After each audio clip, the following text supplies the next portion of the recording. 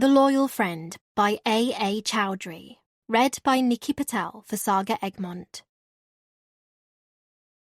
Revenge proves its own executioner. John Ford, The Broken Heart. Prologue. There's a violence about the weather tonight, a kind of insanity that seems to accord with her own state of mind. The rain is brutal, lashing down with such ferocity, even turning up her wipers at full throttle had felt almost pointless. She's amazed to have made it back to her flat unscathed. She opens the door and steps into the pitch-black darkness, fumbling for the switch on the wall to the right, sighing with relief when the light comes on. She heads straight for the bathroom, ignoring her growling belly as she does so, taking her mobile phone with her, laying it on the bathroom stand.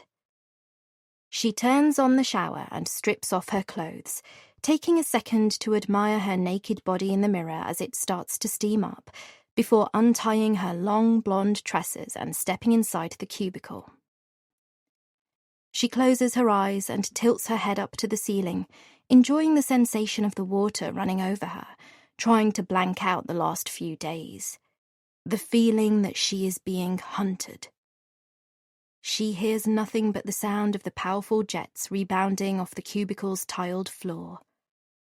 Not the bathroom door opening, nor the footsteps approaching, nor a voice saying filthy bitch under its breath. But she does hear the cubicle door crashing open, her attacker repeating the same vile words, and with that, her fear is so great she cannot find her voice to try and save herself. No one will hear her, and very soon, she hears nothing at all. Chapter 1. The Present, Tuesday, 31st July, 2018. The woman pulls back the thick powder blue curtain a fraction and peers out of her bedroom window, sees the familiar black Vauxhall Astra pull up and come to a standstill. She waits with bated breath. No sign of its passengers just yet, causing her tension to rise, her mind to wonder what they might be talking about, why they are here.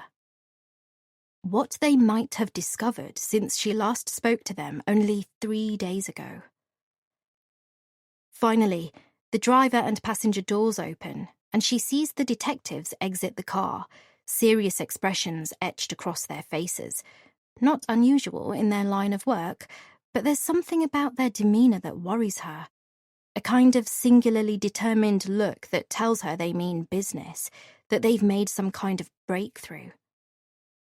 She watches them cross the road, eyes darting left and right as they do so, then approach the front door. Watches the more senior officer raise his right hand and press the bell. It's so quiet in her bedroom, the sound seems to reverberate around her in one thunderous echo. It's grey outside today, chilly too, more like mid-autumn than late summer. She's even had to turn on the central heating. But it's the sound of her bell being pressed by her visitors that sends a shiver up her spine, rather than the cool temperature. She cannot dither a moment longer. Even though the last thing she wants is to go downstairs and open the door to her visitors. She leaves the bedroom, being sure to close the door behind her, then slowly makes her way down to the hallway, the sound of her breathing and the natural creaks of the building all that can be heard. Then she inhales deeply before opening the door to her callers. They're standing there with grave expressions, and when she asks them what's happened, how she can be of assistance, they say there's been a development in the case and inquire if they might come inside. She cannot refuse them. She must stay calm, act surprised, exude an air of innocence, be the best actress she possibly can. It shouldn't be hard. She's been doing that for so long now it's become second nature, donning another face for the world, hiding the truth, her past, the things she has done and kept secret from others. In any case, She's not the only guilty one here. Far from it. She latches onto that thought, flashes her most congenial smile, says, "Yes, of course, officers, anything to help," then leads them inside and says a silent prayer that her secret is still safe. Chapter 2. Natalie. 11 days before. Friday, 20th July, 2018. I shiver as I trudge along the Thames path, heading for my yoga session at the River Club, where I belong, last night's storm still making its presence known. Gone is the oppressive oven-like heat that's tortured us for the past fortnight, and in its place an almost wintry breeze seems to cut through me like I'm some sort of ethereal being. Yesterday's storm has cooled things down markedly, and I'm thankful for it, having never been one for the heat. It's never sat kindly with my pale skin, nor my naturally anxious state of mind. Although at least now that I'm fitter, I can take it better. A stone lighter than this time last year, it doesn't sap all my energy, take the breath out of me like it used to. I have Jade to thank for that. It's not been an easy path, granted. In fact, it was bloody tough to start with, and I'd almost quit at the first hurdle. But she'd encouraged me, got me through the worst, helped me climb a mountain that at first had seemed insurmountable. Looking back, it's hard to believe I'm the same person I was before Jade walked into my life. As I stride along, making sure I keep to the right and don't cross over onto the cycle lane like I notice some thoughtless people do, I fish out my phone and check to see if Jade's messaged me back. I sent her several texts this afternoon, anxious to know why she's not replied to any of my calls or messages since Wednesday night's body attack class, checking she was okay. She'd looked so out of sorts that night, as if something was weighing heavily on her mind, and it had me worried. She didn't even stop to chat afterwards like we normally do, and that upset me. It made me think she's not over our row on Monday, even though we made things up on the phone the following afternoon and agreed to put it all behind us. To be honest, things have been a bit strained between us for a few weeks now, and it's set me on edge. Could well be the reason why my sleep's been so disturbed lately. Thursday morning, I woke up feeling like utter crap, and when I finally crawled out of bed, having only managed a couple of hours kip, I ended up pulling a sickie, my usual morning routine thrown completely out of kilter. I'd felt so guilty, particularly as Jane's such a nice boss, but as I'm not in the habit of being sick, she was very understanding and said the library would manage without me for a day.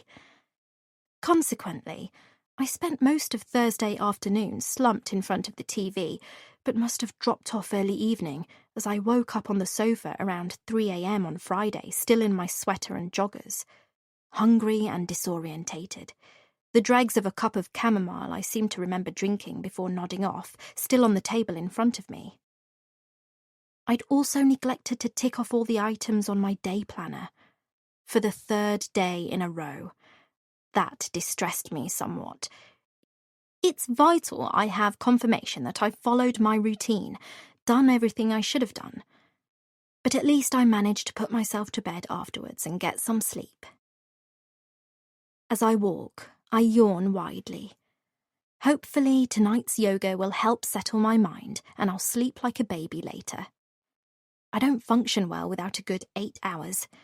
Sleep's always been a problem for me, and for a while I fixed it with pills like lorazepam. Until my therapist pointed out that these were causing me to experience vivid dreams and other unpleasant side effects, and were therefore not a long-term solution. She said following a routine, a good diet, avoiding caffeine and stress was the healthier, more sustainable option.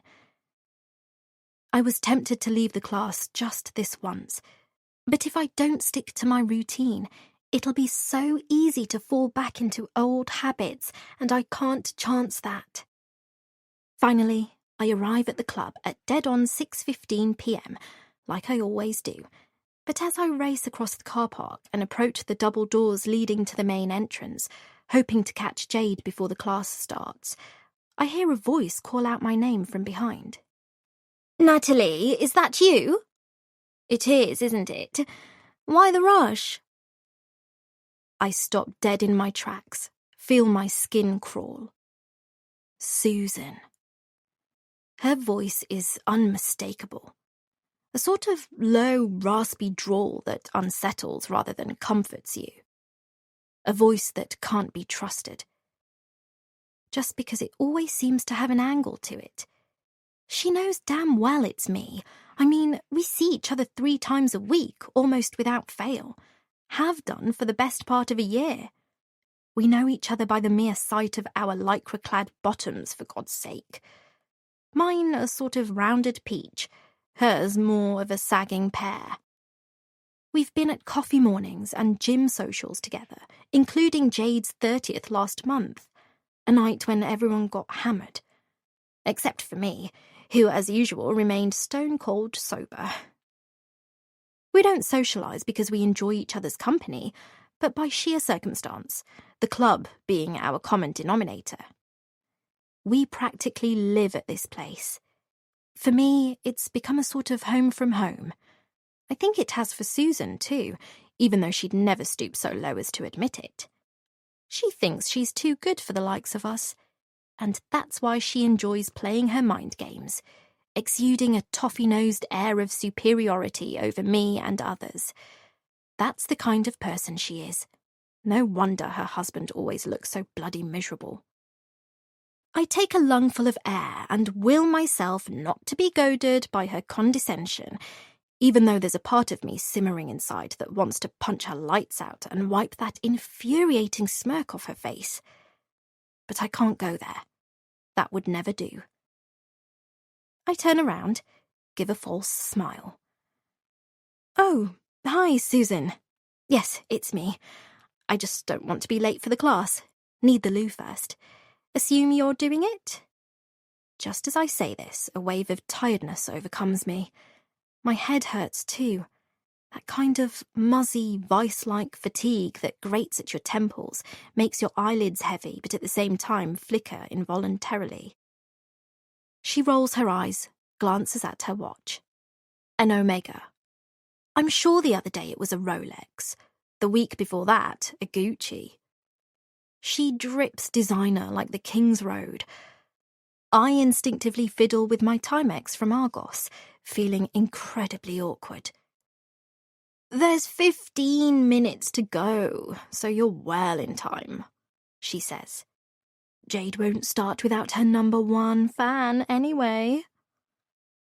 Her eyes linger on me before she proceeds to examine her immaculate French manicured nails, making me feel conscious of my own bitten-down ones, another smirk creeping across her face as she raises her head to meet my gaze once more. What did she have to say that for? I'm not some stalker. I'm Jade's friend. Maybe she's jealous because, unlike me, she has no real friends. And who would wonder, the way she goes on? It's pathetic, really. She's pathetic, even if she doesn't see it. Dressed in Nike purple and white leggings with a matching zip-up top. I notice she's also wearing pristine Asics trainers. Not that there was anything wrong with the pair of Reeboks she was wearing on Wednesday. Her dyed auburn hair is tied back in a low ponytail, but she's wearing less makeup than usual. I can't help wondering what's triggered this uncharacteristic lack of vanity. Usually, she arrives at Jade's classes made up to the max, her hair blow-dried like she's just stepped out of a L'Oreal ad, as if she's trying to make a point and feels the need to compete with the younger blood in the class, including Jade. Even though she doesn't stand a chance in that department, because Jade's young and fresh and way out of her league, and no matter how much makeup or how many expensive treatments she has, that's never going to change. Having said her piece, Susan gives me the once-over, like I often catch her doing, a kind of disparaging look as if she can't bear the sight of my cut-price leggings and t-shirt, then allows herself a self-satisfied chuckle. I notice the crow's feet around her eyes crease up as she does so, while her mouth seems crinklier around the corners too. Less foundation and concealer failing to cover the telltale signs of her smoking addiction.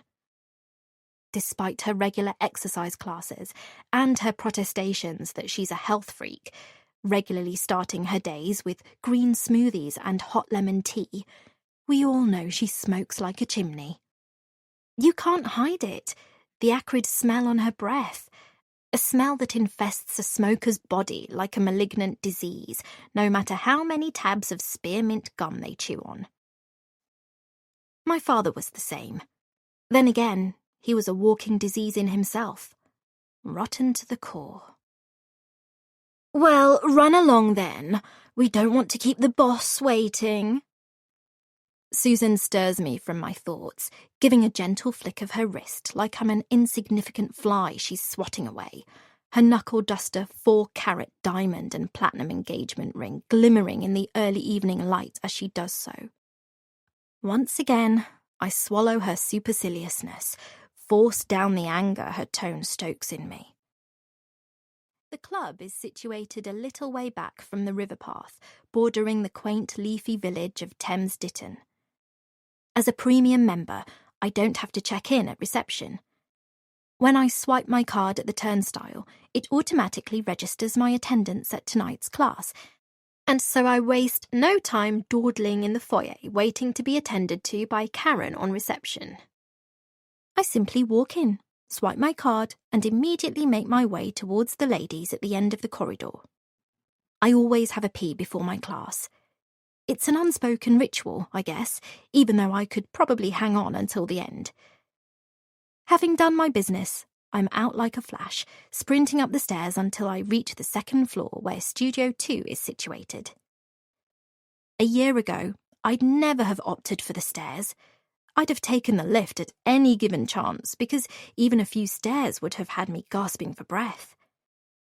It brings a smile to my face, makes me realise how far I've come, makes me think of my vile foster parents, Kath and Brian, and what they would have said, seeing me like this.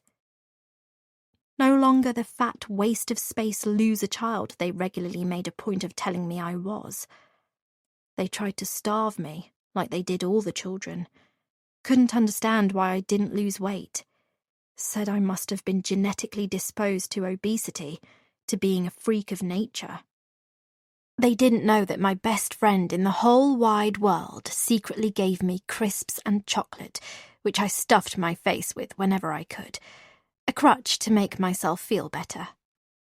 I reach the second floor, exit the fire doors and turn left towards the studio, but just as I do, I see several familiar faces striding towards me, including Susan and Grace. Grace is a regular too. She joined the club at the same time as me. I notice she has a somewhat vexed look on her face, although that's not exactly unusual. She has a lot on her plate, and invariably arrives looking rather harassed. But just now she appears more troubled than usual. Vivian and Shelley are there too, plus Jill and Callie, with Bruce, the token guy in the class, lagging behind, as well as a few others who come to Jade's classes on and off but aren't regulars like us. A few of them motor right past me, not making eye contact, a kind of pissed-off vibe emanating from them. Why are they coming this way? Why aren't they standing outside the studio waiting to be let in? Looking at their expressions, I suddenly get a bad feeling. Something's wrong with Jade. I can feel it in my bones. And I'm sensing it's the reason she's not responded to any of my calls or texts. Just as I'm thinking this, I happen to look up and catch Susan's eye. "Class is off," she announces. She almost sounds glad, triumphant about the fact. Disappointment floods my insides. Maybe Jade had a row with a guy she's been seeing. He's nothing but trouble, but she thinks he's God's gift. Doesn't see the reality of the situation like I do. Or perhaps it's not man trouble. Perhaps she's sick? She has looked a bit peaky of late. Why? I ask. My gaze automatically falls on Grace, just because I see her as being the more approachable of the bunch, even though she can be a bit vague at times. She gives me a sympathetic glance, hesitates a second, then opens her mouth as if on the verge of responding, but before she can utter a word, Susan answers for her. Jade didn't show. She says this particularly loudly and somewhat derisively, as if she wants to make the point that Jade's bailed on us all. In light of current circumstances, i.e. the fact that Jade's nowhere to be seen, I shouldn't be surprised by this revelation. Even so, I find myself saying, "What? Why? Are you sure?" Susan scowls. "Course I'm sure." She looks around her. "You can't see her, can you?" She shrugs her shoulders. "And no, I haven't a clue why. How the hell would I know? It's not a big deal. So, our instructor didn't turn up. Why are you getting so worked up about it?" Talk about defensive. It's not an unreasonable question to ask. I hear Dr. Jenkins' voice inside my head telling me everything's fine, that I need to stay calm, that I cannot afford any trigger points. "I thought Martin might have explained why," I say. "Passed on a message from Jade or something. I mean, he is the gym and class coordinator. We've been going to her classes for a year now, and she's never just not showed up. It's not like her." I wonder to myself if any of them noticed Jade looking out of sorts on Wednesday night, like I did. Maybe not. They don't know I've tried calling her like a million times since, that she hasn't responded to me once, not even by text. My gaze flits from one face to the other, but all I get back in return are the same blank expressions. Susan shrugs her shoulders again. "From the look on Martin's face and the little he's said, I think he's as much in the dark as we are. He seemed quite pissed off, actually. Can't say I blame him. Even if she's got herself in some sort of trouble, the least she could have done was call to say she can't make it.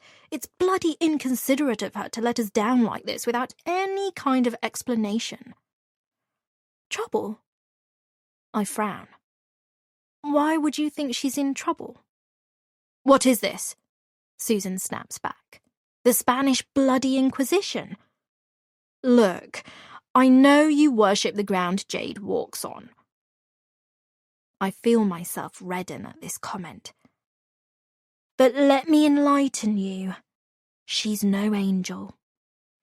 Like all of us, she has a life outside of this place, and I bet she has secrets even you don't know about. Everyone has." She pauses, her eyes narrowing. "I'm sure even you do." I instinctively flinch, feel a sudden tightness in my chest. "Point is," Susan carries on more lightly, her gaze switching to the others as if seeking their endorsement. "It's pretty clear Martin couldn't give any insight on the matter, but it's bloody slack, as I said. They could have got a 10-pin if she'd given them more warning. Martin, bless him, was very apologetic, said we could have a drink on the house. But that's all well and good. What a waste of my precious time. I could have been watching Real Housewives with a glass of Shiraz at this very moment. I deserve it after 3 days on the typo diet." Christ, not another bloody fad diet. I bet secretly she stuffs her face with Walker's crisps and dairy milk at night. She must do, else she'd be stick thin, which she most certainly isn't. I think about her comment about Martin being pissed off. All the women fancy him, except me, and Jade. She told me so, which surprised me. I mean, he's handsome, fit, knows he's both of these, the way good-looking people do, but still has a certain unassuming charm about him.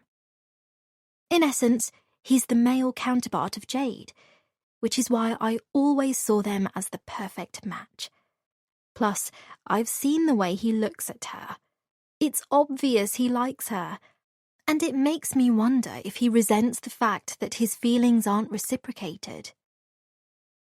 I'm a bit cross too, I have to admit, Grace says with a sigh, running her fingers through her unruly fringe, the lines on her brow which, unlike Susan's, actually moves, creasing. She looks dog-tired, like she has all the cares of the world on her shoulders. I was so looking forward to tonight's class. I had such a shitty day. Mum's dementia seems to be getting worse. I spent most of the day at the home trying to convince her it was daytime and that she needed to change out of her night clothes. She was about to go to bed when I arrived at 10 a.m. The nurses have given up, say it's normal, that they can't do anything about it and we need to let nature take its course, but I can't stand seeing her like that. I'm just glad Dad's not around to see it. It would have broken his heart. I never take the kids. It's too upsetting for them, even though Jim says they need to spend time with their grandma.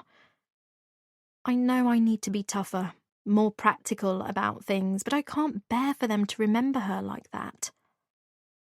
Grace receives sympathetic glances all around. She has it tough.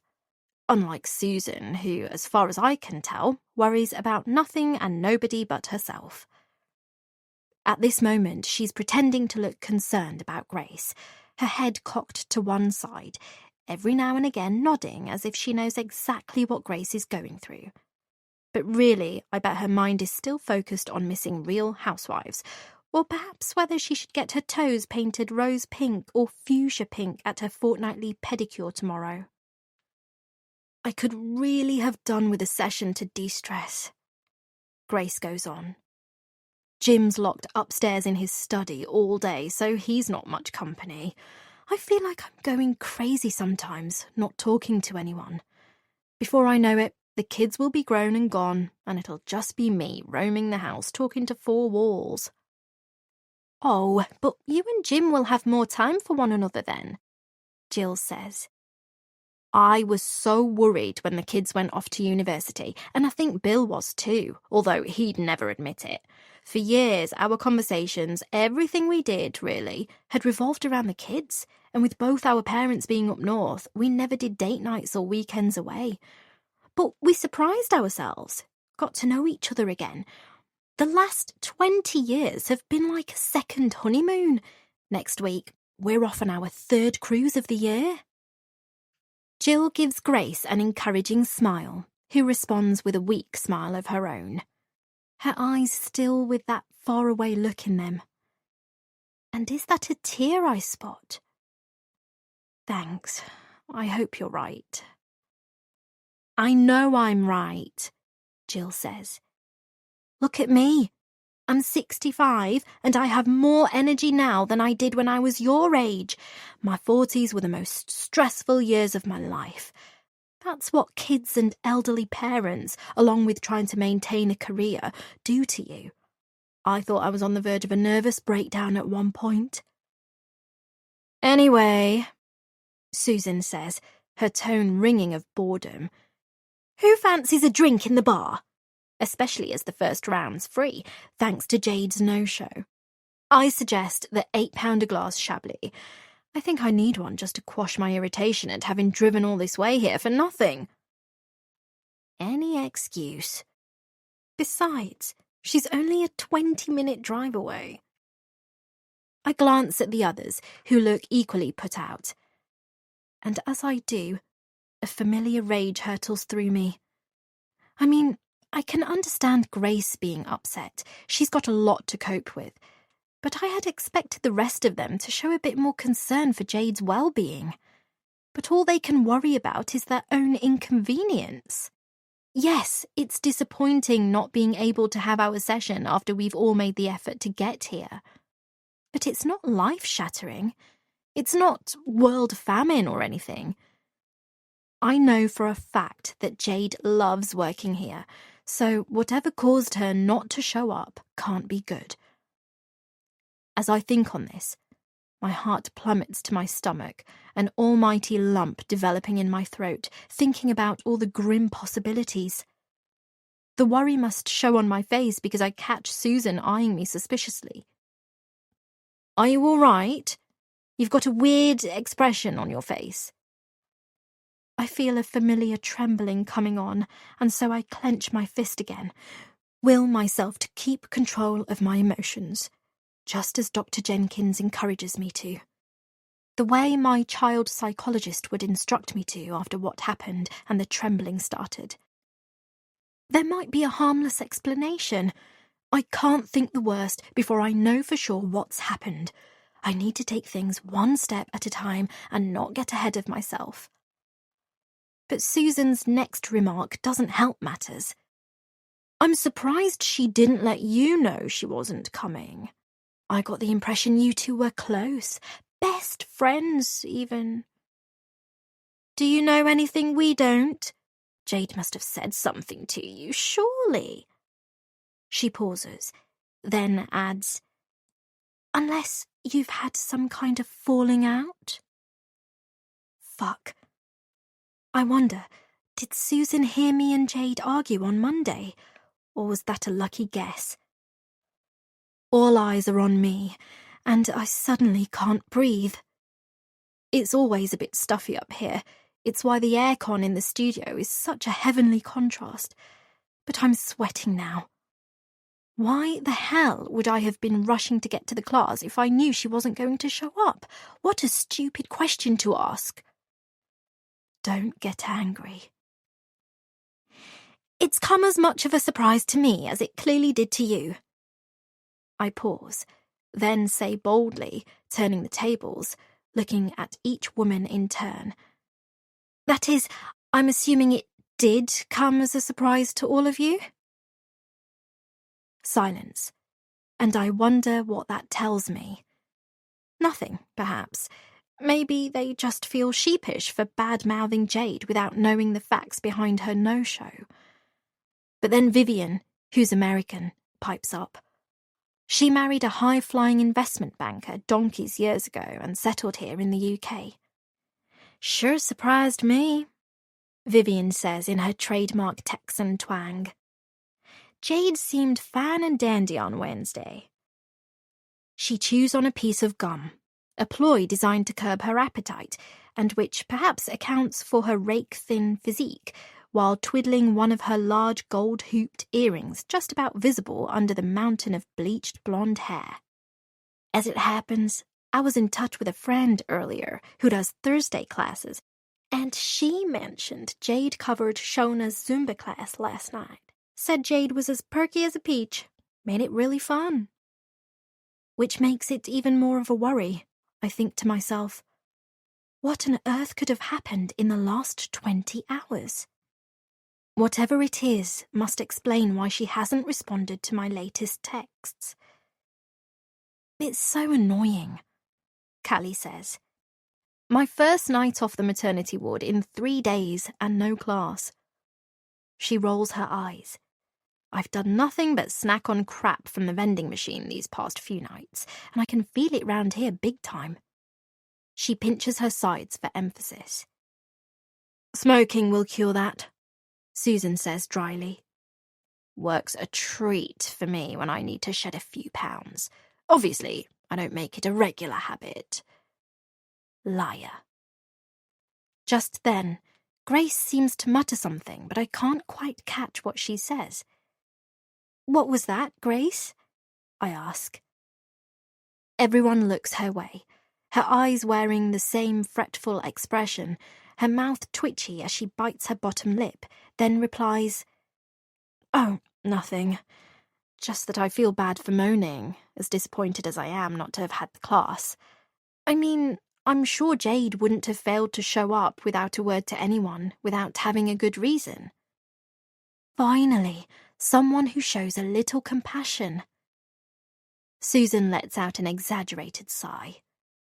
Yes, perhaps. But she's always struck me as the flighty, self-centered type. Maybe she got a better offer, like a hot shag. She's an incorrigible flirt. You must have noticed, despite her butter wouldn't melt demeanour. We can't get bogged down with it, though. She's only an instructor, after all. They'll get someone new in for next week if she's a goner. A goner? I so want to ignore Susan's insensitive comment, tell myself I have better things to do with my time than get into some petty slanging match with her, but I can't stop myself on this occasion. How can you say that? We all went to her 30th. You were practically attached to Jade at one point that night, pouring your heart and soul out to her, from what I saw. Susan widens her eyes. I didn't know I was being watched. I catch Grace's eye. She knows. She was there at the time, and stand my ground, even though once again Susan's managed to portray me as some kind of stalker. I was plastered, she says. I would have attached myself to a postbox if it had happened to be standing next to me. And besides, I attend most of the social events here. I'm a sociable person, and I like to put money into this place. She casts her gaze around. God knows it could do with a major refurbishment. If it's so bad, why the hell do you come here? I want to scream. Maybe it's because here she doesn't have to compete with clones of herself. This time, I do ignore her. Turn my attention to Grace. Did Martin mention if he's tried calling her? No, he didn't say much, like Susan said. I should imagine he has, though. I mean, it'd be the first thing you'd do, right? She looks around and receives several nods. Poor guy, he seemed a bit snowed under. Apparently there's a private function on later this evening from 8:30, and he's stuck here till late manning it. People have better things to do with their time than go chasing after unreliable gym instructors, Susan says. Again, I ignore her. I'm better off finding Martin, just in case he's had any joy reaching Jade in the last 10 minutes. If not, I'll try her mobile again, and if that proves unfruitful, I'll go over to her place. We're friends, and she wouldn't just ignore my messages, even though on Monday we both said some things we shouldn't have in the heat of the moment.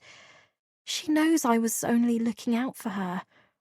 All I wanted was for her to realize she's worth more than she gives herself credit for, that she doesn't have to let her past dictate her future.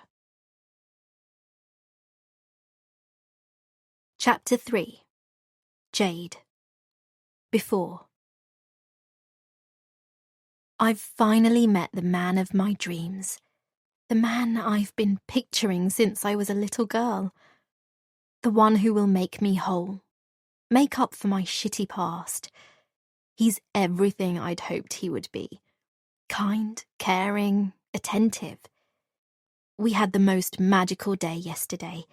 He said I'm what's been missing from his life all these years, then pulled me tight to his chest and hugged me so hard it almost made me cry.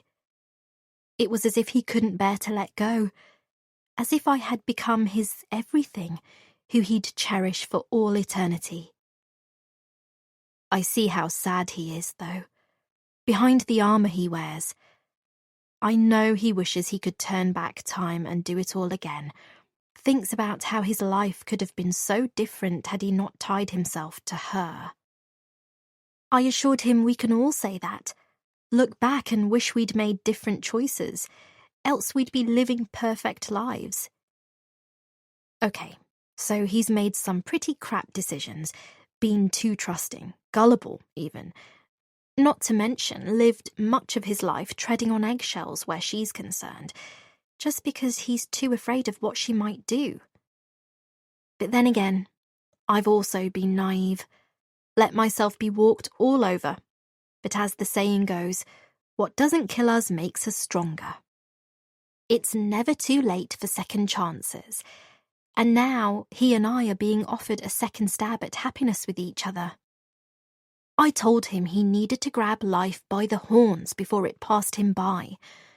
no matter how guilty she makes him feel.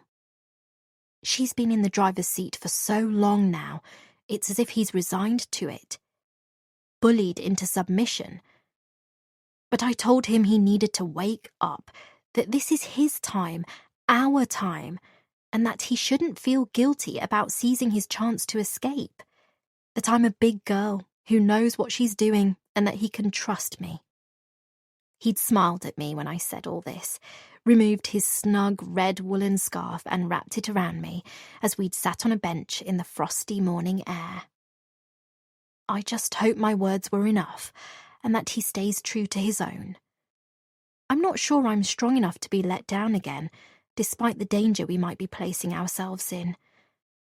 He has become my world, the light in my darkness, and there is no way forward without him. Chapter 4. Natalie. Friday, 20th July, 2018. I leave the others, turn on my heel and make for the stairwell, hearing Susan mutter something under her breath. I'm sure it's something derogatory, but I don't care. I have better things to think about. I scurry down the stairs to the first floor, making sure I take the left-hand side, intending to stop off at the gym, where I know Martin can often be found, either supervising or giving a PT session. I exit at the doors, turn left and walk along the corridor until I reach the entrance to the gym. I peer through the glass and try my best to spot Martin, but craning my neck this way and that, I see no sign of him. I go inside just in case I missed him, ask around, but to no avail.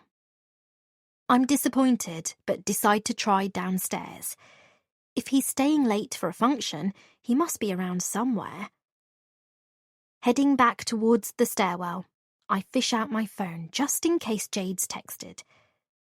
But she hasn't. I try her number again, but she doesn't pick up. I feel almost sick at the thought of what might have happened to her.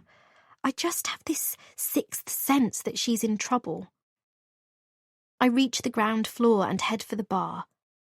It's still quite early, at just on 10 to 7, soft music playing in the background, but I spot a few regulars having a drink, some of them perched on stools at the counter, others, including Grace, Vivian and Susan, sitting at tables. They're tucked away in a corner, 3 large glasses of white wine in front of them. They certainly didn't waste much time getting their freebies in. It makes me doubt the sincerity of their supposed disappointment at the class being off. I'm also more than a little surprised that Grace took Susan up on her offer.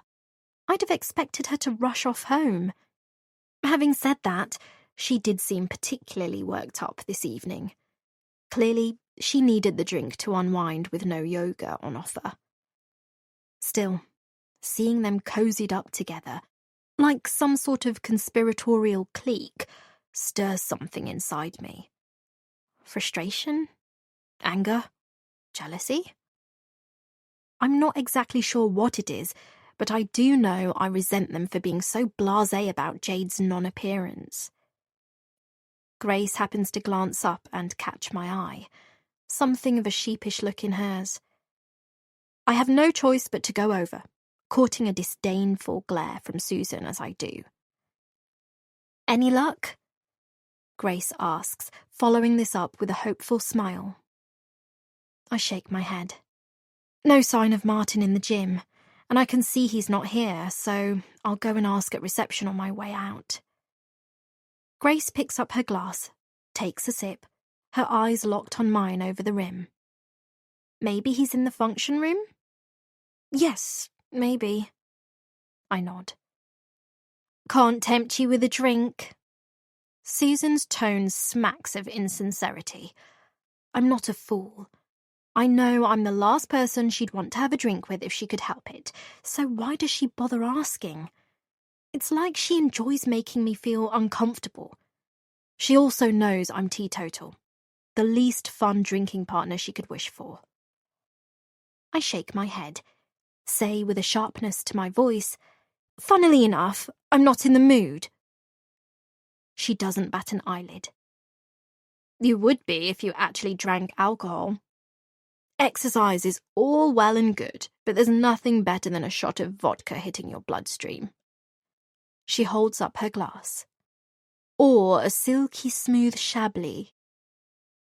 I watch her take a protracted sip. Watch her swallow it down her stringy, sun-damaged turkey neck, and at the same time can't help wishing she'd choke on it. Tastes like nectar. That's where you go wrong, Natalie. Right now, you're more wound up than the Duracell bunny. If Jade's in trouble or she's done something wrong, they're not going to tell any of us. So, if you want my advice, I'd just leave it be. Her advice is the last thing I'd take. That's the second time you've mentioned Jade having done something wrong. Why would you suppose that's the case? Why aren't you more bothered about the fact that she could be hurt or ill? I let my gaze drill through her, delight in watching her eyes flicker with apprehension. Even so, she's quick to regain her composure with a firm shake of her head before throwing back more wine. I'm not supposing anything. Look, just forget what I said. I meant nothing by it. What I'm trying to say is, if it's personal, they're not likely to tell you. It would be a breach of confidentiality. It's true, honey, Vivian chimes in. Come and have a drink with us. Even if it's only a Coke. My treat. She grins, revealing a perfect set of gleaming white teeth. It's hard to know which bit of her is real and which is fake. She clearly doesn't know me very well either. Coke is a complete no-no for me. I politely decline, say my goodbyes and practically sprint out of the bar, almost colliding with Martin, or rather his torso, in the process. Oh, sorry, Martin, I gasp. I wasn't looking where I was going. He's not in his sports gear today.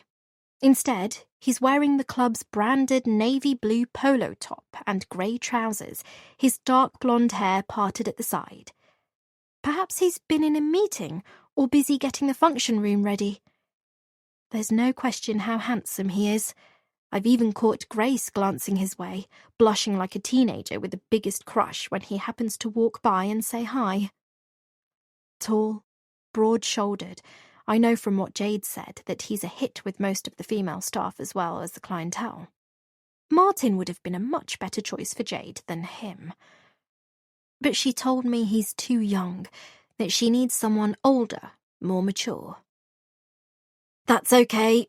I can't apologize enough for there being no class tonight. So disappointing, I know. He looks genuinely sorry. Can't think what came over Jade. Have to say, I'm not best pleased, and neither is my manager. I take it you haven't been able to speak to her then? To be honest, I'm more worried about her than there being no class. She's not picking up any of my calls or messages. I just hope she's not hurt or in trouble. I fix my gaze on Martin, but it's hard to read his expression. I can't tell whether he knows something more than he's letting on. I'm sorry, Natalie.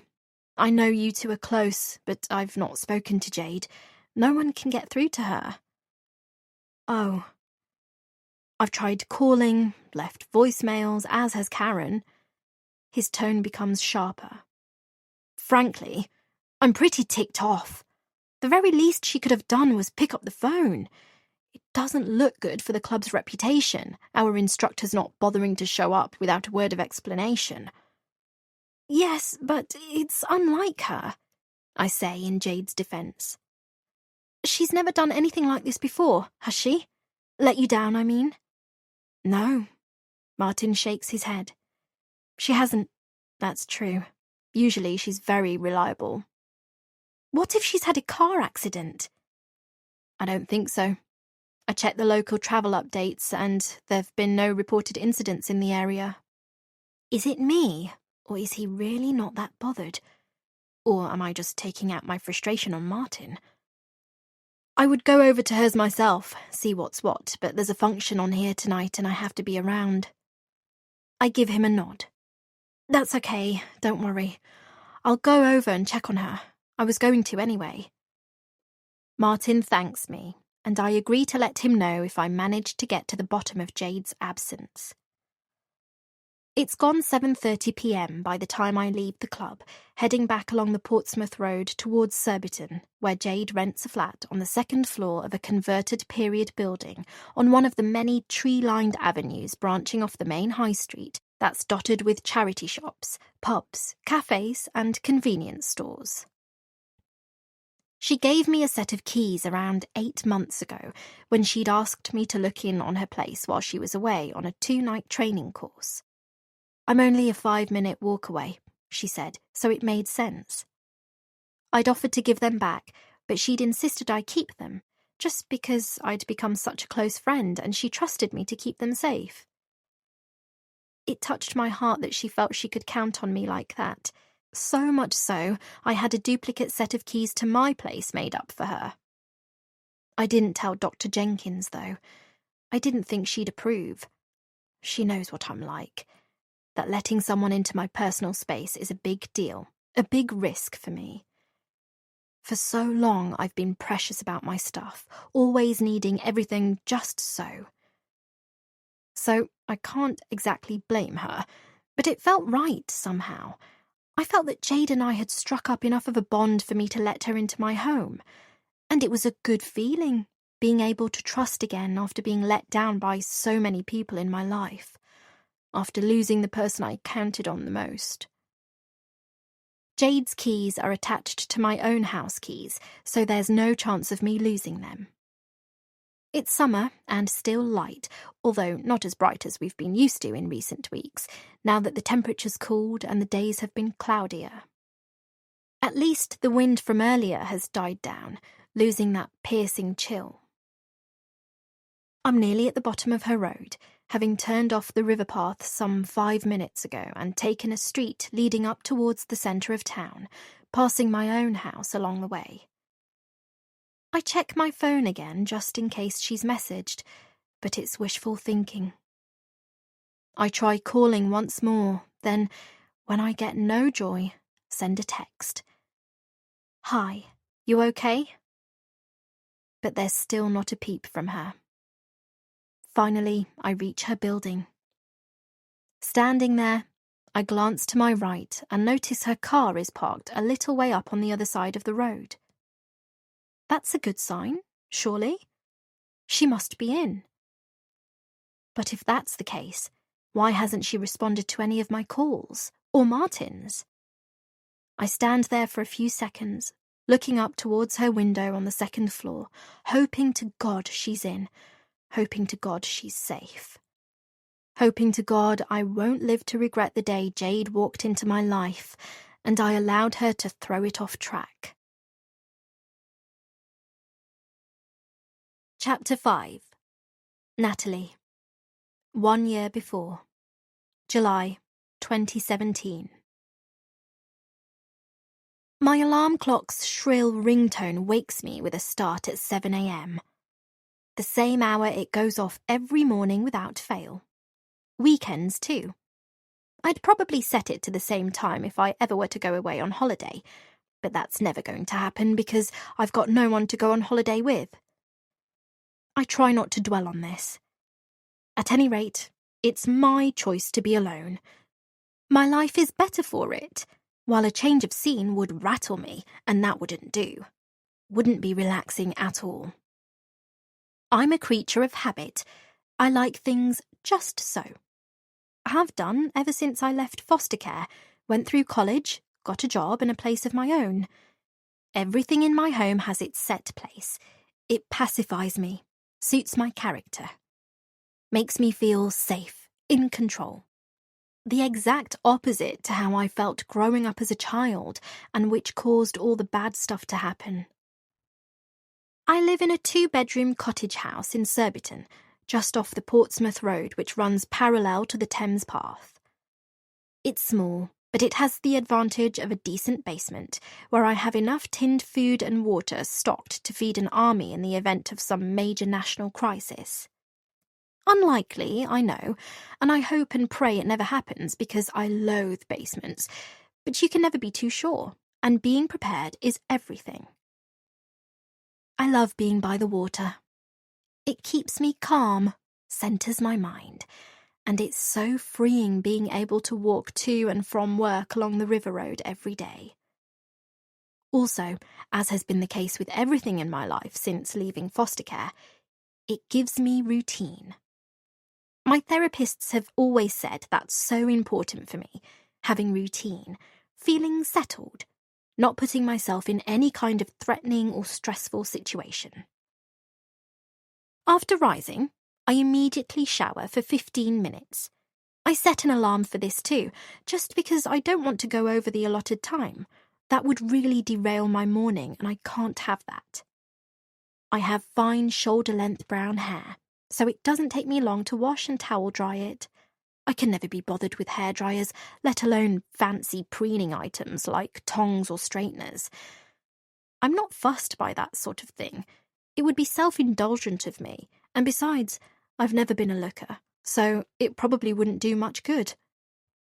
I cut the ends myself, because I can't face setting foot inside a hairdresser. I can only imagine the looks I'd get were I ever to do so. I'd die of humiliation, and I wouldn't begin to know what to ask for. And the stress of not knowing would probably send my blood pressure through the roof. It's not like I'm searching for love or have anyone to impress. I have Ernie, my goldfish, for company. Ernie is the perfect companion. He knows his place and never does anything to wind me up or hurt me. I love watching him glide through the water. Whenever I do, I feel my underlying stress ebb away, a sense of peace descending over me. Other than Ernie, I am content to be alone. Being with someone scares me. It would cause too much disruption to my ordered lifestyle, and I can't take that chance. While the very idea of being intimate with a man terrifies me. After showering, I brush my teeth for exactly 2.5 minutes using an electric toothbrush, then get dressed in my high-neck blouse and ankle-length skirt, put on my glasses and pad to the kitchen, fill the kettle and boil some water for my first cup of decaffeinated tea of the day. I'll have 3 more at Kingston Library, where I work as a full-time library assistant. No more, no less. I don't bother with much makeup, just a neutral lipstick and lick of mascara. Foundation is too much of a faff. My decaf tea is taken with a splash of milk, no sugar. Sugar would only raise my anxiety levels, as would caffeine. I also pop 2 slices of square wholemeal bread in the toaster and fish out the low-salt margarine from the fridge in preparation. While I wait for the water to boil and my toast to pop, I go to my day planner and tick off shower, teeth, dress for the appropriate day, then slide the marker pen back into its slot above the whiteboard. Every night, when every item on my checklist is complete, I will wipe this clean, write a new date, and plan in preparation for the next morning. That way I'll know exactly what I've done and where I've been. A few minutes later, I'm sitting in front of the TV in my tiny living room, watching BBC Breakfast.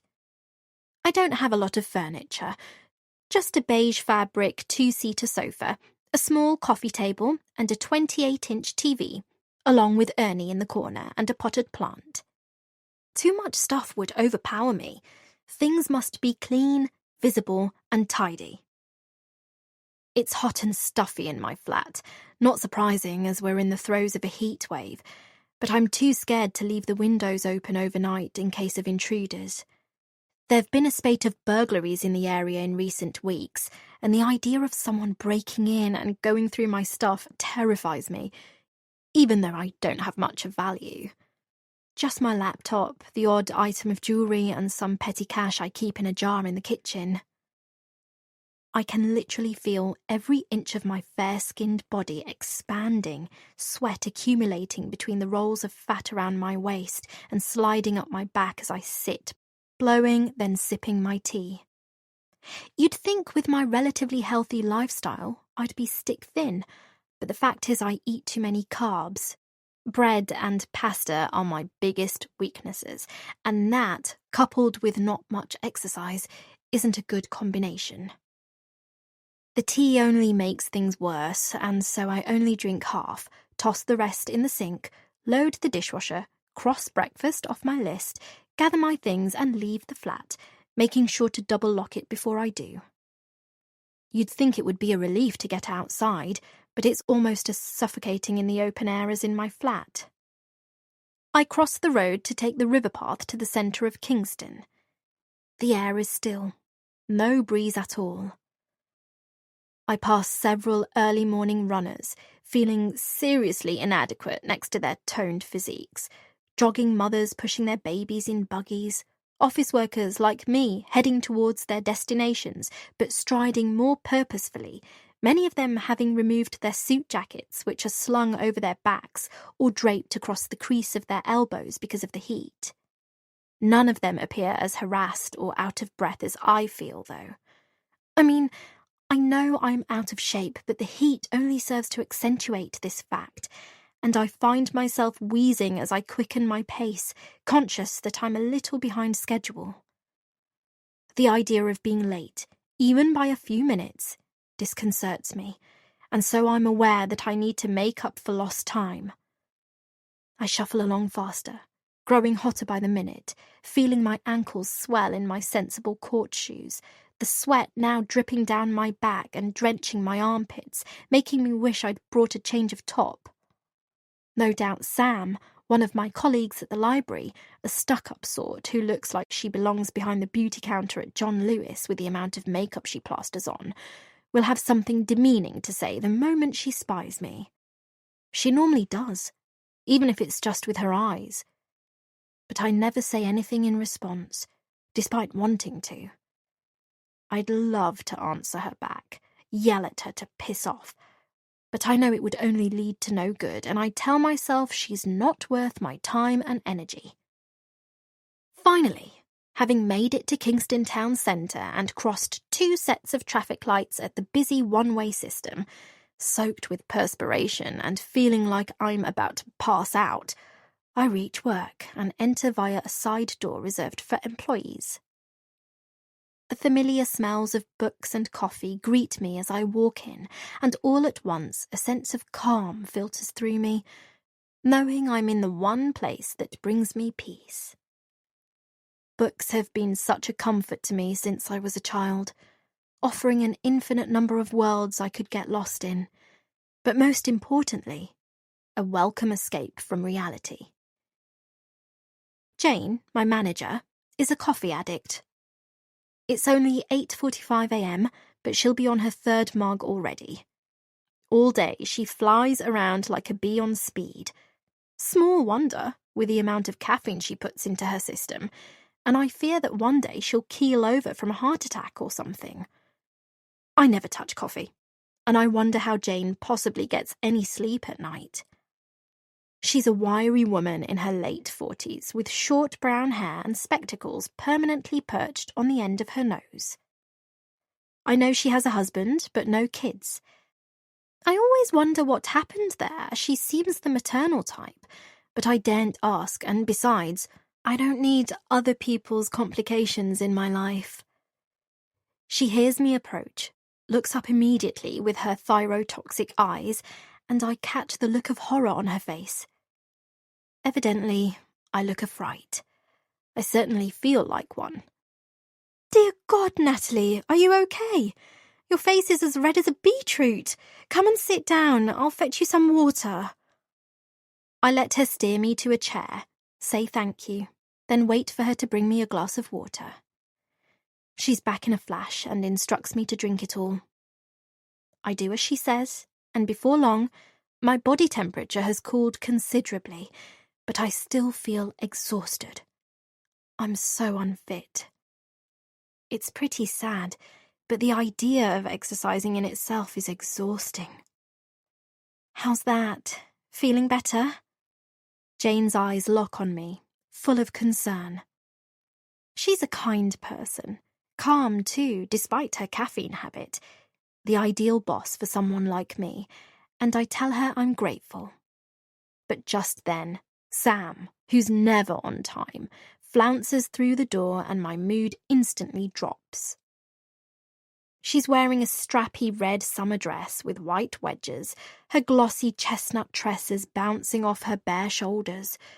Her gaze latches onto me, and I see scorn in her eyes in contrast to Jane's pity. "What on earth?" she begins. Jane explains how I'm feeling rather overheated. Sam dumps her Louis Vuitton bag, I'm sure it's fake, on the floor, pulls out a nail file and begins to work on her right thumbnail, which looks perfectly fine to me. "Oh, you poor thing," she coos, pulling a sad face. "Look, don't get me wrong, but I do worry you might have gone and brought this on yourself, Nats." I hate it when she calls me Nats. Only Jack was allowed to call me that. I don't mean to sound harsh or anything. No, of course not. But there really is no excuse for slovenliness in this day and age. There's a leisure club a short distance from your house, isn't there? Yes. If I were you, I'd join it.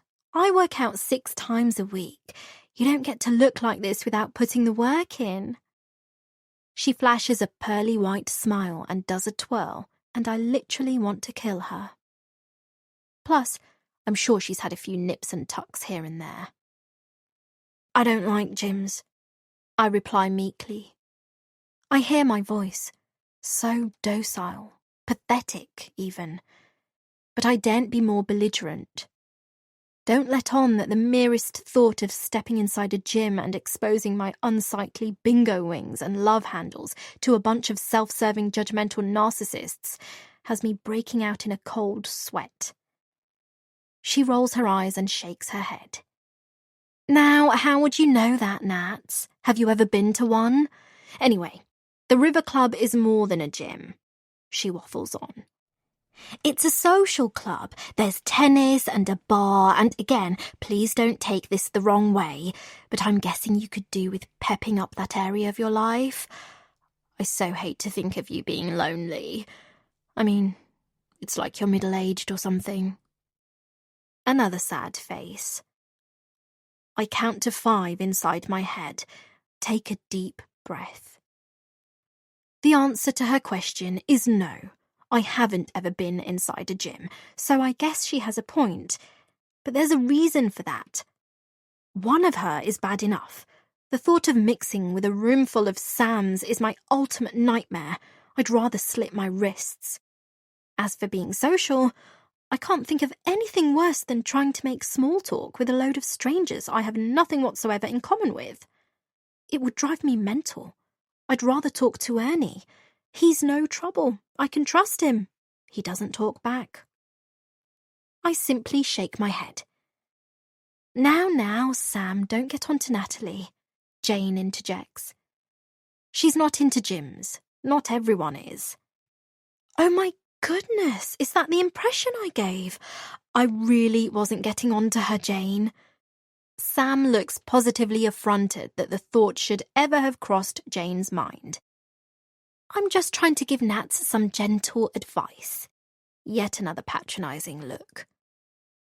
"Now's the time to start, when you're still relatively young.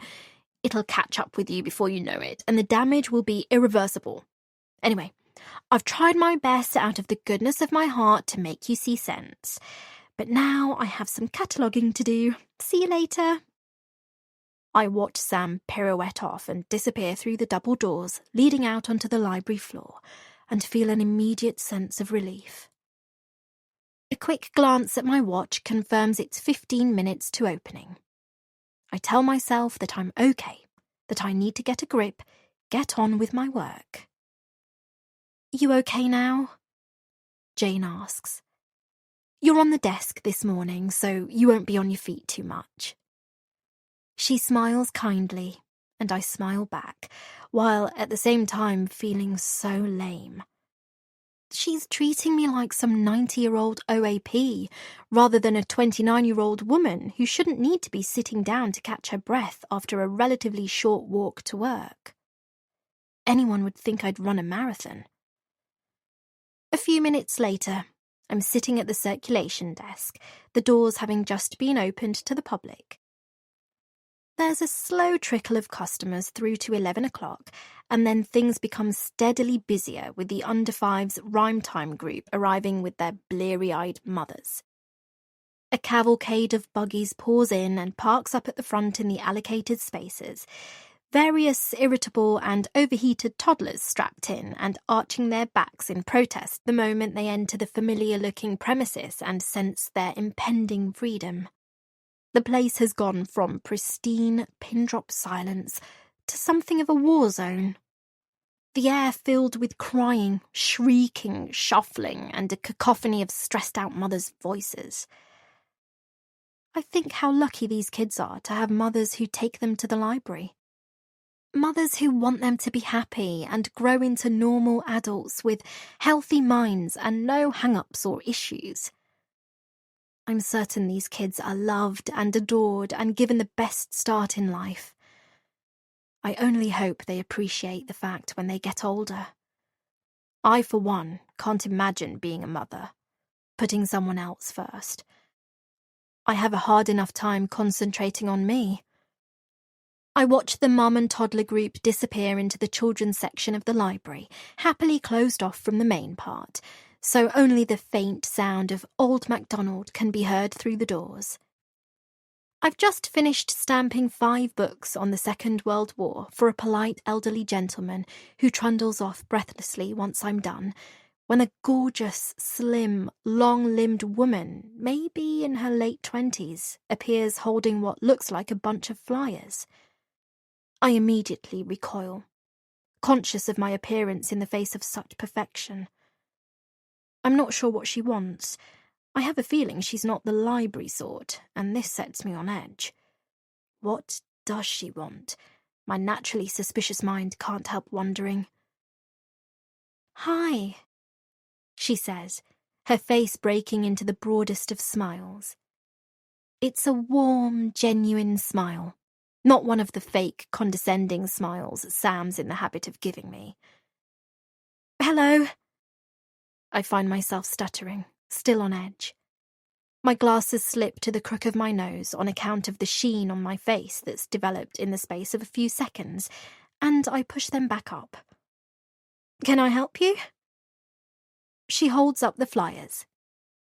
"I'm new to the area, just started as a fitness instructor at the River Club. Do you know it?" Might have guessed. She looks like she spends hours in the gym. Still, her pleasant demeanour isn't in line with my usual impression of gyms and the egomaniacs who inhabit them. "Yes," I nod. "It's actually not too far from where I live." Inside, I think what a coincidence it is that only a few minutes ago Sam was lecturing me to join. "But you're not a member?" From out of nowhere, Sam appears. She must have been listening in on our conversation like the sneak she is, so much for her cataloguing, because she then gives a little chuckle and says, her gaze directed at the blonde, "Natalie? Gosh, we all love Nats to bits, but I think it's pretty clear the answer to that is no, even though I so wish it wasn't." Her eyes give me the once-over, and I feel so ashamed I want the ground to swallow me up. She carries on. "Poor thing nearly passed out walking here this morning. I keep telling her she needs to get fit, else one day it'll catch up with her, and then, well, I hate to think what the consequences will be. It doesn't bear thinking about." She gives a prolonged shake of her head. The blonde eyes me compassionately, then shoots daggers at Sam. "You know, that's pretty unkind. I wouldn't be surprised if it's unhelpful comments from the likes of you that have put her off joining a gym." Sam looks gobsmacked, opens her mouth to speak, but nothing comes out. I grin inside. I'm enjoying the show immensely, and although I don't know her, I love the blonde for standing up for me. just because no one, aside from Jack, has ever done that. Gyms can be pretty intimidating places, I know. She continues kindly, directing her gaze at me and purposely ignoring Sam. I've worked out at a few, so I can totally see where you're coming from. But the River Club really isn't like that. You should give it a go, or at least give my class a go. She hands me a flyer. Beginner's Body Attack. The word attack puts me off instantly. It sounds threatening, sets my pulse racing, accords with my general impression of gyms. I've only just started the class, which is why I'm handing out flyers. The first one's on Wednesday, 6:30 p.m. I'm also planning a Monday and Friday yoga class. I think you might like that. It really centers the mind, gets rid of any stress, which, forgive me if I'm barking up the wrong tree, I'm sensing you have. Another smile as I feel my cheeks burn. But let's face it, she continues. None of us are immune to stress these days. Life's too bloody crazy. Plus, we all have our own demons that haunt us and need to be expelled, and to my mind, exercise is the best way to achieve that. As it happens, I have a few free passes for friends. She delves into her handbag and pulls out a pass for one class and one gym session, then offers it to me. For me? I'm startled at her kindness, but remain unconvinced. I start to shake my head, say, I don't know, it's really not my thing. But just as I do, I catch the smug look on Sam's face, a look as if to say, I knew it, I win, and it's as if a fire is lit inside me. The blonde holds my gaze, giving me an imploring look as if to say, come on, go for it, prove this bitch wrong. And then I chew my lip, find myself taking the flyer and saying, okay, sure, why not? I'll give it a go. I glance at Sam, who looks stunned, a sense of satisfaction swelling inside me. Great, smiles the blonde. I'm Jade, by the way. She hands me the flyers. As I said, I've not long moved to the area, so I'll leave these here, if that's okay with you. If you could put them on the counter for anyone who might be interested to pick up, I'd be grateful. I nod. Of course, no problem. A wink, followed by another smile. At the same time, I notice a couple of teenage boys loitering to the right, pretending to look at the historical fiction section, but clearly more interested in researching Jade. Jade seems to sense this. I'm guessing she's used to such attention. I watch her glance their way, flash another smile, and it's like they have no idea where to look. She gives me another wink. Thanks, Natalie.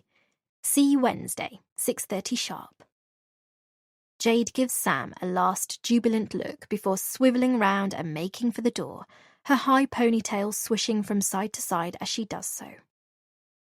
Just to see Sam cut down to size was worth it. But I'm also having kittens thinking about how I'm going to work up the courage to walk into that class on Wednesday. Chapter 6. Susan. Friday, 20th July, 2018. I'd much rather have gone straight home and collapsed on the sofa in front of Netflix with a bottle of red than hang around talking to Grace and Vivian. As much as I quite like Grace, and have some modicum of sympathy for all she has on with her kids and her mom and her dull hermit husband, she can be a bit of a wet blanket, droning on about how hard she has it all the time. I mean, she doesn't have to do so much. She could just say no. Fuck it, you pick up some of the slack. It's what I'd do. And even though Vivian's harmless and quite fun, and we do have rich husbands and Botox in common, her Texan drawl does rather grate on my nerves after a while. Plus, she's not exactly the brightest tool in the box.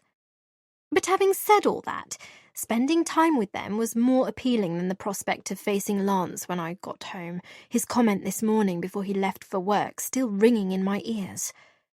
"You might want to think about cutting down on the booze, Susie. It's not kind to the waistline." And then he had the nerve to follow that up with a spiteful pinch on the hips. Bastard. I mean, I know I've put him in a worse mood than usual. I'm not so naive not to realise that after our fight on Wednesday night, he has more reason than ever to hate me. But I had expected him to be a bit more conciliatory. Now that I have him by the balls. Bloody men. So frigging arrogant, the lot of them. Right, well, duty calls, so I'd better get going, Grace says. She knocks back the rest of her Chablis and makes to get up. No time for another? I don't know why I ask this. It's not like I'm having a particularly good time. Not like these two women are my ideal drinking companions. But then again, I'm not sure who is anymore. The best days of my life were my university ones, hanging out with Tamara and her socialite friends. The River Club is the last place I want to be this evening, for more reasons than the lack of scintillating company. But I guess it just goes to show how I'll do anything to avoid going home. Plus, I don't want my desire to get away to look too obvious. That's why I turned up to the class in the first place, even though I had a good idea it wouldn't be on. Grace shakes her head, looks at both me and Vivian with those big, blue, soulful eyes of hers. I'd love another one. Love a bloody bottle, to be honest. But I really must be getting home. Jim will wonder where I am. And there's the boys' karate club in the morning. Not to mention an article I need to finish for Monday. Honestly, going solo isn't all it's cracked up to be. I sometimes wonder if I should go back to a paper or magazine. I kind of miss the buzz of an office along with the regular pay. Just listening to her rabbit on nearly sends me to sleep. The way she cowers to her husband not only bores me to tears, it makes my blood boil. I also find her a bit secretive at times. I mean, she's been to my house for coffee mornings, but she's never once returned the invitation. It's a bit rude. Makes me wonder what else she's hiding other than a tedious husband. Then again, maybe I ought to be concerned. Maybe he's violent or verbally abusive. She seems the type who'd fall for a controlling man. Maybe he forbids her from having friends over. I say I ought to be concerned, but right now I've got enough of my own problems to worry about anyone else's. I need to keep my wits about me. I stifle the urge to yawn, then roll my eyes. Who fucking cares? You can't let a man control your life. I certainly live by that motto. Let him do bloody karate club for once. It's not like he goes into the city or anywhere far, like Lance. No frigging excuse, as far as I'm concerned. Don't let him walk all over you. Stand up for yourself, woman. Grace gives me a faint smile, and I can tell that, although she's grateful for the pep talk, she won't take a word of what I've just said on board. Why the hell do I bother? I'm too fucking generous for my own good. Thanks, I appreciate the thought, she says. But it's my turn tomorrow. He's still working on his book. Oh, not that again. He's been working on that bloody book for as long as I've known her. Besides, to be fair to him, she prattles on, he's been pretty good lately, helping out with the kids, doing his fair share of the school runs, club drop-offs and pick-ups. Not like when we were living in Southampton when I was doing it all. She sighs heavily.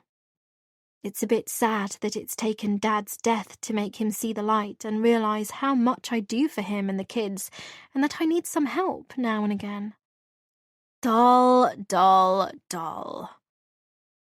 Right! So why do you still sound like he's doing you a favour? He's not the only one who has a career to manage. You have too. And forgive me if I'm missing something, but I'm guessing he had a hand in creating those kids of yours, unless it was the Immaculate Conception, Part 2.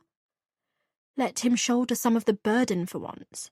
It's the 21st frigging century. Equal rights, work-life balance, and all that jazz. And you have your mother to look after. I mean, I know she's in a home, but you're the one who visits her. I bet he doesn't. I bet he doesn't even visit his own parents.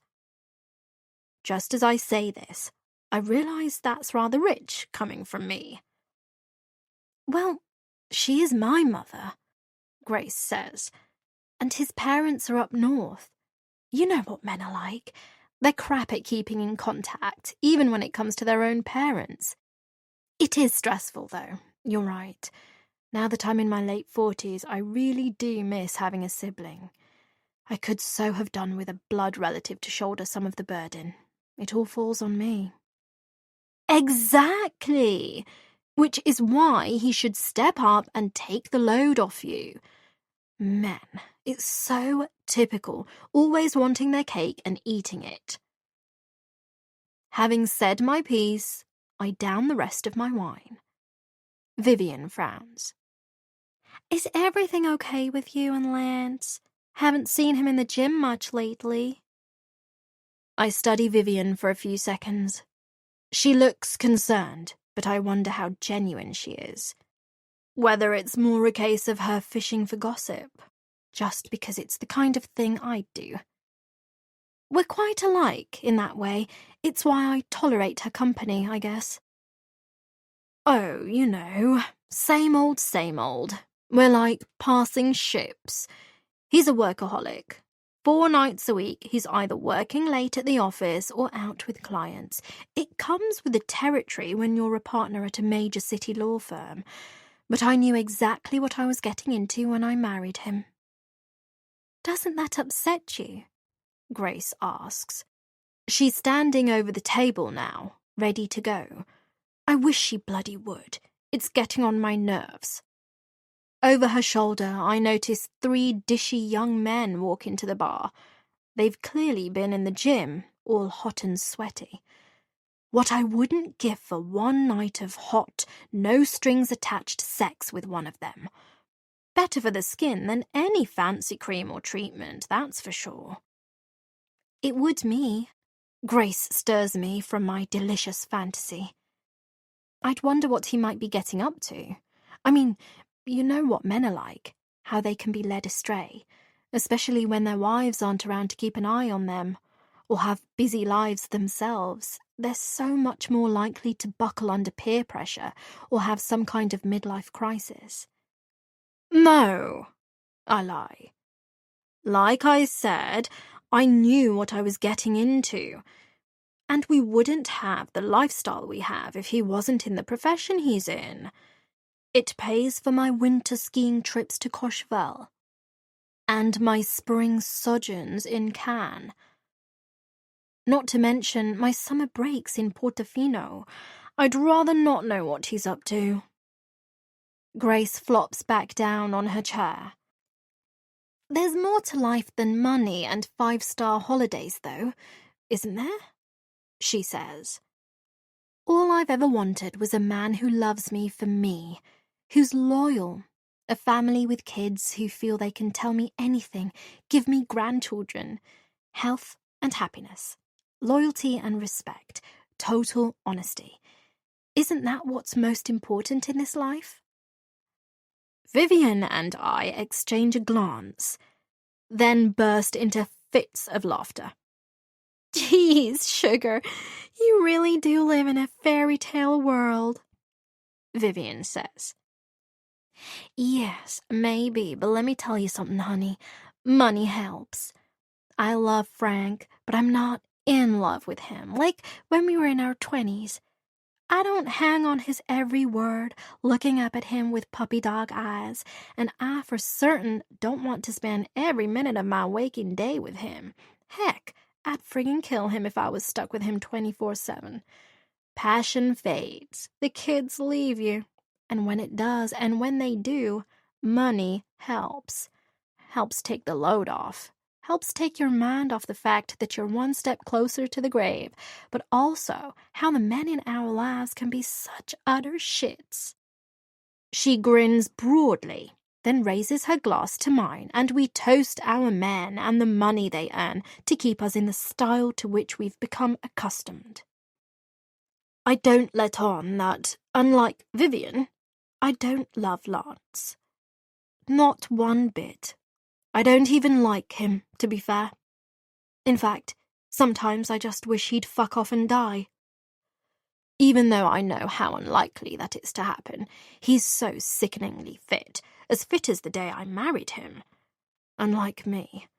But then again, he hasn't pushed 3 babies out of his vagina, has he? I think I'm owed a little leeway on that basis. Maybe the answer is to hire someone to bump him off, and then I'll get the lot.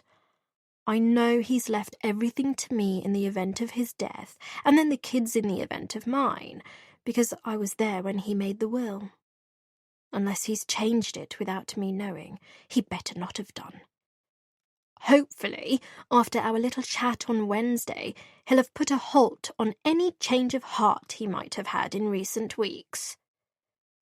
30 years ago, I could never have imagined wishing him dead, whereas now, everything he does sets my teeth on edge.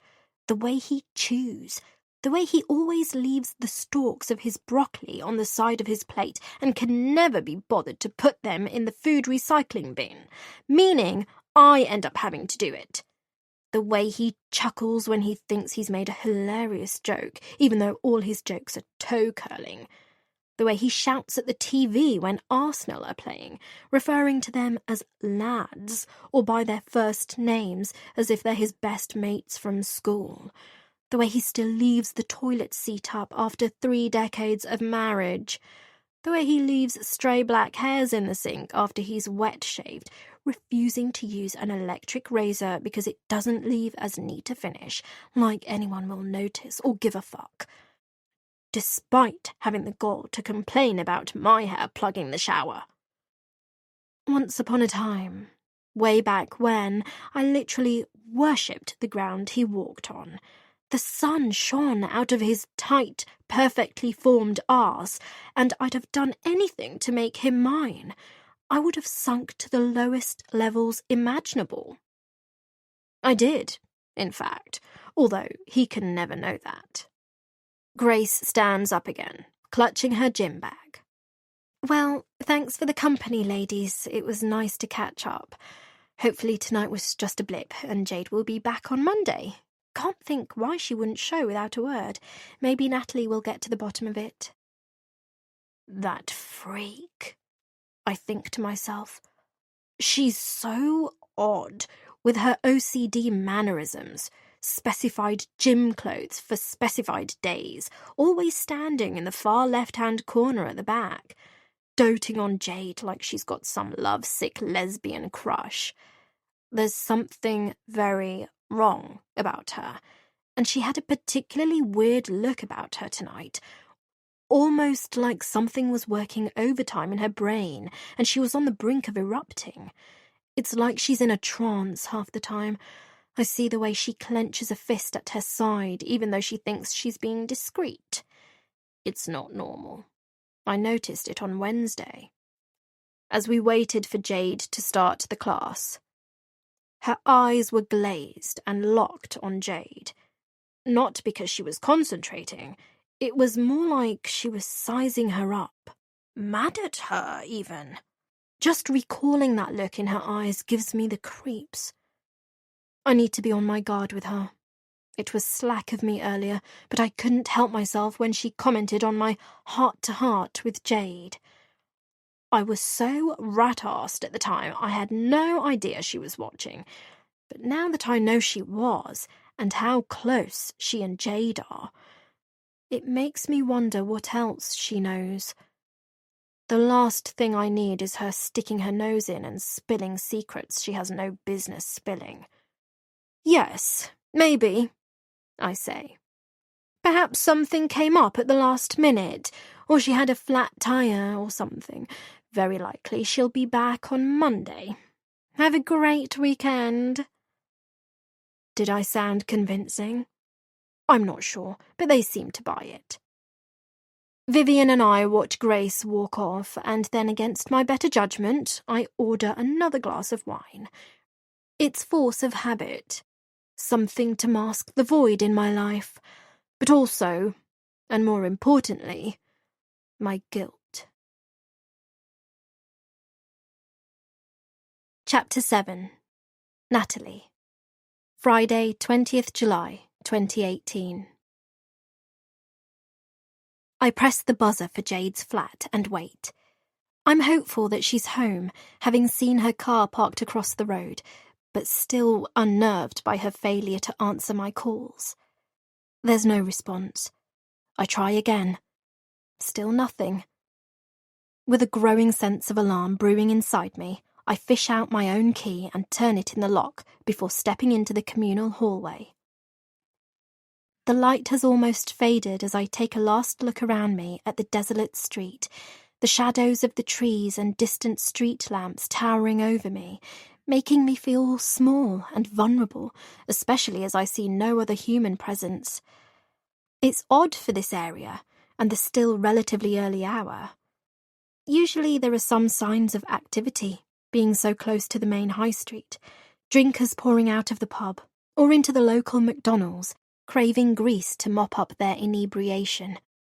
Commuters heading home from the station, either walking or looking to catch a bus. But tonight, it's deathly quiet, the shadows of the inanimate, my only apparent company. It's not the best of evenings weather-wise, so perhaps I shouldn't be surprised. Even so, the lack of human activity makes me nervous, and I realise how defenceless I'd be in the face of some random attacker hovering close by, waiting to pounce, or perhaps wondering what I'm up to as I linger at the doorway looking around anxiously. Guiltily, even, from where they are standing. But it's not like I haven't been here before. The neighbours must have seen me come and go umpteen times. Must know that Jade and I are close. That we hang out a fair bit. Even so, I can't help feeling conspicuous. Also, a sense of déjà vu. Maybe it's just that I'm worked up, not knowing what's happened to Jade. Not sleeping these past few nights, my routine all over the shop. I gently shut the door and instinctively look towards old Mrs. Denby's flat, half expecting her to burst out of it, the usual cross look masking her face, before proceeding to give me the third degree as to what I'm up to. But the door remains shut, not a word out of her. Thank God. Gingerly, I creep up the stairs, my stomach growling because I've not eaten anything since the low-sugar, high-protein bar I had at 5:30, like I always have 1 hour before my class. By now I would have been home and already eaten my veggie lasagna and salad. Prescribing a set meal for each day stops me stressing about what to cook, keeps my meals regular, my blood sugar levels even. But tonight hasn't been normal by any standards, and neither was last night, waking up in the early hours to find myself still reclined on the sofa, fully clothed and starving. It's unnerving, against everything Dr. Jenkins has tried to instill in me. But I must try and overcome my own anxiety for Jade's sake. I reach the second floor and hover in front of Jade's door. I put my ear to it, listen out for any hint of movement, the sound of her voice, someone else's voice, including her lover's or possibly even another man's. Although I'd never give Susan the benefit of being right, I know what Jade can be like. She can be rather flirtatious when it comes to men, and so I wouldn't have put it past her to have some random guy in there with her. But I hear nothing. My heart is beating double time, my mind racing with a whole host of morbid thoughts as I insert the key into the lock, my hand quivering as I turn it and push the door open. Taking a cursory look around her tiny hallway, nothing seems out of place. But then I spy her car keys on the hall table. No house keys, though. It doesn't mean she's not here. They could be in a jacket pocket or lying around elsewhere. But if that's so, why hasn't she appeared? Why haven't I heard a peep out of her? I'm suddenly having palpitations at the thought of why Jade's not made a sound since I entered her flat, and I almost don't want to go a step further. But I force myself to. First trying the kitchen, then the living room. "Jade!" I call out. "Jade, are you here? Are you okay?" A part of me wonders if she's asleep on the sofa or has her headphones on like she often does when moving around the flat, meaning she hasn't detected my presence. But I suspect it's wishful thinking. There's no sign of anything amiss in the living room or kitchen either. The wildly imaginative side of me had pictured overturned furniture or some other evidence of violent intrusion. I'm relieved there's nothing so awful, but it doesn't stem my sense of unease, the fluttering in my belly. I do spy an unwashed cereal bowl and coffee mug in the sink, dried grains of muesli still stuck to the rim of the bowl, the last dregs of coffee swimming at the base of the mug. It looks like they've been there for some time, possibly yesterday's rather than this morning's breakfast, and this strikes fear in me, just because I know that, like me, Jade doesn't leave mess. She either washes up immediately or loads the dishwasher, which I find is empty. Her entire flat, although small, is generally kept immaculate. She told me she rented it unfurnished, and it's clear from the way it's been decorated that she has a naturally artistic eye. I've always liked coming here. Although it's compact and modern, the cosy mix of furniture, colours, and textures lend it character. The colour scheme is harmonious, with everything from the side lamp in the living room to the toaster in the kitchen working with the rest of the room's earthy tones and natural colours. I know she doesn't have a lot of money, and so it's been a case of quality over quantity. A modernist chair taking centre stage in the living room, an Art Deco vase in pride of place on a table in the hallway as you walk in. I'm certain it's her keen sense of style that attracts men as much as her looks. I feel my guts churn again as I pluck up the courage to venture towards Jade's bedroom, terrified of what I might find. The door is shut. I place my hand on the knob and turn it, push it, preparing myself for the worst. But when I step inside the room and look around, I'm not sure what to make of things. I find that her bed is empty, the covers intact, as if no one slept in it last night. I know Jade likes to keep things neat and tidy, but the way the bed is made, it almost looks too perfect. Not a crease in sight, while the pillow is smoothed out. Conversely, 3 drawers are pulled out from the chest to the right of her bed. I walk over, see that they contain pants, sweaters, and jogging bottoms. It's unlike Jade not to have closed them. It's like she was in a rush, didn't have time. Perhaps an unexpected emergency or a last-minute errand? I think about how it was sheeting down with rain last night. What if she'd popped down the road for milk or some other essential she'd realised she was lacking, not bothering to take the car, but then got set upon by some lunatic on the way home? All sorts of nasty images flash through my mind of her hurt, or worse, lying dead in a ditch somewhere. What if she was taken against her will? I squeeze my eyes shut, clench a fist at my side, desperately trying to blank out the thought, stop myself from thinking the worst. I've always had a vivid imagination. As a child, I'd experience night terrors so real, I'd wake up in a cold sweat, scared and breathless. Jack would be the one to calm me down, tell me it was just a dream. But my brother's not here now. There's no one here to comfort me, reassure me everything's going to be okay, and I must try and get some answers alone. There's only one room I haven't tried yet, the bathroom. I'm not sure why I've saved that for last. It's not like I know what awaits me in there. Perhaps because it's the most private space in Jade's home, or maybe it's just chance that I've made it my last port of call. Another deep breath, and as I make my way to the bathroom door, I notice it's slightly ajar, while I can hear a soft, steady drip, drip, drip of a tap that hasn't been quite turned off. It sends a shiver up my spine. I use my fingertips to push the door open and immediately notice Jade's mobile phone lying on the bathroom stand to the right of the wash basin. Fear accelerates in me once again, and I almost don't want to venture further and look round the corner where I know Jade's shower lies. But I do.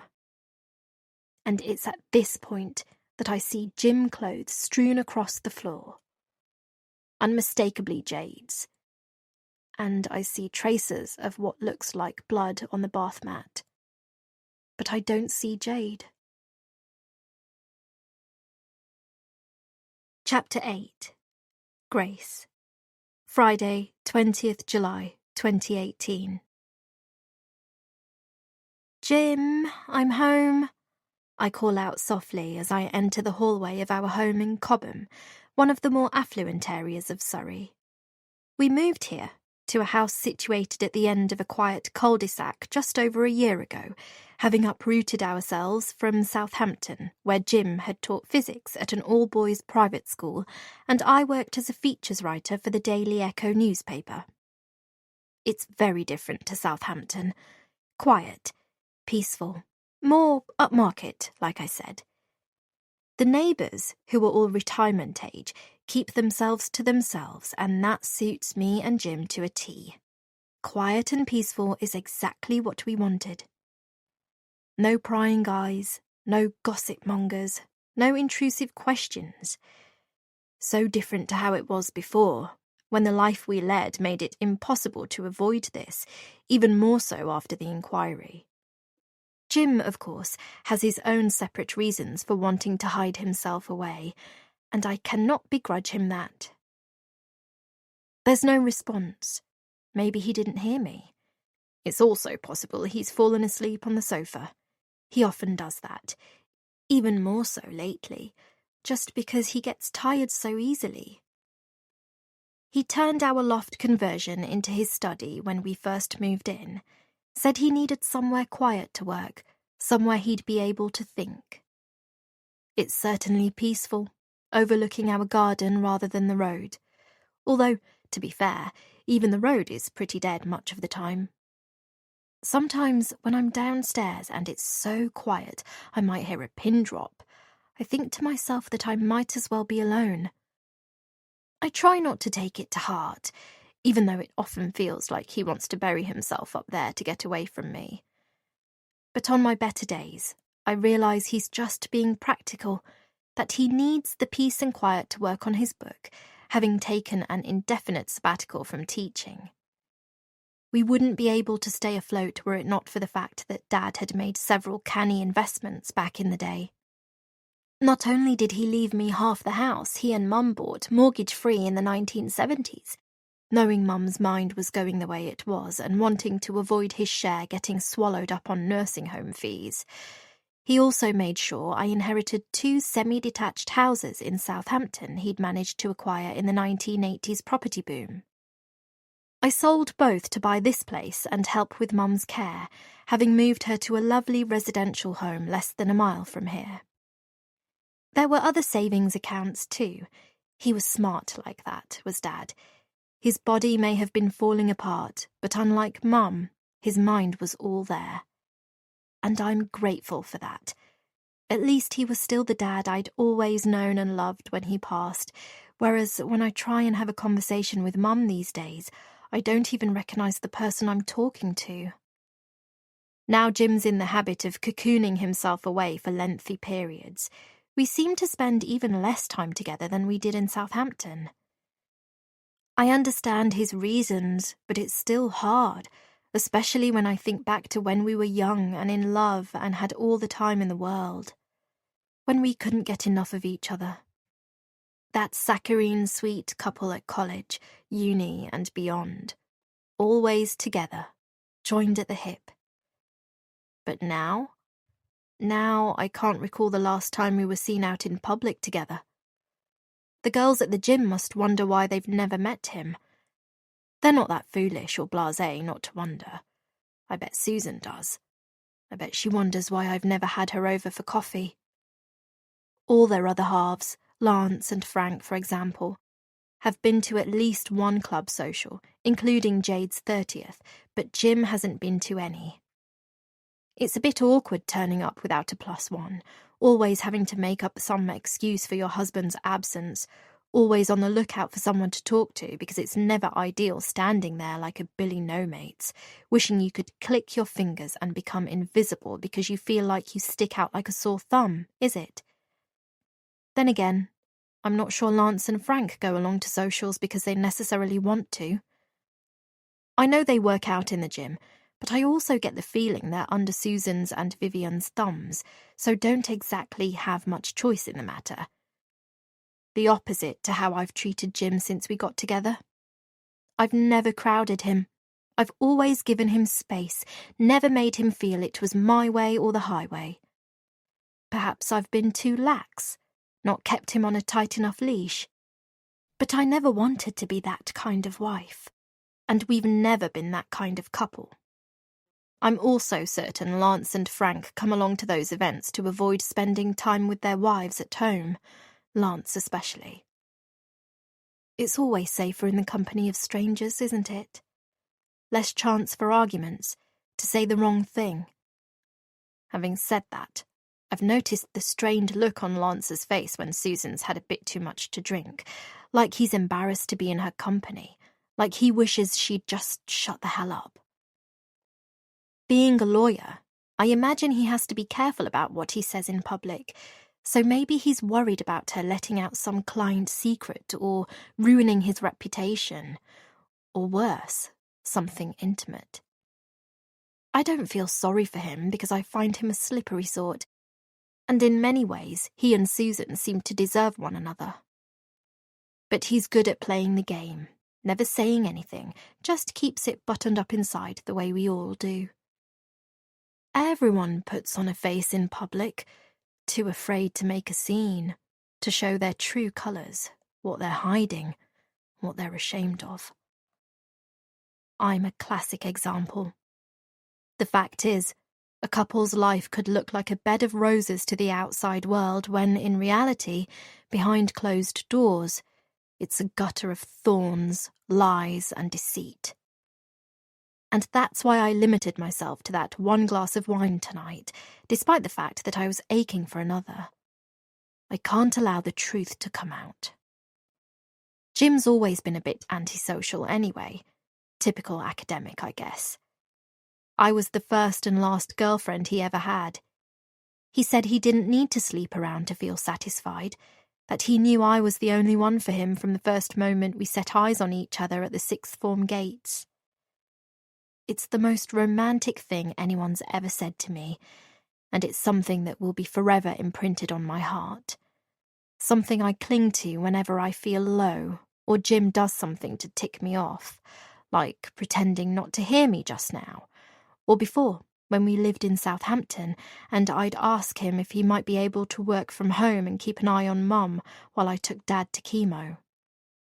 It gets my goat when he doesn't respond, and although I understand his reasons now for wanting to shut himself off from the world, even before the accident, when he'd regularly work late at the office or upstairs in his study while I was doing 5 things at once, he could never seem to spare 5 minutes to take a load off me. And that's something I find hard to shrug off. Even though he now claims I only had to ask, that I enjoyed being a martyr competing with all the other supermoms. He says I've always been like that, a bit controlling, that I can't seem to trust anyone else to do the job for me, and yet at the same time complain I have too much on my plate. That's the way he sees things, but I don't agree. I think that's just his excuse for being crap. The truth is, I was drowning in other people's demands, Sometimes I felt so overwhelmed I wanted to scream, "Piss off, the lot of you," at the top of my lungs and run away from my life and never come back. Sometimes I wanted to swallow a bottle of pills and make it all go away, including the people I loved. And that was a scary feeling. It made me feel like a failure, the worst person alive. But it's not easy being at the behest of everyone, pulled in all directions. It's asphyxiating, bleeds the strength out of you. And it made me anxious, so much so I couldn't sleep, and I resorted to sleeping pills like diazepam to take the edge off, a habit I've not managed to kick. I was like Atlas with the weight of the world on my shoulders, or a ton of bricks that just seemed to pile up by the day, and no sooner had I got rid of one, a new brick was put in its place, until the final slab, the size of a boulder, crushed me completely. People used to say, "Make sure you make time for yourself, get some rest, treat yourself, you'll be no good to anyone if you burn out." But in reality, although I knew they meant well, it's easier said than done. Because who the hell was going to do the job for me, especially as I'm an only child?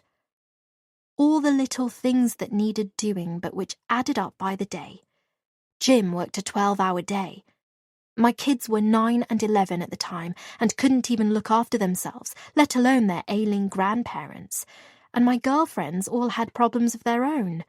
So basically, it all fell on me. I took Dad to chemo because Mum wasn't up to it, wasn't strong enough to be there for Dad. I was his rock, and I took it all on because I loved him. But it wasn't easy.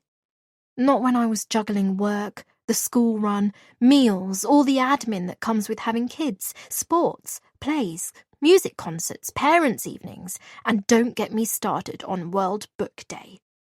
A yearly event I'd had many weeks to prepare for, but allowed to get lost in the mile-long to-do list I stuck to the fridge and promptly forgot about, because someone had stuck some other crap over it, causing me to raid all the wardrobes at the last minute, trying to cobble something together so my child wouldn't feel humiliated being left out and quite possibly psychologically scarred for life because their crazy mummy failed abysmally to get her act together. Unlike Perfect Pam, whose child would win the Best Costume Award every year and made a point of posting about it on social media, attracting a minimum of 100 likes.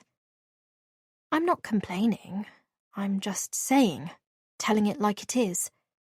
No matter how convenient it is now for Jim to say I only had to ask. But now, looking back, maybe he has a bit of a point. I wish I hadn't let things get to me so much. Wish I hadn't tried to take on everyone's problems. I should have talked to someone, tried other forms of stress relief rather than rely on drugs to manage it all. But hindsight is a beautiful thing. I miss Dad like crazy, but at least he's not in pain anymore. And now Mum's in a home, as sad as it is, it's for the best. When all is said and done, I don't mind too much that Jim's not into socialising. I quite like keeping him away from that part of my life. It's just a bit hard when people ask to come over or invite us round for dinner, and I have to make some old excuse like Jim's too engrossed in his work and can't be disturbed. At least the club's an outlet for me. At least I get to be with people there. Chat about inane stuff like clothes and makeup, movies, and the latest book that's kept me up at night. Even though it is a bit of a trek all the way to Kingston. But then the clubs around Cobham are twice the price, and I don't have money to throw around. That's what I tell anyone who asks, anyway. I say I only had the one glass, but it was a large one, which I'm now slightly regretting. For one, because I didn't work out, and it's empty calories I could have done without, and two, because I'd previously pledged to give up the booze. I'm still on the antidepressants at night, so I really shouldn't mix alcohol with pills, and I'll no doubt wake up with a sore head having taken my nightly dose. I've not helped matters by not eating anything since lunchtime. My stomach feels raw and acidic. I don't know how Susan does it. Tell a lie, I do. Practice. And I guess when she suggested we take up Martin's offer of a free drink, considering the week I've had, it was just too tempting. Jim! I call out again. I walk into the living room, don't see my husband at first, but then, as I look more closely, spy the top of his head lolled to one side against the back of the sofa closest to the TV. I edge nearer so that I am now facing him, see that his eyes are shut, his mouth slightly open, a hacking sound coming out of it every so often. For a fleeting moment, I am tempted to pop something in it, just to see what would happen. Feel almost exhilarated at the thought. He works hard, so why do I resent seeing him like this? Perhaps because it's such a contrast to how I remember him when we first met, full of youthful energy, hungry for me. Before we had kids and our lives changed forever. Not that that came as much of a surprise. We knew it would. But it's not a nice feeling, becoming invisible to someone. He could never be invisible to me, so why do I sometimes feel invisible to him?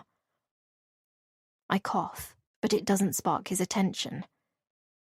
Feeling irritated, I slump down on the sofa with force, set on rousing him from his peaceful slumber. I don't know why I do this. It's quite cruel, really.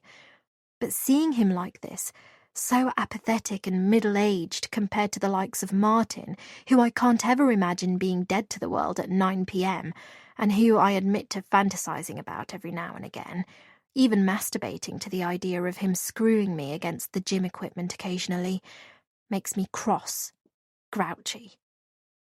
He needs to wake up and acknowledge me. He can't just talk to me whenever the hell it suits him. He jumps with a start, slowly comes to. What the? He begins, rubbing his eyes, shifting in his seat. Was that necessary? What? I ask innocently. Am I not allowed to sit down on my own sofa?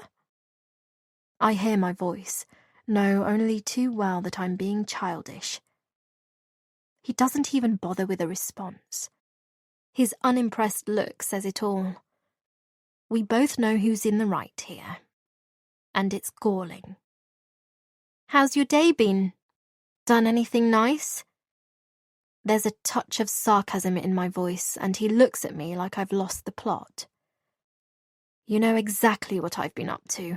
The same thing I do every day. Do I? I shoot back. I just can't seem to forget, to forgive, to let go of my anger, to stop seeing him the way I do, and that's why I'm so bloody miserable, so screwed up in the head. He flinches. Sorry, I say. That was uncalled for. It's okay. I'm used to it by now. I ignore his cutting comment. How's the book going? I'm stuck, writer's block. It's on the principles of physics, not literary fiction. How can you have writer's block? Oh, I'm sorry, he says. I'm not as good at making up stories as you are. His words wound me. What's that supposed to mean? Really? He's suddenly off the sofa, pacing the room, wide awake. You really have to ask. Come on, Grace. How long do you think you're going to fool everyone around here? I know you chose this area because it's full of old people who don't ask questions, and all the women you hang out with are based in and around Kingston. But you're living on borrowed time. It's amazing you've kept our secret this long. Someone's going to discover our past. I see his eyes filling with tears, and I want to scratch them out. He's hurt me so badly. But I can't begrudge him for resenting me, even though he's as much to blame as I am. He sits back down, asks without looking at me. How was the class? There was no class. Really? Where have you been all this time then? This makes me happy. Him wondering where I've been. I wonder if it's ever crossed his mind that I could be having an affair. Would he be jealous? I know I'd be jealous if I discovered he was cheating on me. I'd want him to feel the same jealousy too.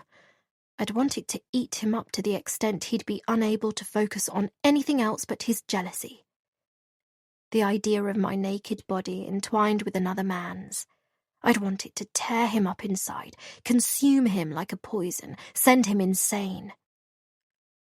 Jade didn't show up. He frowns. Oh, that's a bit out of the blue, isn't it? You always said Jade was so reliable. Any idea why? I swallow hard, make a concerted effort to disguise my irritation as I pick up a copy of Red and aimlessly flick through the pages. Nope, no idea. Was a complete surprise to us all. Shame, he says. She was a nice girl, I thought. I stop flicking, give him an incredulous look. How would you know that? You've never met her, unless you're hiding something from me. Stop being paranoid. I'm just going on what you've told me. You're always saying she makes the classes fun rather than hard work. That's true. I get up. So where were you? He repeats. I fudge my response. Susan persuaded me to have a drink with her and Vivian. We were all disappointed the class was cancelled, having made the effort to get there, so I thought, what the heck, might as well. Jim rolls his eyes. What's that for? I ask. Don't know how you can stand spending time with Susan. From what you say, she's a bad egg, shallow and not to be trusted, and a lush. You know what you're like when you drink too much. It affects you badly. You say things you shouldn't, and the likes of her will pick up on it like a shot. I bet she feeds on gossip like a vampire sucks blood. Doesn't she ever wonder why you don't invite her round? I laugh out loud, but it's a forced laugh. Like I want to show Jim how preposterous his accusation about my drinking is, even though in my heart I know it's not so far-fetched. I've never been able to take my booze, it's true.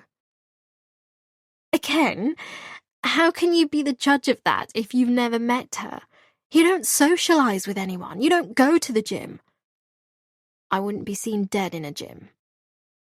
Fine, your choice, but you let me live my life how I think is best, okay? He doesn't respond, and I say no more. Head for the kitchen to make some toast. It's too late for dinner, but I need something to settle my tummy. I call out to Jim to ask if he wants some, but get no response. I'm guessing he's in a mood with me, or dropped off again. I don't wake or seek him out this time. I'm not that cruel, or that desperate for his attention. If he chooses not to hear or see me, so be it. His loss, not mine. But later, just before bed, I go back to check on him. Creep up next to him on the sofa he's moved to for some reason, and softly stroke the side of his face. Despite his scars, I will always love him. He will always be the Jim I know, the Jim who's beautiful to me. Despite the fact he's the reason our sons are no longer with us. Chapter 9. Natalie. Friday, 20th July, 2018. I feel decidedly unwell. My head swimming with so many conflicting emotions I worry I might pass out at any second. There's also a stabbing pain in my chest, part panic, but also owing to the misery I feel knowing something terrible may have happened to the only real friend I've had since Jack. I feel fear too, looking at the evidence before me.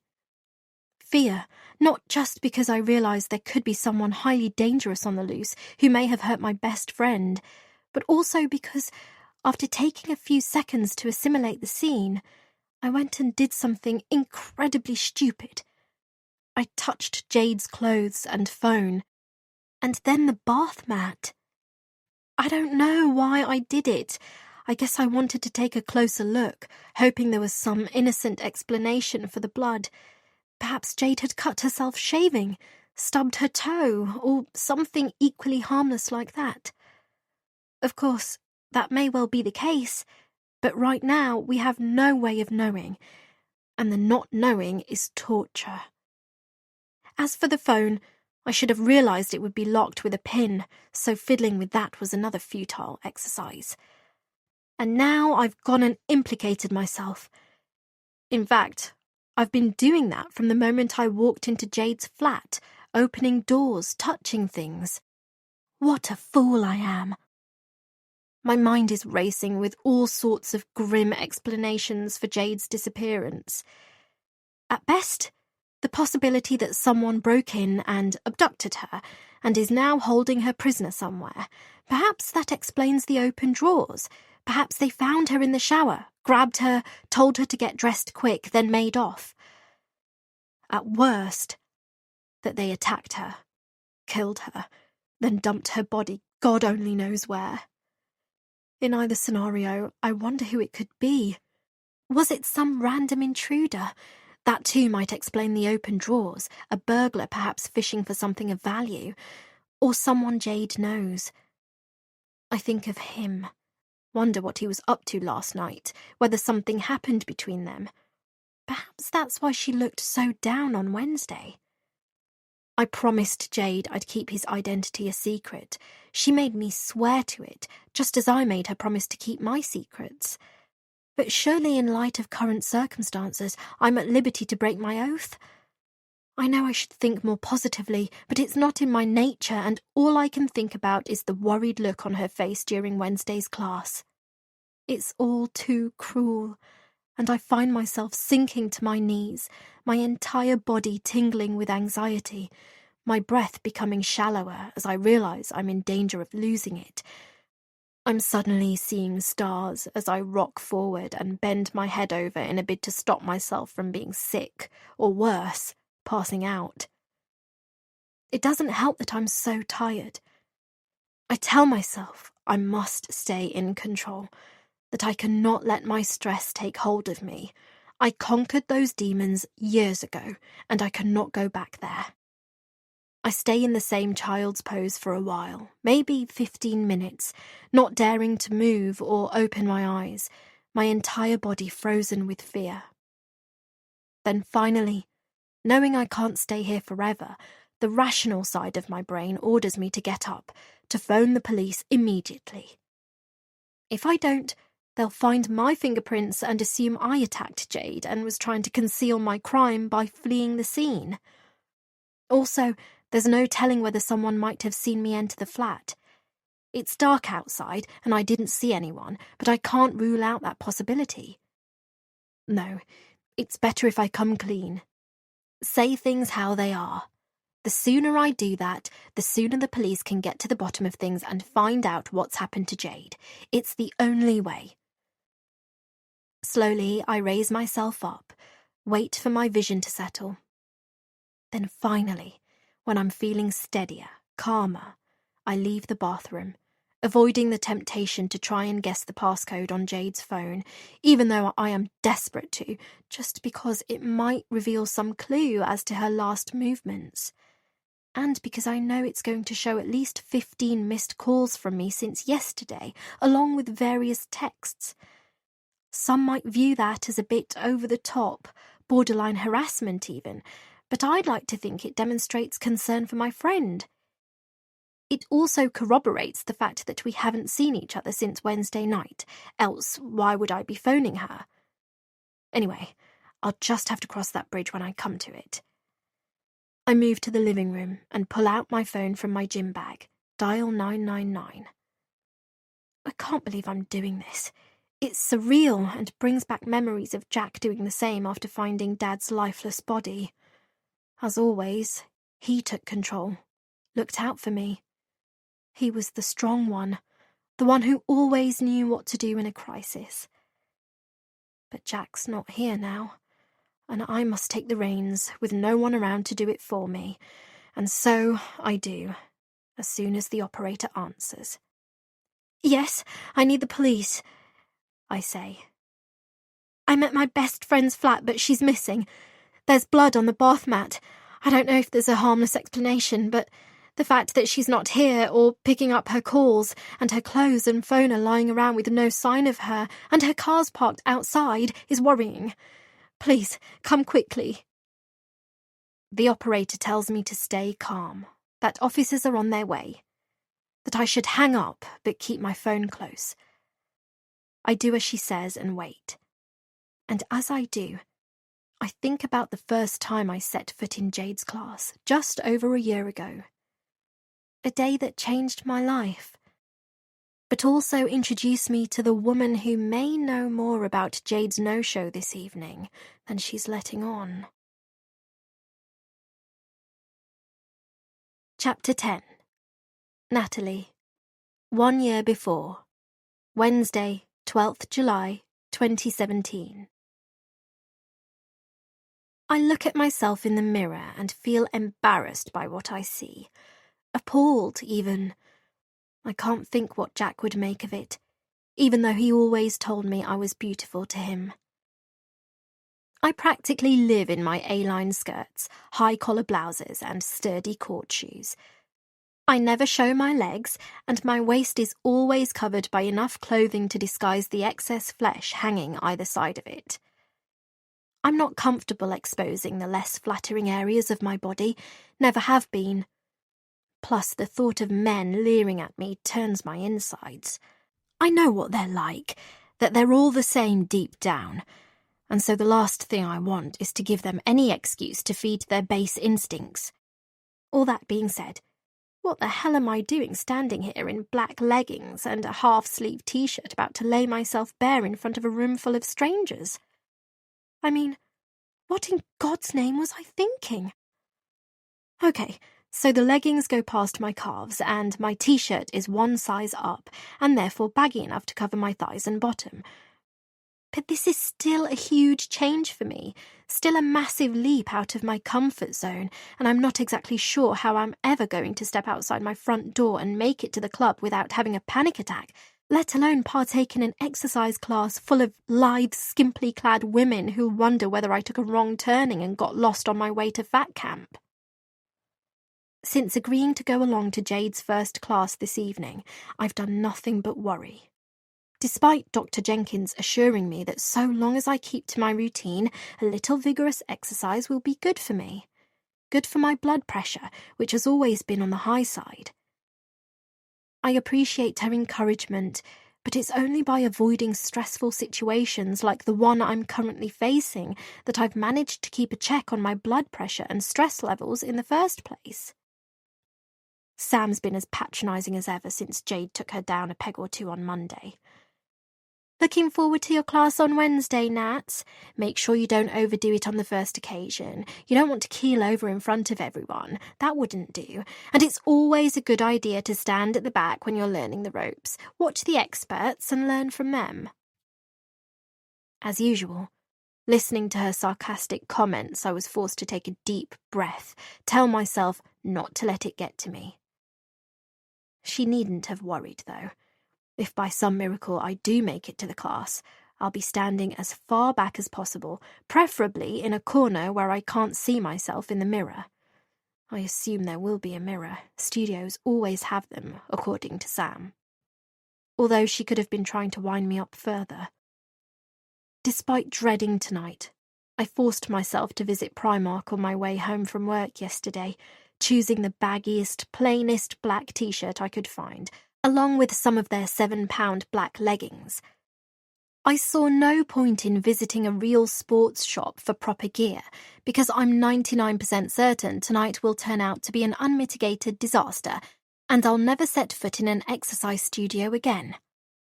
I continue to stare at myself in the mirror as my timer goes off, indicating that it's 6 p.m, meaning I need to set off now for the River Club if I'm going to make it. Deep breaths, I tell myself. Then repeat the mantra I recite 3 times a day, the mantra Dr. Jenkins taught me to say whenever I feel stressed. I am a good, kind, calm and resilient person. I won't let anything or anyone upset me. I have nothing to be ashamed of. I will get through this day calmly and peacefully. I say it once more, just for good measure, thankful as ever to Dr. Jenkins for her kindness, for ensuring I stay in a good place rather than allow the darkness to take me over. We have a session booked for tomorrow, just because I know I'll want to talk to her about this evening, unmitigated disaster or not. I still see her every fortnight. She's like a safety net, I suppose. I don't trust myself to stay on track alone. It's gone 6. Time is ticking, and I realise it's now or never. Another deep breath, and then I muster up the will to pick up my small green drawstring backpack containing my water, the free pass Jade gave me, my phone, and a zip-up hoodie. Not that I'm going to need extra clothing.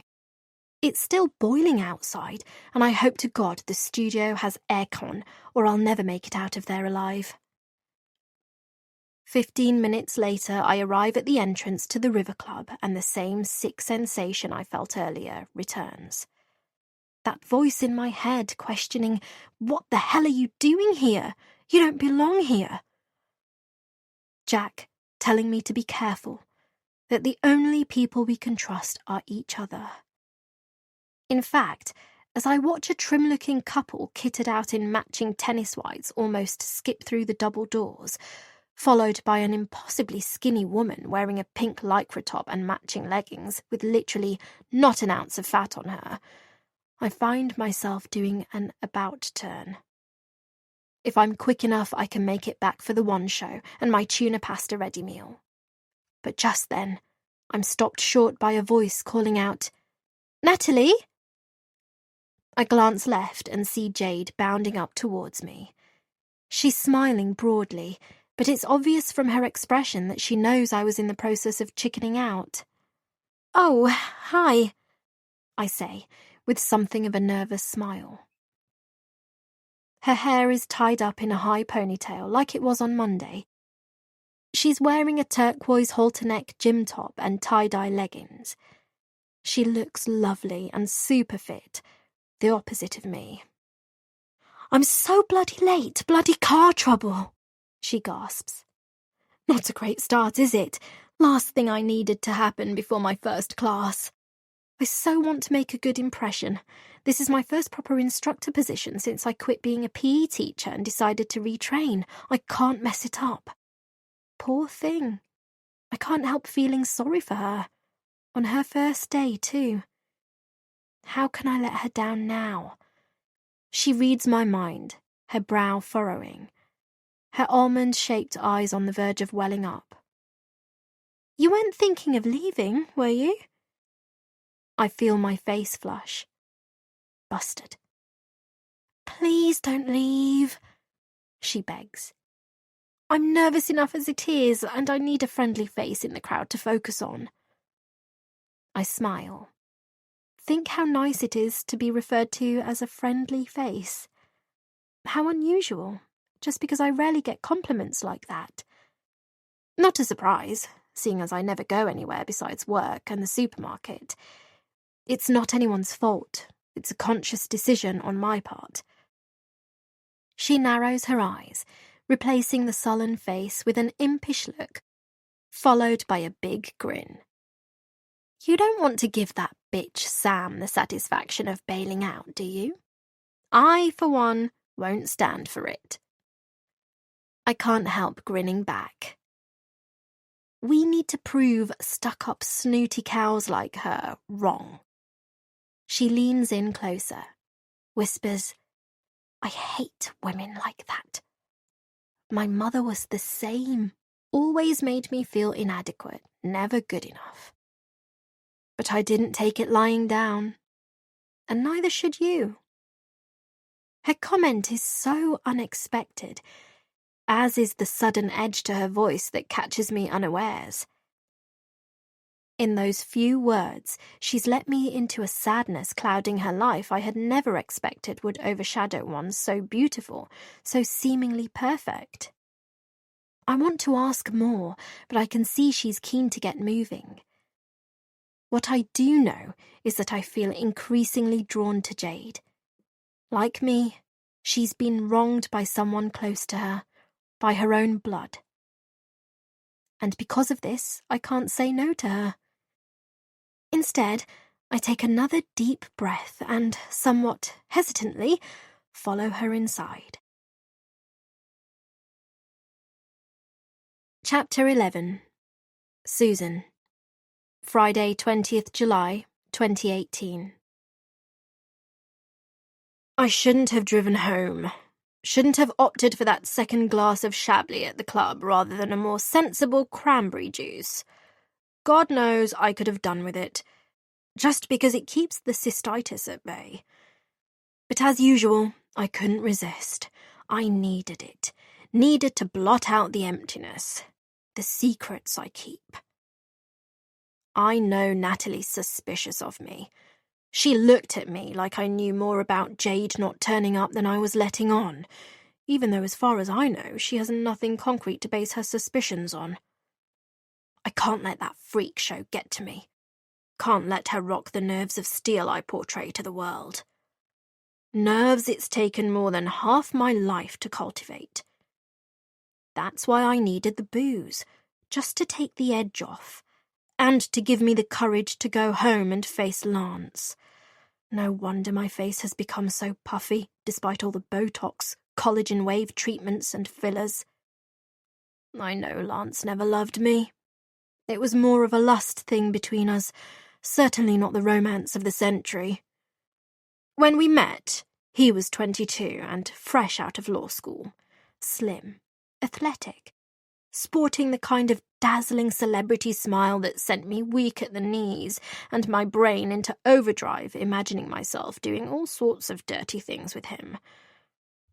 I've always had a highly charged sexual appetite, and I guess that's appealing to men in their teens and early 20s, ruled by their cocks rather than their heads. Thick black hair parted at the side, chiselled jawline, cheeks you could cut glass on. Dreamy dark eyes, he was literally the movie star cliché. But he'd also seemed warm and smart and funny. Perfect, really. At least that's what I told myself back then. Problem was, all the straight girls thought the same. And so, although I wanted him all to myself from the minute I set eyes on him, I knew I had a fight on my hands. That I'd have to work hard for it, pick my moment. Especially when, after we'd been dating a few months, I found out that he was still in love with his childhood sweetheart from Barnes. A girl called Ellen who he had plans to win back. Back then, I was pretty hot myself, pre-kids, pre-stretch marks, pre-loose tummy flesh arising from childbirth that stubbornly refuses to budge no matter how many planks I do. Back when it was easy to shift the weight and everything was pert and pointed the right way up. Long limbs, big breasts, lustrous hair, ebony eyes. I always attracted my fair share of male attention and was never afraid to go for what I wanted. We met through a friend of mine from uni, Tamara. She and I studied English Lit at King's College London. Her parents were filthy rich and bought her an apartment just off Sloane Square in her final year of uni. I really fell on my feet clicking with her on our first day in halls. She was terribly glam, a bit of a snob, mixing in circles I could only ever have dreamt about, coming from the humble background I did. My dad was a postman, my mum a receptionist, and Tamara introduced me to a world I'd always hankered after. Not content with my roots, the ordinary things in life, always wanting something better for myself. Which makes me a bit of a snob too, I know. Tamara opened my eyes to a whole new world, where I swapped dinner at Pizza Express for Ciccone's, Debenhams for Harrods. My parents disliked Tamara, thought her to be shallow and self-centered, out of touch with reality, which she was, of course, but that's what I liked about her. I liked that she didn't live in reality, liked that her life was one long list of parties and designer clothes and 5-star holidays in Saint-Tropez. And when I met Lance, a rising star trainee at the biggest law firm in London, I knew that if I played my cards right, he'd be able to offer me that lifestyle on a long-term basis. I still remember the night we met, at one of Tamara's famous house parties. Brimming with booze, drugs, and too many rich kids who believed themselves to be invincible and a cut above. There must have been about 40 guys at the party, but they all seemed to pale in comparison to Lance. Besides his looks, there was just something about him, a kind of star quality that radiated off him, and I could tell he was going places. Unsurprisingly, there were a lot of rich, pretty girls there too, many of them sizing Lance up as their next conquest. The competition was palpable. A room full of hungry tigresses, ready to pounce and grab the most beautiful lion there at the first chance. Tamara wasn't interested, though. She was already engaged to some loaded guy whose daddy made even more money than hers did. At that point, I had just started as a beauty and fashion features writer for a women's magazine. I'd always been interested in beauty and fashion, and to be honest, the training and job description sounded a hell of a lot easier than being a lawyer or a doctor, as Mum and Dad had always hoped I'd become. I've always been a bit on the lazy side. Sure, I wanted the big fat paycheck, the extravagant lifestyle, but not the long hours of study and graft that went with law or medicine. Bagging a rich husband was my only option, and so where Lance was concerned, I didn't play coy. I flirted with him all night, laughed at his jokes, hung on his every word, and when enough booze had been consumed, I asked him if he wanted to go somewhere more private, and with Tam's permission, took him upstairs and shagged him in her guest bedroom. I may not have been the best at my career, but I knew I was good at fucking. I've never been shy in that department, and, like I said, what red-blooded male in his 20s is ever going to say no to a good screw? Lance liked that I was risque, experimental, and so we started seeing each other a few times a week. But then, when the cracks started to appear and things didn't seem to be going my way, and I realized he was losing interest, having seen me for the shallow money-grabber I was, I did what I needed to do to keep him. But now a part of me wishes I hadn't bothered, because look at me now. My grown-up kids don't talk to me. The eldest, Cam, lives on the other side of the Atlantic, in fact, and my husband can't stand the sight of me. Still hankers after the girl next door he lost. No matter how much I pamper myself, lie to myself that I still look like I did in my 20s, I know in my heart that no amount of work can hide what's going on inside my body. The damage I'm doing to myself with booze and occasional drugs. The fact that no number of creams can reverse the aging process and turn back time.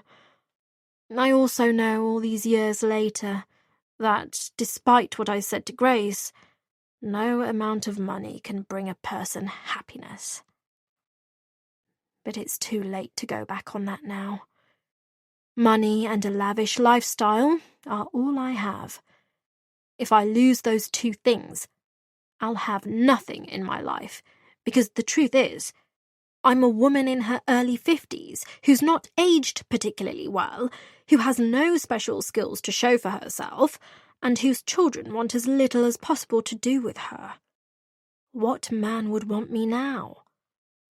It's a catch-22 situation, because I want out of my marriage to Lance, and yet I don't.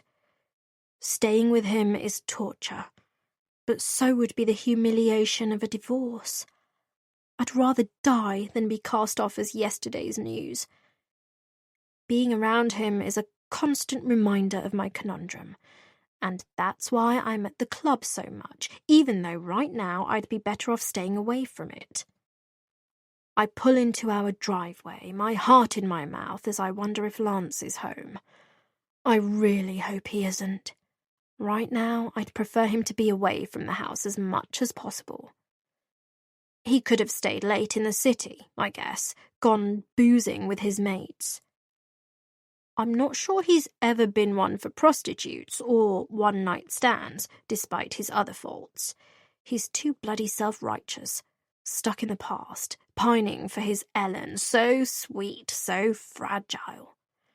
Traits he's always been attracted to. Perhaps because his own little sister was the same. Women he calls soft and vulnerable. Women I call weak. In some ways, I'd have preferred it if he was some philandering sex addict. Fucked another hardened bitch like me who's only after sex. That wouldn't have pissed me off so much as him still being in love with a dead woman. Having parked up, I'm dismayed to see the lights are on in the spare bedroom he moved into around 6 months ago. We haven't had sex in over a year, and even before then he only screwed me because he needed a release and I was the closest thing to hand. There was nothing gentle or loving in it. From either side, to be fair. We fucked like machines. It's the story of our marriage. It's how 2 of our children were conceived. I turn off the ignition and stick a tab of gum in my mouth. He knows my trick by now and will no doubt make some snide comment about me trying to hide my wine and nicotine breath. I kill the lights and get out of the car, press the remote control lock and walk towards my front door, fearful of what might await me, of confronting what I've done, and all the time thinking about that afternoon 30 years ago. An afternoon that will haunt me forever. Because I did something I've come to regret. Something I should never have told Jade about. Chapter 12. Natalie. 1 year before. Wednesday, 12th July, 2017. So far, the whole health and fitness experience hasn't been as bad as I'd anticipated. Okay, so I've not actually done the class yet. But the fact that I've not had a panic attack or felt like this was a huge mistake is something at least. Having said that, since Jade cornered me outside, I've stuck to her like glue. A factor which has probably helped me to see the positive. As soon as we walked through the door, she was greeted warmly by several staff members to whom she apologised profusely for her tardy arrival. They told her not to worry, that flat tyres can't be helped, and in any case, she was still on time for the class with 10 minutes to spare. This had seemed to ease her anxiety somewhat, and she'd proceeded to introduce me to some of her colleagues, who'd understandably wondered who this quiet, sorely out-of-shape misfit clinging to her side was. So far, I've met Karen on reception, a big, beefy gym and class coordinator called Martin, whose eyes I couldn't help noticing, lit up the moment his gaze fell on Jade. Also Barry, the manager, who happened to pop his head out of the office door when we walked in, as well as several other staff members whose names I can't remember, but who were all very pleasant and not nearly as scary or standoffish as I'd assumed they'd be. In fact, the whole feel of the place is way less intimidating than I had expected. Perhaps because it's not all brand spanking new and focused solely on gym fanatics. As I follow Jade's lead, I'm relieved to see a mixed bunch of faces, shapes and sizes milling about the place, meaning I don't feel like I stick out as much as I thought I would. This instantly relaxes me, makes me think maybe this wasn't such a bad idea after all, that perhaps I need to be more open-minded, not doubt myself so much. even though the scars of my childhood can never be erased. I can hardly keep up with Jade, though, as I continue to follow her up the stairs where Studio 3 is located on the second floor. My heart sank when she walked straight past the lifts in favour of the double doors leading to the stairwell. I guess someone like her doesn't entertain using a lift unless the place is situated up a high-rise or she's loaded down with groceries. Whereas for me, taking the lift at any opportunity is a given. They're easier on the heart, don't leave me gasping for breath, and therefore keep my anxiety levels at bay. She reaches the second floor and goes to open the door, looking back down at me as she does so, her right hand on the handle. "Hey, you okay, Natalie?" I'm sweating now, and I already feel like I've had my workout. How the hell am I going to get through an hour's body attack class, even if it is for beginners? I've looked up what the class entails, and it's frightening. With star jumps, high knees, planks, and way too much running around, I'm not exactly easing my way into fitness. I wish it had been yoga or Pilates or something equally placid that requires sitting or lying down. I'm frightened of keeling over with heart failure like Sam mentioned, or worse, just because it would be so humiliating, having an anxiety attack. Looking up at Jade, I'm also slightly cross with her for never even contemplating that I might have wanted to take the lift, but I tell myself it's okay. There's no harm done, and that I can't get angry over a minor thing like that. "Yes, I'm okay, just a little out of breath." "Oh, I'm so sorry," she says. "I should have asked whether you wanted to take the lift. I almost always take the stairs as it's so much better for you. I didn't think twice. It's so thoughtless of me." She looks genuinely sorry, but I can't quite decide if she's being straight with me or sarcastic. I give her the benefit of the doubt, having finally reached the top and caught my breath. "Really, it's fine. No need to apologise. You're a fitness instructor, it's only natural. And I'm sure you're not used to mixing with the likes of me, who hasn't done a day's even vaguely intensive exercise since leaving senior school. Even then, half the time I'd pretend to have forgotten my kit or have some sort of injury. I don't tell her I was also too ashamed of my figure to put on the short grey gym skirt they insisted on making us wear. Ashamed and afraid of being picked on and made fun of by the skinny pretty girls. That one day I ended up in detention because when Acid Tongue Amelia made fun of me in front of the whole class, I rugby tackled her on the concrete netball court and she ended up in hospital with concussion. Jade laughs. "Don't worry. Been there, done that, especially on cold January mornings when the thought of playing lacrosse in nothing but a tiny gym skirt, freezing my tits off, did nothing but fill me with dread. It didn't help that I hated my PE teacher. She was a miserable old cow who took an instant dislike to me from the get-go. Made my life hell, if I'm being honest, and my bloody witch of a mother did nothing about it. I'm shocked. I can't fathom anyone hating Jade, least of all her PE teacher. I'd imagined her to be a PE teacher's dream. She reads the surprise on my face. I think it had something to do with me making it to the national gymnastics finals, while her daughter, Ginny, who was in the same age group, didn't. Despite being pushed and pushed, poor thing, Ginny didn't make it past county standard, and from then on her mother, my teacher, took issue with me. "Wow, you did gymnastics at national level? That's really something. What happened?" Jade interjects. We've both now left the stairwell and are heading down the corridor. I'm not paying much attention to my surroundings because I'm too busy listening to Jade, even more in awe of her than I was before. Same story as Ginny. I was good enough to reach national level, but no higher. And by the time I reached 17, I'd had enough. I was burnt out and I wanted a social life. Wanted to go and meet boys, stay out late and party. much to my mother's disgust.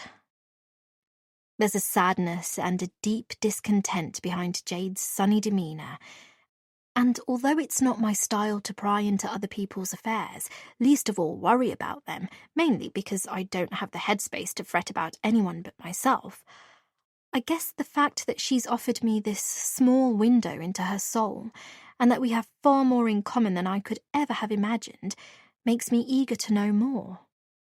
Now is not the time, though. As I glance at my watch, I see that it's nearly 6:30 p.m, and judging by the sizable crowd loitering outside in the corridor up ahead, I'm guessing they're here for Jade's class. It's crunch time, and the same discomfort I felt before leaving the house creeps up on me, my palms and underarms suddenly moist. I tell myself it's no big deal, that I'm not about to give a speech before the UN or compete in the 100 metres at the Olympics, for Christ's sake. But even so, I know it's a huge step for me.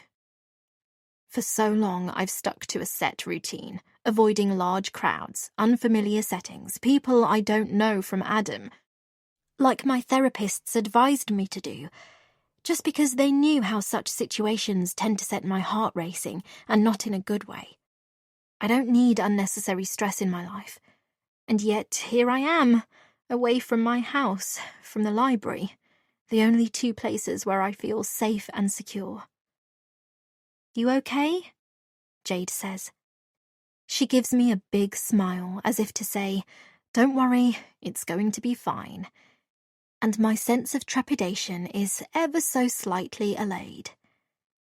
I repeat Dr. Jenkins' mantra inside my head, count to 5 and inhale deeply. There must be a crowd of 50 waiting outside the club's largest studio. Some of those gathered are standing against the wall or hovering in the middle of the corridor, locked in conversation or staring at their phones. I'm guessing that although some of them may be new like me, the majority are members, just because they look like they belong here and seem to know each other from the way they're chatting and their body language.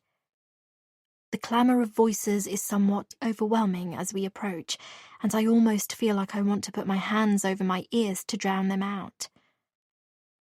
"Hi everyone, you all here for Body Attack?" Jade says, all bright and breezy. The sea of faces before her smile and nod eagerly in return. Although I notice one woman, who must be around 50, wearing a slightly pinched expression, like she isn't much impressed and doesn't really want to be here. I can tell her kit is top of the range, while 3 fingers on her left hand are covered with diamonds, and her face is fully made up. Lipstick, blusher, mascara, the lot. She catches me studying her, and I quickly look away. "Great!" Jade smiles broadly. "Thanks so much, everyone, for coming.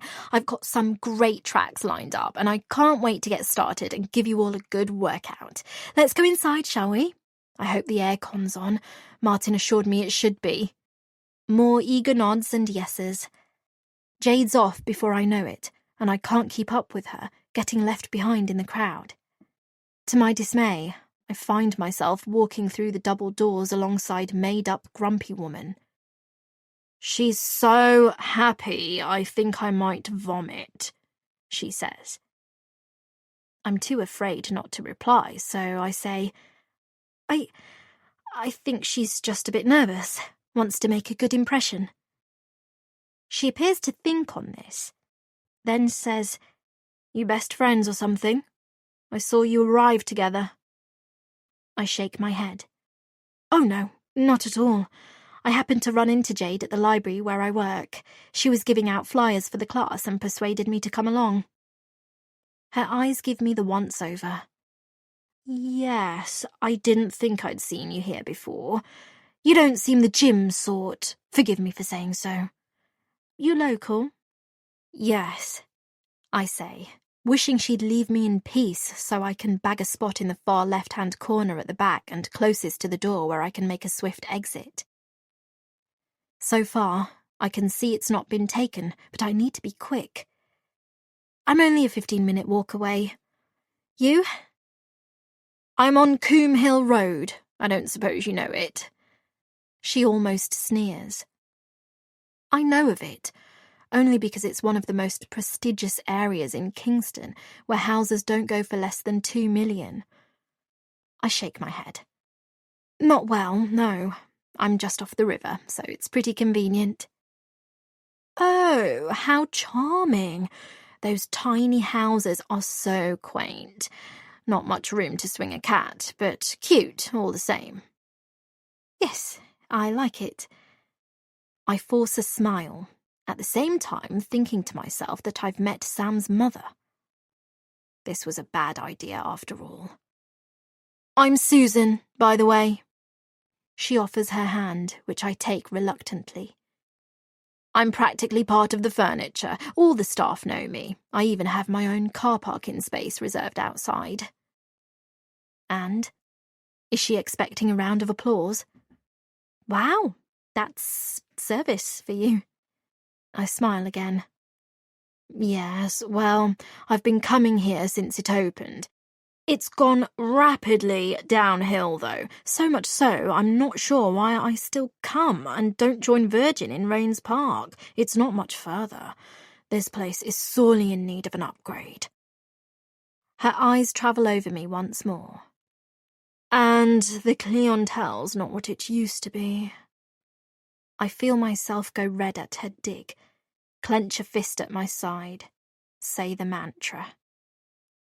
I'm Natalie, I say, feeling obliged to offer my name, seeing as she offered me hers, but at the same time looking around, desperate to catch Jade's eye, hoping she'll save me from this torture. But she's on the stage, has her headset on, is fiddling with the music system, too busy setting up to notice me. Anyway, better find a space. Enjoy the class. Before Susan can say another word, I move away and bag the spot by the door. It feels close and humid already, despite the aircon being on, but I think that's largely due to me working myself up. I try not to make eye contact with anyone. The last thing I want is to get into any more awkward conversations. Meeting Susan has put me right off. The thought of having to face her every week, particularly as it's clear she spends a lot of her time here, horrifies me. I make up my mind to get through this class, then never set foot in the place again. Chapter 13. Natalie. Friday, 20th July, 2018. So you say you haven't seen or spoken to Jade since Wednesday evening? I'm sitting at Jade's kitchen table, 2 police detectives facing me. A forensic team are on their way, but for now, the detectives want my help with some preliminary questions. It's 9:15 p.m, and although I'm shattered, at the same time my mind is wired. I've not felt this unsettled in a long time. Not since I was 12 and the police questioned Jack and me about our foster mum's death. I cannot go back to that dark place. The more senior officer, D.I. Donovan Bailey, as he'd introduced himself when he and his partner, D.S. Javid Singh, had first appeared on the doorstep around 30 minutes ago, offered to make me coffee, not realising this is the last thing I'd want or need. But I'd gratefully accepted a tall glass of water instead, which I now take mini sips from. My mouth is as dry as sand, and I worry that my innate nervous disposition might make me appear suspicious. I'd initially guided them round the flat, leaving the bathroom until last, pointing out that nothing had seemed especially out of place, apart from the washing up in the sink, which was unlike Jade, who's normally a stickler for cleaning up after herself, along with the open drawers in her bedroom. And then I'd led them to the bathroom, where things had taken a more worrying turn. I'd watched D.I. Bailey slip on a pair of latex gloves to pick up and examine Jade's phone, then her gym clothes and underwear and the bath mat tainted with spots of blood. Forensics will be able to unlock the phone and see if there's anything helpful on there, he'd explained. But if she was attacked, isn't it a bit strange her attacker left the phone out in the open for us to find? I'd asked. Not necessarily, especially in the case of a random attack. So you think this means Jade couldn't have known him or her? No, I'm saying it's possible. It could be that there's something damning on her phone they wanted us to find, something that doesn't incriminate them, but which possibly implicates others, or something they believe Jade's done wrong herself. You make it sound like some kind of revenge attack, I'd said. It's pure speculation. I'm not saying that's what's happened here. It's one of several possibilities. There could be a perfectly harmless explanation for her disappearance, although, granted, leaving her phone and car keys behind is concerning, as is the way things were left in the bathroom and bedroom, particularly as you said she's normally quite a meticulous person. Possibilities aside, at that point I couldn't help thinking about the numerous calls and texts I'd made to Jade's phone since I last saw her. Only out of worry, not because I was harassing her.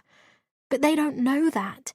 Don't know the strength of my friendship with Jade, how much I care for her, how much we trust each other. What if they see me as some kind of stalker?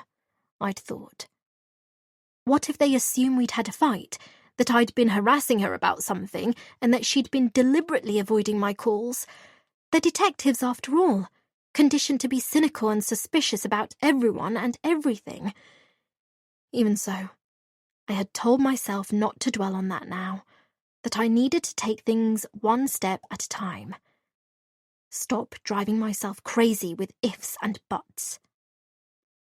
I cover myself by repeating what I already told them when they first walked through the door. As I mentioned, I tried calling her several times, yesterday afternoon and today, then earlier this evening after she failed to turn up to the class.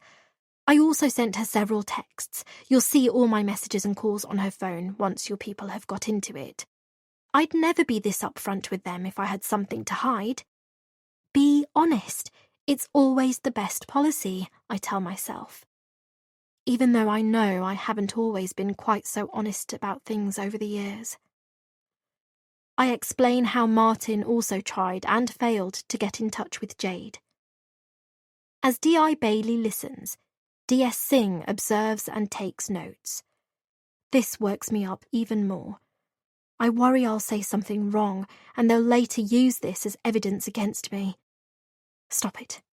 Just stay calm, be truthful, and all will be well. All this worrying isn't doing your stress levels any good. And this is unusual for Jade? She's never done anything like this before? D.I. Bailey must be in his mid-40s. He has close-cropped sandy blonde hair, but I see flecks of grey dotted around his temples and hairline. Hardly surprising, given his line of work. I'd be grey all over in his position. He's wearing a dark blue suit and tie which matches the blue of his eyes. He's quite attractive, despite having a slightly weathered look about him, and speaks calmly, not in the least bit aggressive as I often imagine police officers to be, perhaps because I watch too many police dramas on TV, where the suspects seem to get a grilling at the station. Having said that, it's early days, and I guess he has to be gentle with me at first. After all, it was me who called them here on the basis that I was worried sick for my best friend. It's too soon to judge or make assumptions. It would probably be a different story if, later down the line, something in my story didn't add up and they started to suspect me for some reason. I tell myself that even though his eyes have a kindness about them which I instinctively take comfort from, I cannot allow myself to be lulled into a false sense of security. I must be on my guard. No, I say. I've never known Jade to miss a class, except for when she's been away or sick, and even in those situations, she gives plenty of advance notice. Ask Martin. She usually arrives at least 10 minutes before the class starts to set up. It's so out of character. And now, finding her clothes strewn around the floor, what looks like her blood on the bath mat, her car keys still here, her drawers flung open, I just know something bad must have happened to her. My eyes fill with tears, and I feel familiar palpitations coming on, reminiscent of my childhood days, and which I have done so well over the years to contain. I grab my glass, put it to my lips, force myself to swallow some liquid, purely to calm myself down, steady my breathing. It's okay. Try not to distress yourself too much, D.I. Bailey says soothingly. Can you just go over again exactly what you touched when you got here? I repeat what I've told them already. I was stupid to touch things, I realise that now, I say. But I didn't expect to find what I did. Don't worry. It was a natural thing to do, he assures me. Tell me, how long have you known Jade? About a year now. How did you meet? At the River Club? No. I explain our first encounter. And you two hit it off quite quickly? She became more to you than just your instructor? Yes, I nod. We just clicked, I guess, which surprised me.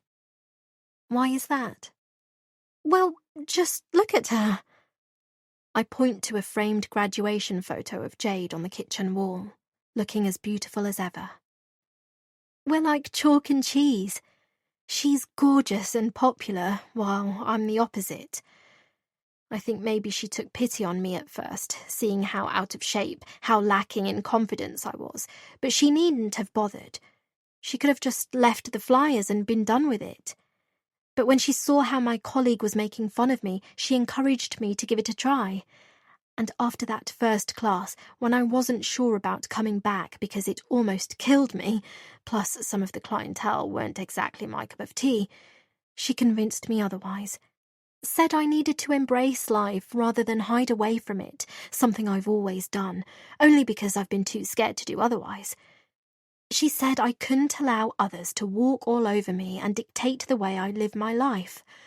I've always been a bit of a loner, you see, not the fittest or most confident of people, and so gyms always scared me. But her classes are different, and Jade's always made a point of saying there's a place in them for everyone, including me. After giving it a couple of goes, I realised I quite enjoyed it, that it gave me a buzz, getting fit, being with people. She sounds like a good person, D.I. Bailey says. I feel myself choke up. She is. She's the best. I think about our argument on Monday. I should tell D.I. Bailey about it, in case he finds out later and wonders why I held back. Then again, if I do that, I'll be forced to reveal what we argued about. Anyhow, we made up. It's all water under the bridge, and I'm certain no one was about at the time, despite Susan's probing. The others had shot off after the class had finished, and it was only me and Jade left alone in the studio. There's really no need for the police to know about it. How often do you see Jade out of class? Sometimes one of us will have the other over for a takeaway. I don't really like restaurants, as I find the whole business of having to choose a bit stressful, and it's much more comfortable and relaxing being in your own space with someone you want to spend time with, rather than a load of strangers in some loud, crowded room. Both detectives smile, but I suspect they consider my response to be rather peculiar. I can't say I blame them. It is peculiar. I hadn't meant to let them in on my strange idiosyncrasies, but it just kind of came out. It's nerves, I think, and I worry my babbling might make it appear I have something to hide. I need to be more careful in future. I can't risk all the other stuff coming out. Did Jade partake in any other activities or interests outside of the River Club that you know of? D.I. Bailey asks. Not that I'm aware of, I say. Other than him. So, you mentioned calling her yesterday several times as well as today. Any particular reason? I was worried about her. Why? She didn't seem herself on Wednesday night. She looked disturbed, like something was preying on her mind. I wanted to ask her what was up, but she dashed off before I had the chance. Does she normally teach on Thursdays? No, not normally, but Vivian, another of Jade's regulars, mentioned that Jade covered a Zumba class last night from 8:30 to 9:30. She and Shona often cover each other's classes. So she was last seen at the club last night around 9:30, 10 p.m.? Presumably. Did this Vivian attend the class? No. She told me a friend who goes to Zumba told her. According to the friend, Jade seemed fine. But I know what I saw on Wednesday. Something was wrong. Usually, she's 100% there, in the zone. But her gaze had this faraway look to it. I think she knew I'd noticed something was up because I caught her eye a few times, but she quickly looked away, like she didn't want to get into it. And you two were still on good terms? No falling outs? No. Fuck. Please don't let my lies come back to bite me. We made up. We were back on good terms. I'm sure we were. I think we were. Do you know Jade's neighbours? Only Mrs. Denby on the ground floor. She's a bit of a busybody, if you know what I mean. Meaning she might have seen something? I guess it's possible, I say. And the others in the building keep themselves to themselves? Yes, pretty much, I think. There's a single guy above Jade on the 3rd floor who's often away, and a couple with a newborn baby on the 1st. I see. Well, I'll be speaking to them after we're done here. For one, they'll be wondering what all the madness is about the minute forensics turn up. Mrs. Denby's going to love that. And does Jade have many friends outside of the club, locally or further afield? Family too? Friends-wise, it's a good question, and now that he mentions it, I realise I can't answer him with total certainty. She's never mentioned anyone to me, except for her former flatmate in Southampton, Megan. Jade told me Megan's an exceptionally private person, likes to keep herself to herself, dislikes London immensely, which is why she's never visited Jade.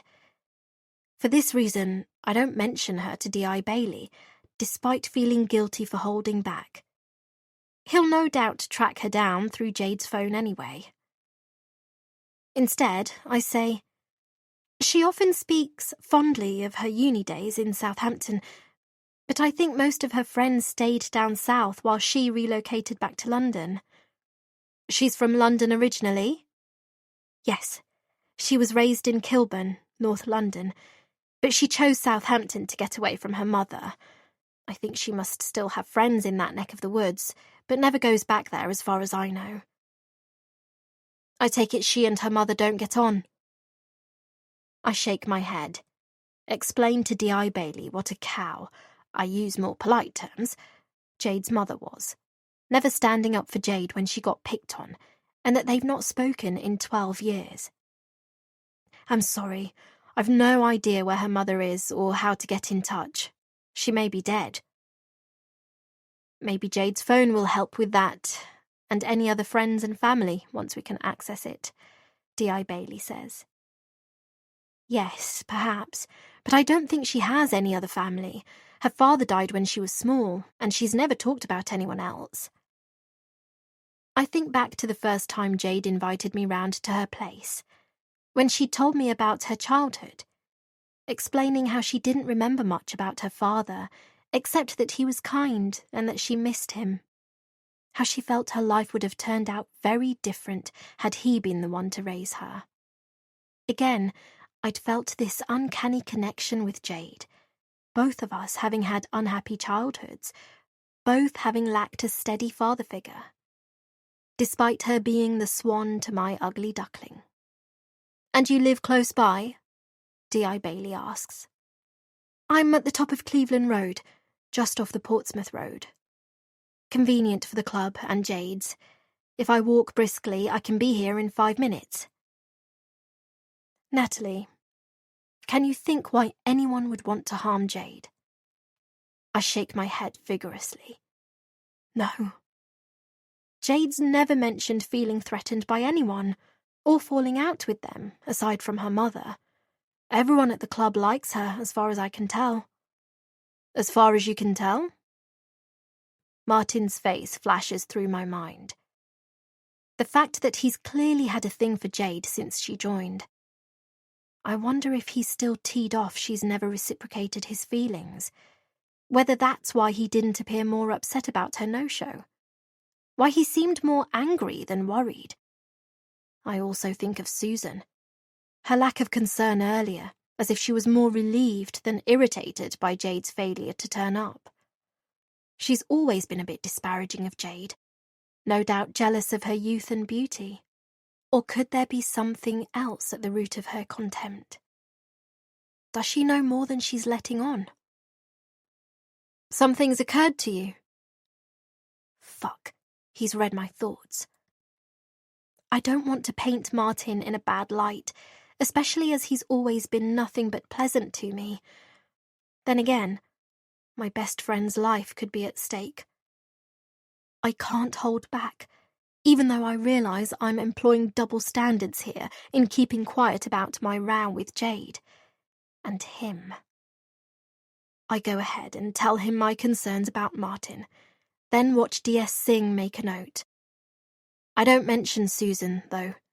At least not yet. I'm frightened of the consequences of doing so. So, you attend Jade's Monday, Wednesday and Friday classes? Yes. And who are the other regulars? Some names would be helpful, so I can speak to them tomorrow. Shit. Now I have to mention Susan. But that's fine. It's routine. Natural that he'd want names. He'll discover them from the club anyway. Well, there's Susan Hampson, Grace Maloney, Vivian Talbot, as I mentioned, and Jill Denver. They're always at Jade's classes. The others tend to come on and off. Sounds awful, but I don't even know their last names. We might say a quick hello before the classes start, but don't really mix outside them. Apart from Jade's 30th last month and the Christmas social last year, a fair number make a point of keeping their heads down, just do the classes, then scoot off immediately. I see. D.I. Bailey glances at D.S. Singh's notebook to refresh his memory. But this Susan, Grace, Vivian and Jill. His gaze returns to me. I take it you do mix with them? Yes, on and off. Sometimes we'll have a coffee or a drink at the bar, or see each other at club socials. I only go along to the socials if Jade's going, though. I don't feel comfortable without her there. You rely on her a lot? His eyes drill through me. Yes, I do. Makes me sound a bit lame, I know. Not at all. He smiles. I can't tell if he's being genuine. When I say it out loud, it does sound lame. Why don't you feel comfortable without her around? I guess I just feel a bit intimidated, a bit out of my comfort zone. You know how women can be.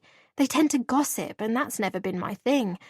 Until I joined the club, I'd pretty much lived my life between the library where I work and my house. Never been one for big crowds, idle gossip and chit-chat. To be fair, Grace isn't like that. She's a very genuine person, kind and down to earth. I see. And these other women, they all get along with Jade as far as you know? They seemed as surprised as you that she didn't turn up to her class?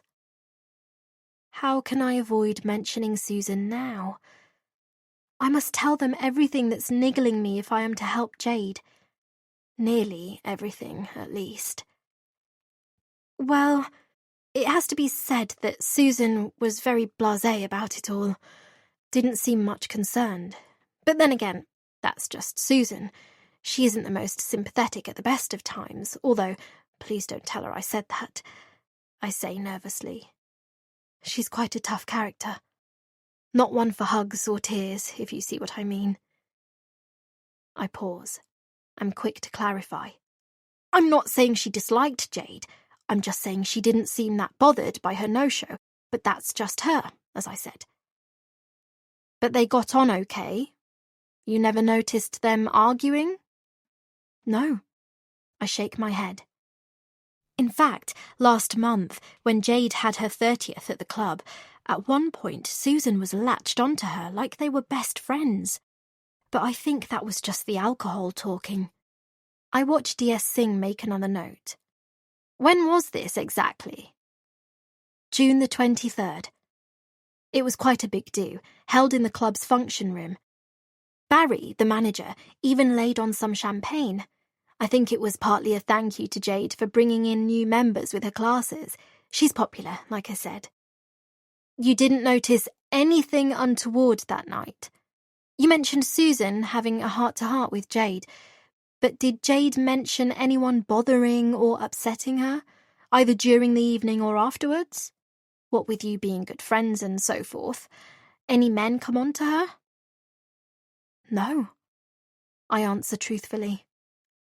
I remember her saying what a great time she'd had, that she hadn't woken up feeling that rough in ages, but all in all, it had been a blast. She had a pretty messed up childhood, so it meant a lot to her to have friends at the club. Said it had become a kind of home from home. Honestly, she's been so happy working there. That's why her not being here tonight has come as such a shock, why I'm worried sick she appears to have vanished without a trace. You mentioned her childhood being messed up. Can you elaborate on that? All of a sudden, I feel bad for telling a stranger Jade's secrets. The things she told me about her past in confidence. Not for the first time, D.I. Bailey reads my thoughts. It's what he's trained to do. Natalie, I understand you don't want to betray your friend's confidence, but it's important you don't hold back if you want to discover what's happened to her. There may yet be an innocent explanation, but the longer she's missing, the more concerning it is. But you still think there's every chance she's okay, that nothing bad's happened to her? Until a body's been found, there's always hope a missing person will turn up alive and well. But that's why I need to explore every available avenue. Even the slightest lead can make all the difference in cases like this. We don't even know for sure if it's Jade's blood on the mat, even though it seems likely. My heart lifts just hearing him say this, being offered the tiniest glimmer of hope. He carries on talking. My crime scene officers will be here any minute now.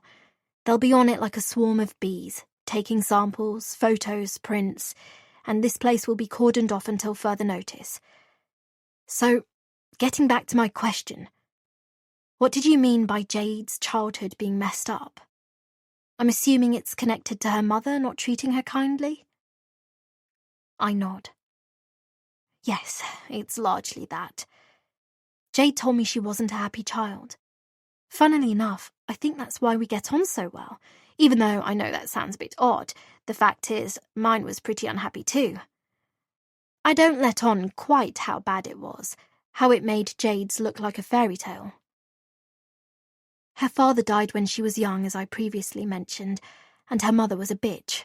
Excuse my French, but that's the nub of it. Jade was a nationally ranked gymnast, and her mother pushed her to the limit. Nothing Jade did was ever good enough for her, and it was like she only cared about the glory rather than Jade's happiness. Jade told me she hated school, that the girls were jealous of her gymnastics success and would bully her. The only thing that kept her going was this boy she met in the park who was kind to her. They were best friends, apparently, would sneak off with each other for hours at a time. He was her first kiss, made her feel good about herself, loved. But one day he disappeared with no explanation. He was just there one day, gone the next. Jade was lost without him for a while. She told me it's something that still haunts her, something she can't seem to shake. He meant that much to her. Anyway, when Jade turned 17, she said she wanted out of gymnastics, and her mother disowned her, told her she was on her own. And you said you have no idea if the mother's still alive? No, like I said, Jade hasn't spoken to her in 12 years, since she left home and went off to do a PE degree at Southampton Uni. Despite hating gymnastics by the time she quit, she told me exercise was in her blood. that she needed to exercise to feel good about herself, fight her other addictions. Other addictions? Jade suffered from bulimia growing up.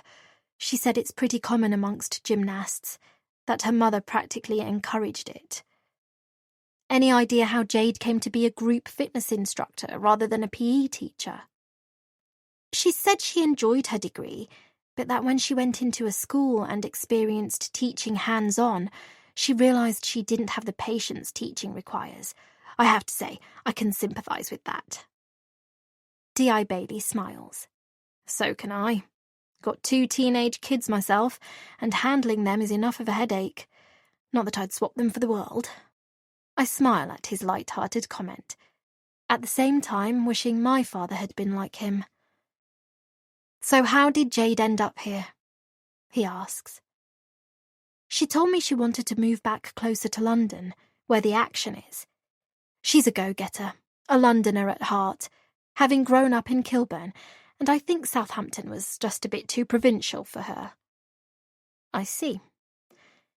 And you definitely aren't aware of any other living relatives? I shake my head. Sorry, no. All I know is that Jade's an only child. I'm so tired, I think I might crash on the spot. Just one more question, Miss Marsden, and then I'll get someone to drive you home. That's kind, thank you. I wait with my heart in my mouth, wondering what he's going to ask me now. Has Jade been seeing anyone? Romantically, I mean. My pulse accelerates. I knew this question was coming, if only because, in the case of a missing person, there's always a set group of people the police will home in on. Parents and other family, colleagues, close friends, and other halves. But it still hits me like a bullet.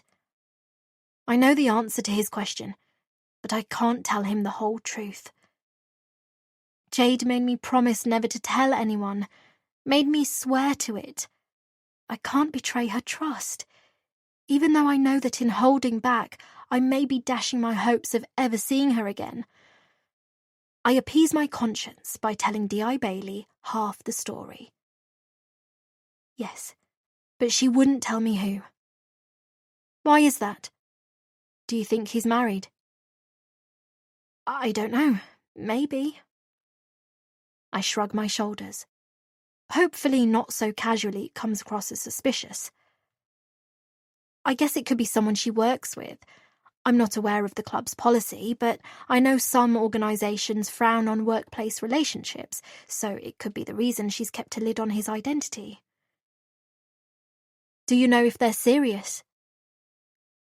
I know she is. She swoons over him like he's God's gift. The strong, feisty, independent Jade I know and love, nowhere to be seen whenever his name comes up. I hate that. Hate the way he has this power to reduce her to mush. He is the reason we argued. The reason I've seen an ugly side to Jade I find distasteful. A side that wounded me with her stinging words on Monday.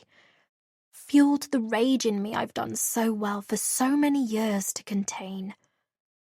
Could he be the one who attacked Jade? Could he have taken her somewhere, left her for dead? It would be a big risk for him, but things happen in the heat of the moment. Respectable types do bad things all the time when pushed. I'm so tempted to reveal his name, but I know that if I do, and Jade is then found safe and sound with some innocent explanation, she'll never speak to me again. Plus, her career would be ruined. A career she's worked hard for and makes her happy.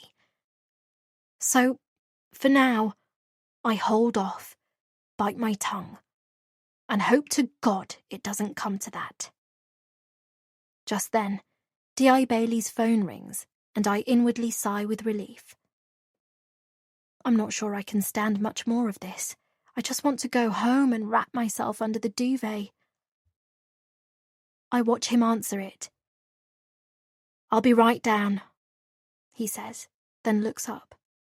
Forensics have arrived. I think we're done here. I breathe another sigh of relief. this time out loud. DS Khan will drive you home. I'm thankful. Right now, I can't face walking home in the dark. I'm too on edge, too fearful of who might be watching. We rise to our feet. I'm a little unsteady on mine. You've been most helpful, D.I. Bailey says. Although I'm sure I'll want to speak to you again. Of course. I nod, my insides churning as I do.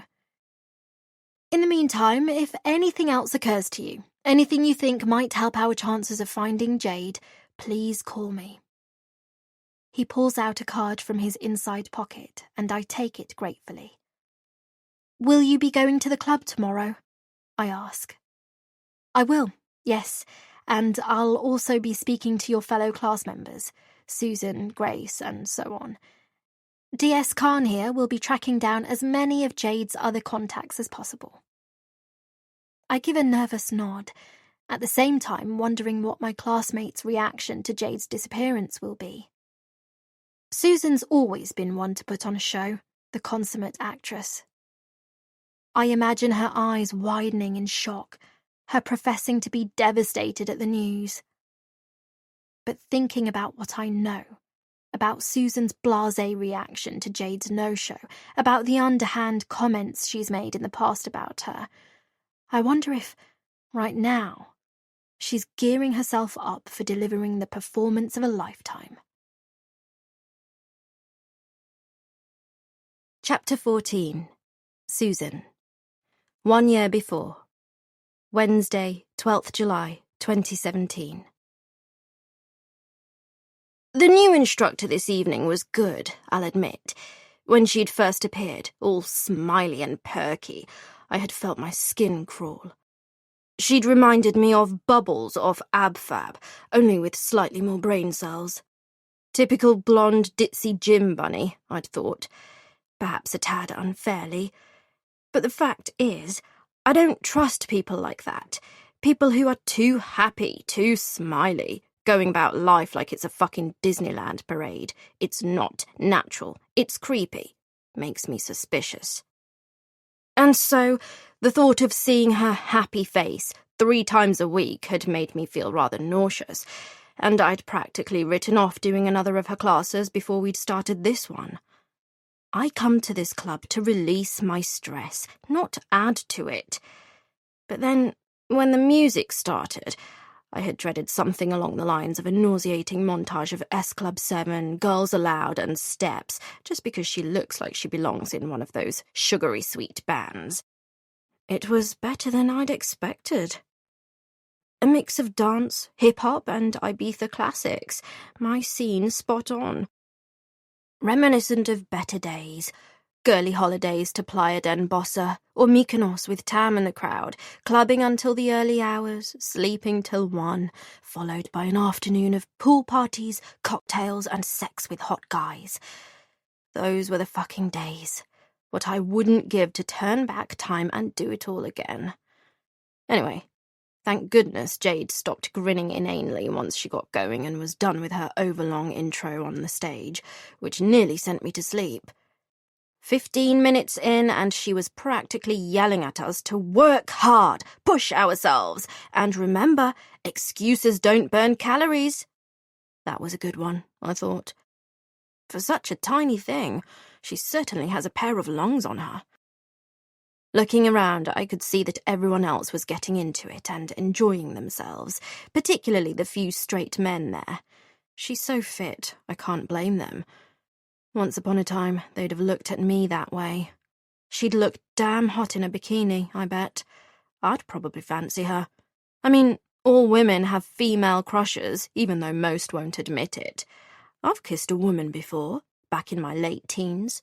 It's natural to experiment, though some people can be so prudish about it. I often find they're the biggest weirdos. I mean, it's always the quiet ones, isn't it? Jade must have some faults. Maybe she picks her nose in front of the TV, or chews with her mouth wide open. Speaking of weirdos, even that oddball she arrived with seemed to lighten up. I mean, I've seen some sights since joining this club, but she really takes the biscuit. Sets a whole new record for contender for the least likely to set foot in a gym award. Talk about a fish out of water. And for someone who's apparently only just met Jade, she seems to idolize her, like she's known her for years as opposed to a few days. I saw the way she was staring at her, as if she wanted to be her, and I couldn't help but wonder if it was out of genuine admiration or blind envy. The class finished a few minutes ago, and I'm just taking a slug of water, the sweat still pouring off me as I contemplate who I can corner for a drink in the bar. Lance is out tonight with clients, Michael's on a gap year in Australia, and Stella's over at her boyfriend's. She's only 17, but I can't stop her, even though the boy's a bit common for my liking. The barefaced truth is that it would be hypocritical of me to criticise. I was the same at her age. Worse, much to my parents' dismay.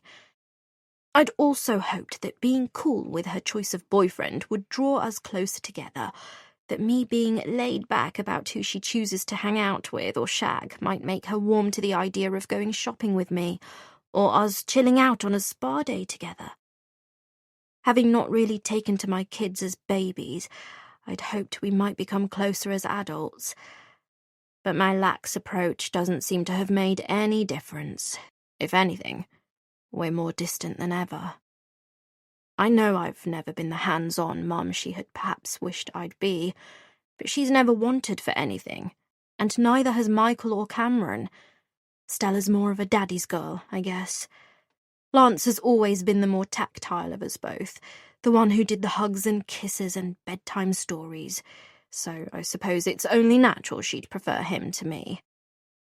Plus, and I know you should love your children equally, secretly I've always preferred Michael. Boys are just so much less trouble, no raging hormones to worry about, no diva-like strops, while there's also something more accommodating about the middle child. That's why I'm not so worried about him going off to Australia with his best mate Steve. He's a sensible boy, and I'm sure he'll be fine. I can't spend all day worrying about him. That won't do me any good, and it'll only give me wrinkles, rendering my 6-monthly Botox top-ups redundant. Did you enjoy the class? A glance over the rim of my bottle to see a slim, fair-haired woman standing there. I noticed her when we were waiting to go in. I'd never seen her before, so I realised she must be new. Also because of the way she was standing there by herself, leaning against the wall and staring at her phone the way people do when they don't know anyone, or find themselves alone in a crowded place. It struck me that there was something of the self-conscious about her, as if she was trying to appear nonchalant, but lacking the confidence and presence of mind to really pull it off. She flicks her side-swept fringe as she asks the question. Even though she approached me, and did so cheerfully, there's a fretfulness in her expression that tells me she has a lot on her mind. Yes, I did, surprisingly, I say. I'm Susan. Not sure I've seen you before. Have you recently joined?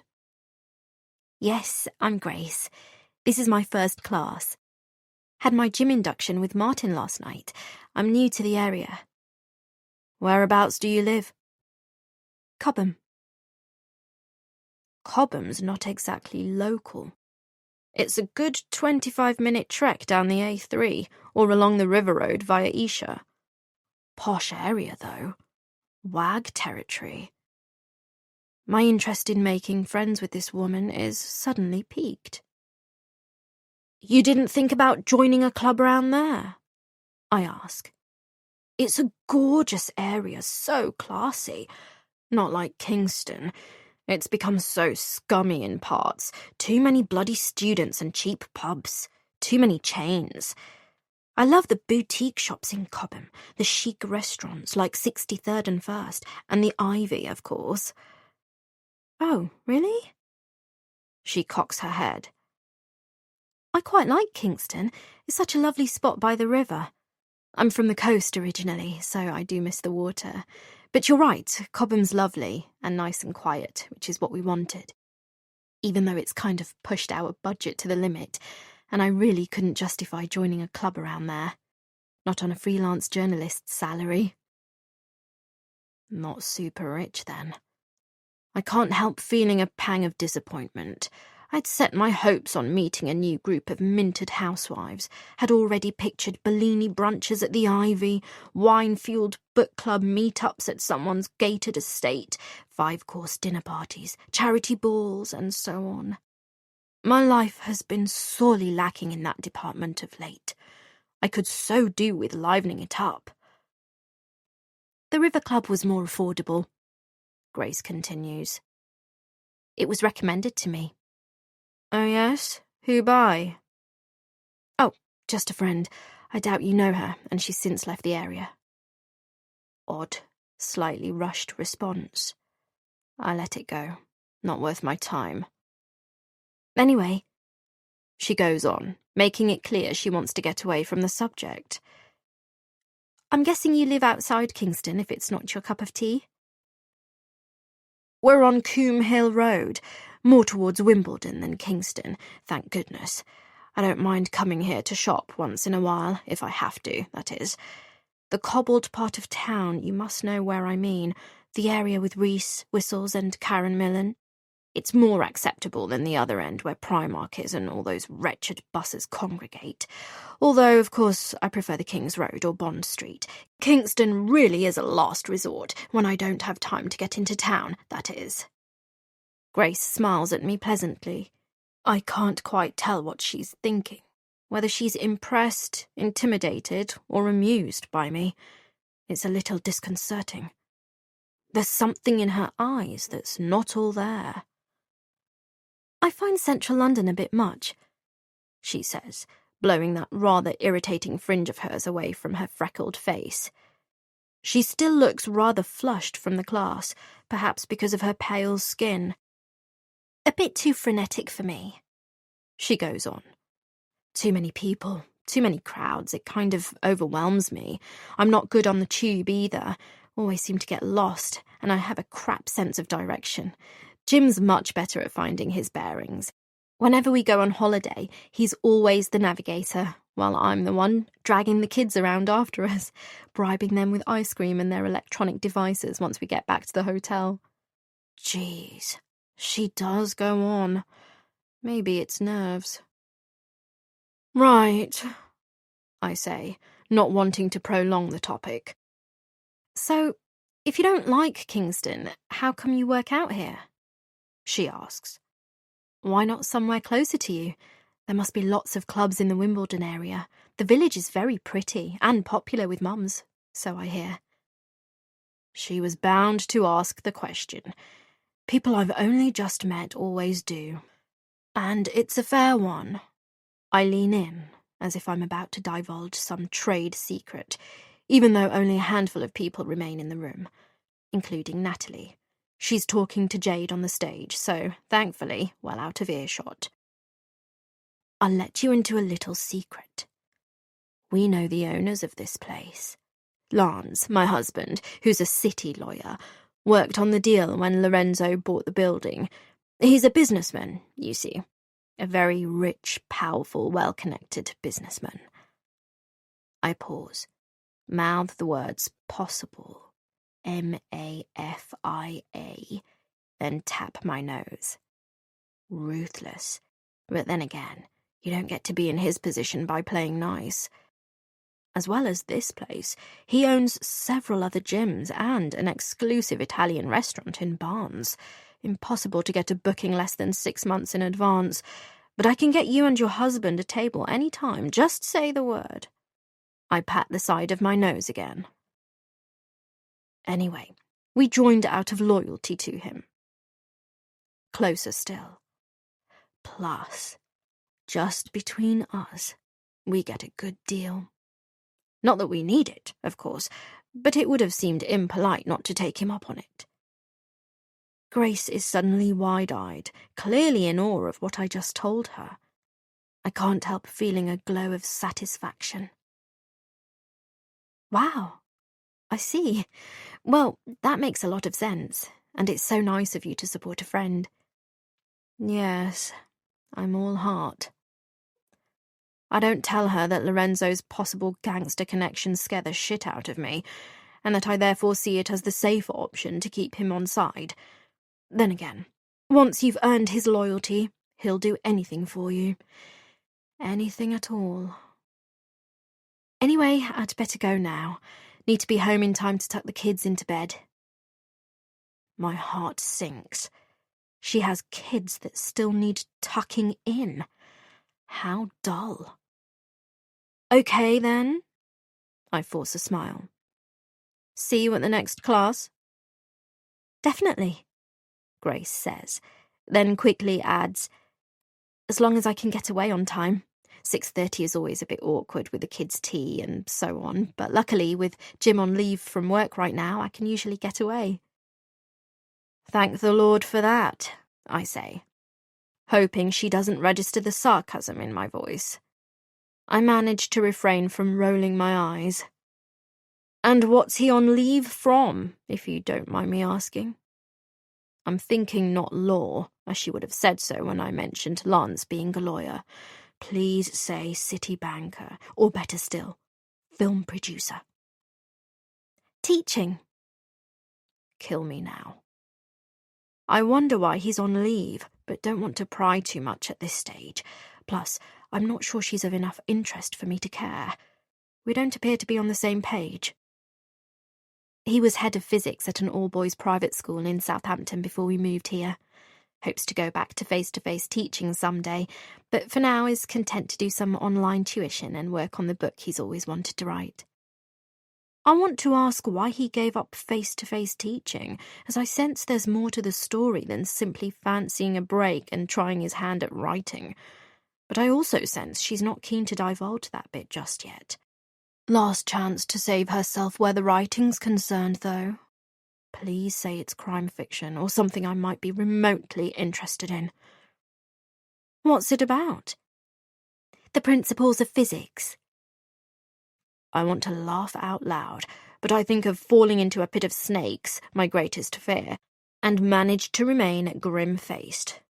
Well, good luck to him on that one. Even so, it shouldn't matter if he's working or not. I never let the kids get in the way of my workout schedule. That's what childminders are for.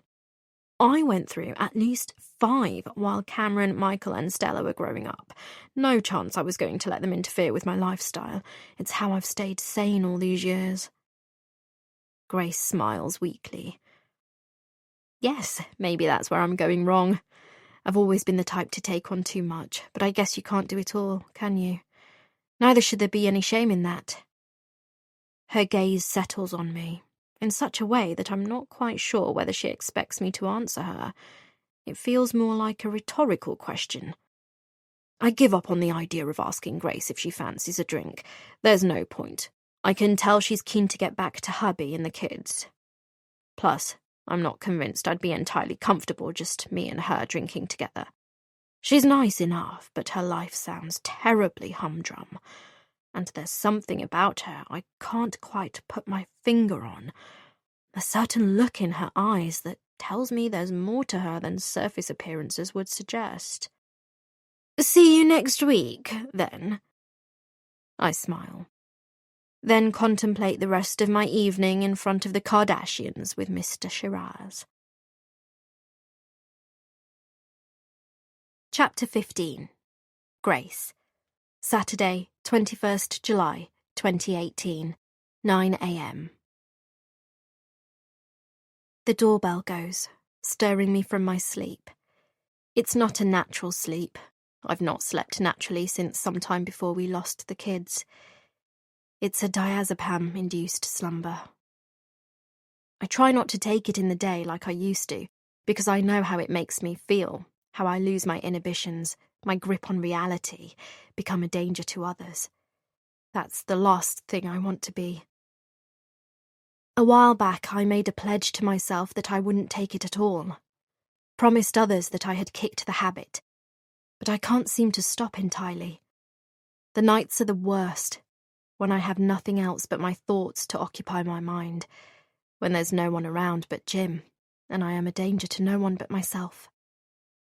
I need it to numb the pain, to stop my mind from turning over and over, thinking about my precious boys, my babies, the searing pain piercing my heart as I remember what it was like to hold them, cuddle them, kiss their hair, and smell their childlike scent.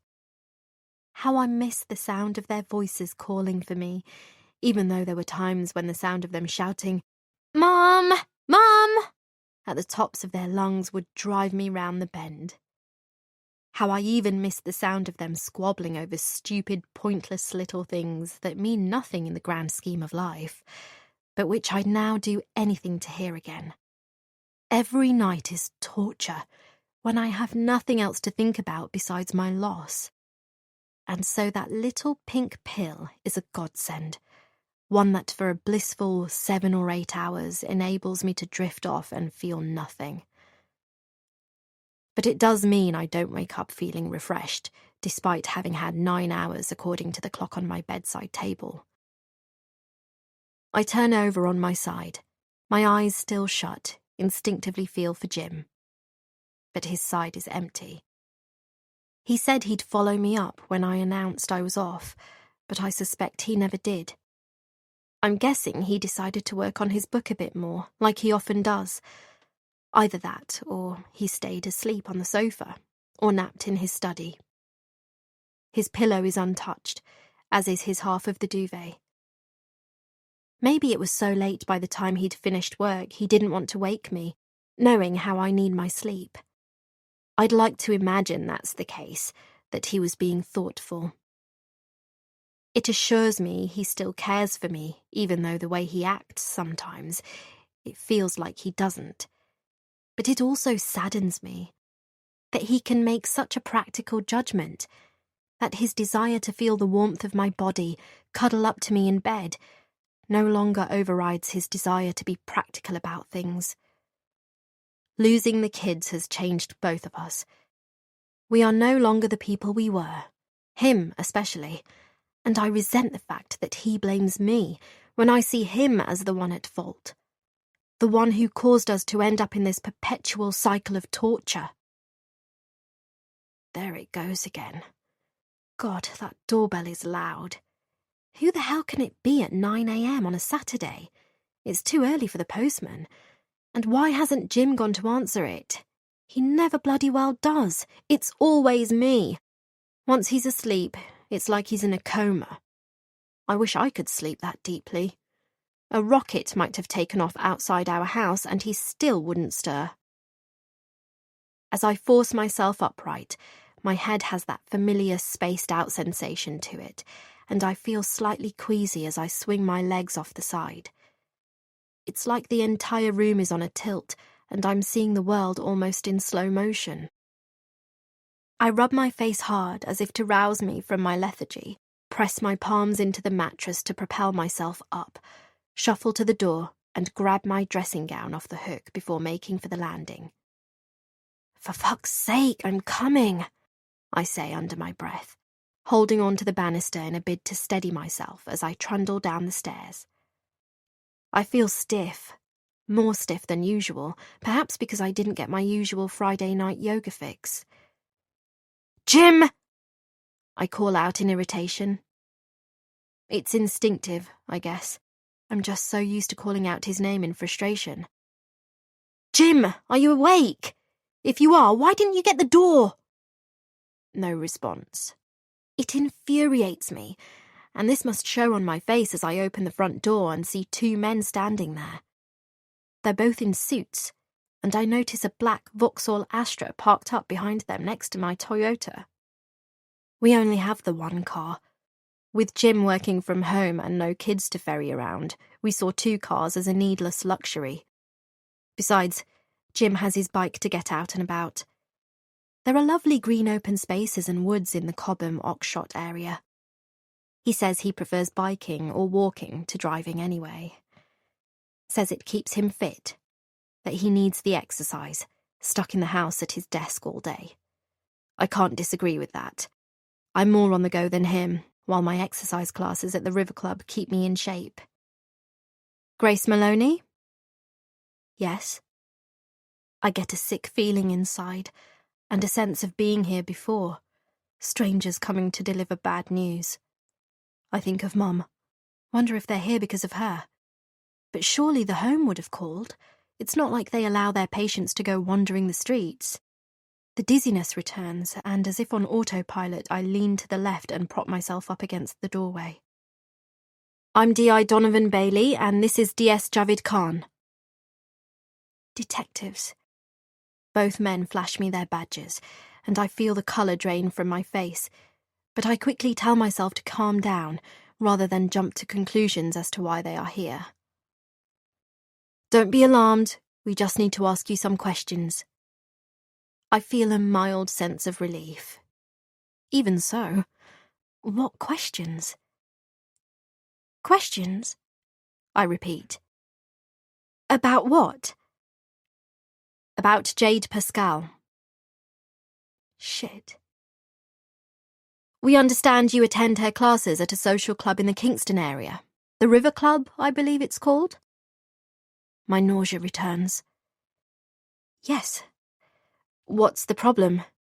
It's not something to do with the fact that Jade didn't turn up to the class last night, is it? Yes, I'm afraid it is. Miss Pascal hasn't been seen or heard from in 36 hours, and we're now treating her disappearance as suspicious. Particularly as her phone and car keys were found inside her flat, her car still parked on the road outside. We understand she taught a Zumba class on Thursday night, and we're assuming she drove straight home afterwards. My heart flutters again, a burning sensation spiking my gullet. I see. How awful. May we come in? I'm sorry to have disturbed you at such an early hour on a weekend. Oh, that's quite all right. I stammer, feeling a bit ashamed that I'm not dressed yet. It's not that early, and he was clearly being tactful. I usher them through. Please excuse my state, I say. I had a bad night. Didn't drop off until gone 1. They follow my lead into the living room, and I offer them a seat on one of the sofas. I'd half expected to see Jim still slumped there, which would only have served to heighten my embarrassment, but to my relief, he's nowhere to be seen. Oh dear, how frustrating. D.I. Bailey sympathises. My wife has nights like that, while I tend to sleep like a log, which annoys her somewhat. He grins, and I grin back, feeling slightly more relaxed. At the back of my mind, I wonder where the hell Jim is. I hate it when he disappears without a word. It unsettles me. Perhaps he's gone for a bike ride or a run in the woods. He does that sometimes on Saturday mornings. Sometimes he'll stay out for hours. It's his way of coping with our loss, the way pills are mine. I totally empathise with your wife. My husband's the same, I say, attempting to keep the mood light. Glad it's not just me. Is your husband at home? What do I say? That I have no idea because we only talk when it suits him. Either he's locked in his study or disappears for hours on end, never telling me where he's going, me never knowing when he might return. That he blames me for the loss of our children, even though he's the one who was at fault. That I tell everyone at the club and the care home that we have 2 wonderful boys who keep us on our toes. Just because I want to appear normal, feel normal when I'm there. That I don't want to be treated as some pitiful charity case. Think quick. Be assertive. That's how you've got away with your stories this long. Do you know, I have no idea where he is. As I said, I had a bad night, and when I woke up, he was nowhere to be found. I think he must have gone out for a run. He tends to do that most weekend mornings. Good for him. Puts me to shame. D.I. Bailey smiles. And do you have children? I take it the answer is no, only because it's awfully quiet. Also, and forgive me for saying so, incredibly tidy. My living room looks like it's been hit by a nuclear bomb. I laugh. Briefly consider telling him the truth. but instead perpetuate the lie I've told everyone at the gym, just because I can't bear to rehash all that, least of all with these 2 police officers, even though I know there's a chance they'll find out if they choose to dig deeper into my life. I can't think why they would, though. It's not like Jade and I were known for being best friends, not like her and Natalie. Soon he'll realise that and leave me alone, focus on Natalie, and no doubt all the men Jade's shagged. Actually, we have 2 boys, I say. But they were at a sleepover last night, at their best friend's house. The mothers offered to take them to karate club, so I'm a free agent until lunchtime. As for the tidiness, that's only because I cleaned yesterday morning. Come back Monday and it'll be a tip again. Please don't come back Monday. Why did I say that? I can relate to that. I offered to help with the cleaning, but my wife prefers to do it herself. Doesn't trust me. Can't say I blame her. Trust is a risky business. Do you mind if I throw on some more suitable clothes? I say. I feel a bit weird in my dressing gown. Also, I might just grab myself a coffee, not had my daily fix yet. Can I get you gentlemen one too? Of course, take your time, D.I. Bailey says. And don't worry about us. He glances at his partner. We had one on the way over. I smile, assure them I'll be as quick as I can before plodding back up the stairs, feeling a little steadier on my feet, but still sorely in need of caffeine. Fully alert is exactly what I need to be with 2 police officers here to ask questions about Jade. I can't afford to place myself on the radar of suspicion. Hopefully, once I've answered their questions, they'll realise I can only be of limited help and go away. I can't have them prodding deeper into my life. Everything will come out if they do, and then I'll be forced to run again. Chapter 16. Susan. Saturday, 21st July, 2018, 9 a.m. Where are you going? I'm sitting on a stool at our glossy kitchen worktop having some breakfast, Capital FM on low in the background, when Lance appears in the open doorway, looking rough. It wasn't him in the spare room as I'd first thought when I pulled up in the car last night. I realised that one of us must have left the light on in there at some point yesterday because the house was empty when I finally plucked up the courage to step inside. Lance came home at least an hour after I went to bed, and so this is the first time I've seen him in 24 hours. He looks hungover, has that blotchy-faced, bleary-eyed look about him I see in the mirror only too often. There are puffy purple bags under his eyes, and a manic restlessness about him that alarms me. He comes through and heads straight for the filter jug of coffee I've recently brewed. The delicious aroma of Ecuadorian coffee beans permeates the air around us, along with the smell of my toast. I feel like saying, "Hands off, make your own bloody coffee." But I know how petty that would be of me, especially as it's his earnings that pays for the damn machine. Pays for everything in this bloody place. I know that's what he'll say in response, and, quite frankly, I can't bear to hear it. It makes me feel so worthless, like I'm some kind of parasite, even though, when I think about it, he wouldn't be far wrong. I know what I am. No, I haven't been the mother or homemaker I should or could have been. I've milked Lance's paycheck for as long as we've been together, and he knows that, as do our children. So I keep tight-lipped, despite a part of me wanting to throw the damn coffee all over his perfect face. I watch him lift one of our Fortnum & Mason mugs from the rack on the wall, fill it to the brim, then take a swig. He's always taken it black, unsweetened. He avoids dairy and sugar like the plague. Such a fucking health freak. Unlike me, who pretends to be one once in a while, but can never stick it out for more than a couple of weeks at a time when my will finally caves, and I find myself reaching for the carbs and the sugar. Although, as I said, today he's not looking so healthy. Today, it's obvious that last night he went on a bit of a bender. and I'm pretty sure I know why. He knows I have him by the scrotum, and that I won't hesitate to twist until he squeals like a pig should he fail to keep to our agreement. Should he fail to keep his mouth shut. To play golf, he replies without bothering to look me in the eye, like he can't stand the sight of me. Like what I made him do turns his insides. He removes a cereal bowl from a cupboard, grabs the unsweetened muesli from another, then proceeds to fill the bowl before going over to the fridge and finding his revolting unsweetened almond milk, which he pours on top. I wonder, if I doused it with insecticide, would he notice the difference? Or if there are any poisonous liquids that don't show up on autopsies?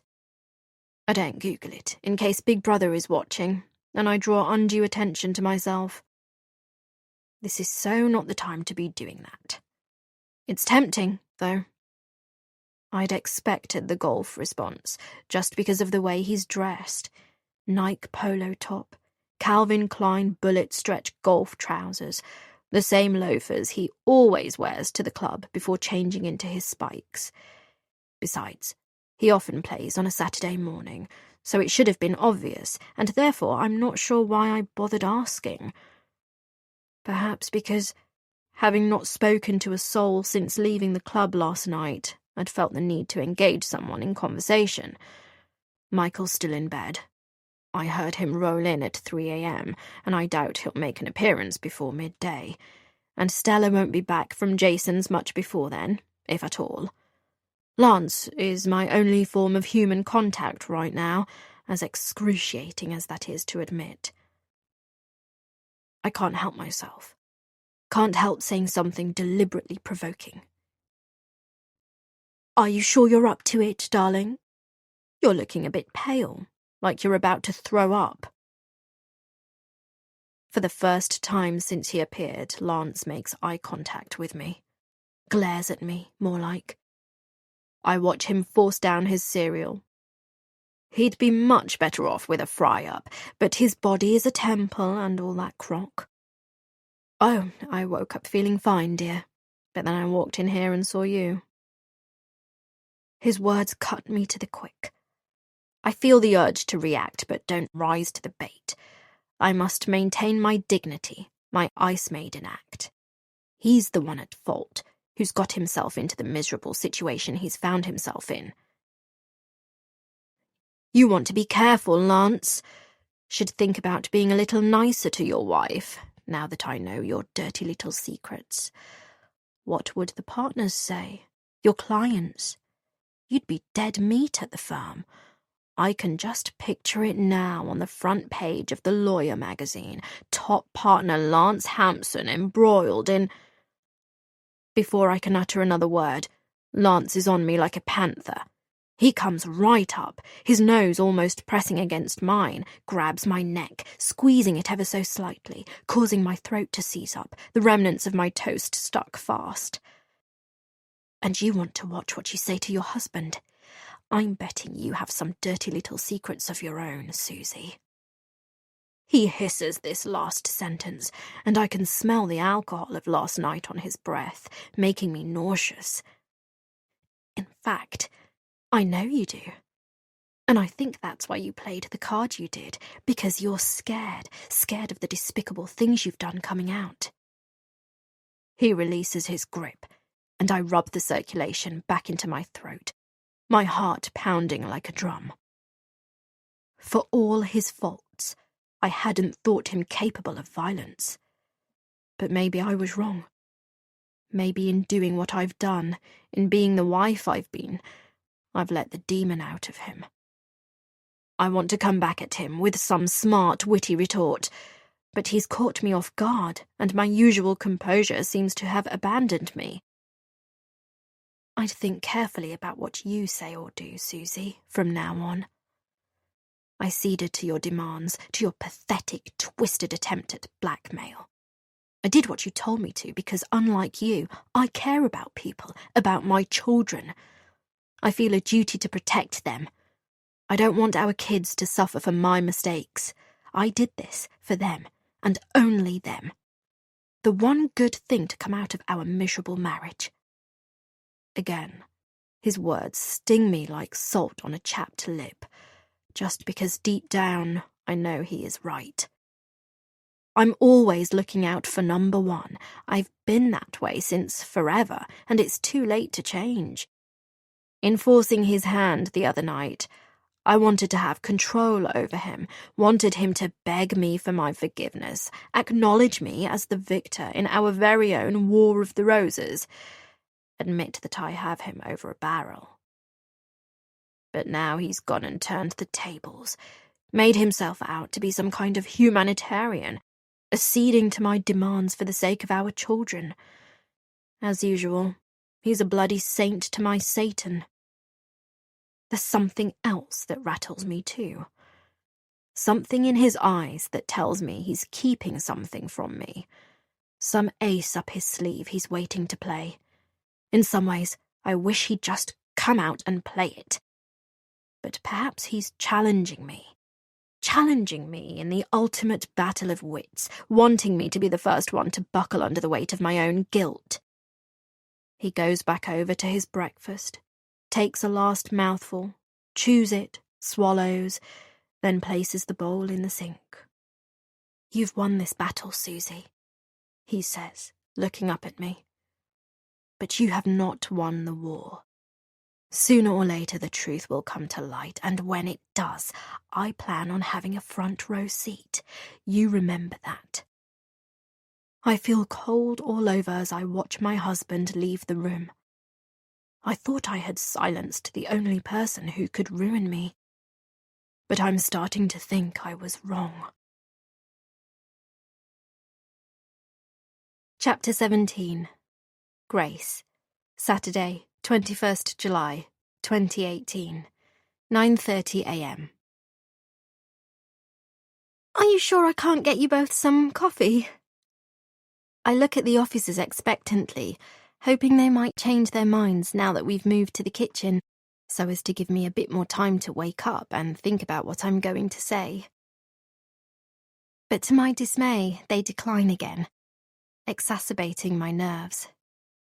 I sip my coffee, willing my brain to engage and make sure I say the right thing. I'm also aware that my breath must smell rancid as I've not had time to brush my teeth. Just as well we're not sitting too close. Hopefully the coffee will mask my morning breath. Jim always comments on how foul it is. Not that his smells like roses. "So, how long have you been attending Miss Pascal's classes?" D.I. Bailey asks.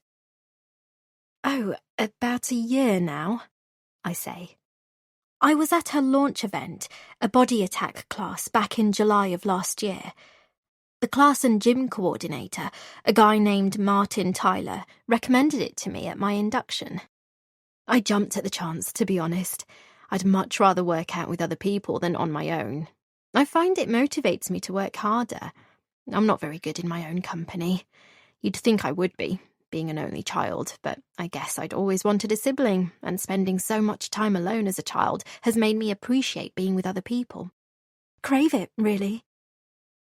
"Stop gabbling," I tell myself. He didn't need to know that, and he definitely doesn't need to know your life history. Then again, I do want to appear as friendly and open as possible. Like I have nothing to hide. That's the plan, anyway. Hopefully, if I do that, he'll leave me alone. "And after that you became a regular at Jade's classes?" "Yes." I nod. "I go 3 times a week, pretty much without fail. Unless I can't get away because of the kids. But with my husband working from home, it's never normally a problem." "And how about you? Do you work?" "I do a bit of freelance writing. Gives me flexibility with the kids." I noticed D.I. Bailey's gaze switch to a shelf built into the far wall, a framed photograph of Casper and George taking prime position in the centre. "Nice-looking boys you have." I smile broadly, the love for my children filling my heart. I miss them like crazy, and yet I manage to keep up this charade that they are still with us. In some warped way, it gives me comfort. To pretend the unthinkable never happened. To pretend they still roam the house. It makes me feel normal. God, how I wish I'd appreciated them more at the time. Cherished the simple things in life instead of moaning, letting it all get on top of me. I should have asked for help. Shouldn't have been afraid to say no to things, but it's too late now. Yes, they're my pride and joy, despite driving me crazy every now and again. Both detectives give a hearty chuckle. From D.S. Khan's expression, it's clear he also has kids, that they drive him nuts like mine once did, but also that he couldn't imagine life without them, or before them. Children are such a blessing not to be taken lightly. And would you say that Jade is popular? D.I. Bailey asks. I assume she has other regulars at her classes, like you? A pause, then with a solemn face, he adds, I should tell you now that it was Jade's friend, Natalie Marsden, who I understand is another regular at the River Club, who called us to her flat, having gone over to check on Jade after she failed to turn up to last night's class or answer her phone calls. She was concerned for Jade's well-being, said it wasn't like Jade not to show without telling anyone. I agree, I say. Jade's never done anything like this before, to my recollection. Obviously, she's had holidays, but she's always made sure she has cover. Poor Natalie, she's such a lovely girl. Got a heart of gold, dotes on Jade. From what I've seen, Jade's really brought her out of her shell. I take a breather, then add, and in answer to your initial question, Jade was very popular. Too popular for her own good. There was nothing not to like about her. I just can't imagine who'd wish her ill. If that's the case, that is. Can I ask what time you left for the class last night? 5:55. I always allow myself half an hour, as the early evening traffic can be a real nightmare. Can anyone verify that? I pretend to think. No. Jim went out for a late afternoon bike ride, and the kids were at a sleepover, as I already mentioned. And what were your movements during the day? I cleaned first thing in the morning, then spent most of the day with my mother. She has dementia and is in a care home. It was a very trying day, if truth be told, so I was especially sorry to miss the class. I could have done with it. I'm so sorry to hear that. D.I. Bailey smiles kindly. I can't imagine how hard that must be. I give a grateful smile in return. It's not easy. I can't deny it. Seeing the one you love, who brought you up and knew you better than anyone, become someone you don't recognise, is tough beyond belief. But she has her good days, and I cling to that. I don't add that sometimes I think very wicked thoughts and wish she'd pop off peacefully in her sleep. It's a terrible thing to think, but then again, she has no quality of life. It just all seems so pointless. Would it really be such a bad thing? Both men offer sympathetic smiles. It must be very taxing, but I'm sure in her own way your mother appreciates it, D.I. Bailey says. Again, I smile gratefully, thinking he really doesn't have a clue. She doesn't appreciate a thing because she has no idea what I do for her, doesn't remember what she had for breakfast, let alone anything else. He pauses, as if the subject of my mother's mental decline deserves a few seconds of silent reflection. Then, you mentioned Natalie coming out of her shell since attending Jade's classes. Can you tell us more about that? Oh, well, I just mean I've noticed a change in her since that first class a year ago. She had quite a nervous air about her when we first met, hardly made conversation, looked like she'd rather be anywhere but there. But over time, and especially in the last 6 months, she's really blossomed, become more confident, more relaxed. Jade's to be commended for that, taking Natalie under her wing, like a big sister, I guess, even though I think they're around the same age. She's also lost a ton of weight, at least 1.5 stone, I'd say, over the last 12 months. Changed her hair, got contact lenses. I pause. Poor thing. She must be worried out of her mind. I should give her a call. D.I. Bailey nods. Yes, I think she'd like that. Mrs. Maloney, I must tell you, we've found blood on Miss Pascal's bath mat. We're still waiting for forensics to come back on whether it's Jade's. Of course, there could be a harmless explanation, but what with her phone and car keys being found in her flat, her car parked outside, and her not being seen or heard from in 36 hours, it's worrying. I gasp out loud. I'm quick to place my hand over my mouth. Blood? Really? Oh my God, that's awful. Yes, and the more time that passes, the more concerning it is, and we'll have no choice but to make a press statement and appeal to the public. Right. I nod. Fuck, I think. We know Jade covered a Zumba class on Thursday night, and of course her car is parked outside her building, so we're assuming whoever attacked Jade, if that is the case, did so after she'd returned home from teaching. According to Martin, who you mentioned earlier and who I spoke to first thing this morning, that would have been around 10 p.m. I do my best to appear devastated at the idea Jade may have been attacked. This is just so shocking. I can't think who'd want to hurt Jade. I'm assuming it could be a random intruder or burglar. Yes, it could. We can't rule out anything right now, and it might explain why the phone was left where it was. Then again, nothing appears to have been taken. Apart from what we found in the bathroom and a few of Jade's clothing drawers left open in her bedroom, the rest of the flat was intact. Oh, that is rather odd. Then again, if it wasn't random, you'd have thought her attacker would have taken the phone. Yes, unless he or she knew there was nothing on there that could connect them to Jade's assault. Better still, that it contains information which might incriminate someone else or show Jade herself up in a bad light.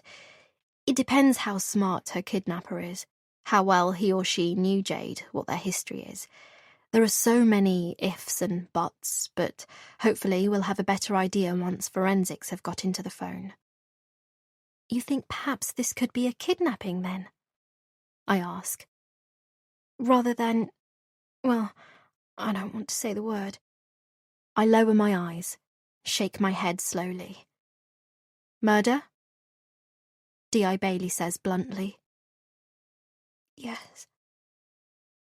I look up, my voice barely audible. I'm afraid I have no idea. As we already discussed, the blood on the bath mat could have an innocent explanation, and as I told Natalie, before a body's been found, there's always hope the victim may still be alive. But that's why we need to act quickly. The more time that passes, the less chance there is of finding her alive. There's a moment of silence as all three of us contemplate this possibility. And how did Jade seem to you on Wednesday? D.I. Bailey breaks the hush. Natalie mentioned you'd been at her body attack class. Fine, I say. She seemed her usual warm and upbeat self. Really? Natalie mentioned she'd seemed distracted, not quite right. I swallow hard. Well, Natalie knows her better than I do. She may have noticed something that completely passed me by. I was too busy concentrating on the class rather than studying Jade, like Natalie. I hold D.I. Bailey's gaze and let that nugget of information sink in. Can I ask where you were on Thursday night? Why do I suddenly feel like he's treating me as a suspect? I tell myself to stay calm, that it's routine, that I mustn't appear rattled.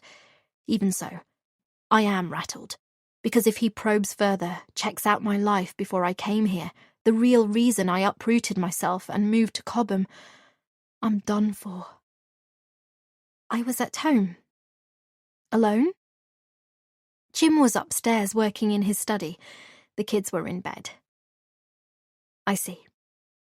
One last thing. Do you socialise much with Jade outside of classes? No. Like I said, Natalie's the one who's particularly friendly with her. I went to her 30th last month, but that was a pretty big do, and most of her regulars and then some went along. It was good fun, and she seemed to have a great time. Got made a real fuss of by Barry, the manager. All the men seemed to have a soft spot for her, which isn't surprising, looking the way she does. D.I. Bailey moves to get up. D.S. Khan following suit, and I want to sigh out loud with relief that the questioning is finally over. I can almost feel Dad's presence by my side, telling me I did well, that he's proud of me for being so strong. God, how I miss him. Thank you for your time, Mrs. Maloney. You've been most helpful. He says. Just one more thing. What now? Of course, anything to help. Why join a club all the way over in Kingston? It's not exactly local to here, is it? Bit of a hike. I should have expected this. It's the same question I get all the time from strangers, so I'm well prepared to give the response I concocted long ago. I just like it. A friend who unfortunately has moved up north recommended it to me. Said it was great value for money and had a fun, friendly vibe to it. I gave it a go and saw that she was right. I'm not so fussed about swanky gyms that cost an arm and a leg. I just want to go somewhere I feel relaxed and can have fun. Both men smile. Makes sense, D.S. Khan says. Can't stand pretentious gyms myself. I work out at my local council-run gym, and it does the job. Suits me fine. I smile back, and a few minutes later, close the door on my visitors. Peace at last. What was that about? Or so I thought. I nearly jump out of my skin, swivel round to see Jim standing there. You were here all along? Yes. Why didn't you answer the door, for Christ's sake? You know why, he growls. And you should be grateful. I should? Yes. Because the last thing you want is me speaking to the police. His gaze drills through me. Christ. It makes me sick how you managed to maintain that travesty of a story. How can you believe no one's going to find out? You're sick, you know that. You need to get off the pills.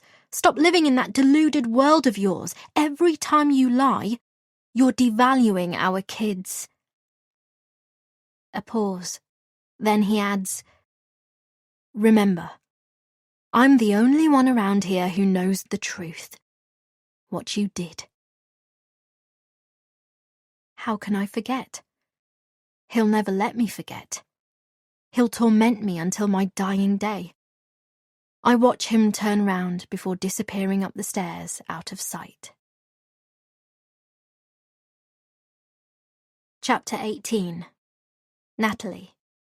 Saturday, 21st July, 2018. 11:30 a.m. Thank you for seeing me at such short notice, Dr. Jenkins, and on a weekend. I know it's a huge inconvenience. I just felt like I was going stir-crazy at home. The last 16 hours have been so stressful. I needed to talk things through with someone I can trust. I'm sitting opposite my therapist in her office in Richmond. I call her my therapist because I don't like using the term psychiatrist.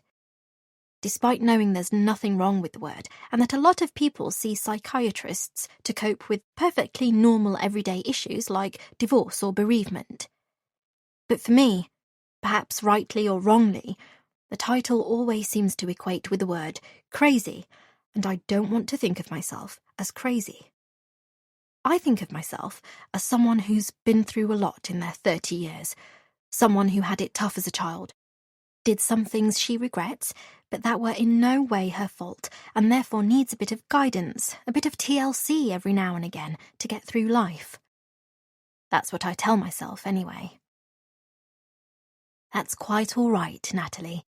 You know I can always make time for you. It's also the advantage of being divorced with no kids. I have no ties. She smiles warmly, and although I know she's trying to inject a bit of humour into the conversation, I can't help feeling sorry for her. She's such a lovely person, the least deserving of a rotten, cheating husband who left her for his secretary. It's so sad she can't have children of her own because I know without a shadow of a doubt that she'd make a great mother. At 51, her time has sadly passed, although I guess she could always adopt or foster. God, what I would have given to have had a foster mother like her, rather than being lumped with the foster parents from hell. Even though Estelle and John, who came after, were okay. Christ, it was like living with Mary and Joseph after what came before. It's been just shy of a fortnight since I was last here. I was supposed to be seeing her this coming Wednesday, but the stress of the last 2 days, the last week, in fact, has made me feel rather desperate, and I know it can't wait. Of course, she knows all about my friendship with Jade, what goes on in the classes, about my work at the library, my history, but there are 2 major things I haven't told her, and one of them has been troubling me since speaking to D.I. Bailey. It's a much sunnier day today. An arrow of sunlight shooting through the half-open shutter and bouncing off her desk to the left of where I am sitting. I always feel calm when I'm here. It's not just Dr. Jenkins' soothing voice that gives me a zen-like peace. The entire decor of the room is designed to deliver an air of serenity, from the immaculate nutmeg walls to the temperature kept at a pleasant 16 degrees. Just behind her shoulder there is a fish tank containing brightly coloured fish so pretty they should, to my mind, belong in a piece of artwork.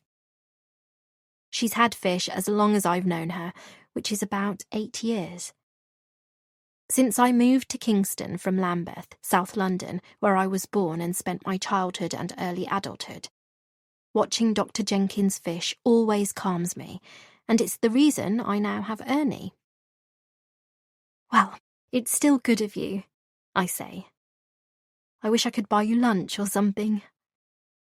She smiles, takes off her glasses and removes a speck of something from the corner of her right eye. That's a kind thought, but you know I can't accept gifts from patients. Yes, I say with a gentle nod. I know.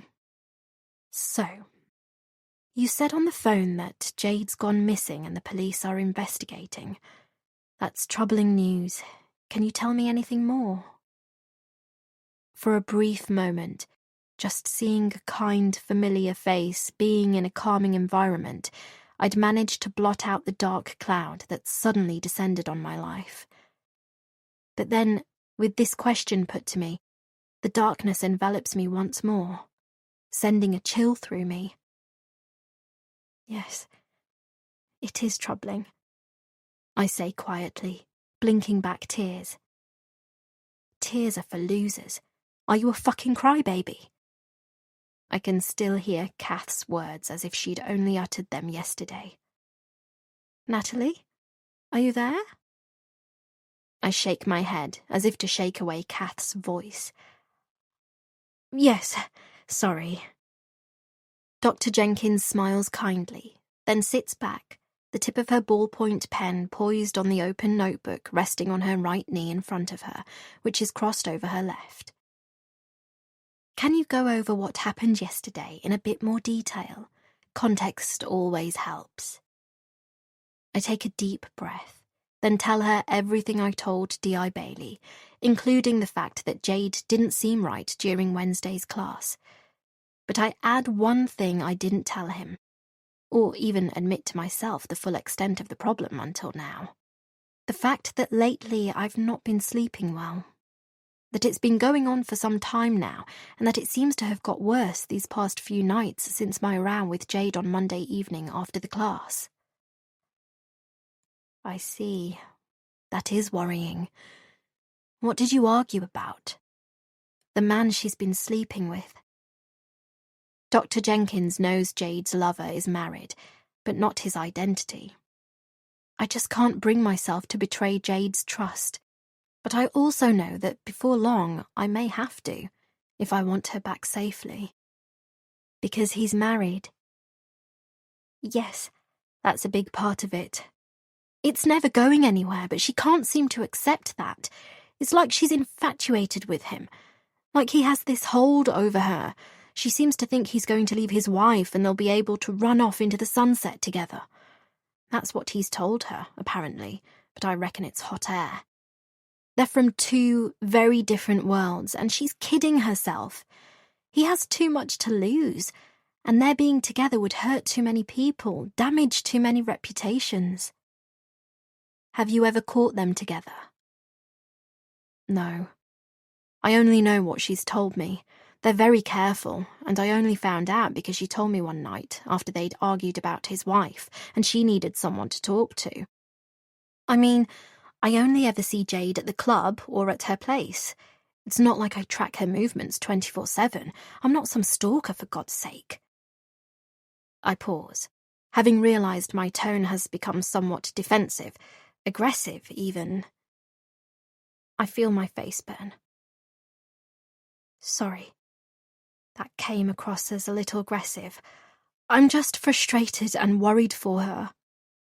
In my mind, I worry Dr. Jenkins thinks I've become a little obsessive about Jade, and so I'm keen to set the record straight. Okay, so I do talk about her a lot in my therapy sessions, but surely that's not a bad thing. Surely Dr. Jenkins knows I'm just grateful for Jade's friendship.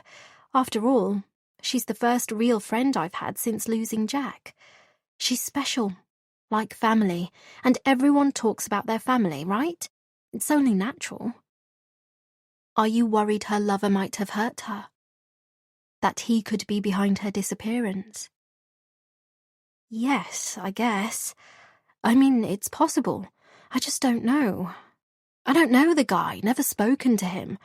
From what she tells me, he's gentle and kind and loving with her, makes her feel special. She says he's trapped in an unhappy marriage, but it could all just be an act. Maybe he says the same thing to a ton of other women, or maybe he's a bit screwed up, needy. Who knows? Why would you think it could be an act? I shrug my shoulders, like it's so obvious I shouldn't have to explain. To get sex, of course. That's what men do. They've got sex on the brain.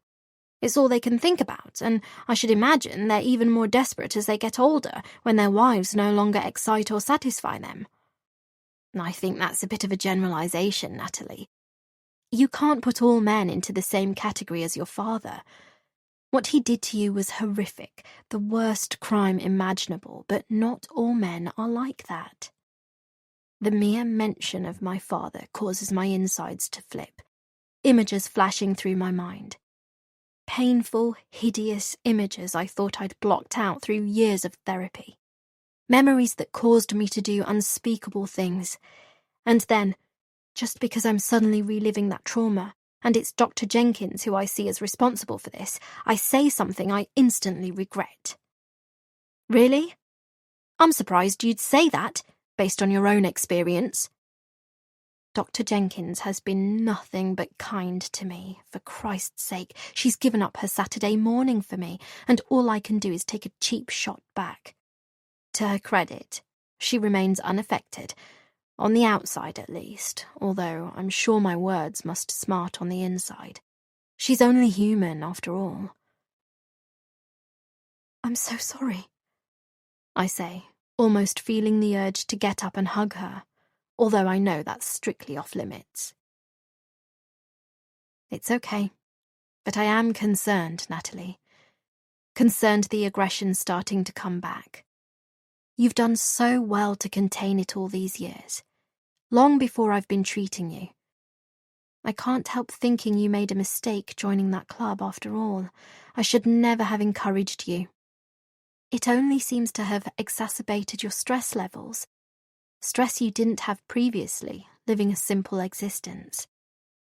Your brother always warned you about that, advised you to live a simple life with him no longer around to protect you. You've told me that on many occasions, and he knew you better than anyone, of course. I swallow hard.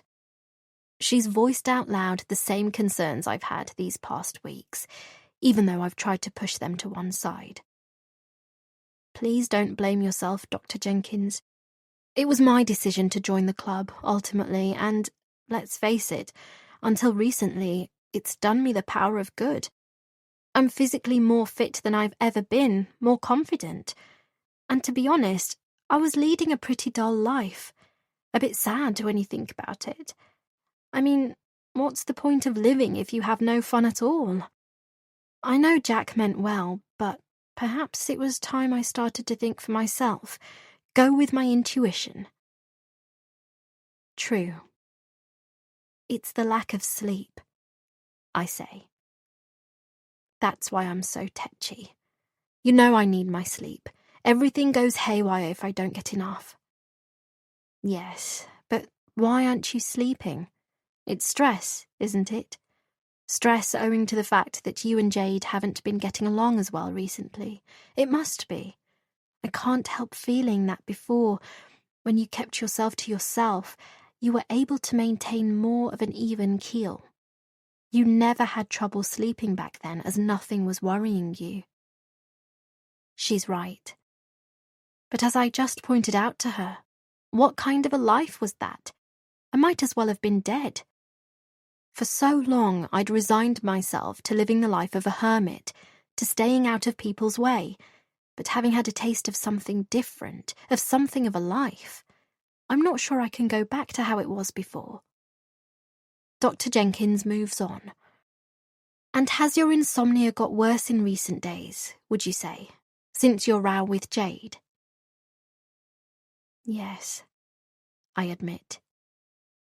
I would say so. I was just so upset, and even though we made it up on Tuesday over the phone, it still continued to niggle me because, despite her saying she was over it, that it was all in the past, done and dusted, there was just something in her voice that irked me. A hardness I'd never heard before, like she didn't care about me anymore, like she was what? I swallow away the bile creeping up my throat. Like she was sick of me, or sickened by me. It reminded me of Kath. Your foster mum. Yes. You know how she used to talk to me as if I was dirt, how she treated me and Jack and the other kids under her care. She made us feel like we weren't worth the ground she trod on, and it hurt to hear almost the same content in Jade's voice, my supposed best friend. The only friend I've had since Jack. I pause for breath. Plus, I couldn't stop thinking about what she said to me on Monday when I told her she needed to be careful. That the man she was seeing wasn't Prince Charming, who was going to whisk her off into the sunset so they could have babies and live happily ever after, like he promised her. What did she say? I feel the tears gather, try to stave them off, but can't stop one from escaping my left eye and rolling down my increasingly hot cheeks. She accused me of being jealous. Said I needed to grow up and back off. That just because I wasn't pretty enough to bag a hot, intelligent man, I shouldn't begrudge her for doing so. That I was becoming too clingy, and that maybe I needed to find another friend to follow round like a puppy. Just saying the words out loud, 5 days later, still hurts. It's excruciating to remember them, in fact. She'd never spoken to me like that. Never glared at me in such a way that made me feel so worthless, the way my father and Kath made me feel. It wasn't the Jade I knew and loved. She was like a different person, vain and full of herself. It upset me more than words can say, and it maddened me. God, I can't remember feeling that mad in a long time. I confess all this to Dr. Jenkins because I know that whatever I say to her won't leave these four walls. But having done so, she then launches the killer question I'd expected would follow. Natalie, have you started sleepwalking again? Chapter 19. Susan. Saturday, 21st July, 2018, 12:05 p.m. Nice of you to make an appearance. It's a little after midday, and, as predicted, my 22-year-old son has just rolled out of bed. Still wearing pajama bottoms and a Nirvana t-shirt, he ambles zombie-like into the living room, where I'm sitting on one of our cream leather sofas, casually flicking through Vogue. I'm meeting my friend Siobhan for a late lunch at Beaufort House on the King's Road at 2 p.m, and then we're getting a mani and pedi at Sarah Chapman, so until I need to set off in around 45 minutes, I have some time to kill. Michael's dark hair is an utter mess, matching the unruly stubble framing his jawline. It's just so unseemly, and I can't understand why he'd want to hide such a handsome face. I've never been one for beards. Always liked my men clean-shaven, as Lance was back when I met him, and remains so to this day. I notice Michael's also put on a bit of weight around his midriff. Too much junk and beer and not enough exercise. Having played all manner of sports at Oxford, rugby, rowing, captain of the hockey team, he's really let things slide since coming back from his gap year in May. In 2 months' time, he starts as a trainee solicitor at a top law firm in the city, following in his father's footsteps. But looking at him now, it's hard to imagine him fitting in. He looks like he should be selling the Big Issue or something equally demeaning. I badly want to say something, have this desperate urge to tell him to stop being such a slob, do some exercise, get a haircut, and put the brain cells he's been born with, along with the extortionate private school fees we forked out on, to better use than all-night gaming. But somehow I manage to restrain myself. My husband detests me already. I can't bear adding my favourite son to my list of haters, even though I fear it may already be too late. Good one, Mum, he grunts. I see you're filling in your time as productively as ever. What, no lunch with Siobhan today? No spa treatments planned? I smile sweetly, even though it's obvious my son sees me as utterly predictable. Nothing but a pitiful cliché. I wonder what happened to the sweet little boy who once looked upon his mother with adoring eyes. It's as if the moment he turned 18, he wised up and saw me for what I am. Even so, my middle child will always be my soft spot, no matter how much his love for me appears to have waned. And what are your big plans for today, then? I retort. An afternoon of gaming, or perhaps trying to decide which pizza parlour to order from. It's a hard life doing nothing, I know. Two can play at that game. He glares at me, but it's obvious he knows I've only gone and pointed out the truth. Still, he doesn't take it lying down. Well, after working my way around Australia, I deserve to chill out and indulge a bit, don't you think? Before long, I'll be a slave to the city, like Dad, for pretty much the next 40 years of my life. That's the difference between us, Mom. This summer is a one-off for me, whereas your life is just one long extended vacation. How dare you! I say, slamming the magazine on the coffee table in front of me. It would be different if you did something useful with your time. He goes on. I don't know, some charity work or something. Write a book. Do an art class, learn a language, anything, really. But as far as I can tell, your life revolves around coffee mornings, lunches, dinner parties, the gym, shopping, and visiting the spa. I feel my face turn crimson, just because I have no quick-fire response. and because I know he's not far wrong. He's on a roll, and it makes me wonder if Lance has been putting words into his mouth. And you weren't even a hands-on mum, a proper homemaker when we were little. You palmed us off to the nanny or the childminder at any given opportunity, and we've had to clean it for as long as I can remember. His eyes fix on me with disdain. Don't you feel empty, Mum? Don't you feel like your life is missing something? I just wish you'd do something worthwhile for once, but you can't bear to get your manicured nails dirty once in a while, can you? We lock eyes for a few seconds, and I'm on the verge of responding when the doorbell rings. I'll get it, Michael says. Wouldn't want you to get up. As I watch him leave the room, I blink back the tears that have collected in my eyes. I am not the crying sort, but hearing Michael's words, realizing just how useless he believes me to be, really hurts. He has no idea what it's been like all these years, being married to a man who never loved me, forever in the shadow of his beloved Ellen, even if I only have myself to blame. I fill my life with fun and frivolity to mask that pain, that emptiness, even though he thinks it's purely because I'm without feeling. That it's entirely my fault he and his brother and sister were brought up under the umbrella of a loveless marriage. It is my fault in so many ways, but I did try in the beginning. I did try to love Lance. But he didn't want my love because his heart already belonged to a dead woman. I hear the door opening, then muffled voices.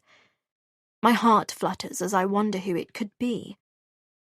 Quickly, I wipe away the tears from my eyes, get up and check in the mirror over the mantelpiece that my mascara hasn't run, and turn round just in time as Michael walks back into the room, 2 men in suits following behind. He almost grins as he announces, "Mother, these 2 detectives are here to speak to you about the disappearance of someone called Jade Pascal." Chapter 20. Natalie. Saturday, 21st July, 2018. 12:30 p.m. Dr. Jenkins' question, although not unexpected, causes my entire body to stiffen. I let it hang in the air, almost too afraid to respond, knowing the pain it will cause me to relive that time all over again. I take some deep breaths, squeeze my fists until the whites of my knuckles can be seen. "It's okay, Natalie," Dr. Jenkins says. "Keep taking deep breaths, try to stay calm. I know this is hard, mainly because we'd hoped you'd put that aspect of your life behind you for good.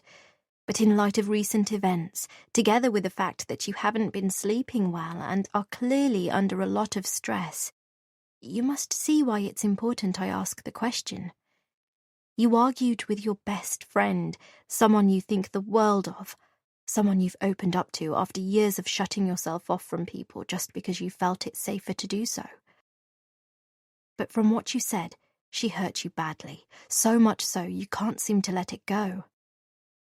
She pauses, then says more softly, "We know what can happen when you're under stress, even though I know that was a long time ago, a different life, in fact.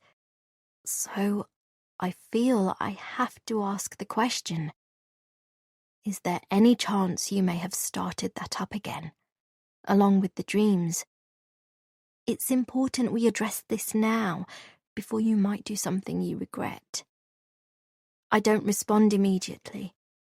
Think back to the early hours of Friday morning, waking up in my day clothes, having fallen asleep on the sofa.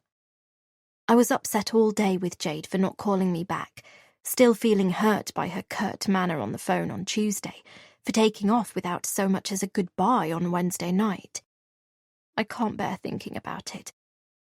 But is it possible I sleepwalked my way to her house on Thursday night? That I might have started all that up again like Dr. Jenkins suggested? Could I have? No, stop it. I can't allow myself to go there. "Natalie, What are you thinking? Dr. Jenkins knows almost everything that happened in my past, but there's one secret from my childhood I've not told her, nor any of my therapists for that matter. Just because I know if I do tell her, there's every chance she'll feel obliged to break her duty of confidentiality to me. But suddenly, it's as if the weight of carrying such a burden all these years is catching up with me, almost proving too much to bear, so much so I am desperate to tell her. But in the end, I don't. I can't put my freedom in jeopardy after all this time. I really don't know, I say. Without anyone catching me in the act, how would I? When I did it before, I was a child in foster care, around people, with my brother. He was always the one to find me, guide me back to my bed. Now that I live alone, there are no obvious witnesses, so again, how would I know? Okay, I get that. But have there been any signs? For example, have you woken up in your day clothes, in your shoes? We know that's happened before. No, I lie. And yet I can't brush off the thought of yesterday morning. I'd like to think I'd been asleep on the sofa all that time, that I didn't move from the spot. But what if I did? What if I rehashed what I did as a child? What if I sleepwalked out of the house and did something bad? I suddenly feel like I'm going crazy. It's killing me having this blank in time. The not knowing, the speculation, the feeling that I'm losing control. Dr. Jenkins holds my gaze, and it's hard to tell if she believes me or not. Sometimes you can smell the outside on yourself. Perhaps there was some dirt on your clothing, your shoes, even your hands, that wasn't there when you went to bed? Nope. I shake my head, again failing to mention that I never actually went to bed that night. At least, not until around 3:30 a.m, after I'd had some water, a savoury biscuit, checked the doors were locked, loaded the dishwasher, noticed I'd failed to tick off my day planner like I usually do before bed. Nothing like that. And your rota is intact? Nothing missing? No, nothing amiss there. Another lie, and the deceit is starting to get to me, an uncomfortable, twisty sensation mauling my guts, making my insides burn. What am I here for if I can't be truthful with my own therapist? What good is this time with her going to do me if I don't tell her everything? All my worries, fears, doubts, secrets. But still I go on, spouting more lies, just because I'm too afraid of the police digging into my childhood. I can't have all that dredged up again. The night Jack caught me attacking our father after he'd passed out on his bed blind drunk, having come to my bed earlier and abused me. The night I trashed Kath and Brian's bedroom while they'd been down the pub, leaving us kids to fend for ourselves. And all the other times when I walked out of the house, roaming the streets, totally oblivious to what I was doing. Jack was always the one to find me, bring me back, calm me down, take care of me. He always made things better. Dr. Jenkins knows about these incidents. She just doesn't know the one thing that could turn my life upside down if the truth were to come out. In any case, no one's come forward accusing me of sleepwalking, of doing anything bad in my sleep. I say this to Dr. Jenkins, and as I do, I almost convince myself that there's no chance I'm falling back into old habits. Almost. Dr. Jenkins gives me one of her warm smiles, makes a note of something on her pad. Natalie, have you ever told anyone about your life in foster care, or the 4 years you spent with your father after your mother died, before they put you and your brother into care when you were 10? Other than Jade, I mean. Anyone at the gym? Any of the regulars? Or at work? I'm just wondering whether that might have triggered your anxiety on top of your fight with Jade. Whether someone said anything to upset you, possibly made light or made fun of your troubled background. No. I shake my head fiercely. I haven't told anyone else about my past for precisely those reasons. I don't want their pity. I don't want them looking at me as if I'm damaged goods, even though we both know I am. I think about my drug addict mother who died of an overdose when I was 6, leaving my brother Jack and I in the care of our deadbeat, abusive dad. Never knowing when he was going to come home drunk, taking out his rages on me and Jack, doing unspeakable things to us, me especially. And then later, when Dad died of alcohol poisoning and we got placed into foster care with Kath Porter, a horrible woman, together with her equally repellent biology teacher husband Brian, never knowing when my next beating would come, when Jack or I would get our next hot meal. Jack would secretly get food for me. He was my knight in shining armour. It was only chocolate and crisps, and it's where my junk food addiction started, why I never lost weight. But it was food, nonetheless, and I was grateful, never went hungry, unlike the other kids. To the world, our foster parents professed to be upstanding citizens, taking in traumatized and abandoned kids out of the goodness of their hearts. But behind closed doors, they were the foster parents from hell. There were 5 of us in total: Jake, Daisy and Paul, as well as me and Jack. They seemed to take a particular dislike to me and Jack, though, from day one. I can still remember Brian sitting us down on our first night there, telling us how lucky we were to have a roof over our heads, that we were damaged goods, going nowhere fast in life, and that their rules were to be obeyed with no exceptions if we knew what was good for us.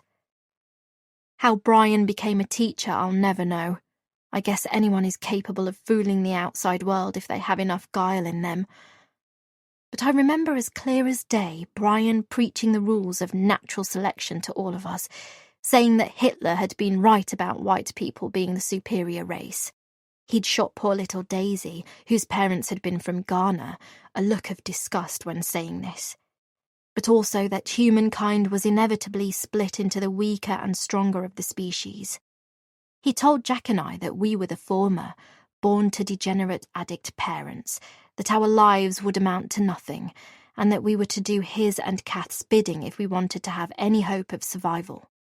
They would lock us in the basement for no good reason, other than us asking for clean clothes or some decent food. That's why I hate basements so much, why I shudder at the thought of getting stuck inside one. It had felt like the worst possible punishment, being locked underground with the mice and rats and the spiders, where it was cold and damp and dark. I remember feeling so scared. Of course, to the social workers, when they came round to check on us, Kath and Brian were as nice as pie, dressing all 5 of us up in the smart clothes they kept for such occasions, while the rest of the time we'd often wear the same knickers for weeks on end because Kath couldn't be bothered to wash them, making us sit beside them on the sofa while we offered the social worker tea and cakes and politely answered all of their questions, nodding and smiling in all the right places, and telling them how happy we were and couldn't ask for better foster parents.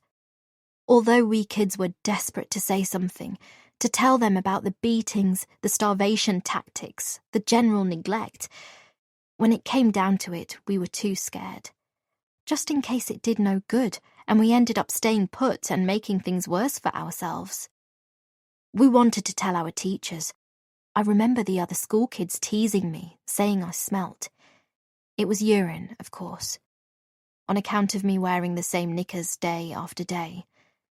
But when Kath got called into school, she claimed I had a bladder control problem, that I still wet the bed, traumatized by what my father had done to me. And they believed her.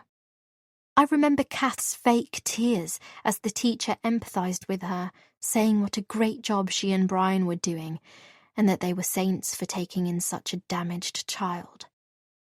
Is it any wonder I've suffered from anger issues since our mother died? That the stress caused me to experience vivid dreams, to sleepwalk and do things I'd never do when awake and in my right mind? That I found it difficult to trust people and form new relationships?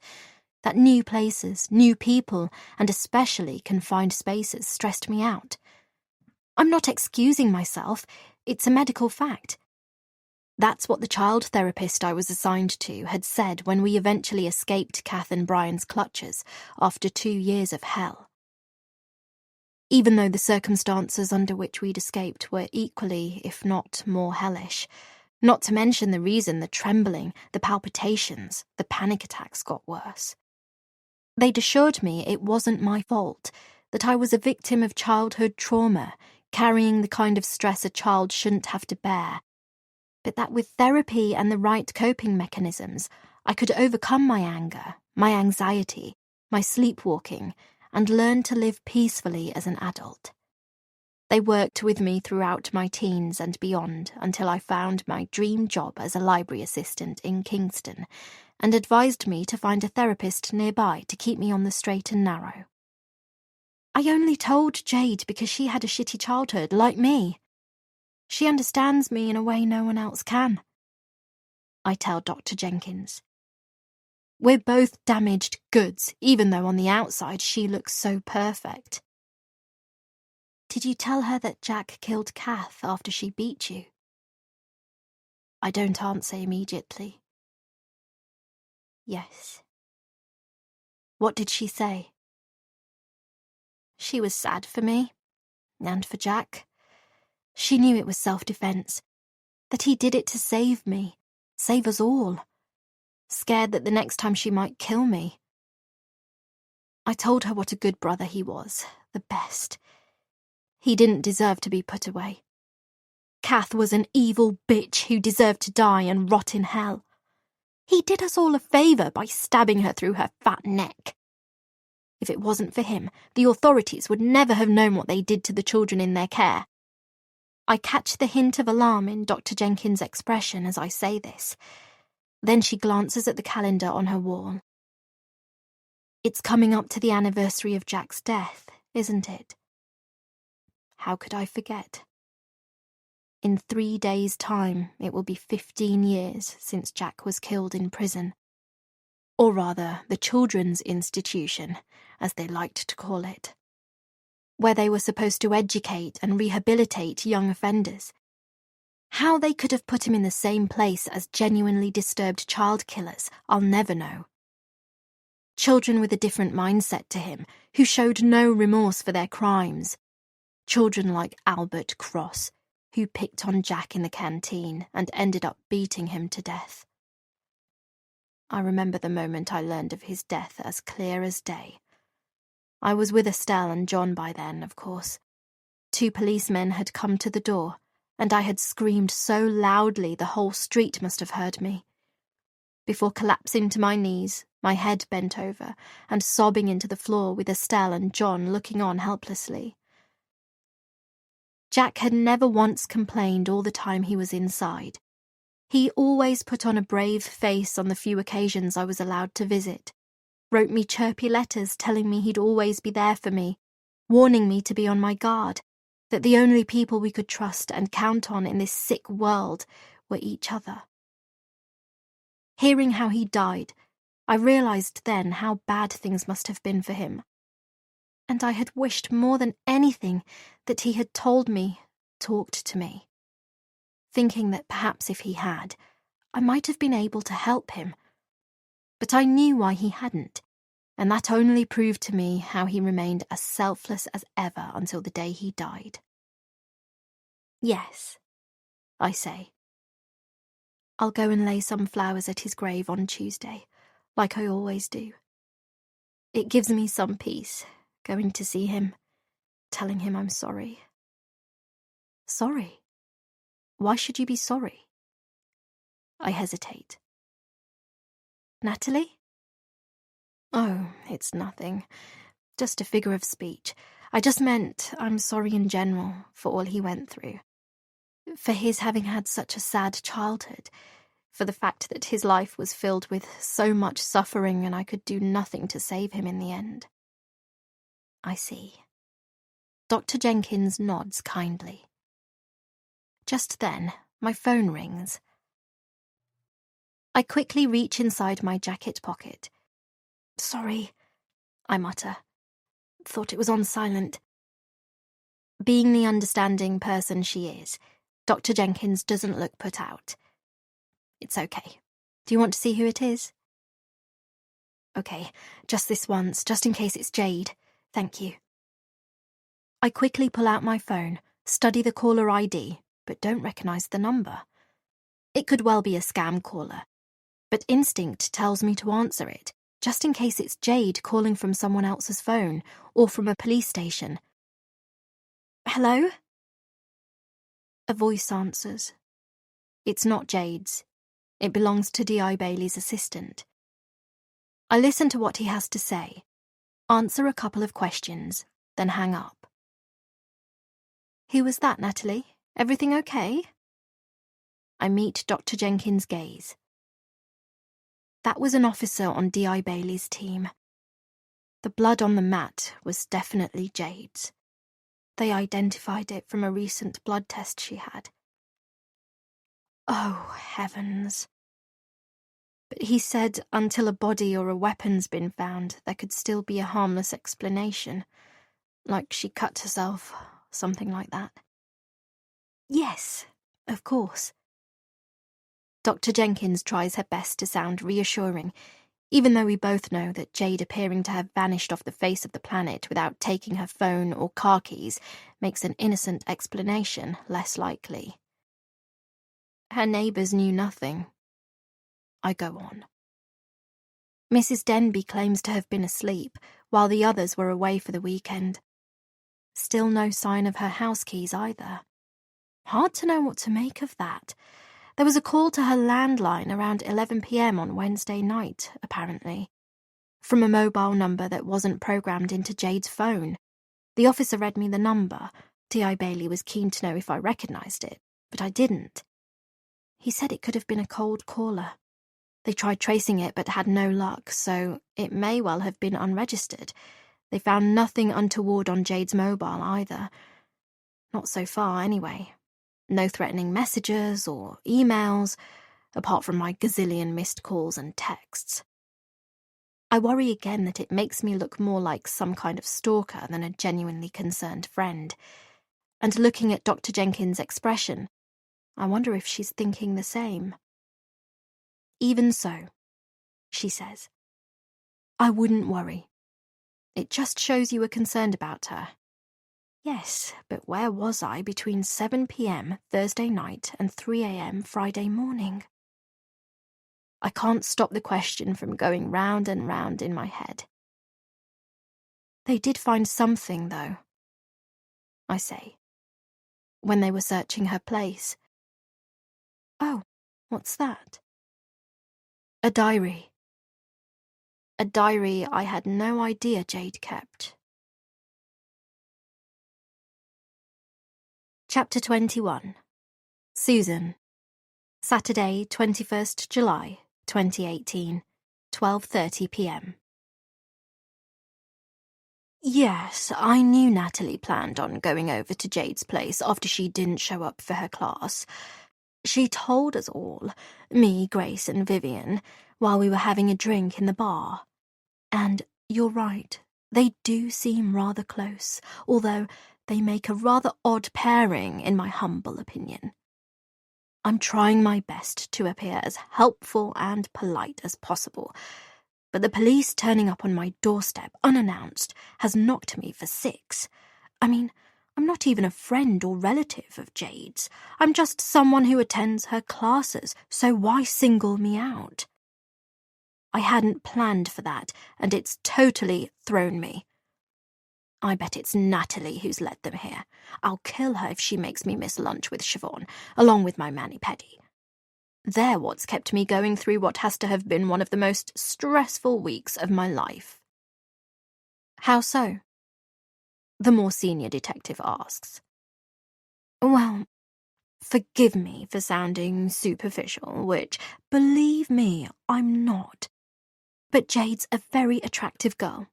She's fit and confident and popular, while Natalie, you might say, is the total opposite. Well, opposites attract, as the saying goes. D.I. Bailey remarks. Perhaps Jade enjoys having a down-to-earth friend she can rely on. Someone solid. I'm not sure solid is how I'd describe Natalie.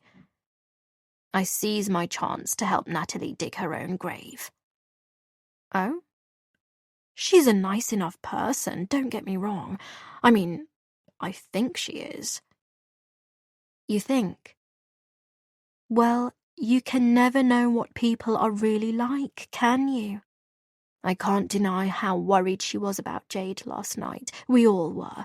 But what? But she's a little odd.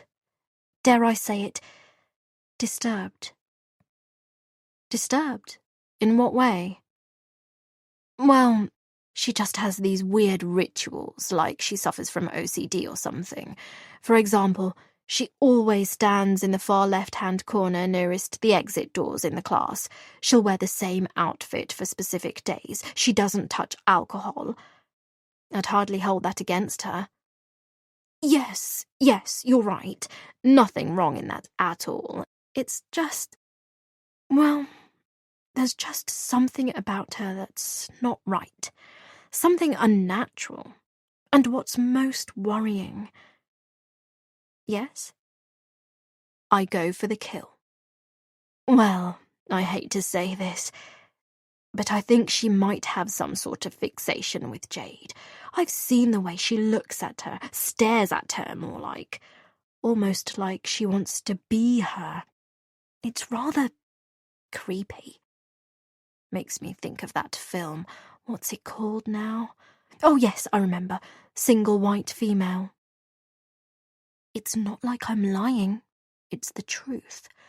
But I also know that placing doubts about dear Natalie in D.I. Bailey's head will divert any suspicion Natalie might have laid away from me.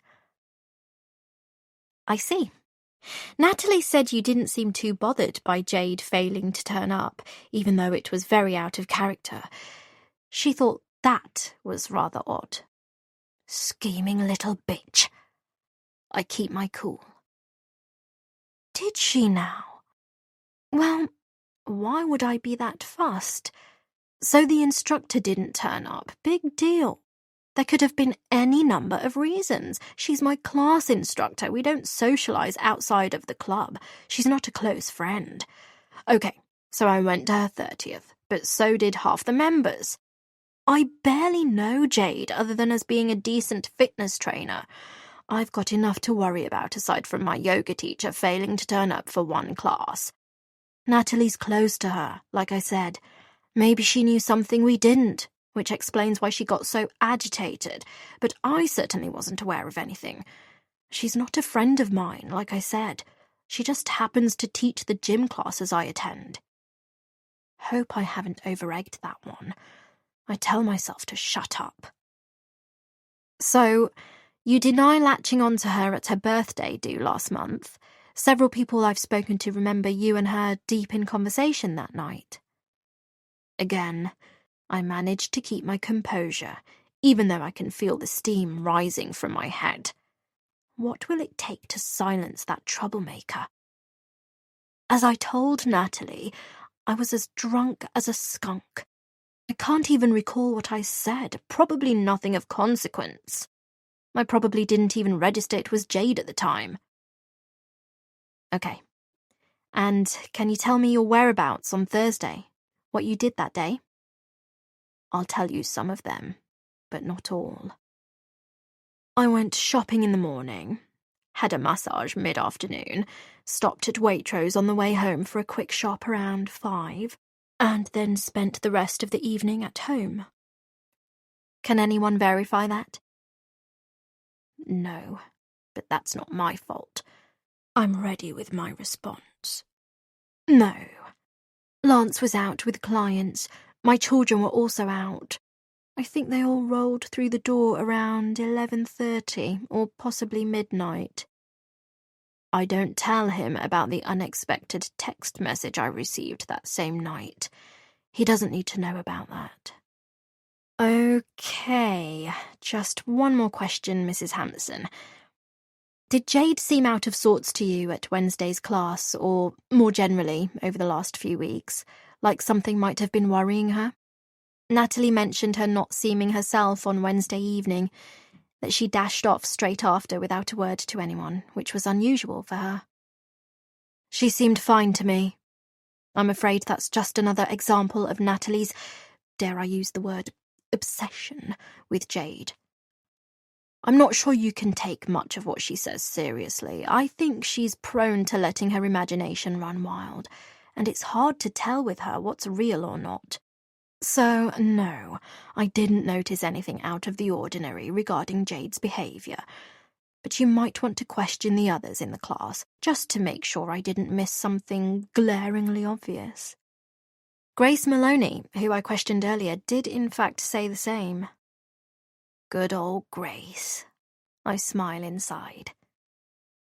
Well, there you go then. We can't both be wrong. Yes, that seems unlikely. D.I. Bailey responds. Okay, thank you for your time, Mrs. Hampson.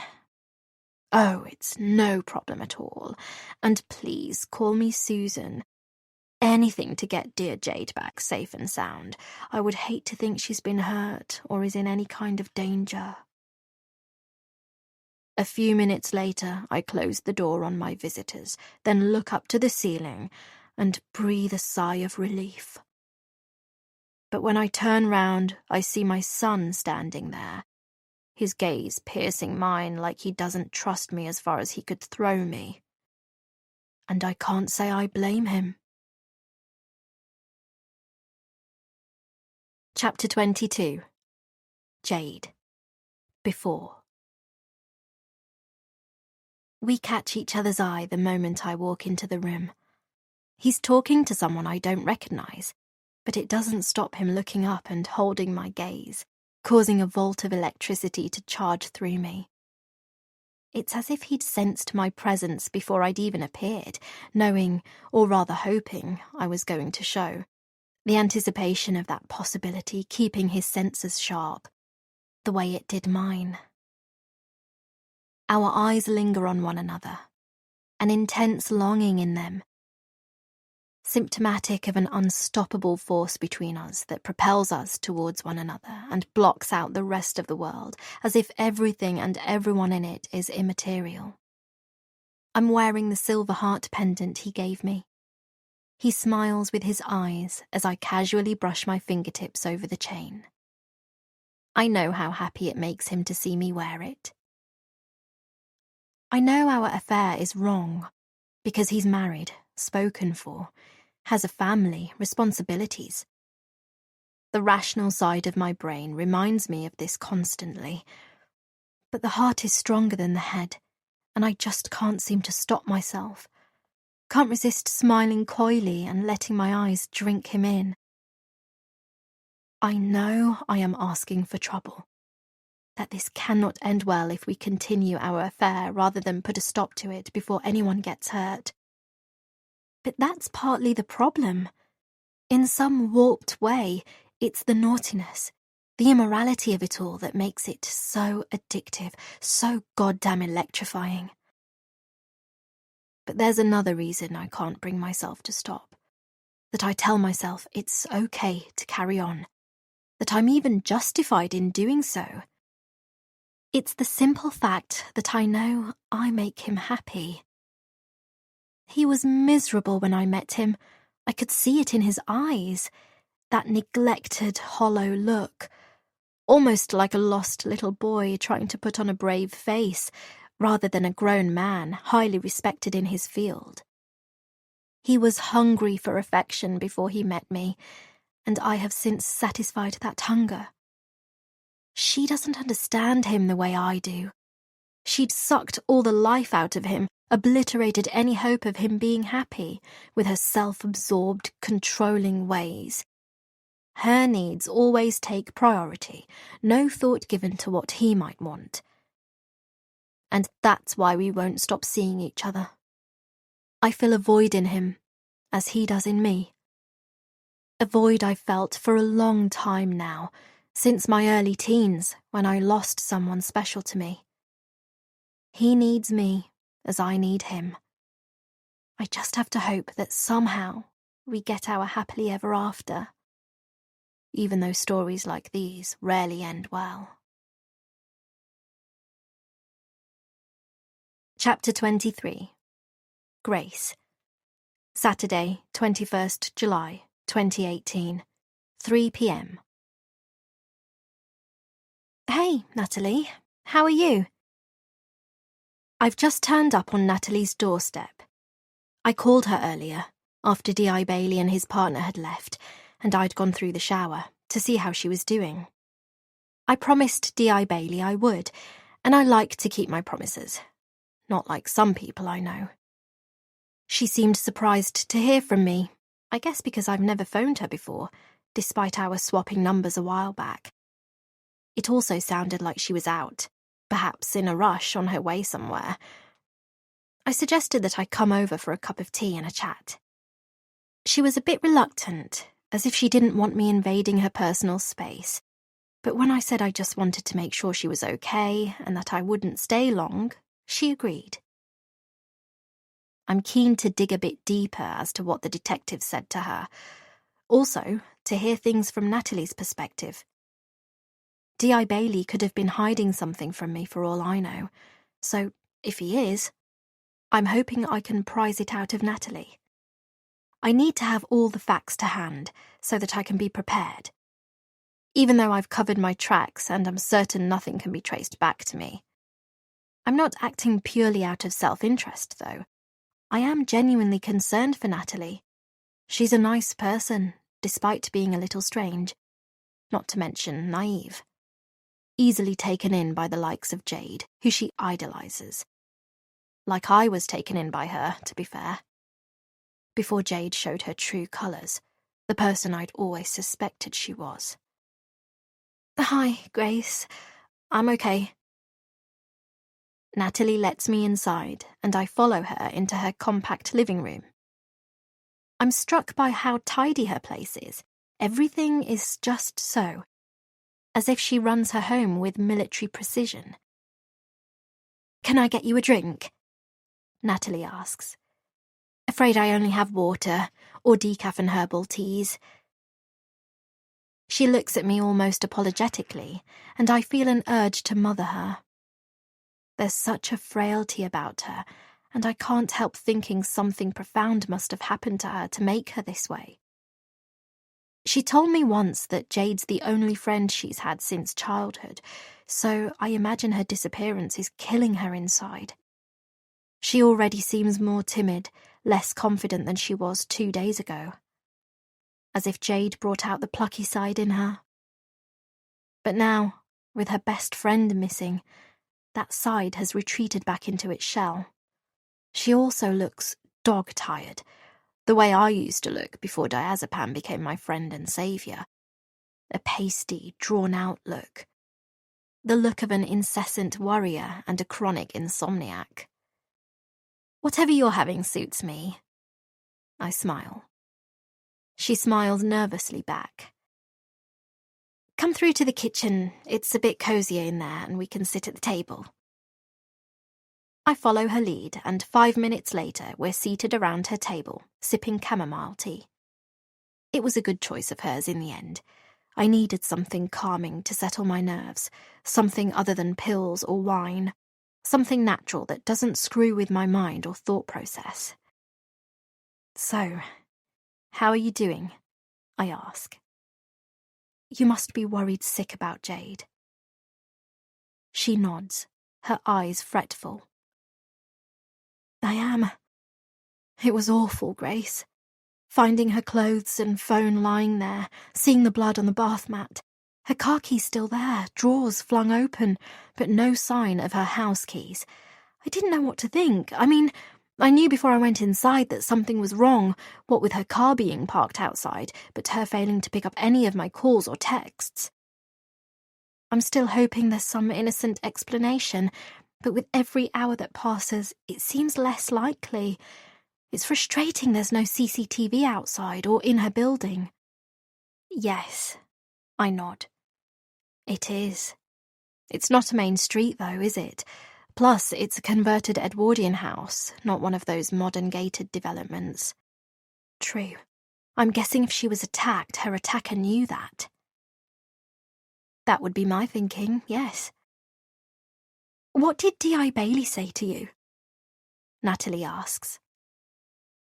I relay the gist of our conversation, then say, "And you? What exactly did you tell him?" Just that Jade had seemed preoccupied on Wednesday, like something was troubling her, and... And what? Look, don't think I'm a bad person or anything. Christ, what's she going to say? I could never think that. I swallow my fear and smile sweetly, affectionately placing my hand over hers. I told them I didn't think Martin seemed that bothered. I'm shocked and a little cross with Natalie, despite feeling sorry for her. Martin's a lovely guy, and I know for a fact he's got nothing to do with Jade's disappearance. How could she cast him in a bad light, lay the finger of suspicion on him? Why would you mention that? I watch Natalie chew her bottom lip, nervously turn her mug anti-clockwise. Because he's in love with her, I'm sure of it. But she's never reciprocated his advances, and I think his ego's taken a bruising. A burning sensation fills my guts, a feeling like I've been here before. What is it with Jade and men? Why do they seem to be drawn to her, like bees around a honeypot? I chuckle lightly. You sure you're not letting your imagination run away with you, Natalie? She looks at me crossly, like I've offended her, her gaze steely. No. I've seen the way he looks at her, and it's obvious how uncomfortable it makes her feel. And did you tell the police this? No. She shakes her head.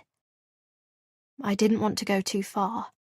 Wanted to wait until a bit more time's passed before I say any more, even though, in doing so, I may be endangering Jade. Look, I'm sure you're not. Martin's a decent guy. He wouldn't do anything stupid or reckless. He's got too much at stake, too much to lose. Natalie appears to think on this. I guess, she mumbles. And let's face it, there are probably a number of guys miffed at Jade. How do you mean? How do I mean? I repeat. I mean, she's gorgeous. I bet she's broken 1,000 hearts. Guess that's true. Natalie nods, sipping her tea. I'm almost sure it is. I pause, wonder if I might be pushing things a bit with my next question, but in the end, can't resist asking. She must have mentioned someone special to you, though, surely. With you being good friends and all. Must have talked about current boyfriends and previous flings, too. Perhaps from her time in Southampton. That's where she lived before, right? Natalie patently clams up at this question, like I've hit a sore spot. It's telling. Indicates to me that she knows more than she's letting on, especially as she can't seem to look me in the eye. But more importantly, has she told the police anything significant? Natalie? I press. No, she hasn't. She again fails to make direct eye contact. Jade's very private in that respect, and I've never liked to pry too much, either into her current love life or her past. She told me once that she looks upon her time in Southampton as almost another lifetime, one she's completely moved on from. Relief washes over me, and a little anger, but I try not to let it show. Mask my feelings by sipping my tea. I move on, making sure I continue to appear interested in Jade's welfare. But who would want to hurt her, do you think? The police don't seem to think it could have been a random attacker because nothing was taken, which means it has to have been someone who knows her, has some gripe with her, wouldn't you say? Natalie nods. Yes, I agree. It has to be. Which is why I'm thinking a boyfriend, past or present, or someone she's been seeing on and off. A crime of passion, perhaps? Yes, perhaps. Having steered Natalie's mind to this possibility, I ask the one question that's been playing on my mind since I got here. Did they find anything else at the flat? Natalie frowns. Like what? I shrug my shoulders. I don't know. Anything, I guess. They'll want to check her laptop, phone, all that kind of stuff, won't they? Natalie doesn't say anything for a while, and this unnerves me. Then finally, she looks me in the eye and says, Yes, I'm sure they're probably still checking all that as we speak. They did say they've not found anything telling on her mobile. I inwardly sigh with relief. Apparently there was a call made to her landline on Wednesday night from what appears to have been an unregistered mobile that wasn't stored in her contacts. When the police tried it, it was out of service. Odd. Perhaps it was a scam caller. Yes, Natalie nods. I guess that's possible. Anyway, it's not even been 24 hours since they started searching her place. They may yet find something relevant. True. She pauses, then says, There was one thing. Oh, what's that? D.I. Bailey's assistant mentioned they found a diary. My heart skips a beat. A diary? Yes. He said they have someone going through it now. Said D.I. Bailey would let me know if they find anything potentially useful. Great. I tell myself not to panic.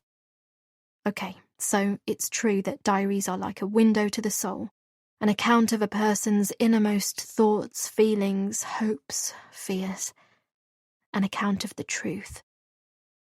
But other than a minor altercation at the start, Jade and I have got on since we first crossed paths at the club.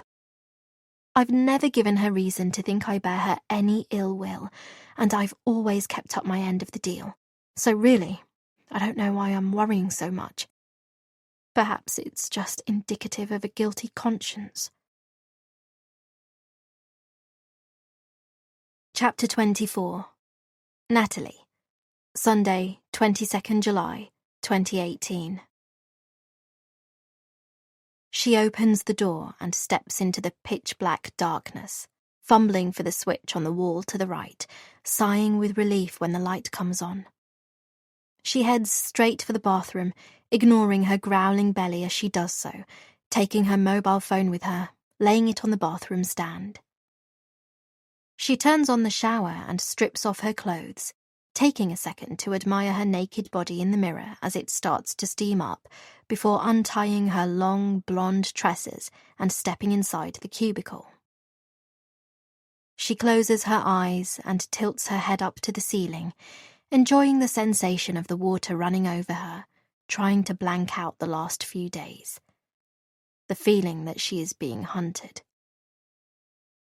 She hears nothing but the sound of the powerful jets rebounding off the cubicle's tiled floor. Not the bathroom door opening, nor the footsteps approaching, nor a voice saying, "Filthy bitch," under its breath. But she does hear the cubicle door crashing open, her attacker repeating the same vile words, and with that, her fear is so great she cannot find her voice to try and save herself. No one will hear her. And very soon, she hears nothing at all. I wake up with a start, covered in sweat, gasping for breath. It was a dream, I tell myself. Just a bad dream. My worst fear playing out inside my head. I haven't dreamt this vividly since I was 13, when the doctors prescribed a low dose of lorazepam because my sleepwalking had got out of control. After what happened at Kath and Brian's, then being parted from my brother, I started roaming Estelle and John's house 2, sometimes 3 times a night. Although I never hurt anyone, they worried I might do some harm at one point, either to myself or to others. The pills helped initially, helped me sleep, got me into more of a settled, regular pattern, until counselling and other more natural treatments and techniques helped me to completely overcome the disorder. I remember dreaming of my mother while I was on the pills, watching her die in front of me, holding her frail hand which would gradually slip away into a dark abyss. I remember the recurrent nightmare of my father beating me, coming to my bed, touching me. Of Kath locking me in the basement, cajoling me, calling me fatty, telling me I was a crybaby and that I had better shut up if I didn't want another beating. All of my dreams had felt so real because they had represented my worst nightmares. Just like now, I'd wake up in a cold sweat, crying for my brother who was no longer there to comfort me. Just as I have no one here to comfort me now. I glance at my bedside clock, which, to my dismay, reads 5 a.m. I had so wanted to sleep through till 7, but I guess it's the stress stopping me from doing so. Even pills appear to be no match for my anxiety. I prop myself up on my left side and reach for my glass of water on the bedside table. I take a greedy gulp, my heartbeat gradually becoming less erratic as the liquid swims down my gullet and cools my overheated body. Despite luxuriating in a warm bath an hour before taking to my bed last night, I had still felt on edge, felt sure sleep would not come easily to me. That, along with the fact that I still have no idea if I've started sleepwalking again, meant I thought it best not to risk things, especially with an investigation into Jade's disappearance underway. I'd wanted to ensure I got a proper night's sleep so I could face the next day with a clearer head, try to regain the control I've taken years to attain over my turbulent life. I'm certain my anxiety is why I dreamt of Jade driving home in horrendous weather on Thursday night, of her being attacked in the bathroom where I found her clothes and mobile. Her disappearance is consuming me now. My imagination running wild thinking about the possible course of events based on what I found in her bathroom not 48 hours ago. And is it any wonder that my worst fears should haunt my dreams? That I should hallucinate so vividly, especially having taken a medicine which is known to cause such side effects? That's what I tell myself anyway, although there's a part of me that wonders if there's another reason my dream felt so real. Another reason I saw her movements on Thursday night in my dreams so clearly, and that I heard the venomous words spoken by her attacker, filthy bitch, as if I'd been in the room myself. Words spoken by someone who considered Jade to be easy, a flirt, someone who resented her messing around with a married man, someone envious of her beauty, someone angry with her for treating others with seemingly little regard for their feelings. They are words that could so easily have been uttered by any number of people. But do I dare to consider myself one of them? I shake my head, attempt to brush the thought aside, tell myself to lie back down and shut my eyes, try to drift off again. But it's no use. I'm too frightened to, lest the dream returns to haunt me.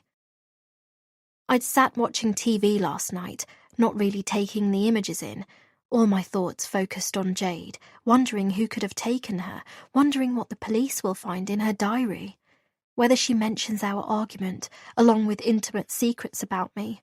Secrets I told her in confidence about my childhood, my foster parents, about Jack, and which pertain to my history of violence. The police will automatically see me as someone who can't be trusted, someone unstable who could easily have lashed out at her best friend after arguing with her, feeling let down by her. As I'd sat there and considered these possibilities, my mind had gone into overdrive, imagining them questioning me about my argument with Jade, about my past, leading them to perhaps speculate that I attacked Jade without even knowing I had done so. My heart tells me I didn't, that I loved her too much to have done such a thing, despite her cutting comments. And so, if my instinct is right, and that is the case, I can't just lie here and do nothing. I need to take the bull by the horns and do some digging for myself before suspicion falls squarely on me. Chapter 25. Susan. Sunday, 22nd July, 2018. Grace, to what do I owe this pleasant surprise? It's 1:30 p.m. on Sunday afternoon, and fortunately for Grace, I've just got home from an early brunch at the Bingham in Richmond with some of the women I invited to be part of a little book club I started up a few months ago. I quite like reading, but sadly lack the patience for it, so, in truth, I do it more for the socializing than the culture value. We're much more into commercial fiction than Booker Prize winners, more the 50 Shades than Midnight's Children kind of readers. We want something page-turning and gripping, preferably with a bit of steamy sex thrown in for good measure. 6 menopausal women aren't particularly interested in highbrow literary fiction. We want something to distract us from our dull lives, our erratic hormones, something juicy, shocking even, something we can sink our teeth into and devour late into the night when sleep proves elusive. So really, my club is a chance to gather a band of well-to-do peri- and menopausal women, all experiencing similar issues in their lives, all at that no-man's land stage as the kids go off and you find yourself in a big, empty house with no idea what you should be doing with your time now that you're past the higher ability stakes. Of course, a woman's inability to make any kind of rational choice about her life going forward is not helped by the fact that night sweats, insomnia, and a gradual increase in forgetfulness render such a decision nigh on impossible.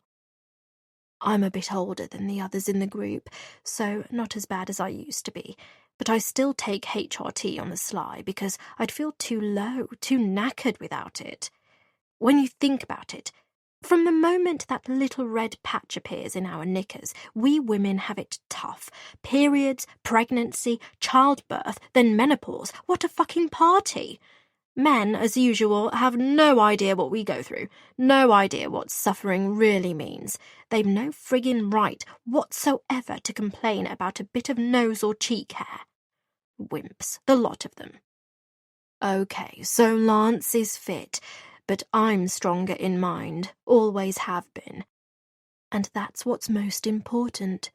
Willpower can move mountains, having that drive to achieve a means to an end, whatever the cost. Come through, I say.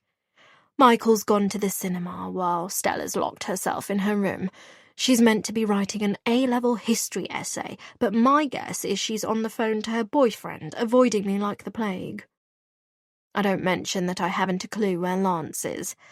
I grin, just to make light of it, even though inside I'm not smiling. Grace gives me one of her classic half-smiles. It's a bit weird, her turning up unannounced, especially on a Sunday, what with her kids at home, and so I'm thinking whatever she has to say must be rather important. And something tells me it's linked to Jade's disappearance. Jim was okay with you dumping the kids on him? I ask. She gives a nervous chuckle. Yeah, they're growing up now. Less trouble than they used to be. Both have homework to be getting on with.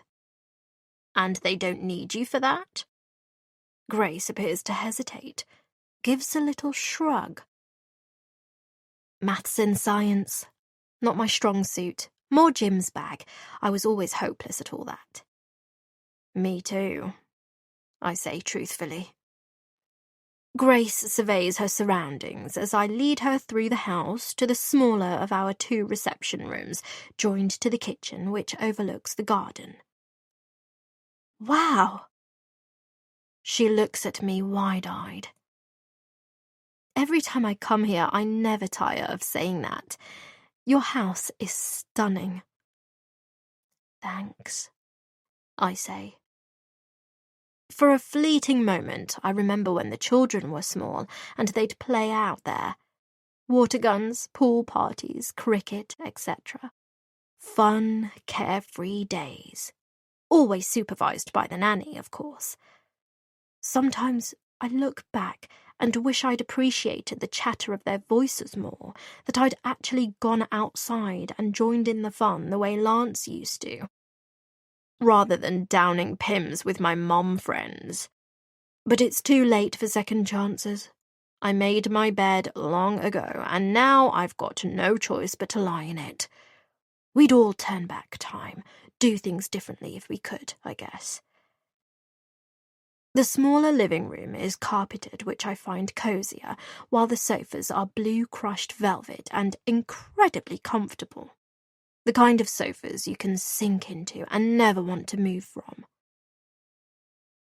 I'm sure yours is too, only I wouldn't know because you've never invited me.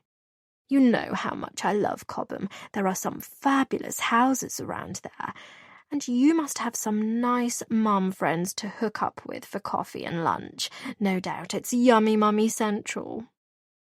Too much? I can't help it. It had to be said after a year of biting my tongue. I settle my gaze on Grace.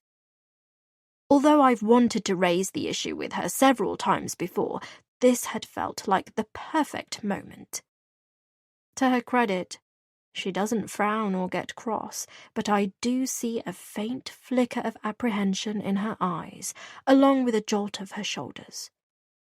Clearly my comment has rattled her, and I haven't a clue why. "Oh, I would have you over," she says. "But it's a bit of a trek for you, and I'm not sure the mums would be your cup of tea. They're a bit ditzy, to be honest, more like wags than the intellectual women you socialise with, which I guess isn't a surprise given the number of footballers who live in the area." A chuckle. "Plus, Jim's so funny about noise in the house when he's trying to work." I secretly love the fact that she refers to my friends as intellectuals, even though in saying this, it's clear she doesn't know me or the women I socialise with at all. Either that or she's using obsequious flattery as a means to fob me off. That's the thing with Grace. She's not easy to read. "Even as a one-off?" I say almost incredulously. I know Lance wouldn't give two hoots, but then again, he's out most of the day. This Jim sounds like a right royal tyrant. For fuck's sake, I wasn't proposing a rave through to 3 a.m, just coffee. I invite Grace to sit down next to me on the sofa, but then, having realised I haven't offered her any refreshments, quickly spring up again to go and make us a pot of tea. I'm back within 5 minutes, along with a tray of shortbread, and waste no time in getting down to business. "So, I get the feeling this isn't just a social call. Is it to do with Jade's disappearance, by any chance?" Grace picks up her cup and saucer and languidly stirs her tea with a spoon, as if to give herself extra time to think about how best to phrase her response. "Yes," she finally replies. "The police came over to the house yesterday morning. Spent quite a bit of time asking me questions about Jade and my relationship with her. Whether I had any idea who might have wished her ill, or noticed anything up with her of late." Her eyes fix on me like she's trying to read my mind, making my heart tremor. "And you said?" I say. I said I had no idea at all. That from what I can tell, she's popular with both the staff and the clientele, and as we don't know much about her background, there's not much else I can be of help with. I did say Natalie's probably the best person to ask, what with them being good friends and all, and the fact that they socialise outside of the club. Phew. Yes, indeed, that's exactly what I said. The police mentioned you didn't think Jade looked particularly out of sorts during Wednesday's class. I'm glad I'm not the only one. I thought the same. I don't know what Natalie's banging on about, but, as you say, she's a good friend of Jade's, and perhaps she knows things we don't. I'd love to know what they are, though. One thing in particular. Me too. I did ask Natalie yesterday what she and D.I. Bailey talked about, whether she had any idea what the police have found so far, tried to prod her a bit on Jade and her past. My ears pricked to attention. You went to see Natalie at her place? What was it like? Very neat and organised. Why am I not surprised? She has this planner on her kitchen wall I couldn't help but notice. I think she ticks various items off as she goes through the day, keeping track of her movements for some reason. I frown. That is odd. Why would she feel the need to keep a checklist of what she's done? Either she has a bad memory, or it's tied up with this OCD thing she has going on. You must have picked up on it. Grace nods. Yes, it's hard to miss. Anyway, you asked her what the police have found so far. Anything on Jade's phone? No, nothing on there, apparently. There was a call made to her landline on Wednesday night from a mobile that didn't appear to be programmed into hers, but when the police tried it, it was out of service. Ah, the beauty of the burner phone. Must have been some scam caller, I say. Yes, maybe. They did find something, though. Oh? Grace puts down her cup, looks at me with her deep-set eyes. A diary. I almost choke on my tea. I don't know why it hadn't occurred to me, but I guess I never imagined someone like Jade to be the type to keep a diary. Me prejudging people as usual. I try not to let my worry show. Gosh, I wonder what she writes in there.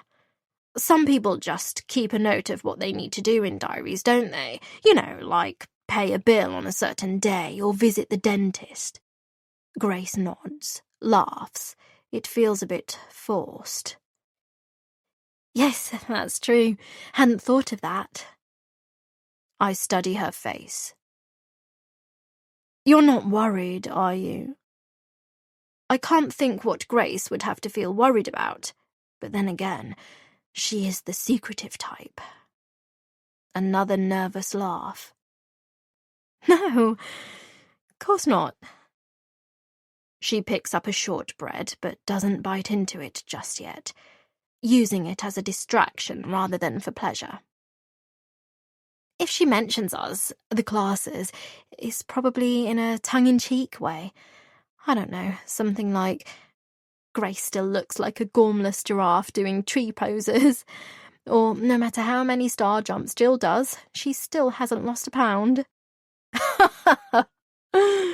Good one. We both laugh heartily, while inside I pray to God that Grace is right.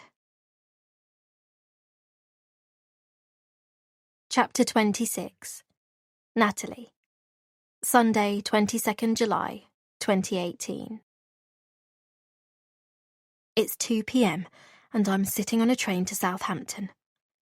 Facing forward in a two-seater row, my bag my only companion, my gaze scarcely leaves the window as the changing scenery flies by, ranging from lofty high-rises and dense clusters of houses to sparser, greener landscape, while more passengers get on and off at various stops, families out on day trips, noisy teenagers moving in packs, solitary travellers like me, some chatting with strangers, some with their noses buried in books, some listening to music, some just staring into space. The latter is also me, as I contemplate my purpose in trekking 70-odd miles to visit Jade's former flatmate, Megan Stanley. I know they lived together for 9 years, first as students, then having landed their first teaching jobs following a gap year spent travelling. Jade soon after realising that teaching wasn't for her and retraining as a fitness instructor. But that's all I know, and so I'm hoping Megan can tell me more, fill in some gaps. I think back to maybe 6 weeks ago, when Jade came round to mine after a Friday night class and we'd ordered a Chinese. She'd told me then about Megan, with whom she'd shared a flat in a development near the waterfront overlooking the River Itchen. She'd even given me her address. I'd thought it a bit strange at the time, seeing as that part of her life was behind her, but she'd said that Megan was a friend she could trust, and that if I was ever in trouble and something happened to her, I should call Megan. It makes me wonder whether, even back then, there was something bothering Jade.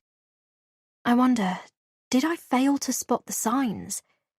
Did I mistake Jade's curtness with me for something else that was weighing her down but which she couldn't risk telling me about? Did I fail her as a friend?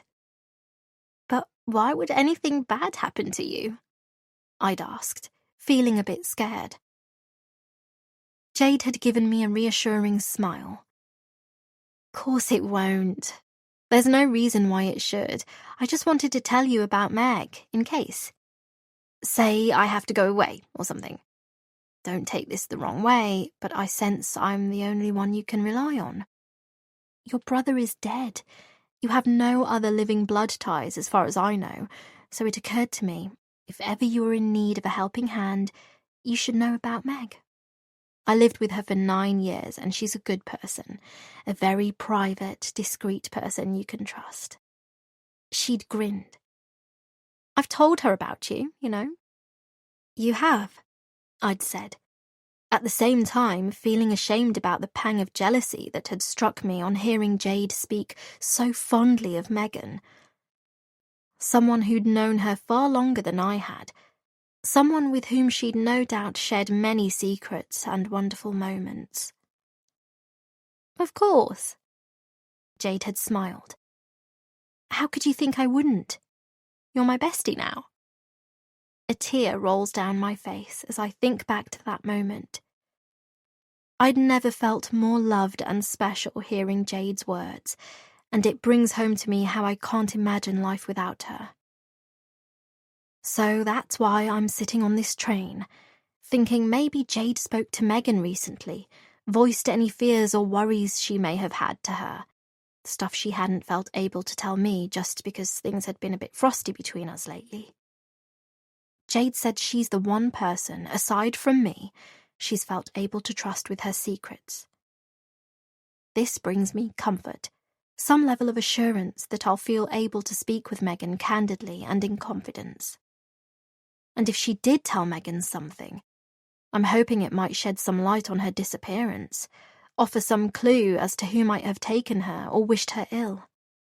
Alternatively, some trouble she may have got herself into. Perhaps an argument she'd had with him. The police still haven't made Jade's disappearance official, but they will soon, and I can't help wondering what he's thinking. Whether he's worried about her, assuming he's tried to get in touch and realised she's missing, or whether he's deliberately keeping his head down, more worried for himself and what the police might find. For all his faults, I still can't believe he's behind all this. He'd be risking too much. After a time, the train pulls into Southampton Central Station. As it's the tail end of summer and a brighter day than of late, there's quite a crowd pouring onto the platform, no doubt seeking some last-minute coastal sunshine, and it takes me a while to navigate my way out of the station and find a taxi. Having hailed one, I give the friendly cabbie the address, and before long we pull up outside the gated development where Jade once lived with Megan. I'm cursing myself for not ringing ahead. There's a porter's lodge adjacent to the gate, and there's no way the guy manning it is going to let me in without first speaking to Megan. What if Megan's away, and I've made all this effort for nothing? I pay the driver, then get out of the cab. It's the middle of the day, so she may well be out, but it's also a Sunday, and Jade mentioned Megan works long hours at the university, so enjoys relaxing at home on the weekends. I saunter up to the porter's lodge, put on my best smile. I'm here to see Megan Stanley. I'm expecting a surly look, followed by a grilling, but to my surprise, the porter is both friendly and apologetic. I'm sorry, love, but Meg popped out an hour ago. Not sure where she was off to, as it's unusual for her, being a Sunday and all. But you may have a weight on your hands. Was she expecting you? My heart sinks. I have come all this way for nothing. I'm just contemplating how to respond when the porter's face lights up. Well, what do you know? There she is, coming through now, laden down with shopping. Meg, love, did you not think to take the car? There's someone here to see you. I swivel round to see a petite brunette standing there. She's carrying 2 bags of groceries, one in each hand, and looks a bit flustered with the load, but still manages a smile. Thanks, Jerry, but I fancied the exercise. She looks at me directly. Can I help you? I'm Natalie Marsden, a friend of Jade's, Jade Pascal. Jade said she'd mentioned me to you. The smile becomes broader. She sets down the shopping and offers me her hand. Yes, she has. Oh, it's so lovely to meet you. Jade's told me so much about you. A warm feeling floods my insides as she says this, but at the same time, it makes me tearful. Megan looks aghast. She comes closer, puts her hand on my shoulder. What's wrong? Has something happened to Jade? Her brow creases with concern as she says this, and I feel bad for ruining her Sunday, but I need answers, and I'm hoping Megan might have some. I can barely look her in the eye as I say, she's missing.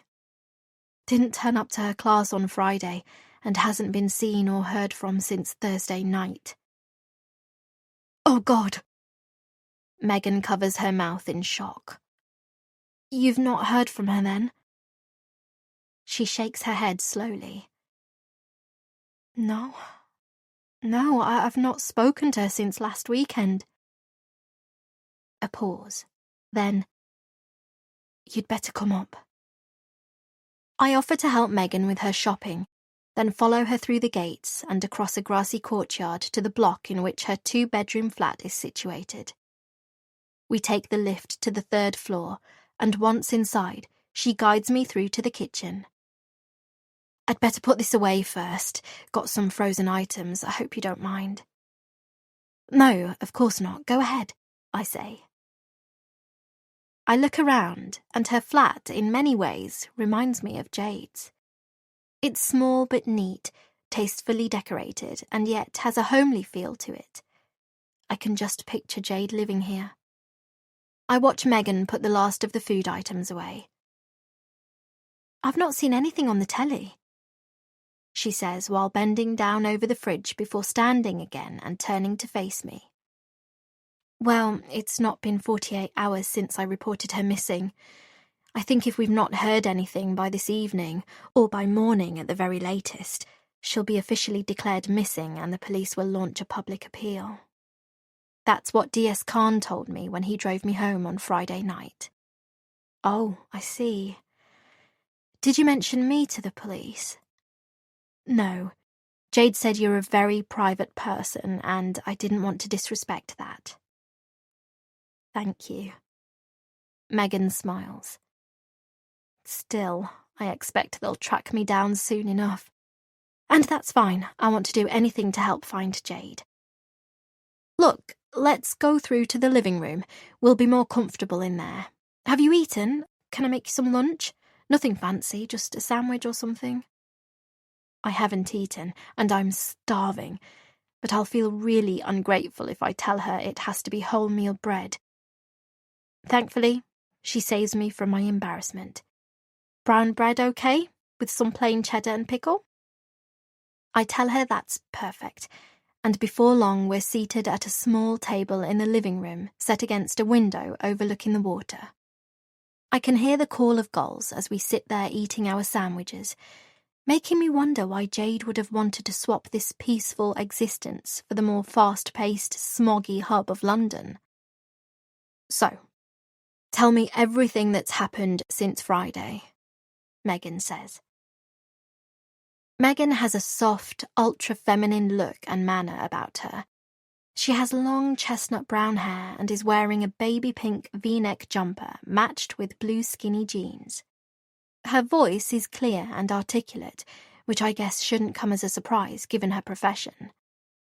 I proceed to relate all the facts so far, omitting the bit about me not sleeping well and my history of sleepwalking. I don't know if Jade's told her about the latter. I'd be upset if she has, as I told her in confidence, and see no point in bringing it up. I also don't want word getting back to the police, although I'm still none the wiser as to whether Jade mentioned it in her diary. I mean, there's no reason she should have done, but I can't be certain.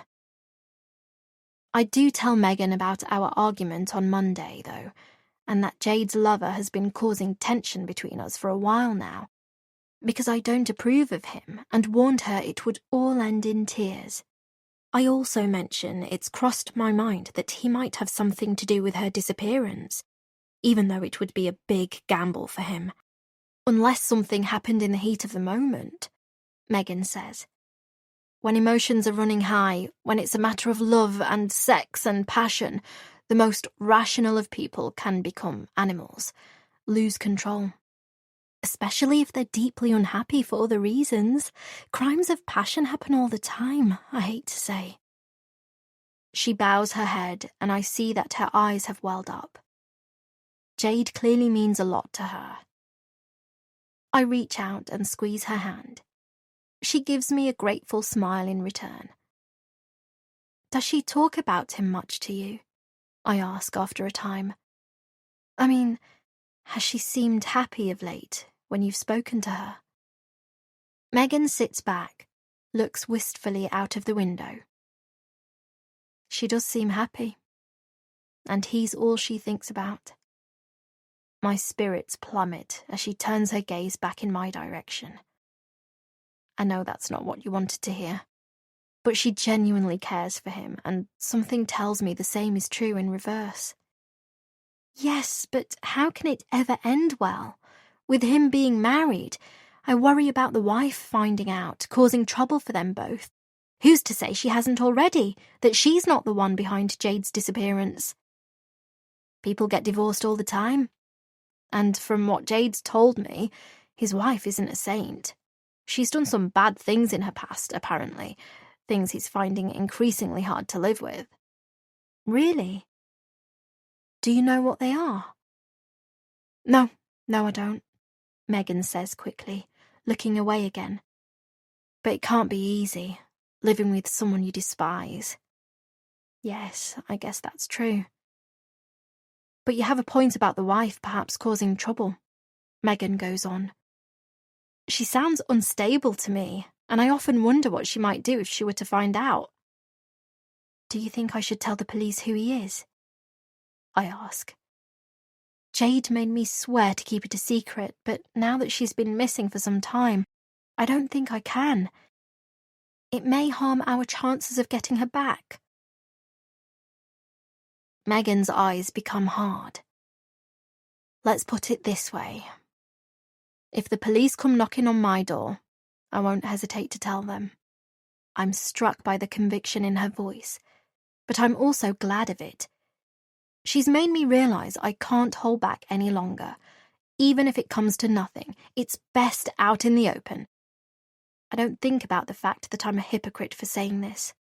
A hypocrite for not mentioning to D.I. Bailey that I've not been sleeping well, that Jade and I had an argument, that I have a history of being violent in my sleep. Okay. I won't hold back any longer, for Jade's sake, I assure Megan. Hopefully the police will be discreet until they know for sure whether or not he's got anything to do with her disappearance. I wouldn't want there to be any unnecessary collateral damage. That's always been my worry about revealing his identity, aside from my promise to Jade to keep it a secret. Megan smiles, seems relieved, then adds, that aside, Jade has generally seemed fine to me, still enjoying her classes, putting the bad memories behind her. I immediately tense.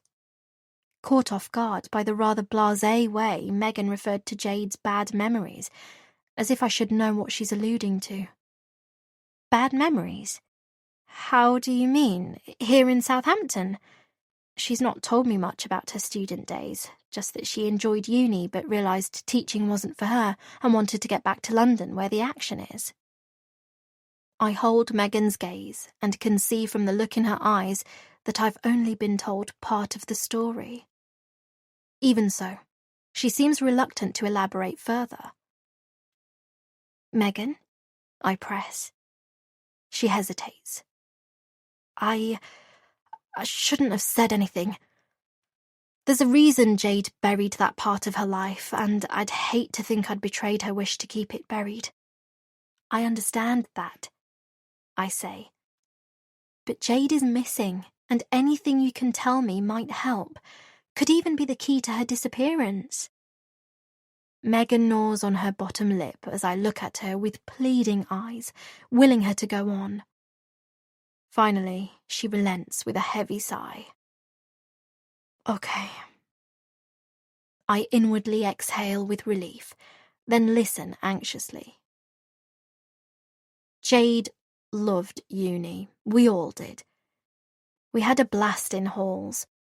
But after that, Jade's life became a bit more complicated. How do you mean? Another laboured sigh. I'm guessing Jade told you the reason she became a fitness instructor was because she realised teaching wasn't for her after she got a placement at a local school. I nod. Yes, she did. Why? Isn't that the case? No, I'm afraid not. Jade loved teaching. She loved helping kids, making a difference. She wanted a job in a state school, wanted to help less fortunate kids. But you can't be too picky these days, can you? Not a lot of jobs came up by the time she'd qualified. And her tutor at uni encouraged her to apply for a post at Dashwood Boys, a private school on the outskirts of Southampton. Jade took his advice, got the job, and loved it. I'm puzzled. Why on earth would Jade tell me that she realised teaching wasn't for her? She did? I say. Yes, I think it meant a lot to her to be the teacher she never had at school. Maybe she told you she was picked on at school by her head of PE, bullied for want of a better word. I nod. She was a nasty piece of work by all accounts, but, ironically, it was she who spurred Jade into teaching. So what went wrong? I ask. Why did she give up teaching and retrain as a fitness instructor? Did something bad happen? Is that the real reason she left Southampton? Not for the first time. Megan hesitates. I don't blame her. I'd be the same, afraid of breaking my best friend's trust. But I impress upon her that this could be a matter of life or death, and it does the trick. Yes, something bad happened. Jade had an affair with a teacher at the school. He was married. Not another one. It's all I can think as Megan drops this bombshell. What is it with Jade and married men? This guy was... how can I put it? He wasn't only after sex, in the throes of a midlife crisis like a lot of men are. His marriage had been on the rocks for some time, and he was lonely and desperate for affection. After a lot of mutual flirtation, countless looks across the corridor, in staff meetings, you know how it is, he texted her, asked if she wanted to have a drink sometime. She knew it was a strict no-no, but what can I say? It's hard to reason with attraction, and she couldn't say no. I can hardly believe what I'm hearing, and it makes me wonder what other secrets Jade might have kept from me. I'm cross she didn't feel able to tell me, and yet at the same time, maybe she was ashamed of her past, perhaps fearful of how I'd react. So what happened? How long ago was this? It started when she was in her second year at the school. She was 25, as I recall, and it went on for 2 years. Not sure how they hid it for so long. They would meet in secret at low-key bars, hotels, and she fell in love with him, and he with her. She was happy, the happiest I'd seen her in a long time. I think he genuinely loved Jade. She's that kind of a person, isn't she? Easy to like, to fall in love with. He said he wanted to leave his wife for her. And did he? It wasn't that simple. His wife had a history of depression.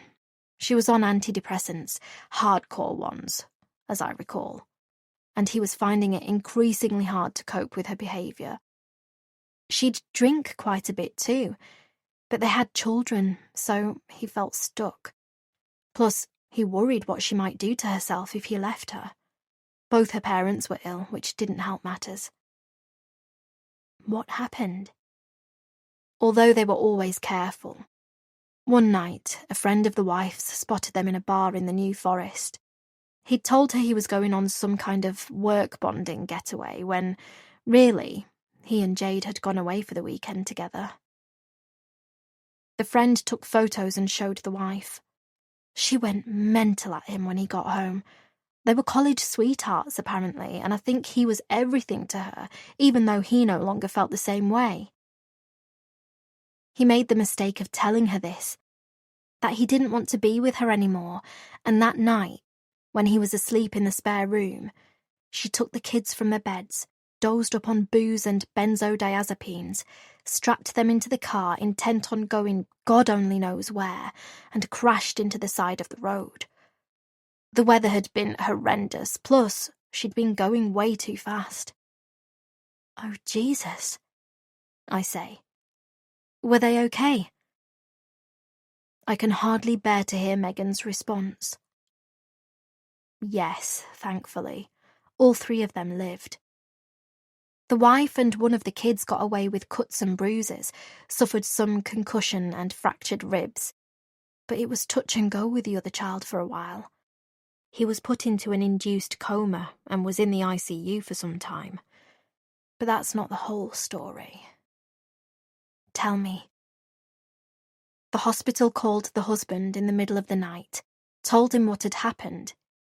He jumped in the car, clearly distraught, wasn't focusing, and by then the weather had turned even worse, causing him to veer off his side of the road and have a head-on collision with a fuel tanker coming the other way. Fuck. What happened? Did he make it? Megan's eyes are suddenly steeped in sorrow. No. The car exploded. He died instantly. The wife was already on antidepressants, like I said, but this was kind of the last straw, and she had a full-on breakdown, spent some time in rehab. Anyway, as you can imagine, the press was all over it in a shot, and Jade's name came out. The other woman who broke up a happy marriage and caused the poor wife to go completely loopy. Jade was beside herself. The guilt almost ate her alive, and she nearly went mad herself. It all got too much for her, and she decided to leave town, make a fresh start. She spent a couple of years back in London retraining as an instructor before moving to Surbiton. Did Jade ever meet the wife? No. Megan shakes her head. She never even knew what she looked like until the crash happened and it made the papers. The husband never wanted her knowing about that part of his life. Didn't want Jade feeling guilty. It's easier, isn't it, to feel less guilty when you aren't able to put a face to a name. But of course, as I said, once the accident happened, it was all over the press. She pauses, then says, "There's one other thing. Jade's real name is Annabelle Richards. After all this happened and Jade decided she needed a fresh start, she changed her name. I feel utterly blindsided and not a little betrayed. I mean, how could Jade have kept something so huge from me when I've told her so much about my past? That said, it's such a ghastly business, Perhaps she blames herself for what happened and couldn't bear to rehash it all. Perhaps she was worried I wouldn't want to know her anymore. No wonder she didn't want to hear me berating her for being involved with a married man. So, Megan says, now you know the real reason Jade left Southampton. You don't think the wife could have something to do with her disappearance, do you? I ask. I assume she's out and about now. Megan shakes her head. I doubt it. Jade's never mentioned coming across her again, but that doesn't mean she hasn't, I guess. I do know she left Southampton just because the press intrusion was so bad, and everywhere she turned she was hounded. She lost her job, of course, and I imagine there were memories everywhere she turned. I can't see why she would bother doing anything to Jade now. Plus, Jade changed her name. She'd be harder to find. Because she blames her for everything she lost? I say. Her children? Her husband? I mean, she wasn't right in the head before all this happened, from what you've just told me. What if she still isn't, despite getting help? There's no telling what she might do. Megan is silent, and it's as if what I just said has hit home with some force. I see fear in her eyes. What were their names, by the way? I say. The wife and husband. I know you're probably trying to protect Jade, the way I have been in not telling the police everything, but if this woman is a possible danger to her, you need to tell me. Megan doesn't answer straight away, her face pensive, as if debating whether to tell me. Then, finally, she looks me in the eye and says, the wife's name was Grace Maloney, and the husband's name was Jim. Chapter 27. Jade. Before. I'm still in denial. Still can't quite grasp the fact that he's gone. Despite his death being splashed across the local news, despite me being pursued by local reporters who'd prostitute themselves for a quote from the other woman. I can't leave the house for fear of being set upon, branded a home-wrecking whore by those who only see what they want to see. Those who know nothing of his pain, the miserable life he'd led with her, the purity of our love. Only last week he was telling me how much he loved me. Now, besides the pendant he gave me, all I have left of him is a voicemail I couldn't bear to delete. I wonder, why does someone up there seem to have it in for me? Why does it feel like I'm destined never to be happy? For some reason, whoever's calling the shots seems determined to take anyone I choose to care about away from me. Is it me? Am I cursed? Megan told me that I need a good cry, need to let it all out. But for some reason, I can't. Perhaps because I feel I don't deserve to cry. He wasn't my husband, after all. He was hers. And perhaps, if he'd never met me, he'd still be alive. I can't stay here. I'll go crazy. And besides, there's no way the school will have me back. They'll want to distance themselves from the scandal as much as possible. I couldn't show my face there again anyway. Not just because of the looks I'd get. I've no doubt both the students and staff would make my life impossible, but because it would be a constant reminder of him. Even though I'm doing myself no favours on that score by continuing to wear his pendant, I just can't bring myself to take it off. I need to get away from here, make a fresh start, in a place where my past cannot haunt me, a place where Annabelle doesn't exist. Chapter 28. Natalie. Sunday, 22nd July, 2018, 6:30 p.m. I'm back home, but I might as well be locked in one of my nightmares. Shock doesn't feel like a big enough word to describe what I'm feeling. I can't believe Grace has been lying to everyone at the club all this time. making out to be married with kids, pretending she has her hands full with a family and job on top of her ailing mother. I wonder if that part is even true, whether her mother having dementia is another fabrication rather than reality, whether she works at all. I intend to find out what's real and what isn't, but right now, that's the least of my worries. What's more puzzling, and what I can't get my head around, is why Jade never said anything. How she and Grace have managed to be civil around each other all this time. How is it that Jade didn't freak out the minute she saw Grace turn up to her first class a year ago? Surely she must have been scared, wondered what the hell Grace was up to. It's clear from what Megan told me that Grace hasn't been right in her mind for some time, and the fact that she's been lying to us all, making up this fantasy world, tells me her time in rehabilitation hasn't helped. Hardly surprising, I guess, given the trauma she's been through. But why did Jade go along with her lies? All this makes me fearful. Fearful of what Grace might be capable of what she might have had on Jade to guarantee her compliance. She'd certainly looked more harried than usual on Friday night when Jade failed to show. Was it guilt rather than worry I saw carved across her face? And now I realise why she was so keen to come round to mine on Saturday afternoon. She was scared of the police finding out about her past and her previous connection to Jade. As for Jade, what happened in Southampton isn't something she could have just forgotten about with a change of name and residence.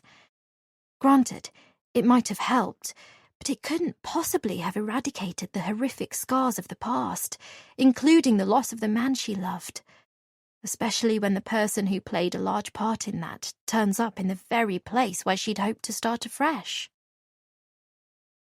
How could either of them stood not to say anything? More's the point. Why did they choose not to say anything? Why keep up this pretense? How could Grace not have wanted to scream blue murder at the woman her husband cheated on her with?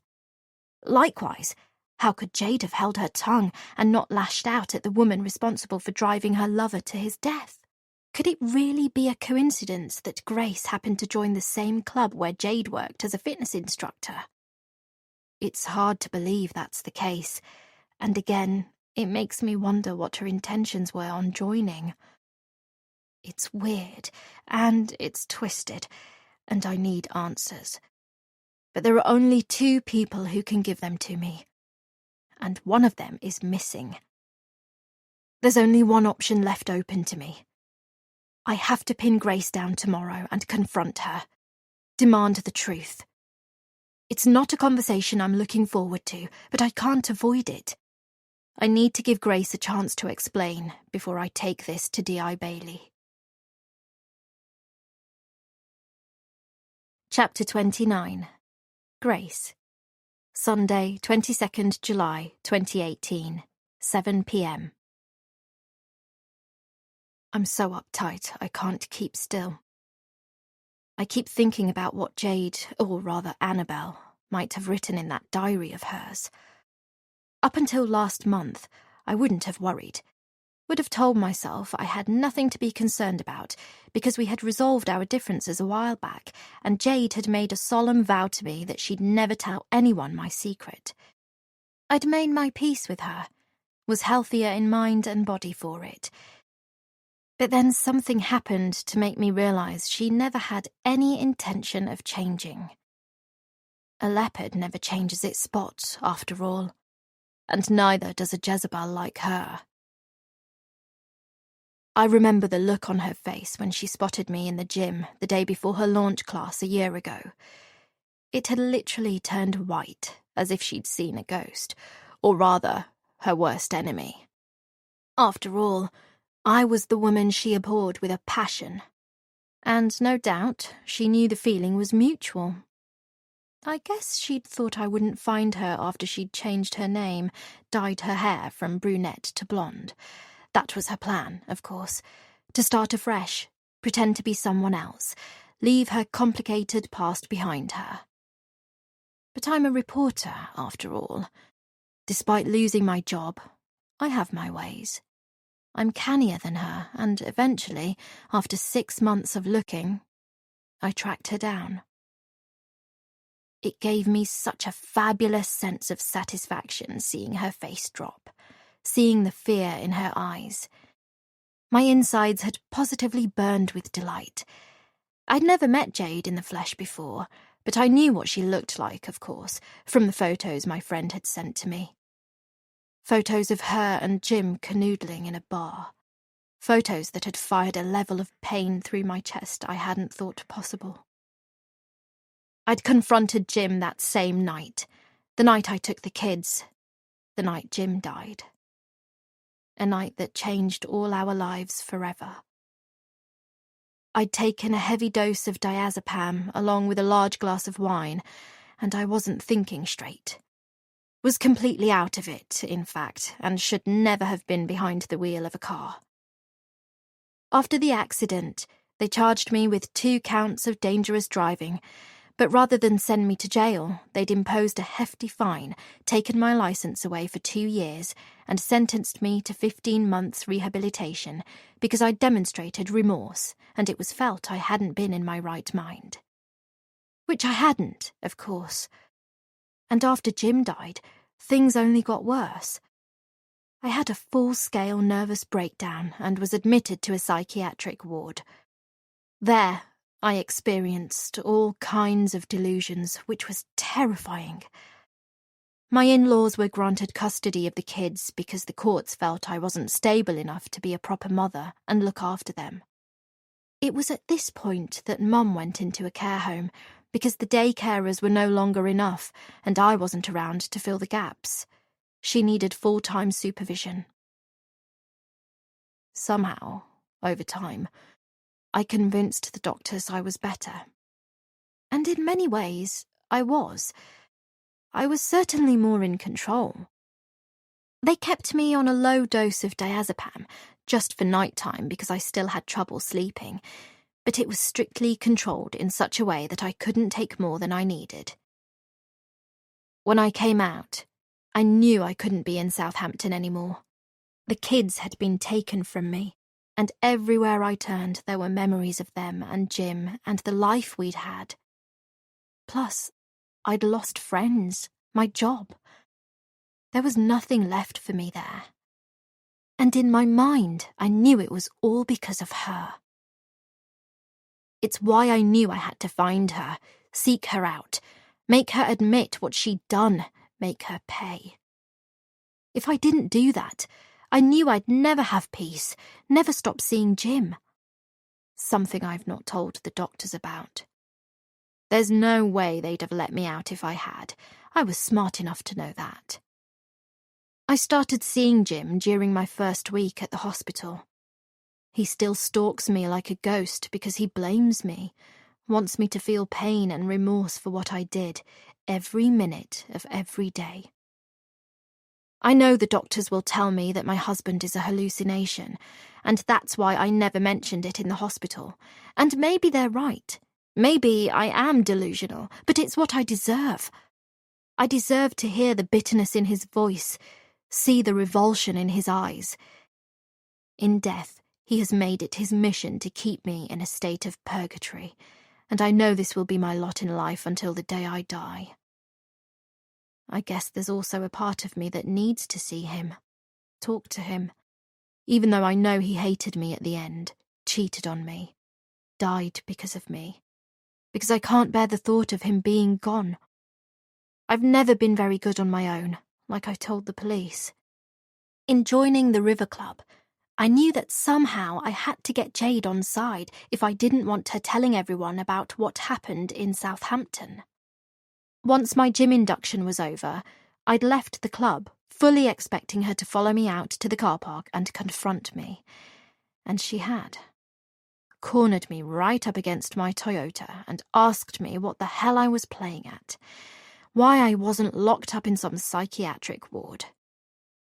Naturally, I'd acted all contrite, burst into tears, told her over and over how sorry I was, that my parents' illnesses had overwhelmed me, that for a long time I hadn't been myself. that that's what depression did to a person, that I had a history of it. Which was true. It's quite common in only children who have a habit of seeking perfection. And that I was overcome with remorse for what I had done. For taking the children, endangering their lives and causing Jim to lose his. All that was true, of course. But I'd also made it clear to her that she wasn't innocent in all of this.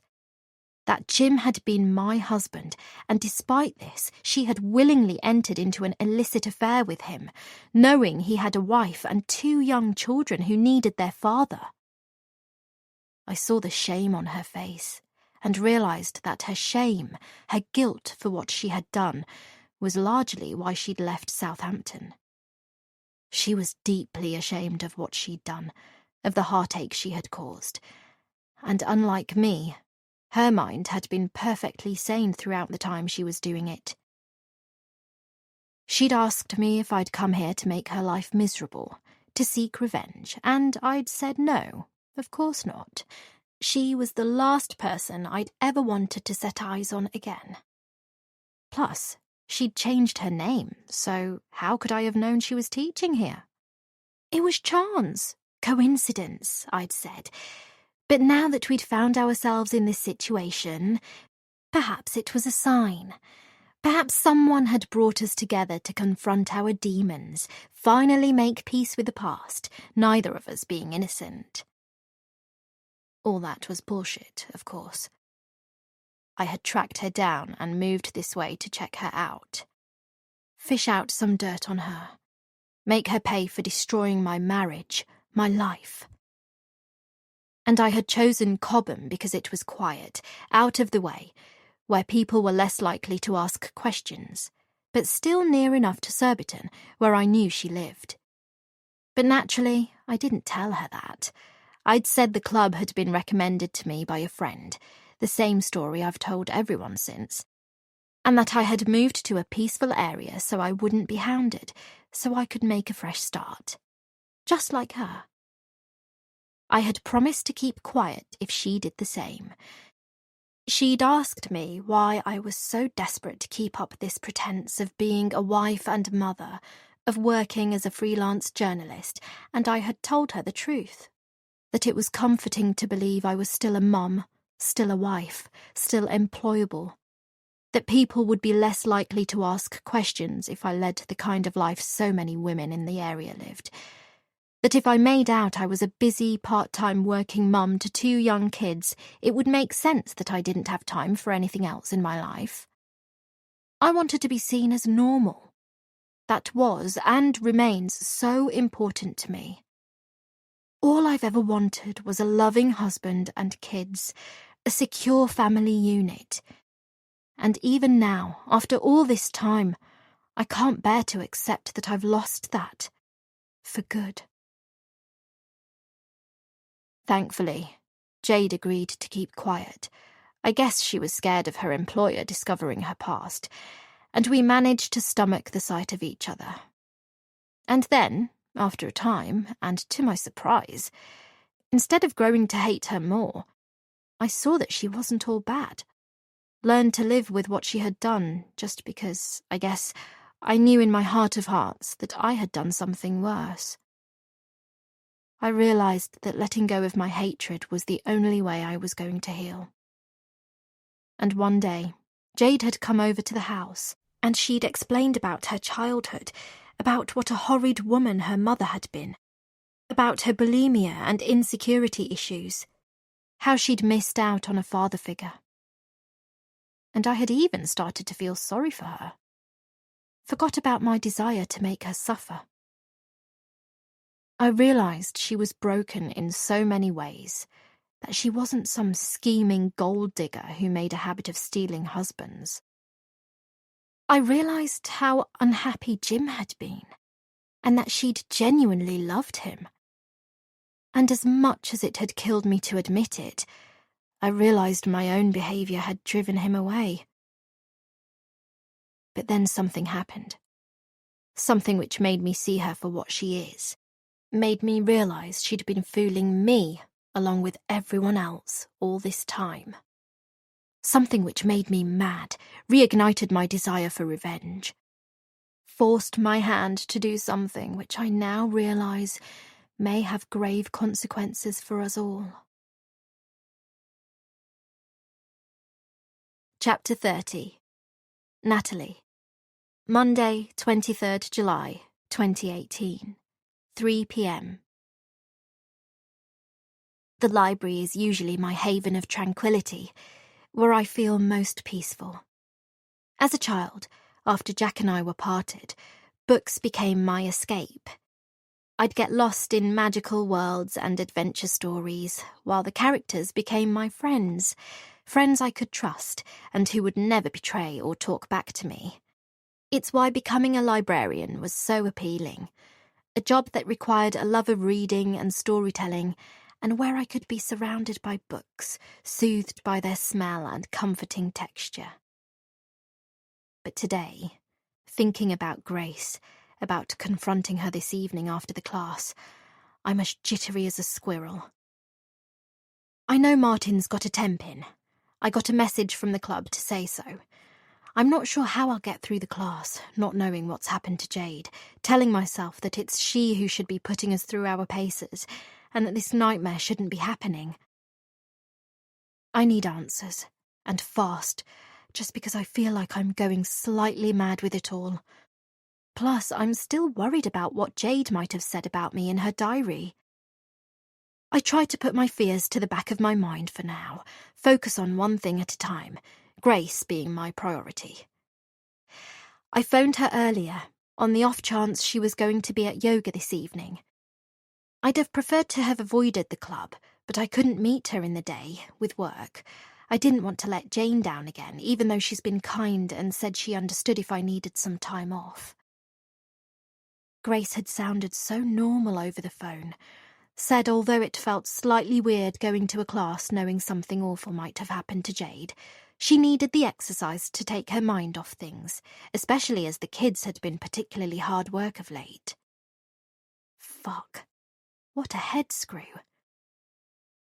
How I managed to bite my tongue and stop myself from saying, "You don't have any kids because you nearly killed them, drove your husband to his death, and yet you go around pretending you're this normal wife and mother," I'll never know.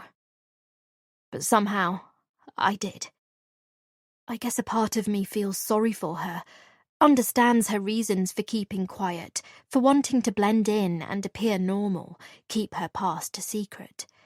Just because it's exactly what I've been doing for the best part of 18 years. Anyway, the phone wasn't the best medium for this type of conversation. I need to look her in the eye, perhaps suggest a drink after the class, and hope to God Susan won't poke her nose in and invite herself along. Not that I don't still have my suspicions about her, too. "Everything all right, Nat? You're staring into space there." Great. It's Sam. Just what I need. She's right, I was lost in my thoughts, but it's also typical of her to comment on it. I wouldn't mind if she did so because she cares, but the tone of her voice is drenched in condescension, and I'm spot on in foreseeing her next remark. "Oh, is it about your friend Jade? Awful business, her disappearing like that." The police went public with Jade's disappearance last night, and it made the front page of the Kingston Guardian. Although she did seem the impulsive type, a bit too big for her boots, if you ask me. I'm suddenly a fuse about to blow. I've never told Sam how close Jade and I have become. No doubt she's been eavesdropping on my conversations with Jane, who I feel comfortable opening up to. How do you mean? Because she stood up for me when you were being rude about my figure and lack of fitness? Sam looks astonished. It's the first time I've answered her back, and it felt so bloody good. Before, I was happy enough in my personal life to be able to tolerate her condescension. But now Jade's missing and my life is in disarray. I can no longer hold my tongue. "What the hell's got into you?" she snaps. You! That's what! I'm not the mealy-mouthed loser you think I am. I'm sick to death of your snide comments, of you putting me down. You're just a librarian, like me. No one cares about you. You're nothing special. You're ordinary. Sam's face has gone red. She looks to be on the brink of tears. Jade's turned my life around for the better. She's the best person I know, and I'm worried sick about her. So don't you dare come out with opinions on stuff you know nothing about. You are nothing compared to her. Nothing! So why don't you just piss off and die? And stop calling me Nats! Only my brother called me that, and he's fucking dead!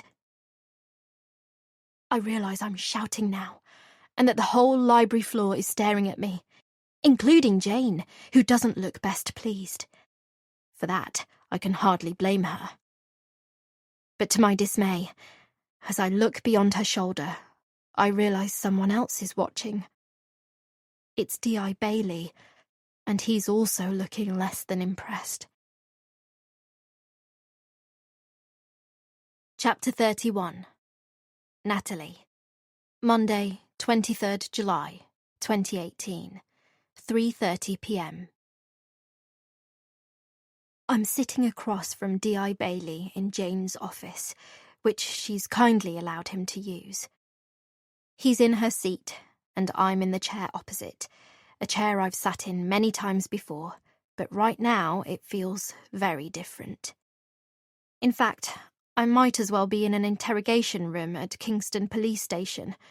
The atmosphere is so stifling I can barely breathe, and while I've not yet been accused of anything, it's like a veil of suspicion is hanging over me.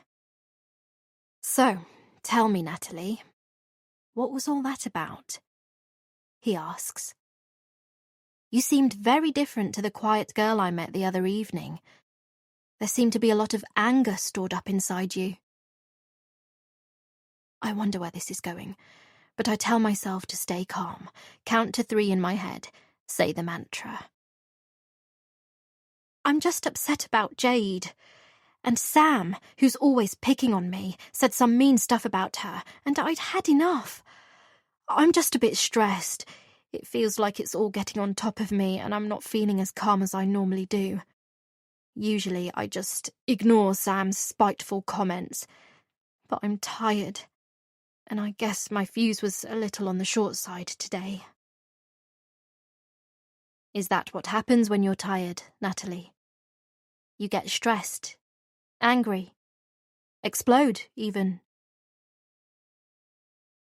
His eyes bore into me.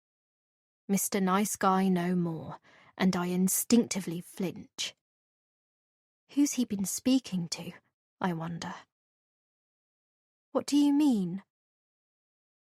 I take it you saw the press conference last night? I did.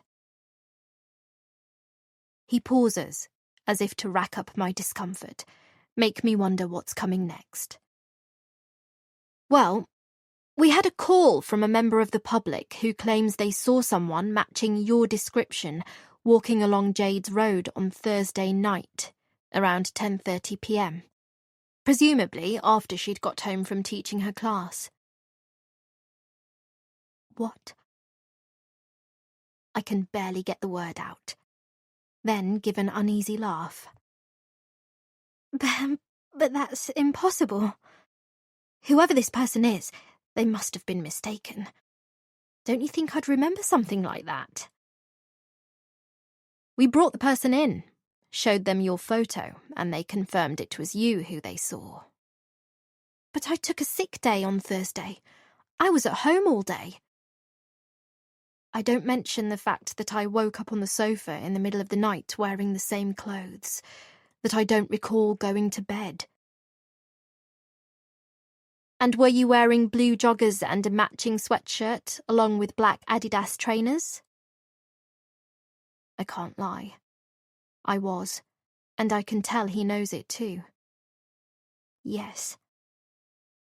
Our witness described the person they saw wearing the exact same clothing, which seems like a bit too much of a coincidence, don't you think? I say nothing. What can I say? My mind is spinning as I desperately try to think of a way out of this, but at the same time it's too muddled to be capable of rational thought. All at once, a sense of dread overwhelms me, because I now have confirmation of what I'd been fearing most, that I've been sleepwalking again. "Why were you off sick?" D.I. Bailey asks. "What do you mean? What kind of a question is that?" "It's not a hard question. Why were you sick? What was wrong with you?" "We spoke to your supervisor, Jane, and she said you're rarely off sick, but that you have seemed rather off of late. Not yourself. Tired." Why does it suddenly feel like the world is conspiring against me? All I want is for Jade to be safely returned to us, but instead I'm being made to feel like a key player in her disappearance. I... As much as I want to, I realise I can't take a chance and lie. There can be no more lies. Enough lies were told in my childhood. Because I haven't been sleeping well. I was tired and I couldn't face work. Even if I have been sleepwalking, I still can't believe I'd have harmed Jade. It was different with Dad, with Kath and Brian. I hated them with every fibre of my being. But not Jade. I loved her like a sister. Okay, so it hurt badly when she accused me of being someone who didn't know what it felt like to be loved. And her thoughtless words made me angry, as did her failure to call me back. But I can't believe I could have unconsciously hurt her. I mustn't let the doubt creep up on me just because of what happened in my childhood. I'm a different person to who I was then. I have to believe that, even though, since Jade went missing, it's felt like I'm trapped in some twisted mind game, being tested. The trouble is, I'm not sure I'm strong enough to come out on top. Natalie, my officers have been through Jade's diary for this year, retracing her steps, as it were, trying to ascertain whether it gives any indication as to what might have happened to her, along with her mindset of late. Okay, I say calmly. And have you found anything useful?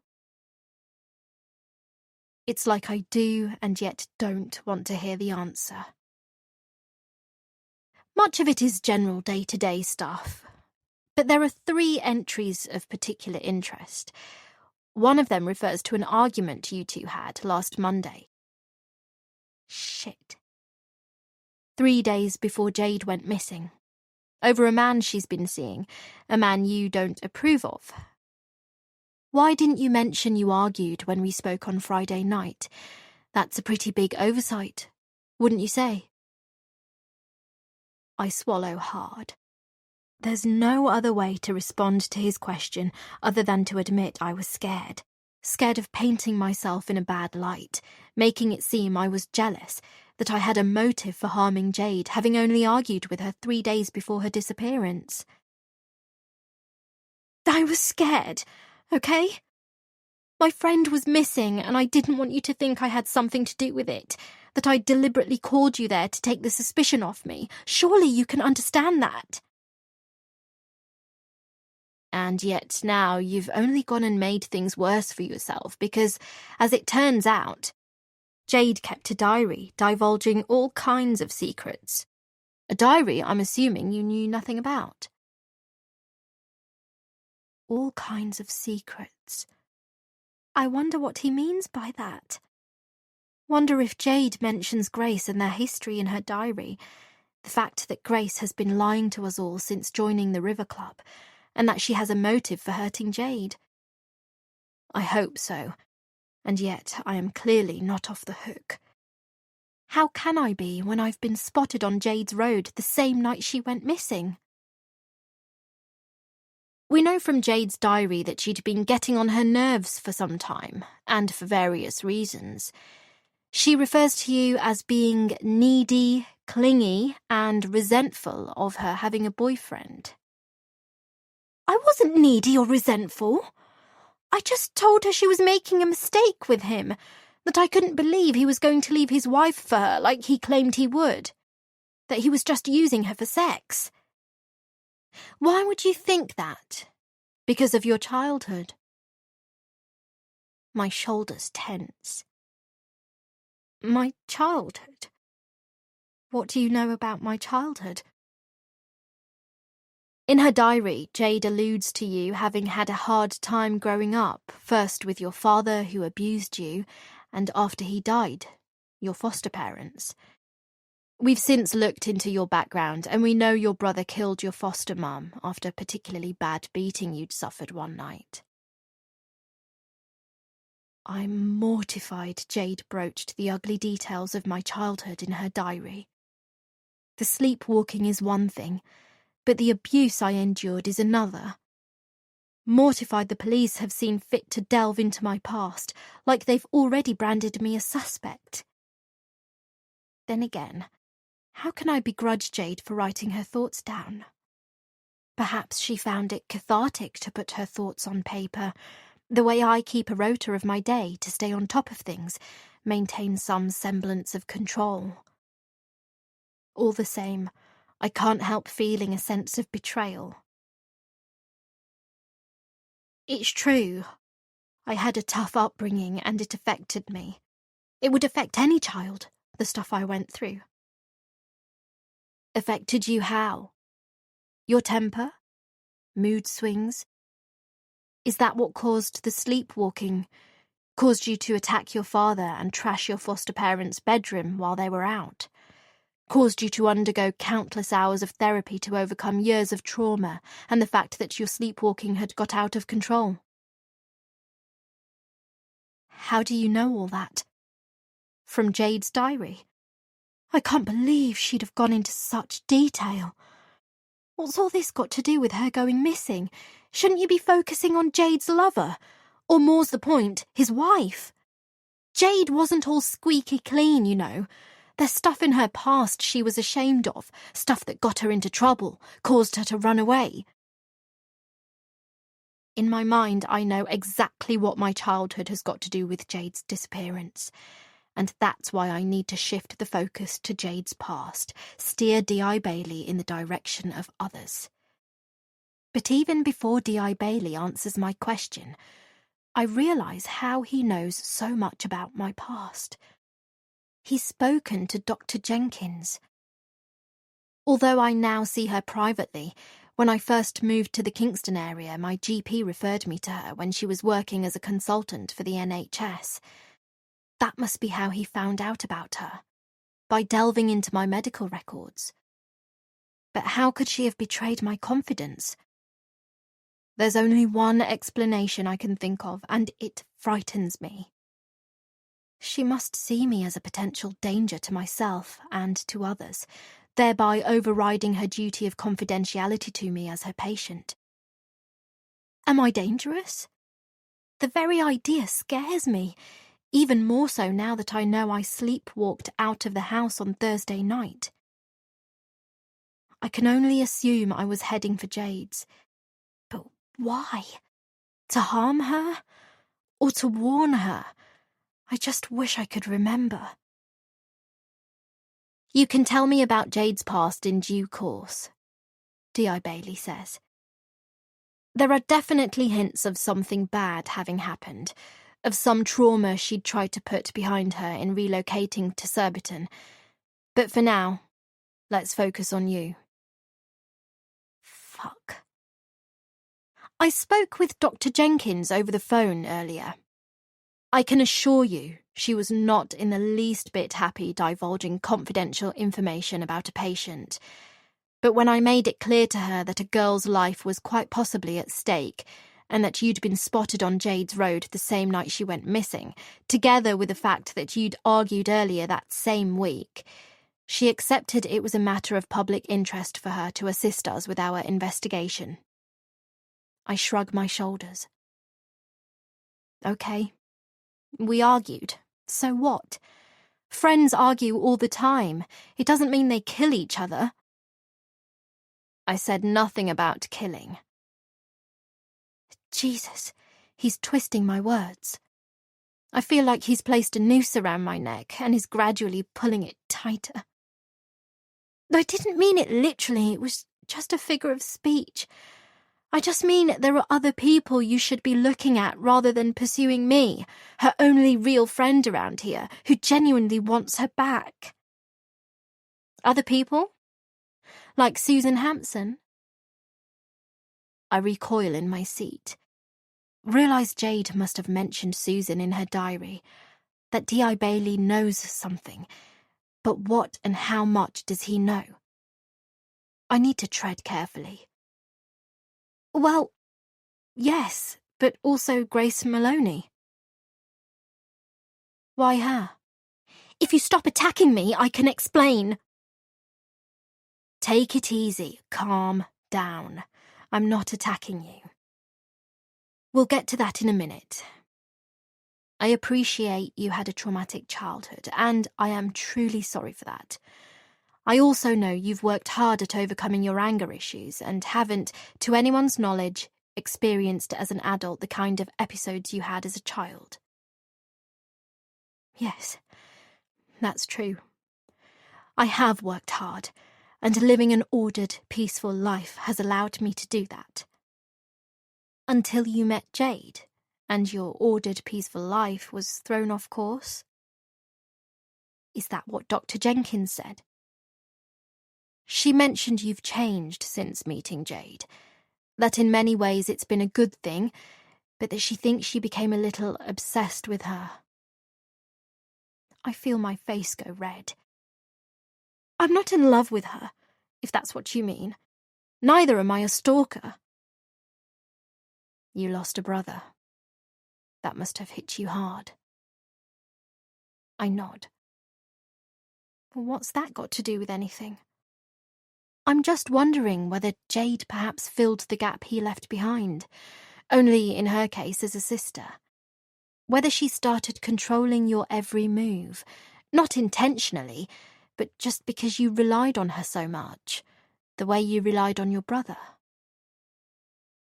I can't believe what I'm hearing. He's making our friendship sound twisted. Jack always protected me. When he killed our foster mother, he did so in self-defense because she'd beaten me that same night. He couldn't stand to see her hurt me anymore, feared she might kill me.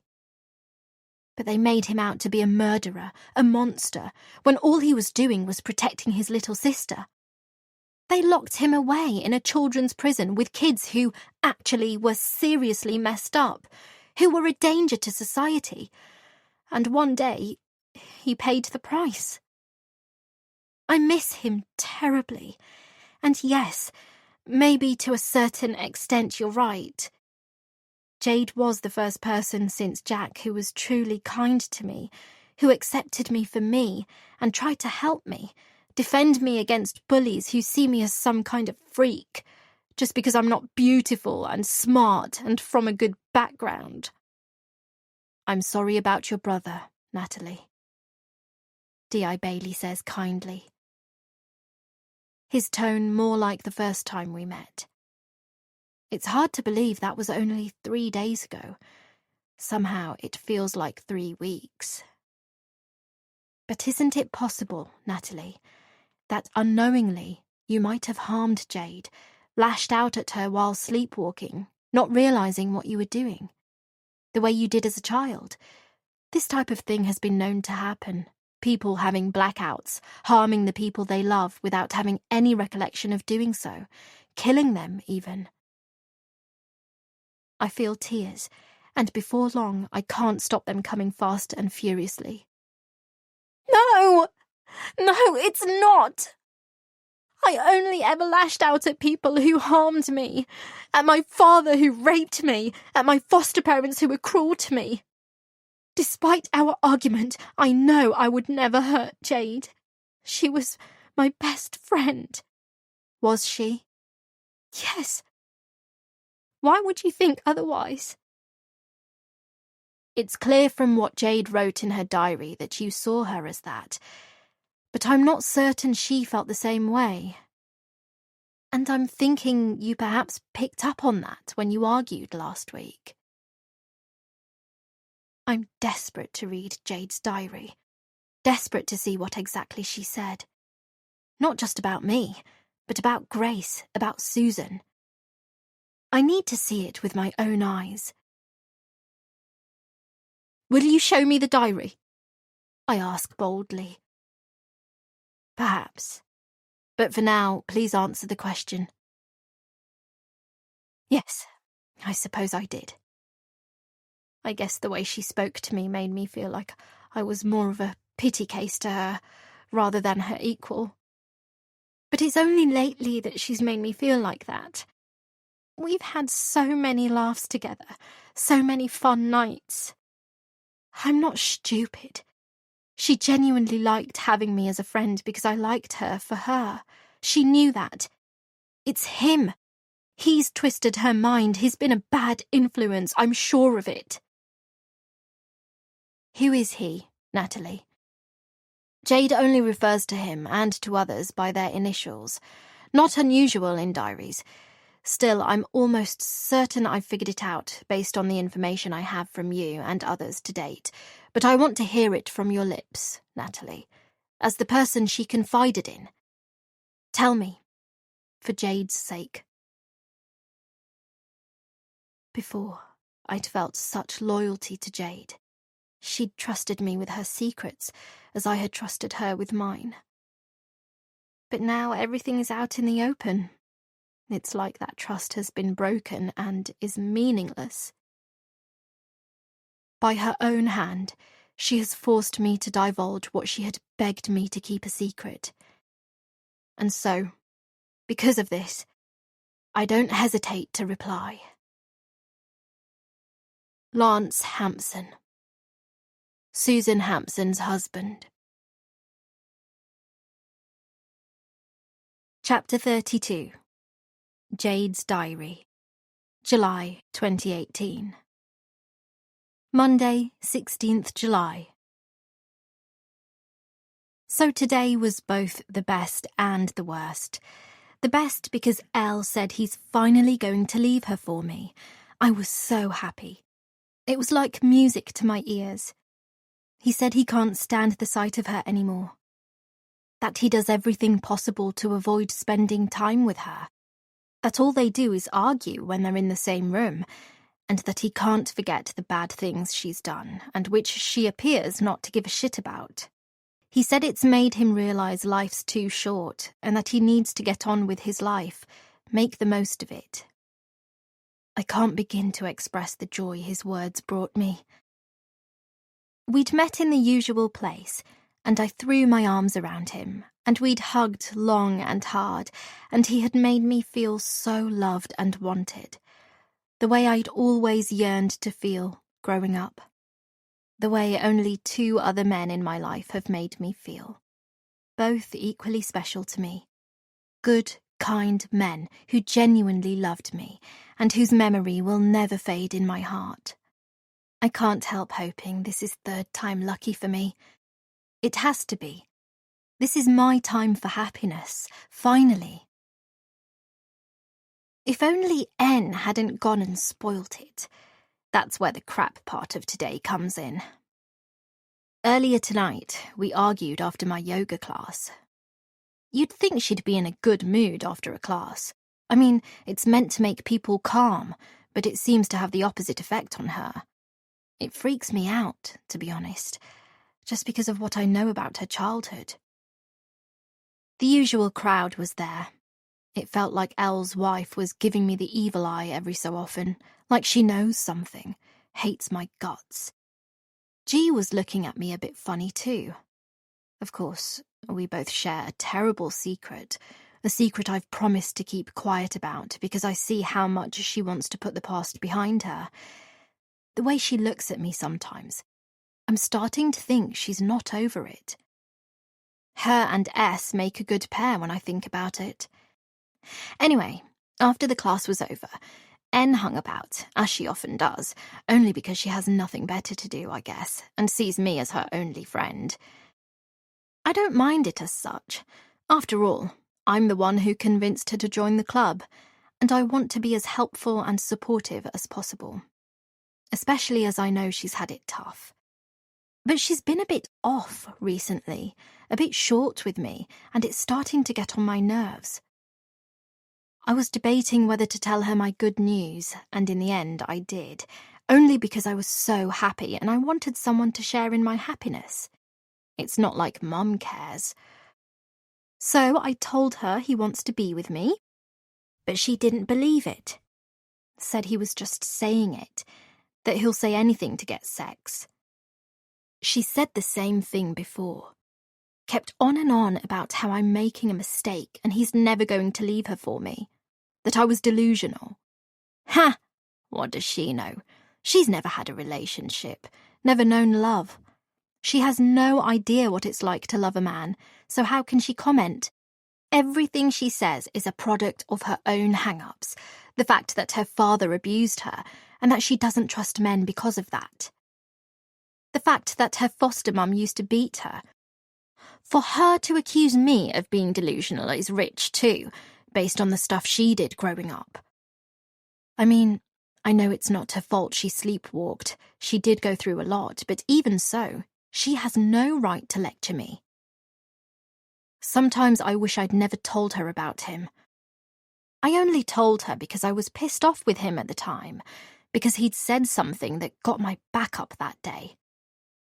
He'd gone on about S not being right in the head, that she hadn't been a good mother to his children, and that he was finding it hard to live under the same roof as her, and yet, when I'd told him to leave her, that he was wasting his life on her, and that if he'd only just take a chance on us he could be happy again, he'd snapped at me, said it was okay for me, that I was from a different world, didn't have the kind of responsibilities he had. He'd hurt me when he said all this, made me feel like a child, and that's why I'd told N one night when she came over for takeaway and I'd had a bit too much wine. Just because she was there at the time and I needed someone to rant at. Of course, she'd been lovely and supportive, but when he and I made up, I got the feeling she was disappointed. Said I was a sucker for punishment. That I was treading on thin ice carrying on with him and that his wife was bound to find out sooner or later, and then my reputation would be in the gutter. And I realised then the reason she had been so lovely and supportive was because she was glad we'd argued, perhaps hopeful we'd split up and then she could have me to herself. It's not like I think she wants anything sexual. I just think she's a bit odd and insecure and needy. And that I'm the only one who's bothered to be a friend to her, so she's worried about losing me. I wish we hadn't fought tonight, as it's really put me in a bad mood. In the end, I told her to butt out of my life, that it was none of her business and that she was jealous.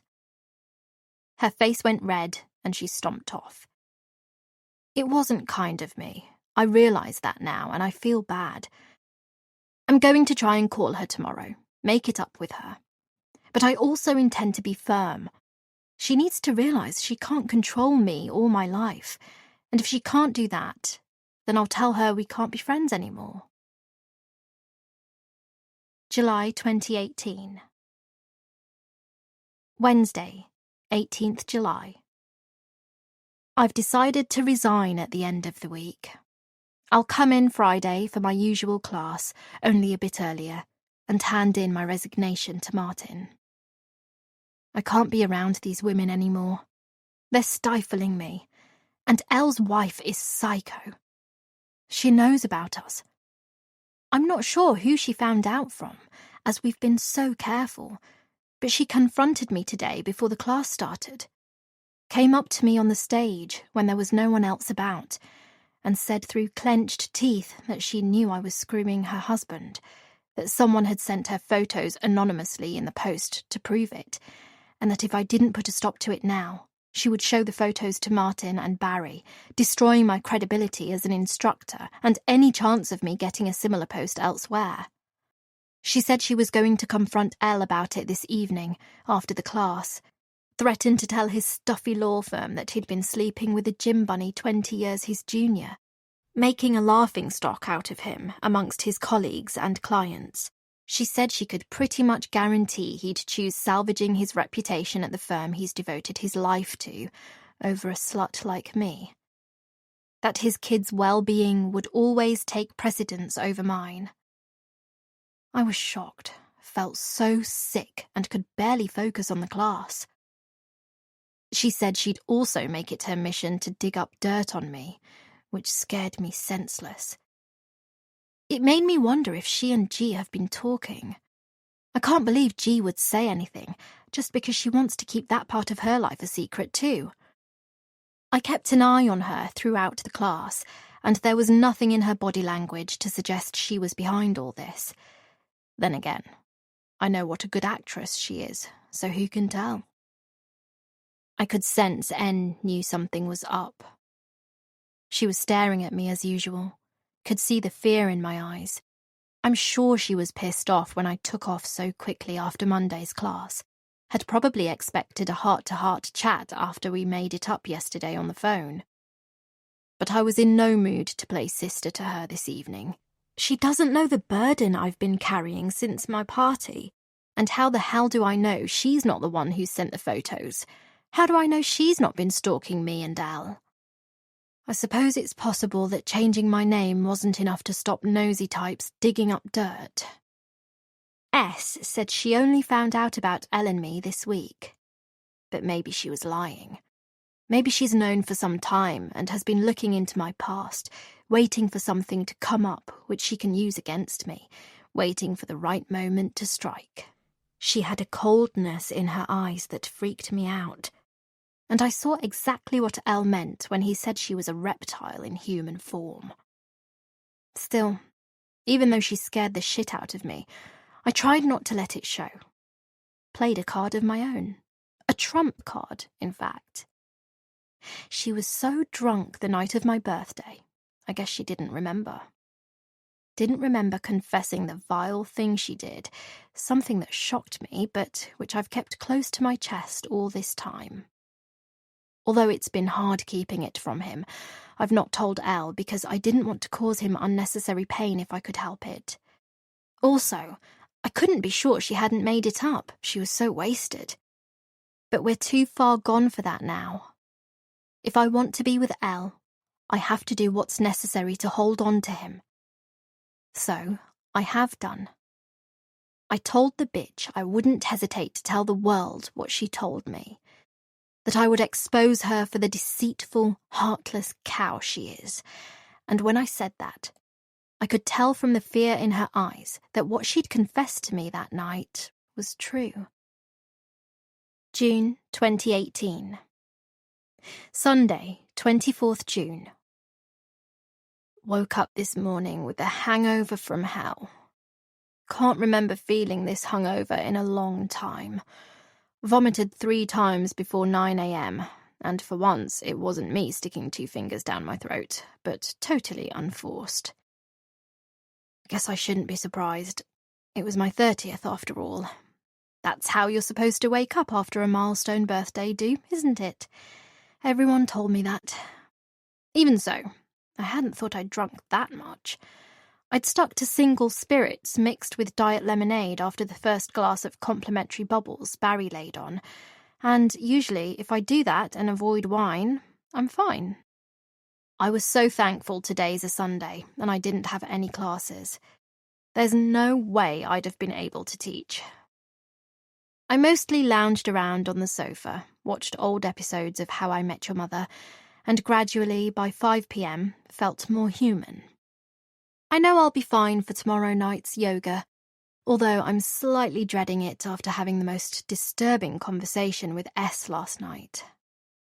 I hadn't especially wanted a big fuss made over me, but everyone at work had egged me on, as had N. S also said I'd regret it if I didn't do something to mark the occasion. She told me my 30th is the last time I'll wake up not thinking I'm old and past it, wishing I'd done things differently, wishing I'd made fewer mistakes. That come 40, Things will change inside and out, and I'll realise I'm halfway through my life, not young anymore, and that time is running out. Talk about being the voice of doom and gloom. I've always had the feeling she's jealous of me, and it was almost like she wanted me to feel bad, despite pretending to look out for my well-being. Anyway, after her depressing advice, I kind of felt obliged to have a party, even though it makes me think of Jay and how we could have been celebrating together if we'd been more careful and things hadn't gone pear-shaped in Southampton. To be honest, it was nice people making a fuss over me yesterday, just because I wasn't used to all that growing up. Didn't have a proper 18th because Mum had kicked me out by then. Before that, the only fuss she made was over my weight, like if it had gone up by 1 pound, or my handstands weren't precise enough. I thought about Dad last night too, wishing he could have been here to celebrate with me. Thinking about how he'll never get the chance to walk me down the aisle, play with his grandchildren. Even though there are times when I'm not even sure that's going to happen, just because the guy I'm in love with won't commit. Hasn't given me reason to hope. Fuck. It's true turning 30 has brought back all kinds of painful memories. Made me think about this boy I used to know, back when I was in primary school. Guess he was sort of my first love. We had such a special connection. He'd take my mind off the fact that I was so unhappy with Mum and the nasty things she said to me. He understood me better than anyone, and then one day, he was gone. It's been the story of my life, losing people. I try not to dwell on it most of the time, but it's occasions like last night that make me remember the people I've loved but who aren't around to share in my happiness. N was on good form last night, thank God. She's a good friend, but she can be a bit of a mood kill sometimes. I know we have this connection, at least she thinks we have because we've both had crappy childhoods, but I've not done some of the weird shit she's done. My mother was a cow, but looking back, it was better than foster care. I guess I'm more a glass-half-full person, while N's definitely a glass-half-empty sort. Understandably, losing her brother, etc. But she can be a bit suffocating, and I'm never quite sure what she's thinking, whether she's being totally honest with me. I can't babysit her forever. I hope she realises that. I have to get on with my life, and I hope she doesn't get worked up about it. Sometimes I feel like I'm walking a tightrope with her. She's so temperamental. Anyway, she was sweet and said I deserved a big party, to be made a fuss of, especially as I work so hard. I'm not sure that's true. I'm a fitness instructor, for God's sake. It's fun, not exactly long, taxing hours or rocket science. I miss teaching at the school, but I can't go back to that. Besides, not sure anyone would hire me. Still, I appreciated her saying I deserved it, and it made up for the fact that lately she's been getting on my tits. It almost feels like she's jealous rather than looking out for my best interests. I'm not so sure she'd be okay with me seeing anyone, quite frankly, married or not. I bit my lip, though. Didn't want to get into an argument and upset her. Just because I know how fragile she is mentally, and I didn't want her flipping out. I keep thinking about that day at the library. She was such a timid, frumpy thing, so lacking in self-confidence, so out of shape. I felt sorry for her, wanted to help her, because I recognised the victim in her. I saw the way her cow of a colleague had put her down, tried to make her feel small, as my mother had done to me. I enjoy rooting for the underdog, taking a stand against pushy, unfeeling women, just because my mother's one such woman. S reminds me of Mum, so it's hard to feel pity for her when she moans about L ignoring her. Even more so after what she told me last night. I may have been pissed, but it's not something I'm likely to forget in a hurry. I promised I'd say nothing, and I'm tempted to write it down here. I've always written journals. I find it cathartic, and no one's going to read this, so why should I care? But I can't bring myself to, because what if she made it up? What if she exaggerated? I wouldn't put it past her. She was pissed. I guess I'm worried in case Elle finds my diary one day, even though I keep it hidden away. I don't want to cause him needless stress if it's a load of bullshit, or get S into trouble for something she didn't do, despite the fact I hate her guts. Anyway, thank God N was fine last night, didn't say a word about Elle, although it did at times feel like she was following me around like my own shadow, making sure I didn't make a twat out of myself. I know she's only looking out for me, but sometimes it really does feel like she's trying to be my mother, and that fucks me off, as I don't need another mother who strangles the life out of me. At one point, I felt like I couldn't breathe, so I escaped outside to get some fresh air. But then I got cornered again, only this time I didn't mind the intrusion. It was Al. Somehow he'd managed to escape, and hopefully no one saw. We'd been snatching sneaky glances across the room all night, and he'd noticed S latching onto me, saw how uncomfortable I looked, followed me outside to ask what she'd been saying. I wanted to tell him, but also couldn't bear to hurt him.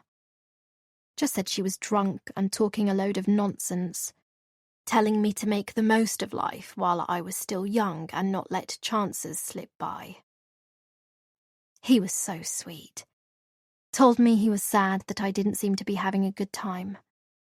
I assured him I was, and that even though we couldn't be together as such, I was glad he was there. Feeling his presence was enough. We've always had that connection, from the moment we set eyes on each other in the gym, when we knew we had to be with one another. I'll never forget our first embrace in the corridor. So risky, but also thrilling. We've been more careful since, but whenever I see her in the class, I can't help wondering if she suspects anything. It's my guilty conscience talking, I suppose. Anyway, I'm glad I had the party and need to keep the faith that everything will work itself out. Even though, after Southampton, keeping the faith's not always been easy. Life can be so shit, just because people make it so. We're all so fucked up in the head. I still love working at the club, but I'm not sure I want to hang around there much longer. Thinking about looking elsewhere. Maybe moving back to central London, where I can get lost in the crowds. Surbiton's a bit too much like Southampton, where everyone knows everyone's business. Plus, although I thought I was okay with seeing G every day, deep down I'm not.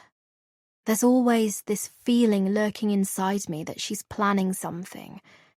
I mean, how can she be okay with what I did? I made my peace with her because I didn't want her bad-mouthing me, but I've never felt right about it. There's too much history between us. I just hope Elle will follow me wherever I end up. I can't bear to be parted from him. Can't lose another man I love. I know it's not an easy decision for Elle, and I know that when S finds out about us, she'll probably want to kill me. Chapter 33. Susan. Monday, 23rd July, 2018, 7:30 p.m. I'm feeling unnerved after last night's press conference, knowing Jade's disappearance is now public knowledge. So unnerved, I've just poured myself a large measure of gin with a splash of tonic. It was hard to conceal my delight at her no-show last Friday, but now things suddenly seem to be spiraling out of control, including my own composure, and that's not something I had planned for. I know I should probably act like everything's normal, which includes going to my class, but I'm finding it tough keeping up my typically nonchalant facade, and I don't want to give Natalie any excuse for running to D.I. Bailey. Plus, now that Jade's been officially labelled a missing person, it might look a bit cold of me to attend a class like nothing's happened. Even though I could do with the endorphin release. I also can't stop thinking about last night. Another altercation with Lance, and in front of Stella, to make matters worse. I was having my usual Sunday night glass of wine, no different to any other night, to be honest, except on Sundays I stick to the one rather than several, and had decided to order in. After my slightly worrying discussion with Grace that afternoon, I was just contemplating something exotic like Thai or sushi to take my mind off things, when Stella had sauntered into the living room. "What's up, Mum?" she'd asked, slumping down on the sofa next to me, just as I was logging on to Deliveroo. She'd had her earbuds in when she first appeared, but she'd peeled one out just as she'd asked the question, even offered me a half smile. Clearly, she'd been at a loose end and had nothing better to do than sidle up to her fuddy-duddy mother. That's what I'd thought at the time. Only because usually at that time on a Sunday night, she'd be out with friends or the boyfriend, or on her phone to one or the other in her room. Rarely do we share a sofa together and actually talk. Lance was locked away in his man cave in the garden, which is strictly out of bounds to the female species. God only knows what he does in there. He either claims to be doing DIY or watching sport, but I reckon he jerks off to porn, while Michael was down the pub as usual. So I thought maybe this was my chance for a girly night with my daughter. Maybe we could order in together, watch a movie with some hot men in it, pretend like we were close, like mothers and daughters should be. "I'm about to order in. You hungry? Fancy some sushi?" I'd asked. She didn't respond at first, appeared to give it some thought, then said, "Sure, why not?" with a shrug. I'd felt an unfamiliar glimmer of joy at her response, having expected her to pass. I'd wondered if I could coax her into a movie as we waited for the order, thinking how I needed something to take my mind off Jade and that diary of hers, still wondering whether she might have mentioned me, and not in a good way. We'd settled on a sushi bar we liked the look of and placed our order. "Fancy watching a movie?" I'd taken my chances, making sure to strike while the iron was hot. "Sure, but I'll choose. Nothing from the Dark Ages, okay?" I had smiled. I was just so thrilled that my daughter was paying me some attention. I'd have watched The Exorcist to keep her there. It had me wondering, though, if she had an ulterior motive, as sad as that is. Stella had clicked on the Netflix app and settled on a rom-com featuring Zac Efron. Suited me fine. But just as she'd pressed play, and I was getting an unfamiliar fuzzy feeling in my belly, a nice, pure feeling that took my mind off all the other unpleasant stuff stored in the back of my brain, Lance had come storming in, the door crashing open and rebounding against the wall with such force I thought he might have caused serious damage. Stella was up like lightning. "What the fuck, Dad?" The look in Lance's eyes had told me he wanted to kill me, and not for the first time I had felt frightened by what he might be capable of, not to mention what he might have found out. I'd told myself not to panic, to play it cool as usual. "What's wrong with you?" I'd yelled. "Frightening Stella like that." "Like you care. Turn on BBC News." Lance had bawled.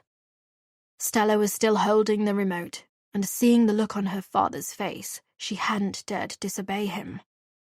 Even before the channel had flipped, I'd sensed what I was about to see, and with that, my appetite had waned.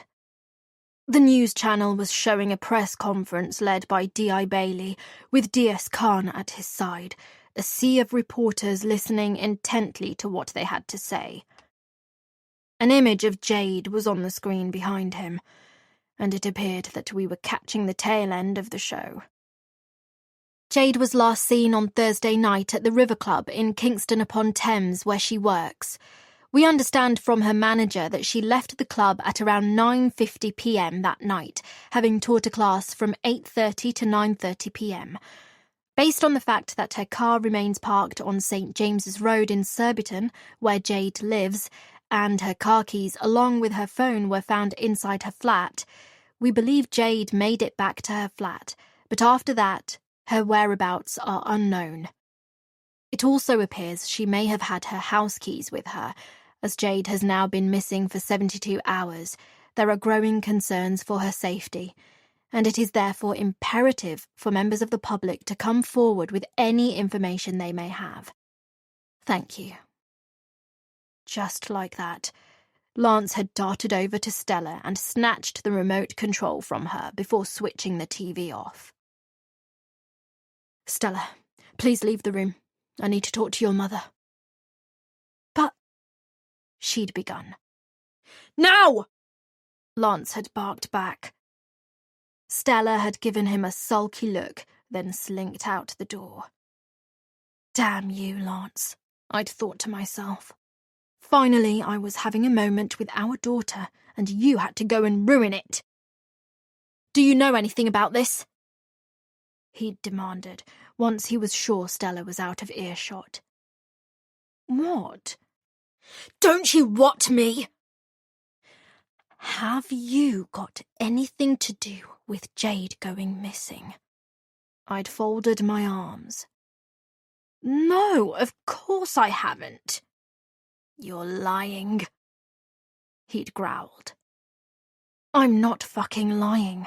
How could you think such a thing? Bit of a weak argument coming from me. I knew that as soon as the words had left my mouth, and based on his response, he knew it too. Oh, I don't know. Because you're a spiteful, cold-hearted bitch, jealous of Jade and what we had, frightened of losing the lazy lifestyle to which you've become accustomed? I had held my tongue. I couldn't afford to let my guard down. I know you were out at the time. He'd gone on. What?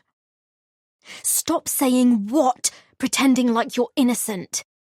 I know you were out on Thursday night, around the time they're saying Jade would have got home, because I called the landline, he'd said. I wasn't out. I can't have heard the phone. Likely story.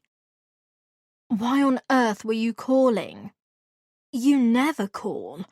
You're not that considerate. I was calling to tell you I had an email from Cam. He's coming home this weekend. What? Why? And how am I only hearing this now?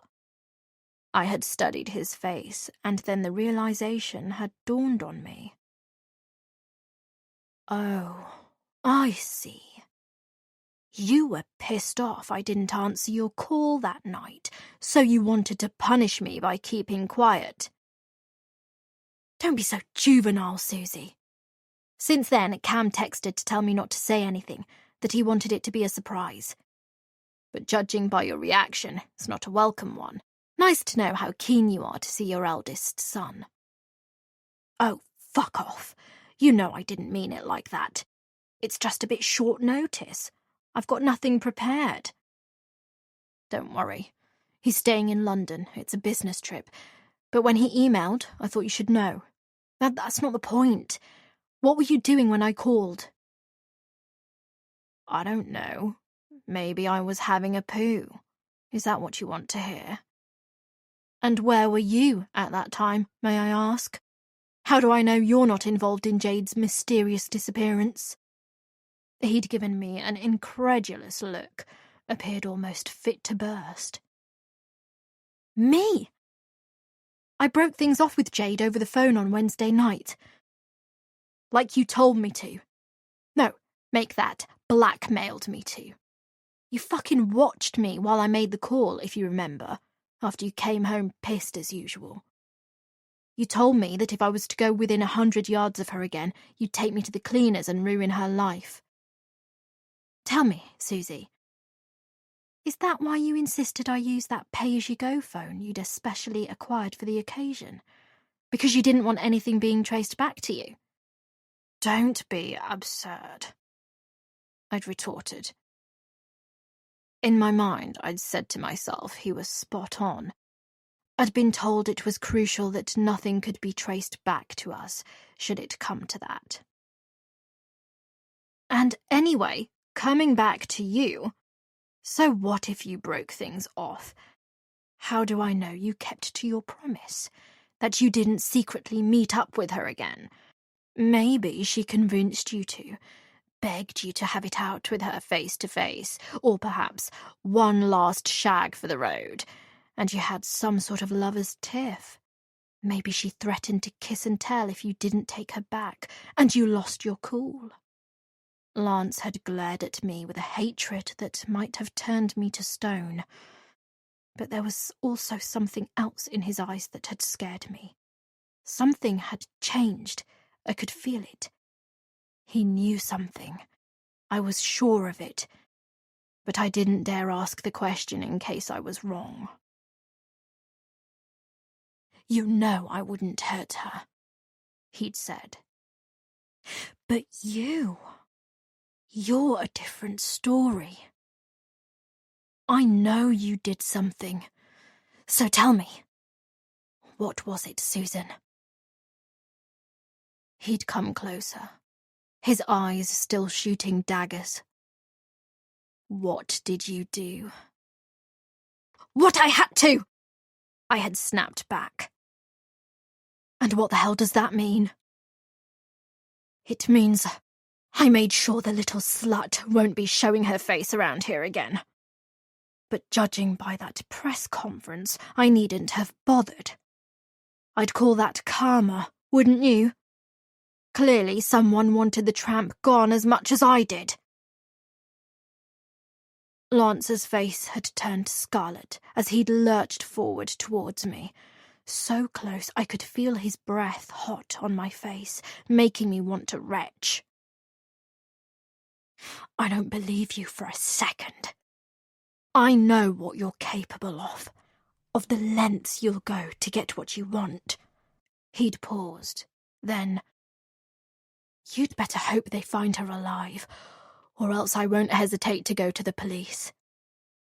I'd shuddered at his threat, just as I shudder now thinking about it.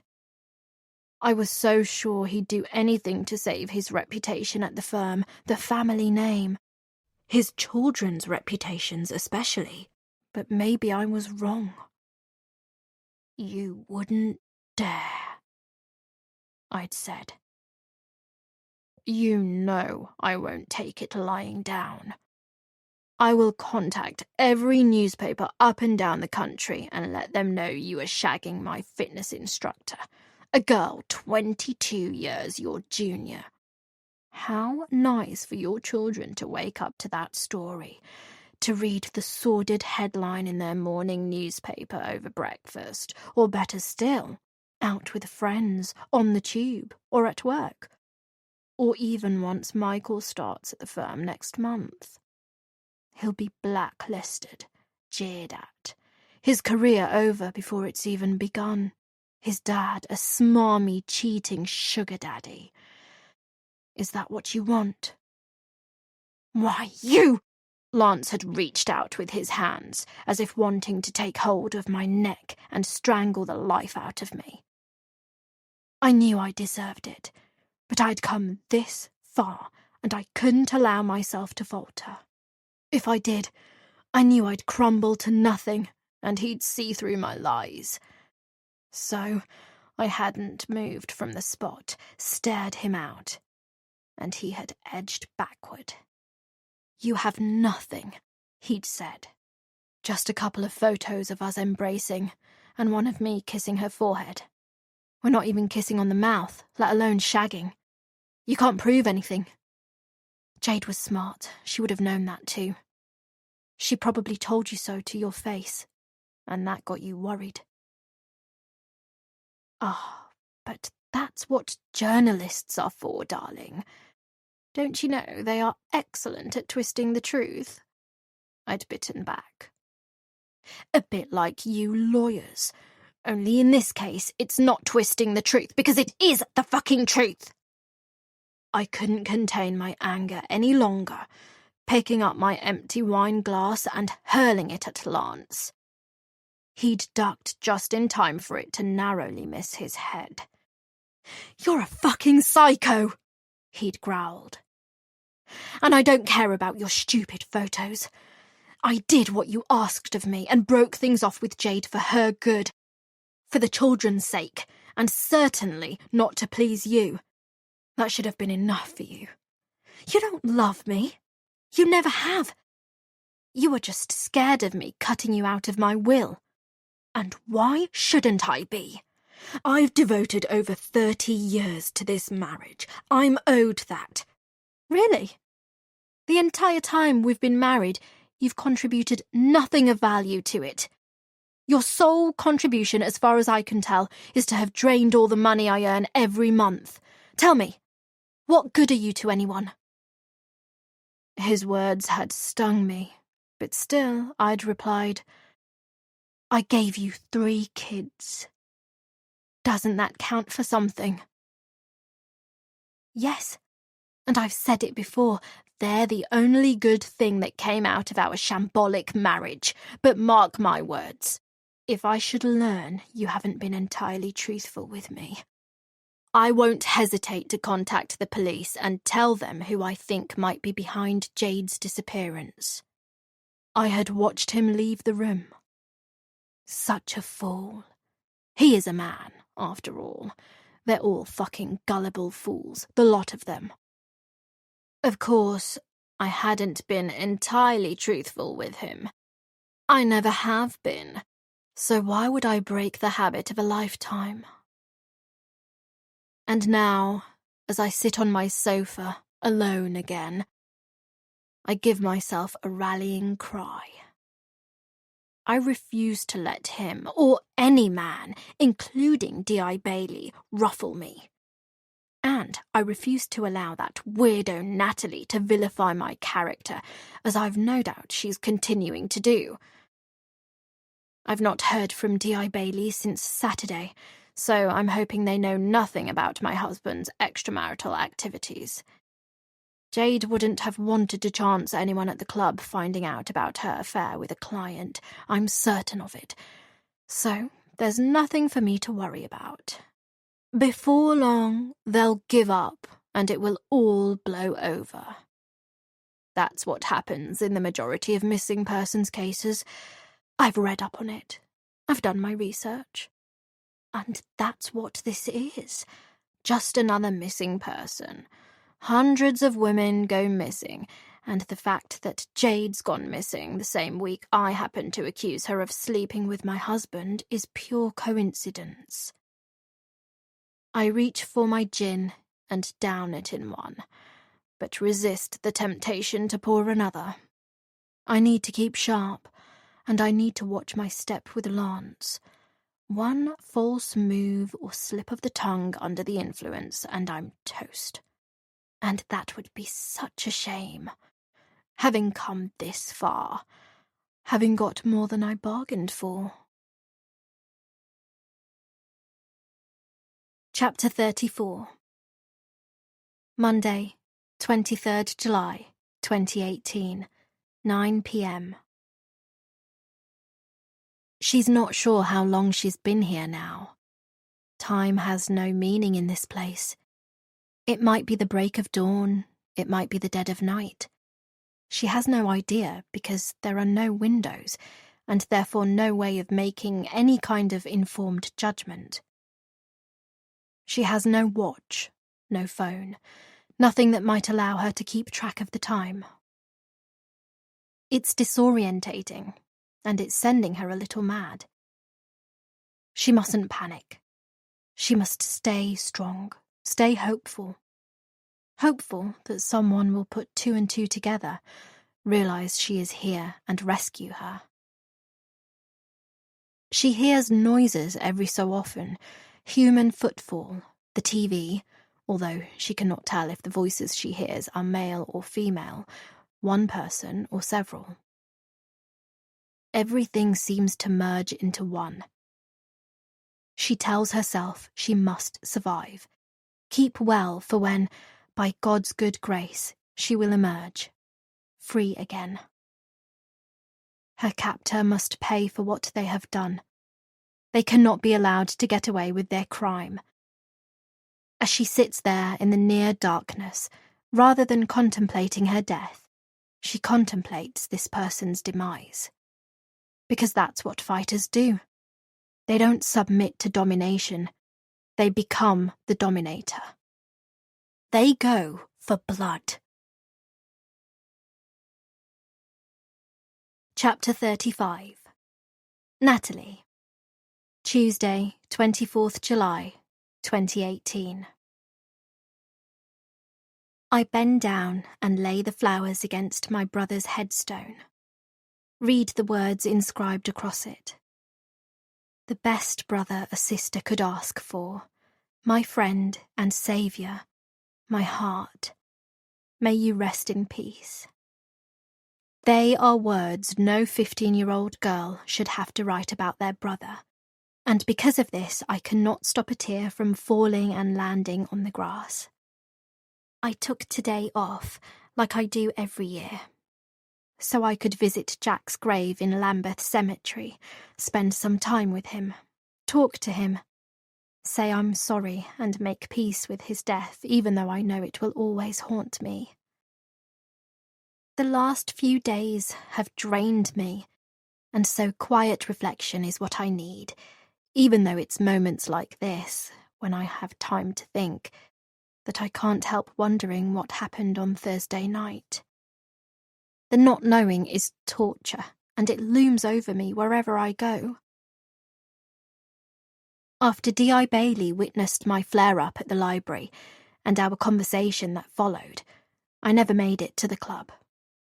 I was too exhausted to face Grace, or Susan for that matter, and in any case, now that D.I. Bailey knows about Jade and Lance, about Jade's history with Grace, I couldn't allow him to leave without telling him about my conversation with Megan. It's no longer for me to confront Grace.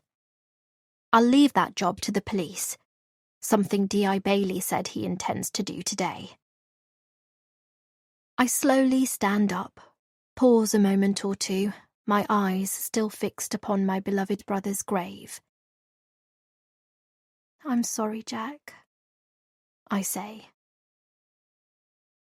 I'm sorry our parents were losers. I'm sorry our mother was a druggie, our father an alcoholic, abusive arsehole. Sorry we ended up with the foster parents from hell. I don't know what we did to deserve all that, but that's life, I guess. It's not fair. It's shit. Sorry I was the weak one, that you had to be strong for the both of us. Sorry you ended up in that prison, that the system failed you. Sorry you didn't feel able to tell me how hellish it must have been in there, keeping a brave face for me, as you always did. I will always be grateful to you. You will always have a place in my heart, and I hope one day we will meet again, even though, with the life we were dealt, it's hard to believe there's a God. Hard to believe there's a benevolent being when the world is full of so many shitty people, when life can deal the best of people the cruelest of hands. Rest in peace, dear brother. I'll see you next year. Same time, same place. That was beautiful. I turn with a start at the unexpected voice, having thought I was alone. There was certainly no one about when I last looked, and it's as if the elderly woman I see before me has appeared from nowhere. She must be in her late 70s, early 80s. She's wearing a light mac, tights and sensible flat shoes, along with a headscarf, overdressed for the time of year, the way older people often are. She supports herself with a stick in her right hand and has watery blue eyes that seem to cut through me and see into my soul. Thank you, I stumble. Whose grave is that? She asks, if you don't mind me asking. My brother's, I reply. I'm so sorry, she says. I only ask because I often see flowers laid by his grave and suppose he must have been very loved. I come here to visit my daughter's grave, just over there. She gives a slight tilt of her chin to the right to indicate where her daughter is buried. I'm sorry for your loss, I say, somewhat absent-mindedly, just because I'm too busy wondering who could be leaving flowers at my brother's grave. Thank you. Hope you don't mind me saying, but I'm a little confused, I admit. We lost our parents very young and only had each other. Jack died when he was 16. I can't think who would be leaving flowers at his grave. That's heartbreaking, she sighs. The death of a loved one is always sad, but the death of one so young is a tragedy. I speak from experience. Your daughter was young when she died? 22. Not much older than your brother. I'm sorry. That's very sad. Thank you. I don't suppose you've ever seen who's been leaving flowers by my brother's grave? I ask hopefully. Whether it was a man or a woman? She shakes her head. No, I'm sorry I haven't. I only noticed the flowers because they're always so striking. The most exquisite spray of red and white roses. I see, I say, still puzzled. Whoever it is, whoever they are, she carries on. They must have cared for your brother deeply. She gives me a kind smile, as if to reassure me that my brother was loved. But there's also something of a mischievous glint in her eyes that sets me on edge. Makes me wonder if she knows more than she's letting on. I must be going, she continues. But can I leave you with one last thought? A bit of free advice from an old woman and the voice of experience, as it were. I wonder what on earth she's going to say. Sure, please do.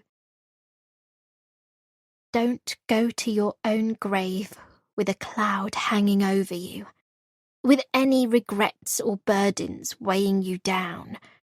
Free your mind and clear your conscience. Always speak the truth. Perhaps, if your brother had done that, he'd still be with you today. She lets that digest, the same twinkle in her eye, then turns around and leaves. I watch her walk off.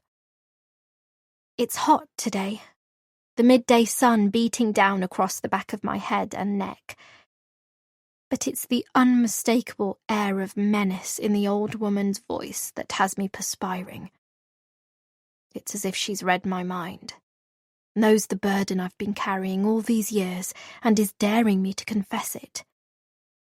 It's like she's saying that if I don't, I'll never be free. Chapter 36. Grace. Tuesday, 24th July, 2018. Hello, Mum. How are you? I study my mother for a moment. She still looks like my mother, the mother I've always known. The same hair, same mouth, same oval-shaped face. Albeit a little frailer, a little more shrunken, a little more wrinkled and bent over. But when I look into her eyes, that's when I know she isn't the same person. She is there in body, but not in mind. It's like her spirit has been wrenched out of her, and in its place all that's left is an empty shell of a woman, who neither laughs nor cries, expresses neither joy nor sadness, but always gives the same blank reaction. When she speaks, when I try to engage her in a conversation, it's like talking to a robot. There is no inflection in her voice, just a drab monotone. She has no opinions, shows no emotion. It's like she's forgotten how to feel. As if the disease that's ravaging her brain has robbed her of her humanity. And after all, it's emotion, feelings that make us human. The ability to feel, to love, to desire, to hate, to crave. Whether good or bad, the better or worse side of human nature. Without emotion, without the ability to feel something, we humans aren't really humans at all. Even when she eats, I can see she's not really savouring her food. She shovels it in, and that's that. Job done.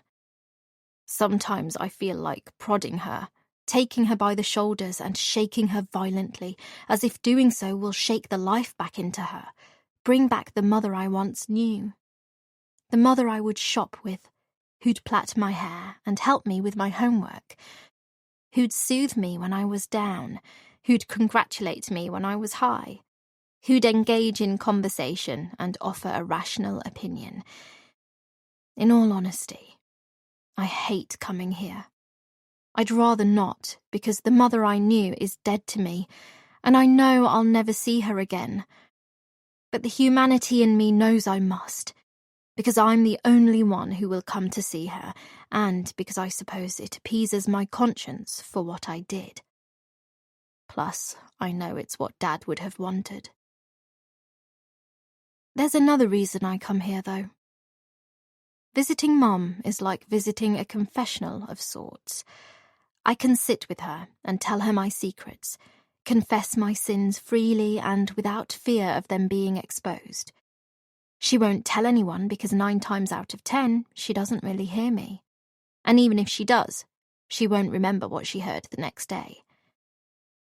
Fine, thank you, she replies, staring into space in the direction of the TV, which is showing old episodes of The Chase. She's not really listening to the questions, so there's no chance of her having a clue about the answers. But the TV, the radio, have become routine, white noise, a kind of comfort blanket to her. Have you eaten? I have. What did you eat? I don't know. Marvellous. I try not to get frustrated. Where's Jim? She asks this every time I visit. Working, I reply. As usual. Yes, as usual. I nod. Why didn't you bring the boys? Not seen them since last week. I try not to cry. Maybe next time. Okay, then. Mama, can I tell you something? Yes, dear. I think of the press conference given by D.I. Bailey on Sunday night. Reporters, cameras, the gravity of the situation made all too real. Jade's disappearance now in the public domain, a national story. And one the press will latch onto like a kettle of vultures. A sexy gym instructor gone missing, a potential scandal waiting to be unearthed. They'll tail the police until Jade is found, dead or alive. They'll continue to dig and pick away until they've found something. And before long, they'll discover her real name and the whole scandal with Jim will be reopened. I'm a reporter. I know what they're like. Fuck. My head is spinning. I just want to break free of this incessant mental torture, and which only seems to be escalating. It was never meant to go this far. All I wanted was for her to be taught a lesson. I did something bad, Mum, I say. Something I'm starting to regret. Something that's got out of control. You did? She's still staring at the TV. What did you do, dear? I think I may have sent a young woman to her grave. Chapter 37. Grace. 1 month before. Saturday, 23rd June, 2018. It's nice to be out. At a social event, I mean. Even if it is a bit risky, potentially widening my circle of friends. I'm thankful it's something other than working out or the supermarket. Or sitting alone in my study writing fictitious freelance articles, imagining some publication will take them on, even though the last thing I need is to draw attention to myself. Something other than talking to my dead husband all day. Or worse, the 4 walls. Because I'm at pains to keep my past a secret, I deliberately limit my socializing. I never mingle in the immediate area where I live. I've chosen not to frequent any places that might attract friends or gossip or any kind of interest in my life. I never even get a food delivery because I don't want the delivery drivers snooping into my life. I know how some of them like to chat, ask you questions about your personal life, and I can't take that risk. I shop at the massive Sainsbury's off the A3 where there's no chance of getting to know anyone. The only place I've let myself go a bit is here, at the club. But even here, I'm careful. When Karen on reception asked me why I don't get a family membership so the kids can use the pool and my husband and I might play tennis at weekends, I tell her gym isn't into working out and that the gym is my zen time. That with a hectic home life, I need something that's just for me, away from the kids and my husband. She didn't see anything odd in that, and neither did anyone else. Least of all Susan, who positively applauded me for reaching such a decision. Of course, Jade knows my secret, knows that I am all alone, that I have no one left in my life aside from my senile mother. It's funny, having come here to study Jade, to see what it was about her that made Jim cheat on me, to make her feel uncomfortable, to plot my revenge, I have found myself liking her more and more. She's not the hard-hearted slut I thought she was. I've watched her come and go, leave her flat, go jogging, shop in town, and not once have I seen her with another man. I mean, yes, she flirts a little bit with men at the club, but we all toss our hair and flutter our eyelashes every now and again, and I've never noticed anything overtly sexual in her mannerisms. She's not the shallow, reckless man-eater I had taken her for. One day, maybe a month after I joined the club, during which time I'd been tracking her movements, thinking about how I might punish her, she asked me to have coffee with her. I was somewhat shocked, as this hadn't been part of my plan. So I invited her over to mine, the first and last of my guests. And we'd talked. She said she was sorry for the pain she had caused me, that she hadn't set out to take Jim away from me, that he'd told her he was unhappily married and lonely. And hearing all that, although it broke my heart, I realised I had neglected him over the years, fretting over the kids, over parties and World Book Day, over Dad and Mum, that I had failed to see how he was hurting too, how he'd also needed my care and attention. I was so consumed with me, with life getting on top of me, I had stopped being the girl he fell in love with, the girl who'd always suffered from depression, who'd always been a bit of a perfectionist, but who had allowed him to help her, loosen her up and enjoy life. I so wanted to be angry with Jade, but I realised she wasn't to blame. She was caught between Jim and I, an innocent, really, and if it hadn't been her, it would no doubt have been another girl's arms he'd have fallen into. I tried to make it up with Jim the other day, tried to tell him I was sorry and that he needed to forgive me so we could both have peace. But he refuses to forgive me, says that I'm selfish, that in continuing to take the drugs I've not learned anything, that I must pay for what I did to our children, and that I will eventually burn in hell. I haven't told Jade I see him. If I do that, she'll think I'm crazy. I want to stop taking the pills, but I'm just not strong enough. Can't seem to move on, break the cycle. And that's why I can't bring myself to broach a reconciliation with my kids. How can I look them in the eye and tell them I want to be a part of their lives when I still pop the same pills that caused one of them to end up in the ICU and me to hallucinate about their dead father? I've no idea if Jim's parents will entertain the idea, but in my heart, I'm not even sure I'm worthy of my boy's love, knowing it was my actions that drove their father to his death. What would I say? Would they even want to see me? The thought of them wanting nothing to do with me is nigh on unbearable, and so I'd rather not risk that possibility just yet. The function room is decorated with gold and silver balloons, the number 30 emblazoned across them in honour of Jade's birthday. There are banners hanging from corner to corner of the ceiling, a fully stocked bar and a table of delicious canapes lined up alongside it to the left. There must be around 80 people here. Maybe 30-odd attend Jade's classes, while the others are staff, and some Jade said she doesn't know. It's sad she has no family, and it's another reason I've come to forgive her. I realise she's lonely, like me, despite being young and beautiful. That her harsh upbringing did her no favours, and that despite what happened to my marriage, my childhood is something to be thankful for.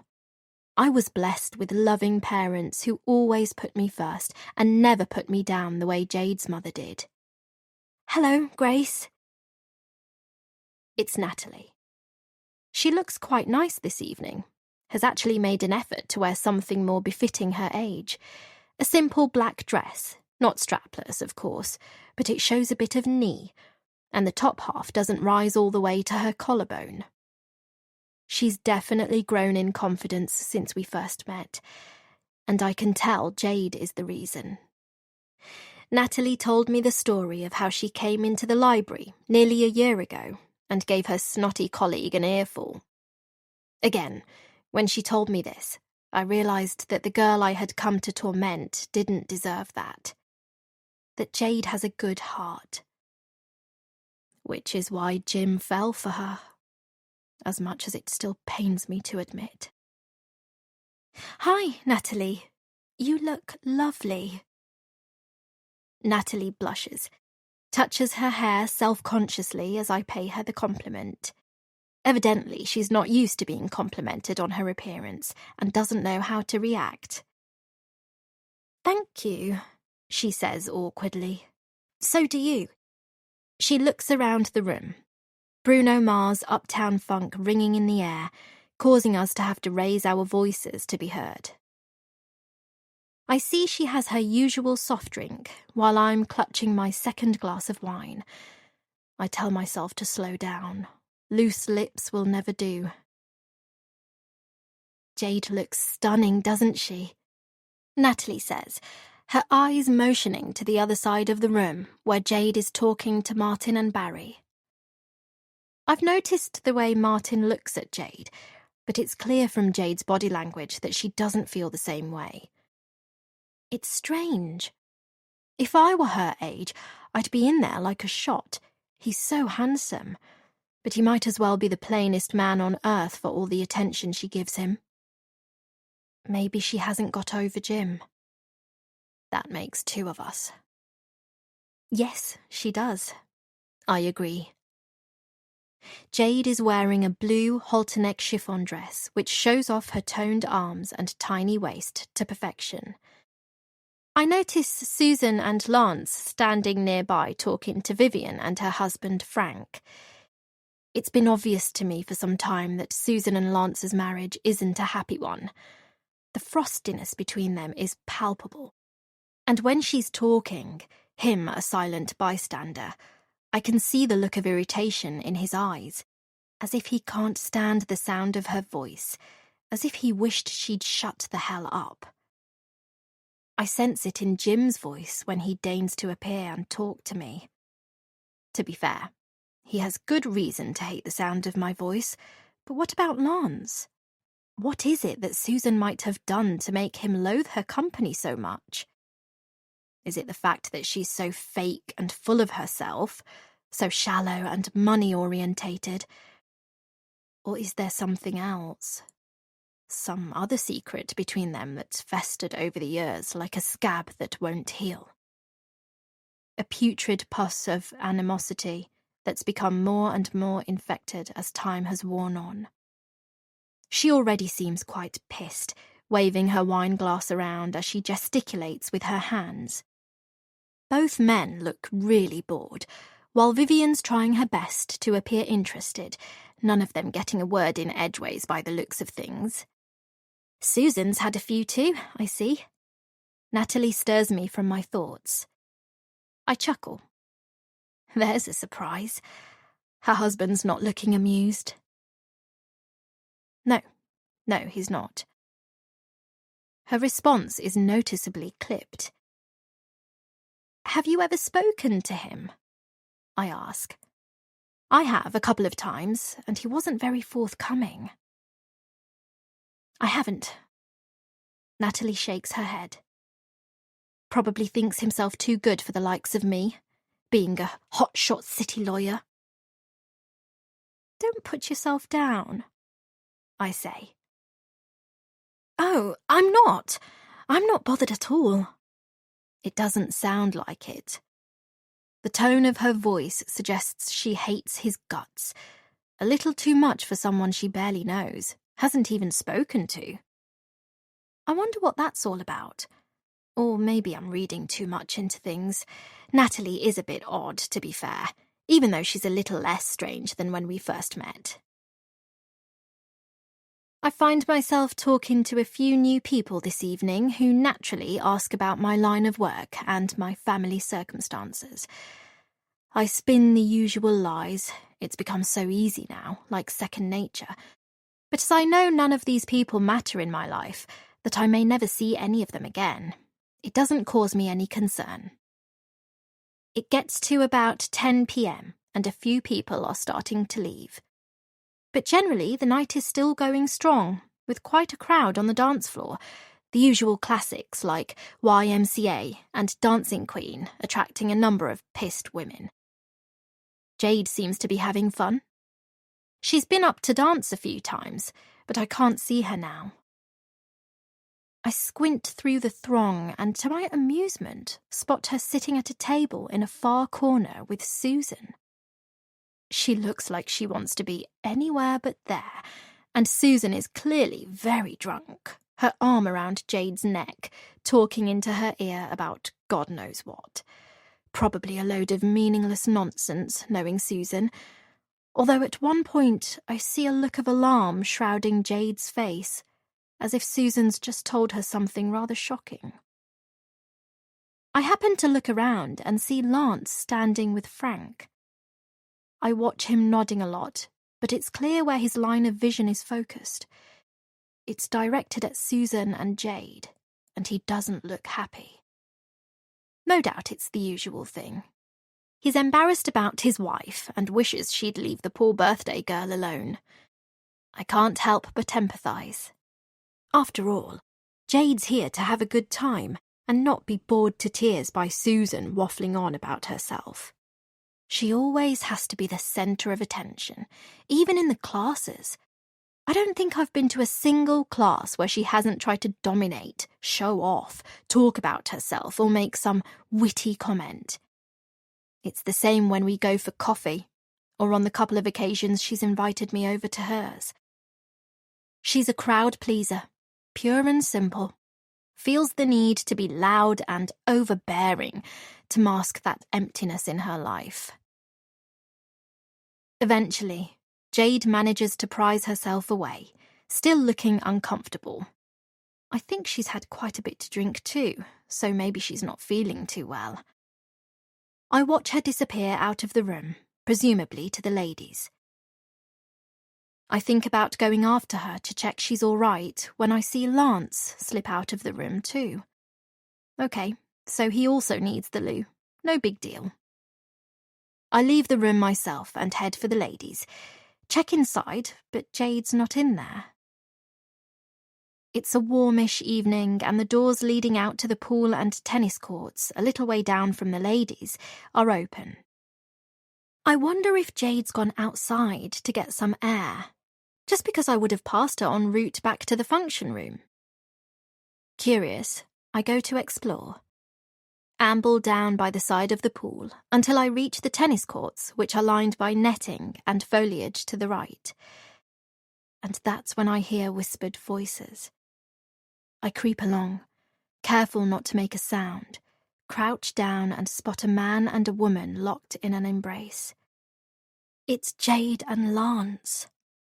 They're not kissing, but he has his arms wrapped around her, and I can hear him saying, "I'm sorry you had to listen to her rabbit on."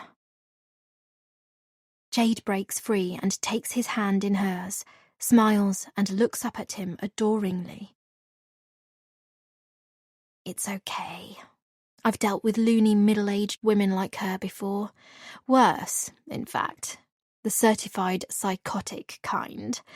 The trick is to keep them sweet, pander to them, stroke their egos, make them think you care.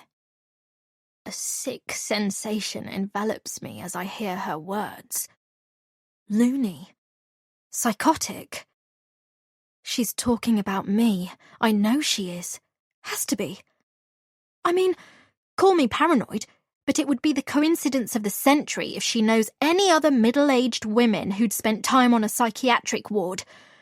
How could I have been so stupid, believing she felt sorry for me, that she forgave me, was now my friend?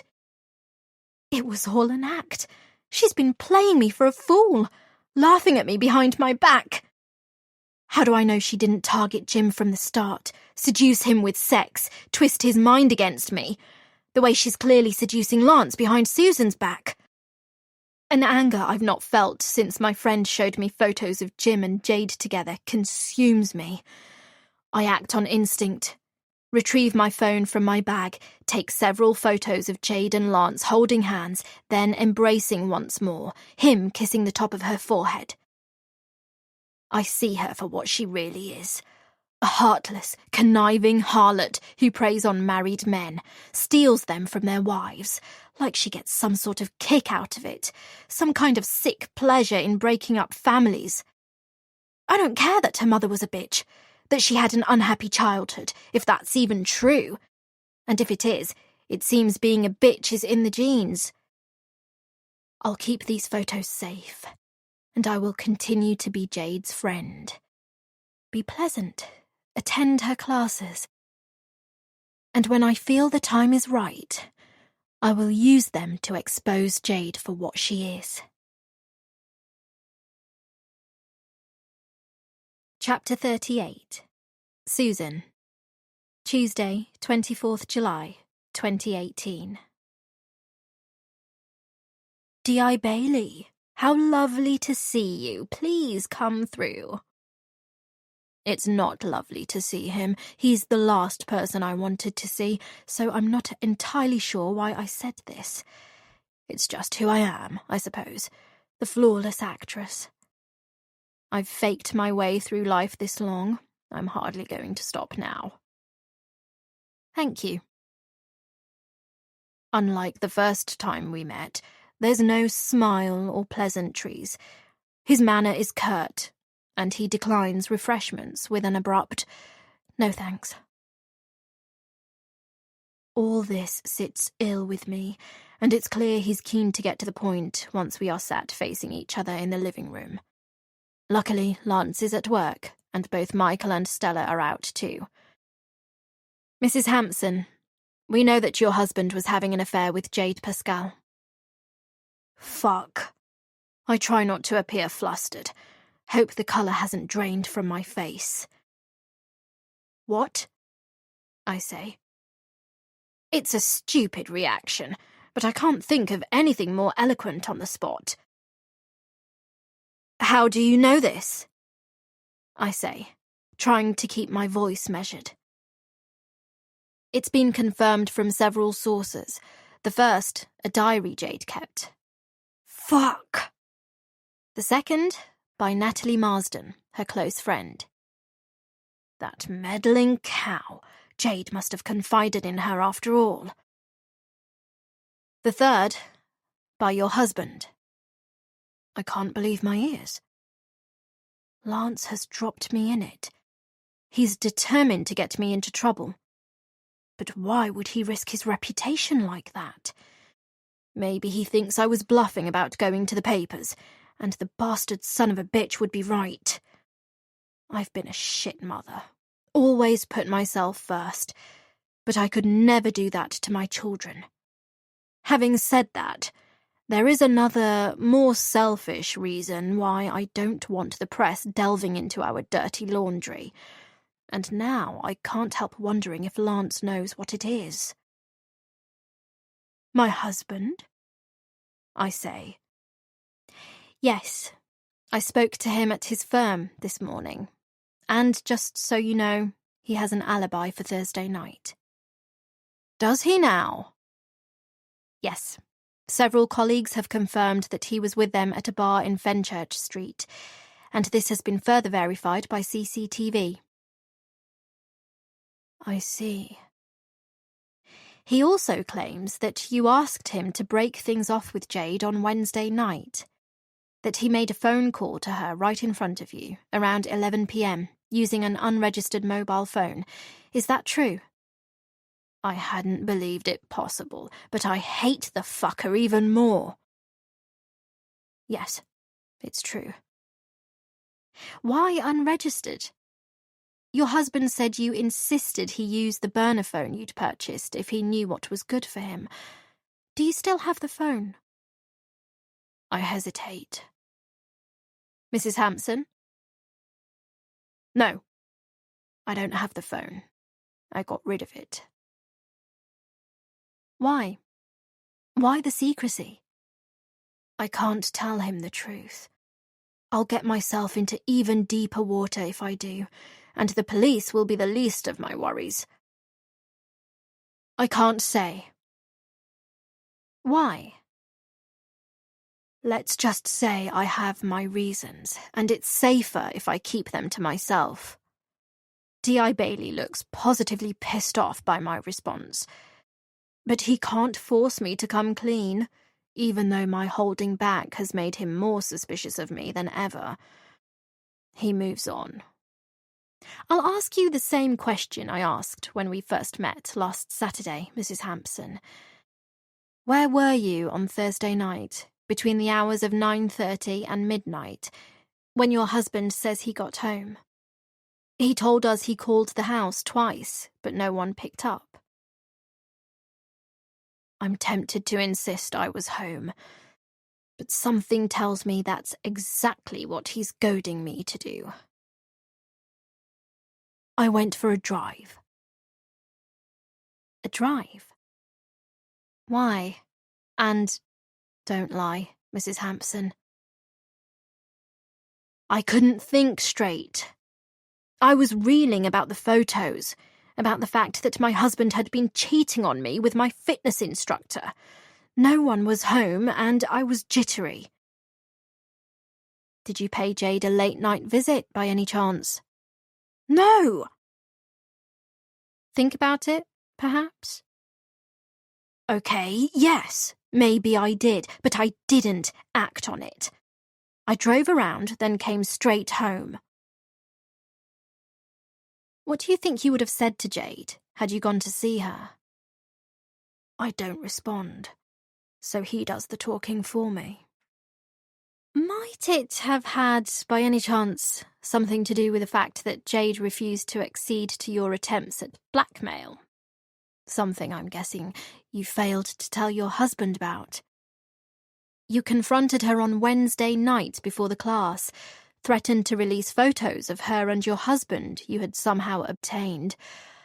And when she made a counter-threat of her own, you were taken aback, panicked, for want of a better word. I'm stunned that Jade would have recorded all this in her diary. No, it most certainly did not, I say defiantly. Lance broke up with her. Anything she's claimed in that diary of hers is pure fantasy. How do you know about the diary? Grace Maloney told me. She heard from Natalie. I smile. Women talk, D.I. Bailey. Don't you know that? His expression remains stern. Mrs. Hampson, what is it you told Jade on the night of her birthday party last month? We know you told her a secret, and that Jade threatened to spill it last Wednesday night after you warned her to stay away from your husband. My head is about to explode. How can this be happening? I feel like my world is closing in on top of me. I told her nothing. I was drunk. Goodness knows what I said. I can't remember much of that evening, to be honest. I told you, she's making it up. D.I. Bailey gives me another deadpan look. I don't believe you. I think you told her something pretty devastating. I don't know why, but you did. And because she threw it back in your face, you went to her flat on Thursday night. You had an argument, and... No! I told you! I only went for a drive. I never went to her flat. But you went near it. I swallow hard. We have your car captured on CCTV driving along Victoria Road, the main high street running through Surbiton, around 10:30 on Thursday night.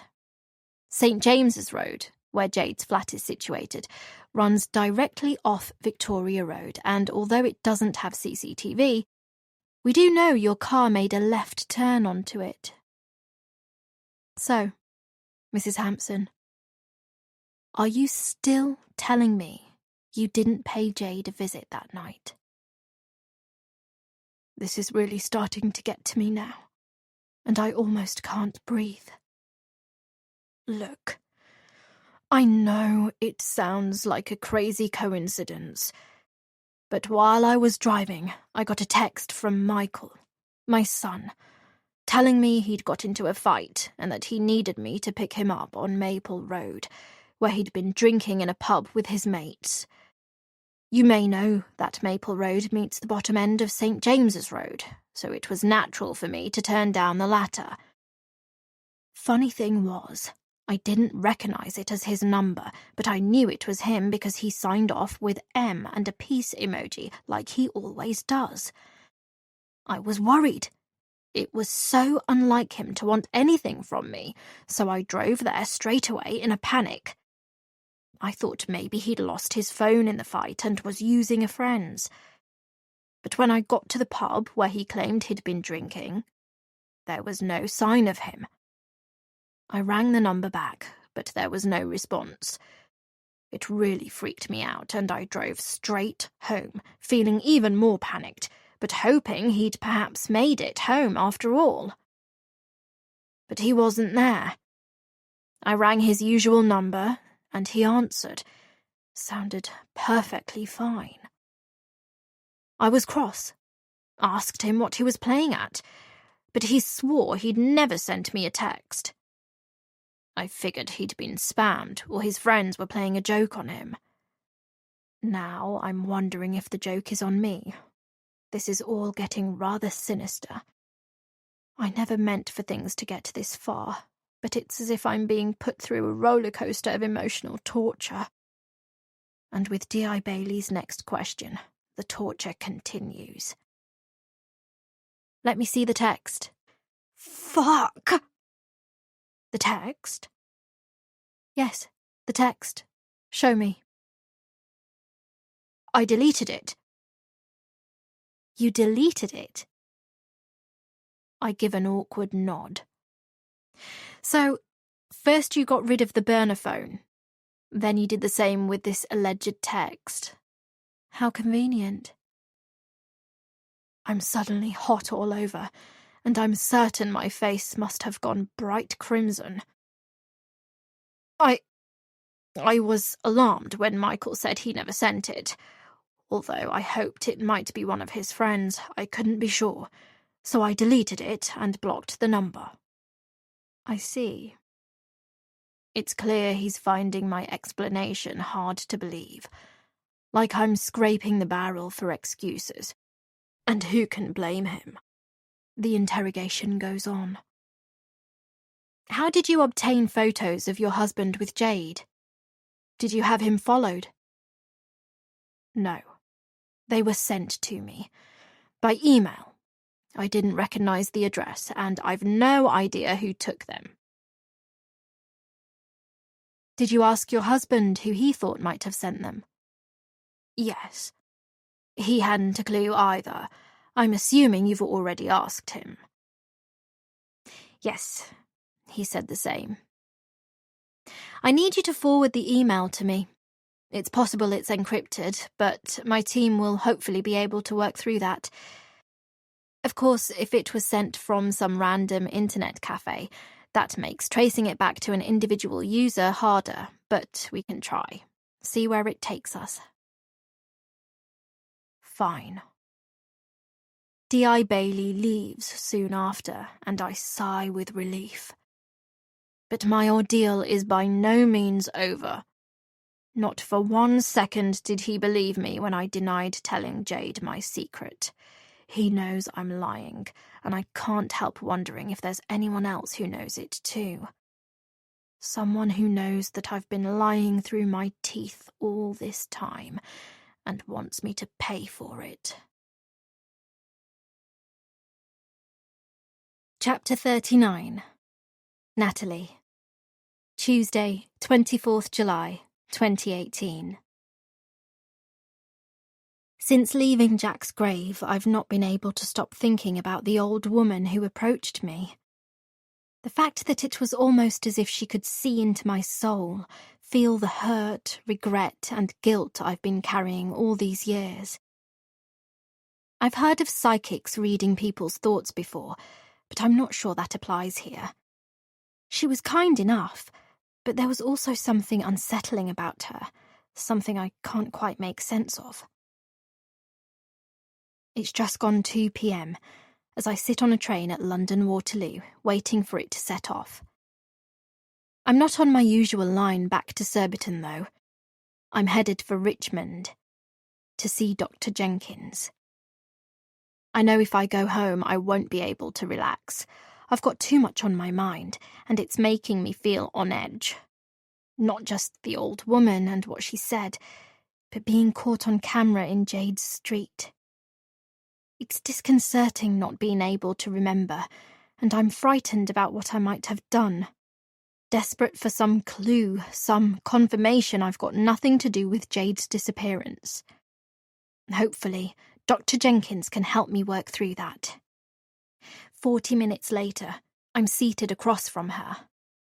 I want to admonish her for letting the police into my past, but I know how unfair that would be. She isn't to blame, and I need to stop being angry with people, especially those who have been good to me. Like her. Like Jade. Why did you lie to me, Natalie? She asks. I didn't lie, I say. You told me you hadn't been sleepwalking again. No, I told you I didn't think I'd been sleepwalking. But you knew you hadn't gone to bed that night. You woke up in your clothes, didn't you? Yes, I admit. I was scared. I couldn't bear to think I might have had something to do with Jade's disappearance. I still don't think that I could. Why? Because with my father, with Kath and Brian, they'd been cruel to me. They deserved it. So had Jade. You said so yourself. You said you'd seen a side to her you'd never seen before, when she'd claimed you could never understand what it was to love a man, that you needed to butt out of her life. And you said she'd still been hostile on the phone, even though you'd made peace. She's right. She had been cruel. It was like a switch had been flicked, almost as if she was intentionally being unkind, like she was encouraging me to flip. After all, she knew about my past, knew it could trigger all sorts of hang-ups from my childhood. That's true. I nod. At the same time, I can't seem to get the old woman's voice out of my head. What is it, Natalie?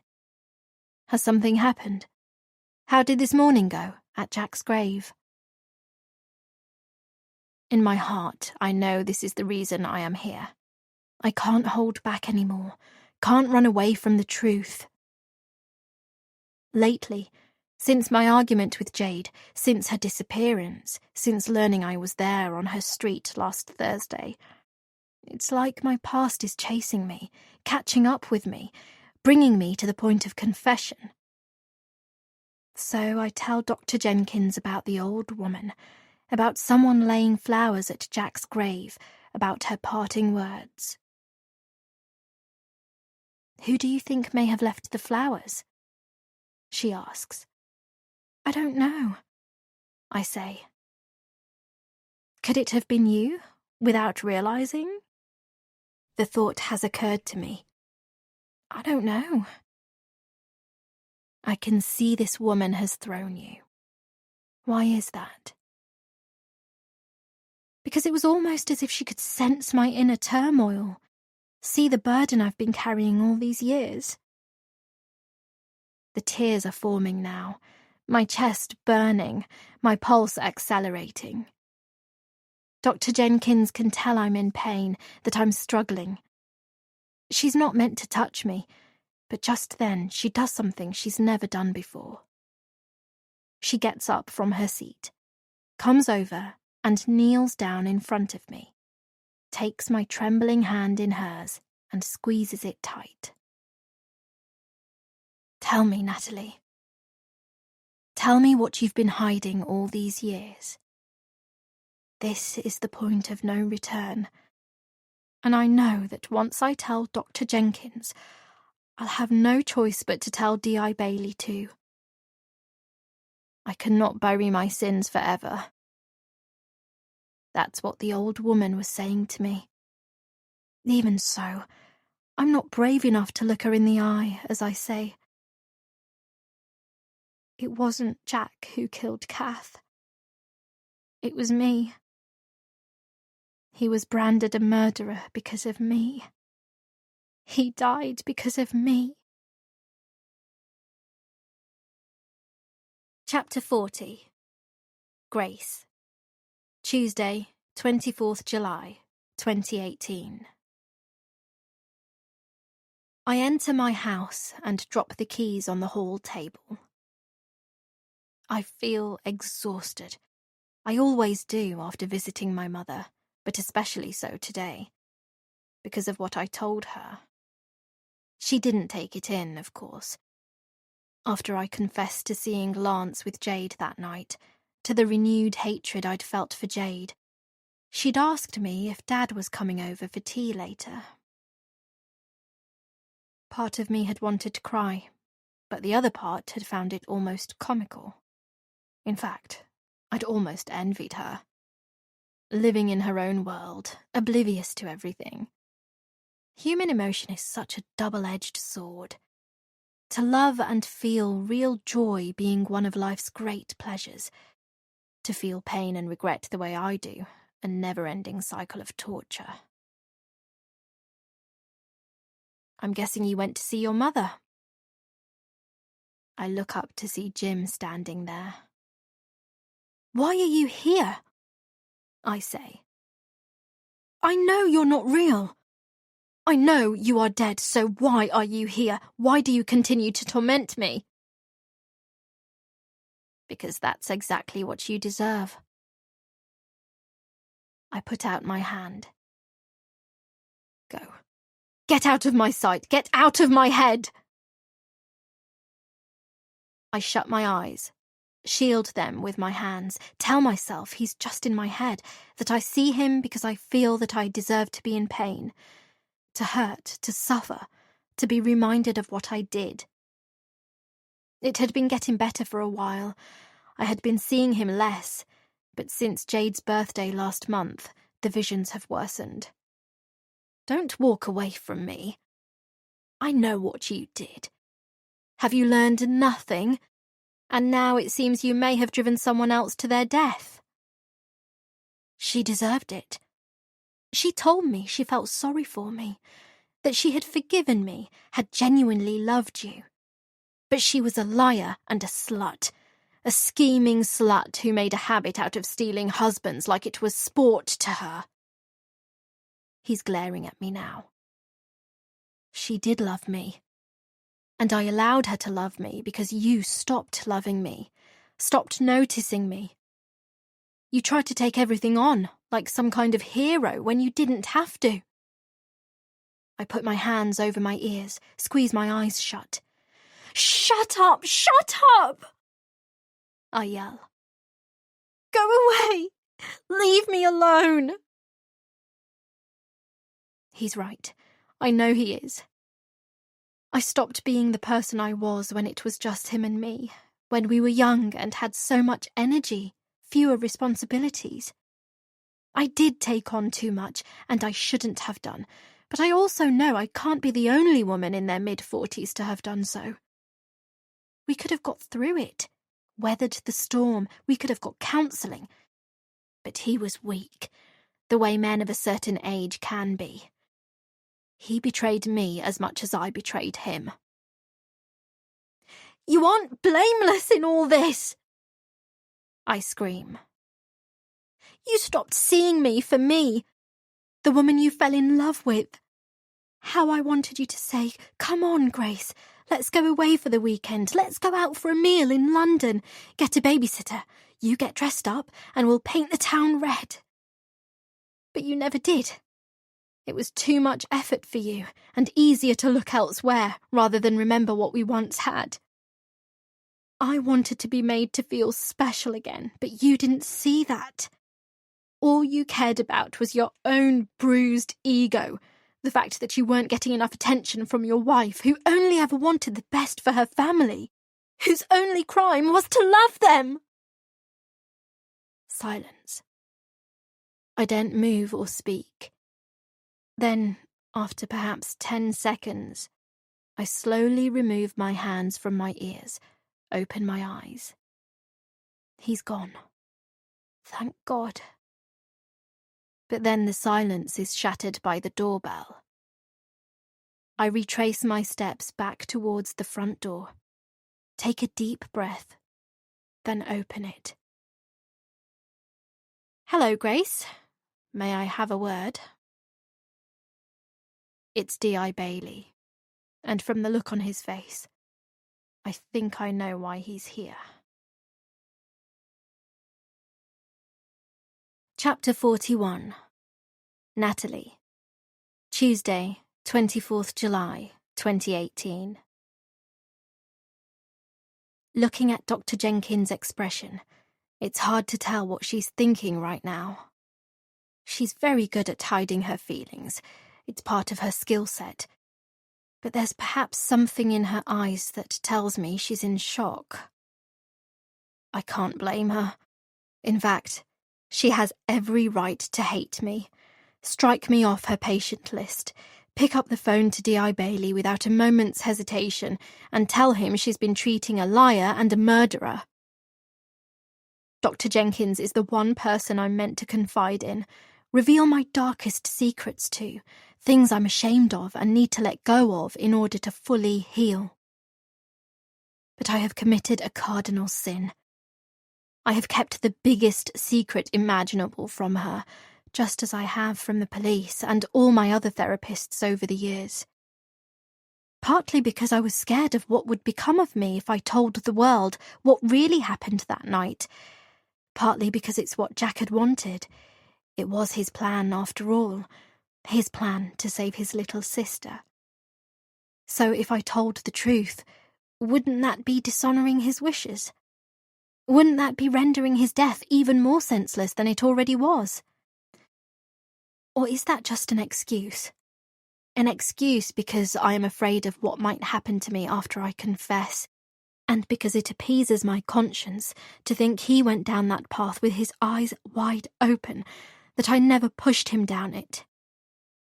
In truth, although I've always told my therapists that living a reclusive, ordered lifestyle was my way of dealing with my anger issues, of containing my sleepwalking, I know there's more to it than that. Living a sheltered life before meeting Jade allowed me to hide from the truth. And the fewer people I mix with, the less chance there was of my secret ever coming out. But meeting Jade, and now her disappearance, has upset the balance of things, and here I am, brought to the point of confession, scared in case it was me who attacked her last Thursday night, the way I attacked Kath in my sleep. This is quite an admission, Natalie, Dr. Jenkins says. She's moved away now, is back in her seat, keeping her distance from a self-confessed murderer. Are you scared of me? I ask, feeling the tears gather. Her body language is suddenly hostile, and I already feel like a criminal. A monster, even. Should I be? No, I say. I'd never harm anyone when I'm awake. It only happens when I'm stressed, when I sleepwalk. I wouldn't attack some random person, only someone who's hurt me. I feel certain of it. Like Jade? She hurt you. As much as I want to refute that, I know I can't. Just because I don't have any concrete proof. I don't know. Yes, maybe. I guess I can't rule it out. Although my gut still tells me I didn't.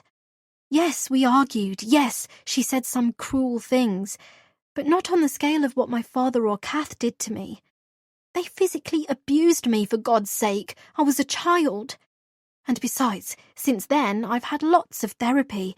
I'm a grown woman. I'm more in control. And yet you were spotted on Jade's road the night she went missing. She has me there. And I can hear the doubt in her voice. I can't blame her after I've been keeping something so huge from her. Tell me what happened that night, Natalie. Tell me how Jack came to take the blame.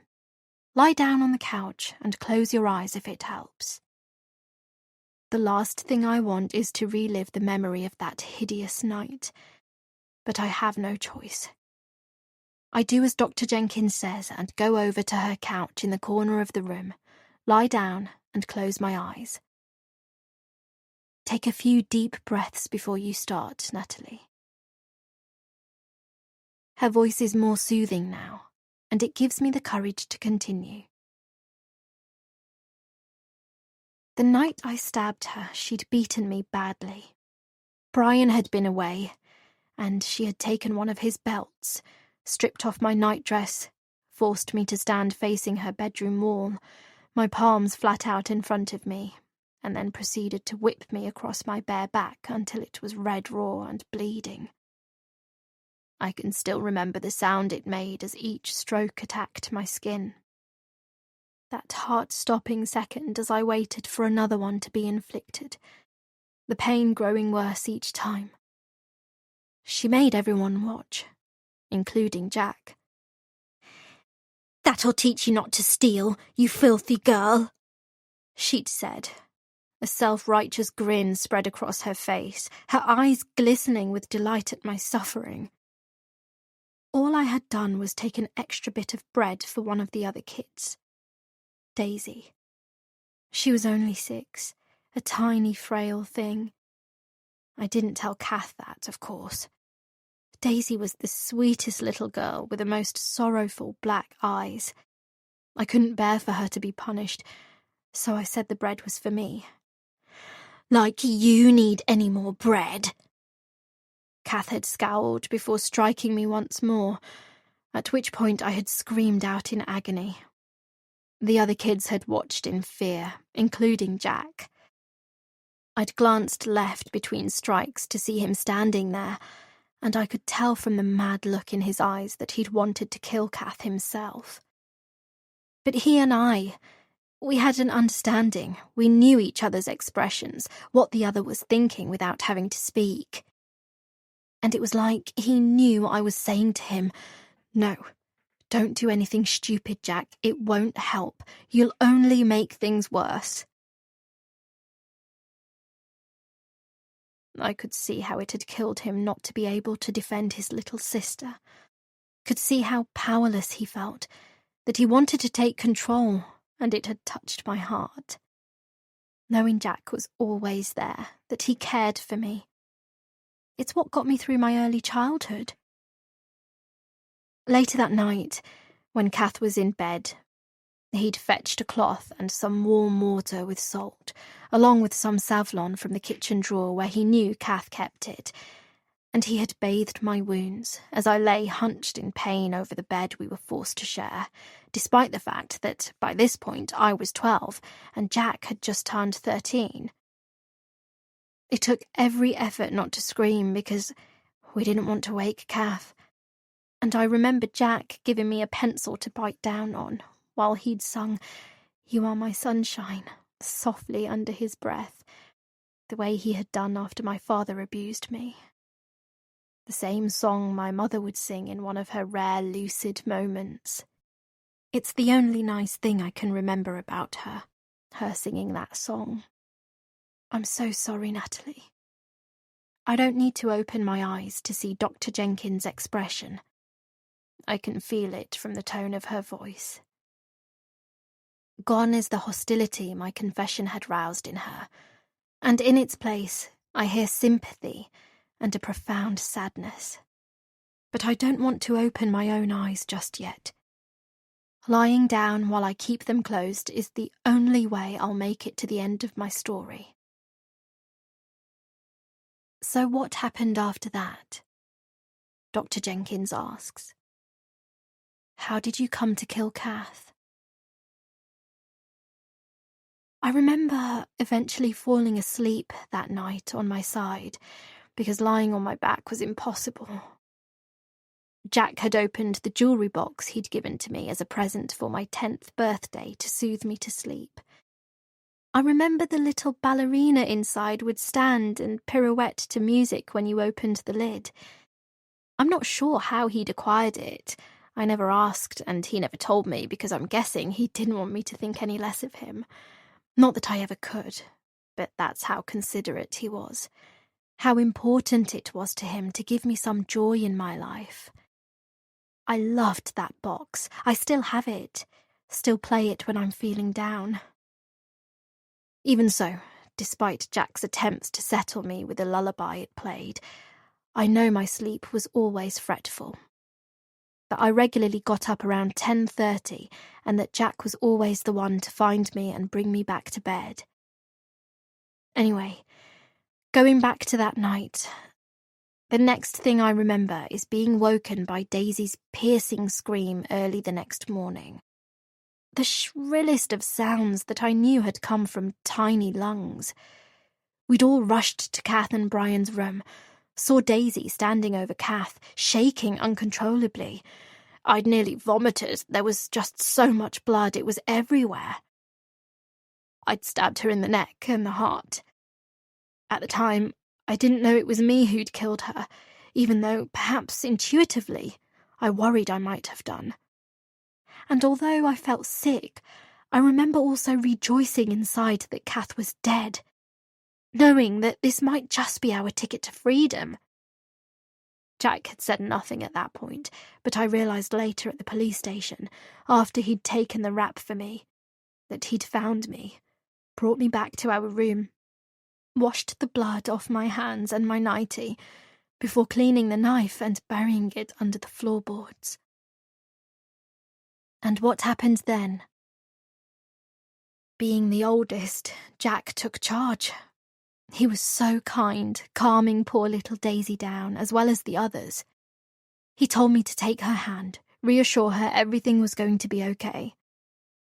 The four of us had followed him downstairs, noticed that the back door was open, various cupboards too, but at that point we hadn't spotted that a knife had been taken from the block on the kitchen sideboard. We found the living room in a similar state of disarray, books overturned, drawers flung open. Although a part of me had felt relieved, just because it had all the classic signs of a break-in, the other part had still worried that I might be to blame. After all, I'd left the house before, attacked Dad, trashed Kath and Brian's bedroom. But I kept quiet because Jack said nothing to the effect that it could have been me, and I trusted him to do what was best, trusted him to take control, which he did. He rang the police, and they were round in a shot, surveying the scene as Jack guided them round, spotting the missing knife. Being kids, they were gentle with us. They wrapped us in blankets, took us to the station, had social workers come in to comfort us, make sure our mental health was okay, that we weren't suffering from PTSD or anything. And then, after a couple of hours had passed, they interviewed us in separate rooms. I was so scared. I'd never been left with a stranger before without Jack. I asked for him, but they said they needed to speak to us all separately first. Let your mind drift gently with the melody, as if carried by a soft breeze across a quiet night.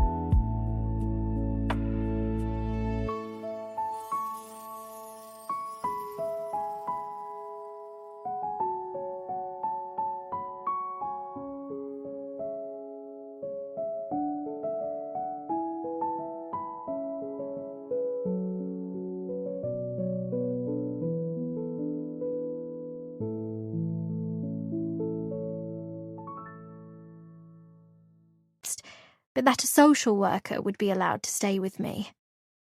She was nice, Helen. She helped me a lot in the aftermath of Jack's arrest.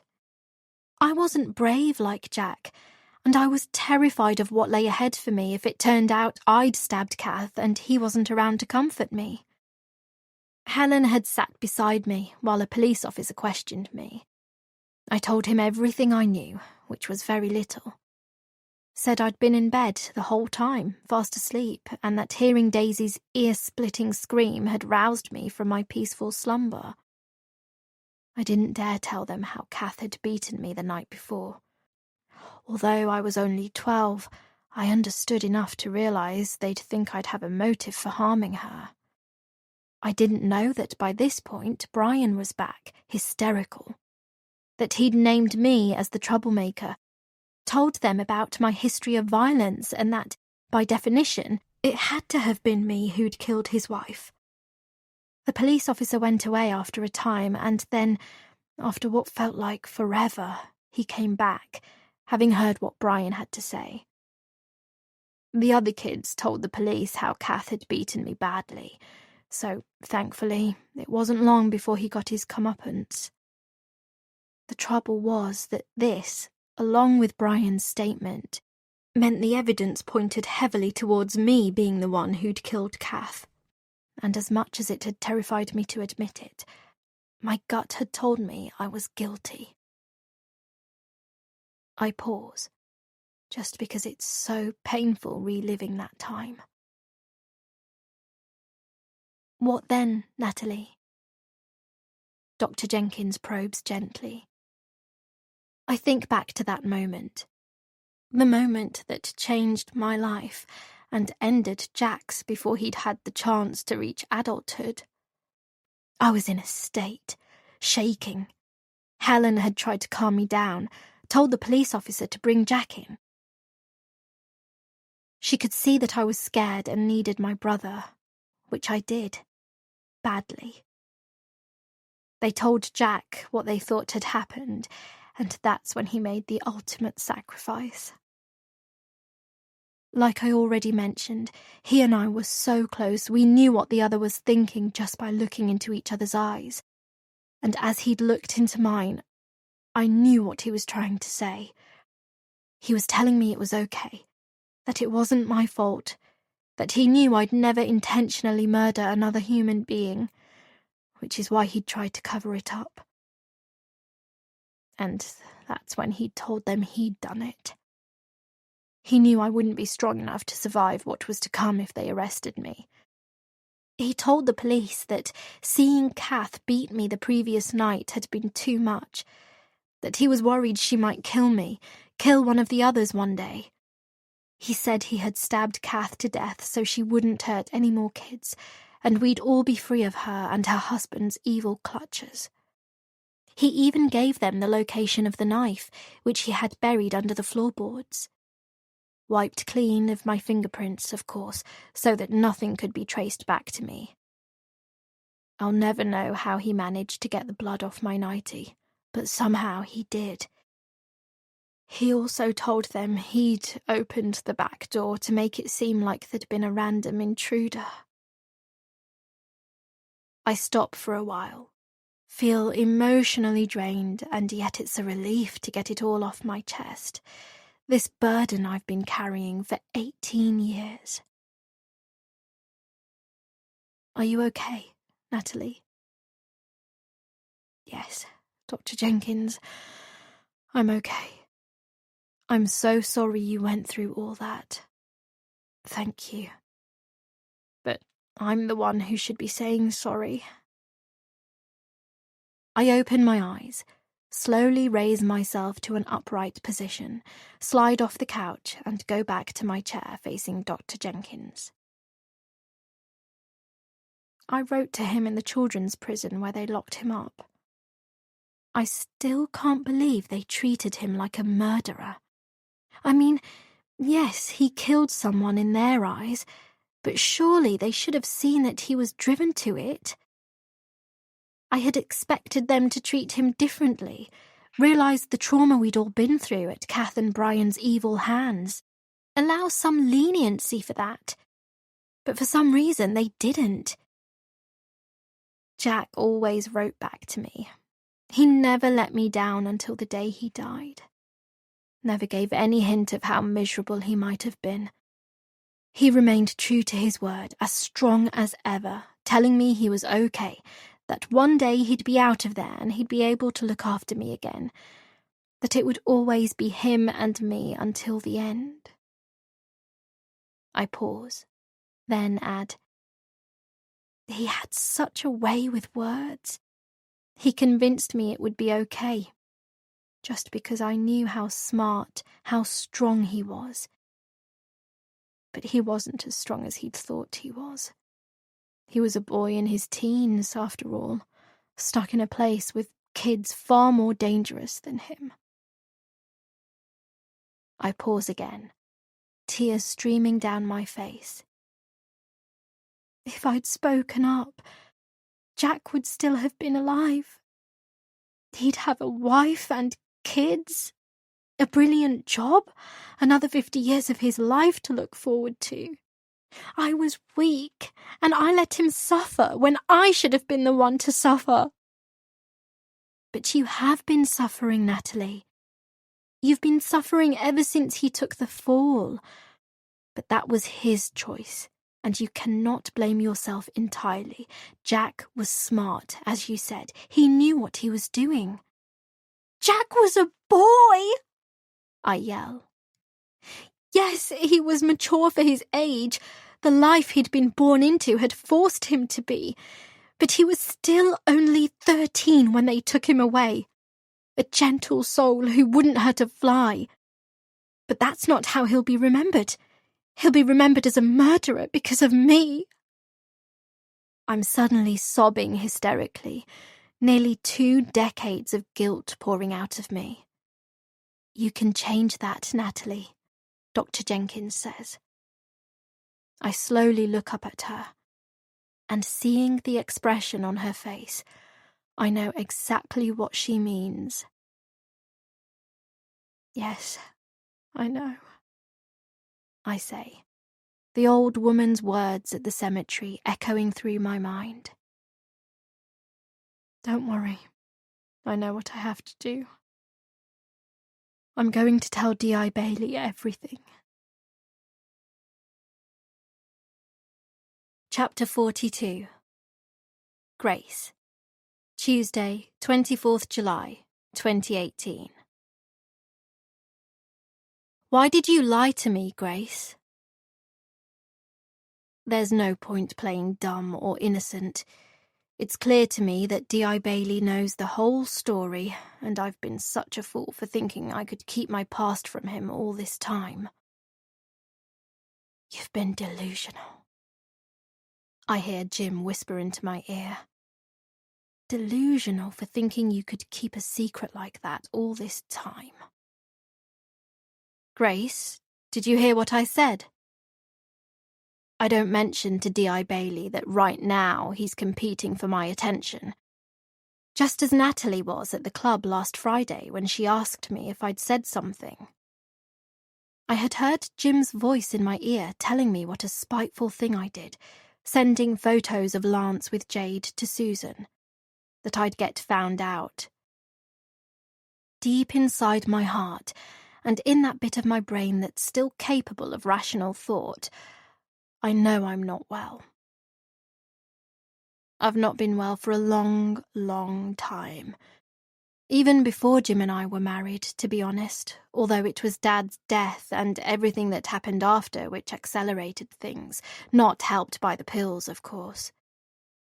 But the thing is, I have these wonderful moments of lucidity, moments when I see everything so clearly, like I did earlier with Mum. Moments when I almost feel like the Grace Jim fell in love with.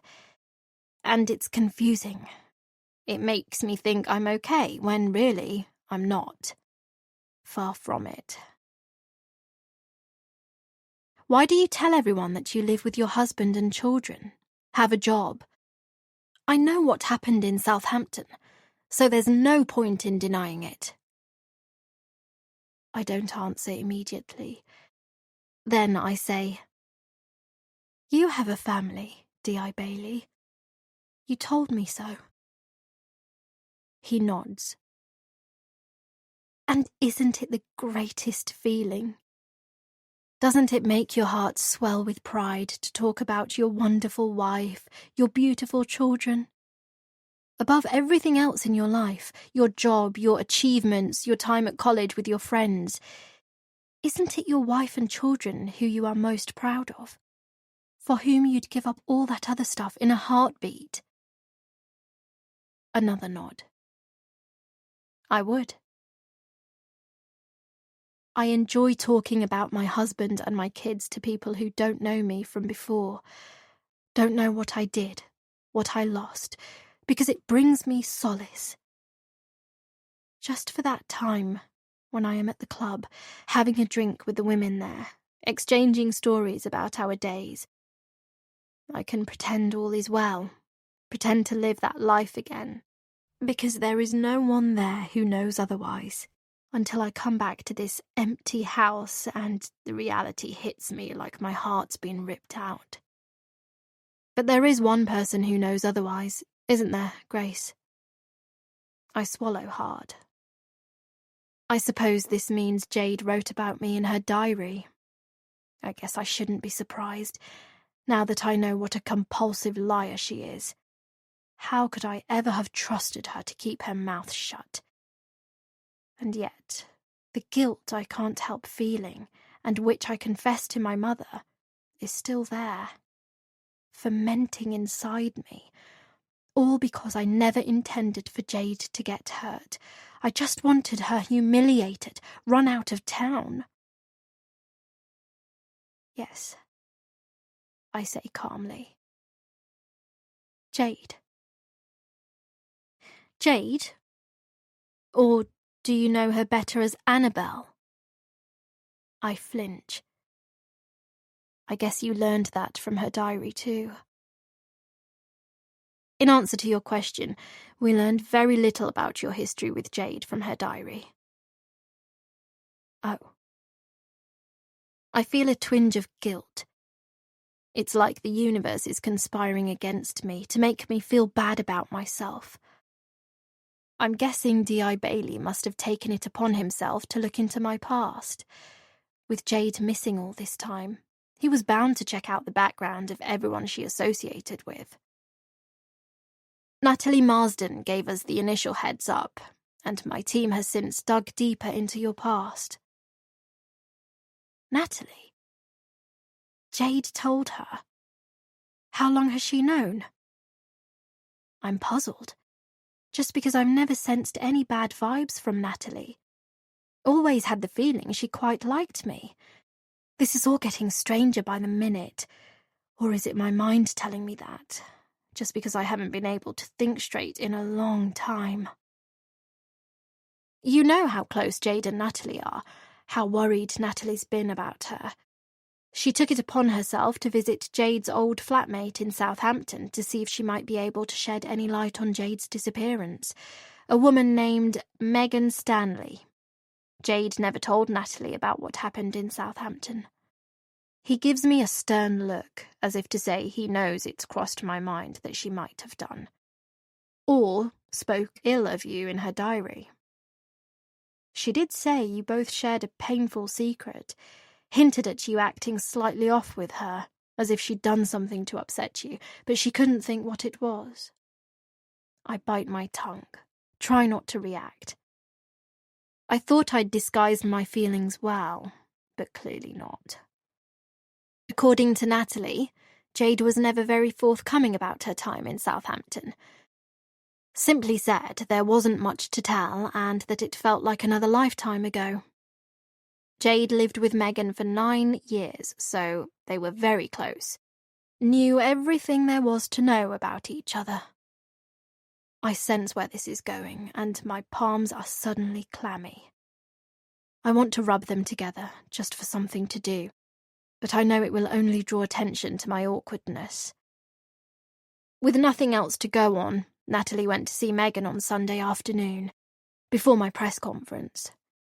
So Megan knew nothing about Jade's disappearance. She'd been alarmed, of course, eager to help in any way she could. And I'm desperate and yet almost too scared for him to get to the point. And Megan told Natalie that, contrary to what Jade had told everyone, she didn't quit being a PE teacher because she realised it wasn't for her. In fact, she loved her job at Dashwood Boys. It was everything she'd imagined it to be. The reason she quit was because of the tragedy she found herself a part of, following the exposure of her affair with the head of physics, Jim Maloney, your husband. I feel my face burn. Can't speak. I won't go into any more details because I realise how painful this is for you, and we don't need to rehash all that. But I was hoping you might fill in some gaps. Like how you happened to end up joining the same health club where Jade worked, 70 miles from Southampton. We know Jade went back to London, changed her name and retrained as a fitness instructor before getting a job at the River Club 2 years after leaving Southampton. But how about you? How is it that, having been discharged from a psychiatric ward where you received 15 months of treatment, you came to be living in Cobham, and yet attending your dead husband's ex-lover's classes at a club not in the least bit convenient to your new location? And before you answer that, Grace, I don't believe in coincidences. Not in cases like the one I'm dealing with right now. The truth. That's what I want. No more stories or fantasy worlds, just the honest truth. I keep my head down, too full of shame and remorse to meet his gaze.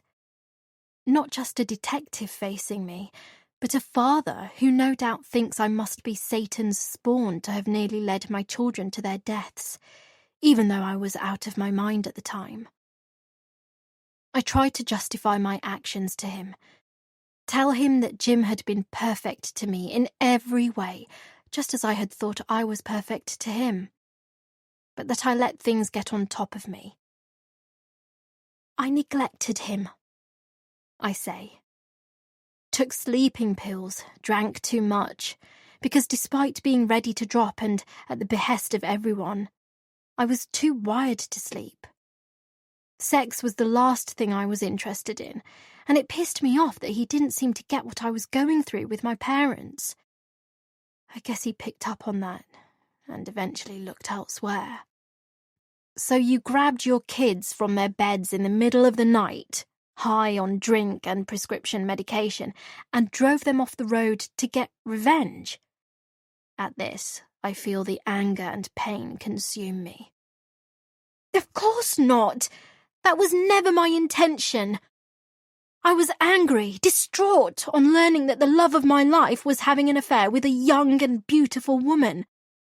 I'd taken diazepam, as you said, and I wasn't thinking straight. Everything I believed in came crashing down on me, and it was like I was no longer capable of rational thought. All I thought about was taking the kids from him, teaching him a lesson, making him suffer. Not a day goes by when I don't regret what I did, when I don't suffer for it, but it was an accident, and the courts knew that. They knew I never meant to harm my kids. That's why they didn't put me in prison. That's why I spent 15 months on a psychiatric ward. You still haven't answered my question, though. Why did you join the River Club? To study her. To see what it was about her, besides the obvious, that made him want her. But also to make her life hell. I answer honestly. And did you make her life hell? Why didn't she freak out? How did you convince her to go along with this pretense? I tell him about my encounter with Jade in the car park, how apologetic she'd been, how we'd reached an understanding to tolerate one another, even though I'd been lying at that point and was merely looking to bide my time, study her life, her movements, so as to formulate a proper plan of revenge. One day, we had coffee at her suggestion. I explain. She opened up to me, told me about her childhood, her mother, losing her father, and for the first time I felt sorry for her. And I realized that in many ways I'd been so much luckier than her. That she wasn't to blame for what happened with Jim. That she'd been filling an emptiness in both their lives. But something happened to change your mind about Jade, didn't it, Grace? He knows about the photos. But how? You saw Lance Hampson with Jade, didn't you? On the night of her birthday party. You took photos with your phone and you sent them to Susan Hampson. You thought Jade had changed, but when you saw her with another woman's husband, a woman of a similar age to you, you got angry. You figured she'd been fooling you all along, pretending to like you, but really laughing about you behind your back, just as she was laughing behind Susan's back. And all the memories of Southampton came flooding back, and this time, you couldn't allow her to get away with it. You couldn't say anything to Susan, or to anyone for that matter. You were too afraid of your past being exposed. So, you had to find another way. You had to make sure Susan received the photos, but anonymously, so it couldn't be traced back to you and someone like me wouldn't find out about your past. You knew how Susan would react. Unlike you. Unlike Natalie. She's no shrinking violet. And she has money and means and powerful contacts. She is someone you knew would do anything to make sure Jade paid for her actions, who would metaphorically, and perhaps even physically, bury Jade for sleeping with her husband and threatening her lavish lifestyle. I never meant for her to get hurt, I protest. Right now, all I want is for the ground to swallow me up, because that's where I belong. I just wanted to see her humiliated, exposed for the husband stealer she is. I wanted Martin, who worshipped the ground she walked on, and everyone at the club, to know what kind of woman she is, in the hope she'd be forced to leave with her tail between her legs. But now it's looking like something much worse might have happened to her, and it's all because of me, and the guilt is killing me. You sent the photos from an internet cafe in New Malden, didn't you? What? I hear my voice as fragile as glass. We traced the IP address to the Spring Cafe, showed your photo to the staff there, and one of them made a positive ID that you were sitting at a PC in the far corner last Tuesday from 10 to 10:20 a.m. We have a copy of the email sent to Mrs. Hampson attaching the photos sent at 10:15. Don't even try to deny it. I don't deny it, I say. But it was never my intention for Jade to go missing, to be physically harmed. I repeat. I just wanted her to be humiliated, the way she humiliated me. I wanted to teach her a lesson, wanted her to stop thinking it was okay to steal innocent women's husbands. You think Susan Hampson is innocent? She didn't deserve to be cheated on. Didn't she? He knows something I don't. And to be fair, Susan isn't innocent. I've seen the way she leers at the young men at the gym, and not for 1 second do I believe she'd pass up on the chance to screw one. She was patently hiding something last Friday when Jade failed to show up and Natalie was asking questions. And it made me think that perhaps she had blackmailed Jade into quitting her job. I'd never thought her capable of taking things to another level, but now I'm starting to wonder if I've been naive in that regard. Perhaps she's committed a crime far worse than blackmail. I shudder at the thought. Again, can't help feeling guilty for what I've done now that I know Jade never told Natalie about our history. She kept up her side of the bargain, whereas I betrayed her trust in sending those photos to Susan. In truth, I didn't send them because I felt sorry for Susan. I sent them because I was still feeling sorry for me. Because I needed to quench my own thirst for revenge. Chapter 43. Susan. Wednesday, 25th July, 2018. It's 6:15 p.m. and I've just arrived at the club. I couldn't sit at home a second longer. I need to let off some steam, release my stress in some other way than through alcohol. It's also important I show I've got nothing to hide, having stayed away on Monday because it had felt a bit too soon following Sunday's press conference announcing Jade's disappearance. I'm thinking of Vivian and Jill in particular, each of whom texted me earlier to see if I was coming tonight. They've both been questioned and have alibis, as does pretty much everyone else at the club, including Barry and Martin, making it even more important I act normal.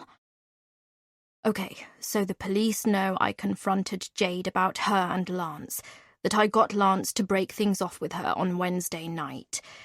But that's all they know, and it doesn't make me a criminal. Doesn't mean I went to her flat on Thursday night and attacked her, or that I got anyone else to.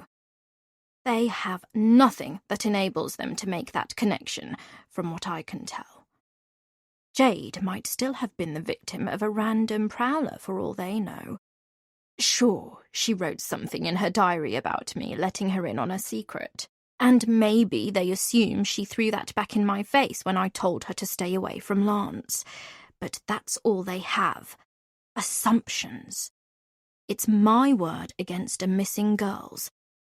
They have no evidence, and they have no way of knowing or proving what I told her that night at her party. Plus, we were surrounded by witnesses who will testify to the fact that I was blind drunk. I can't let the situation get to me. Can't let it ruin my life, screw with my mind. I need to carry on as normal. Face everyone and act as if it's just another day at the gym. It'll seem more suspicious if I steer clear of the place. As I walk through the turnstile, I spot Martin up ahead. He's perfectly pleasant, which reassures me he has no idea the police have been questioning me again about my possible role in Jade's disappearance. He looks worried, though. Poor thing. It's clear he's smitten with the girl. If only he knew what a conniving little bitch she was behind that Shirley Temple veneer. Acting like butter wouldn't melt to all and sundry, making everyone believe she had their best interests at heart, including Natalie. Oh, speak of the devil. There she is up ahead, walking down the corridor. I hadn't expected to see Natalie here again, though. Certainly not tonight, at least. Not even a week since Jade's disappearance. I didn't think she'd set foot in the place again without her beloved Jade teaching the class. I'd expected her to be holed up in a dark corner crying her eyes out. I wonder why she is here. To spy on me? It's clear from what she's told D.I. Bailey she's out to poison his mind against me. I won't avoid her, much as I want to, much as I can't bear the sight of her. If I do that, she'll think I definitely am hiding something. I up my pace until I'm right alongside her.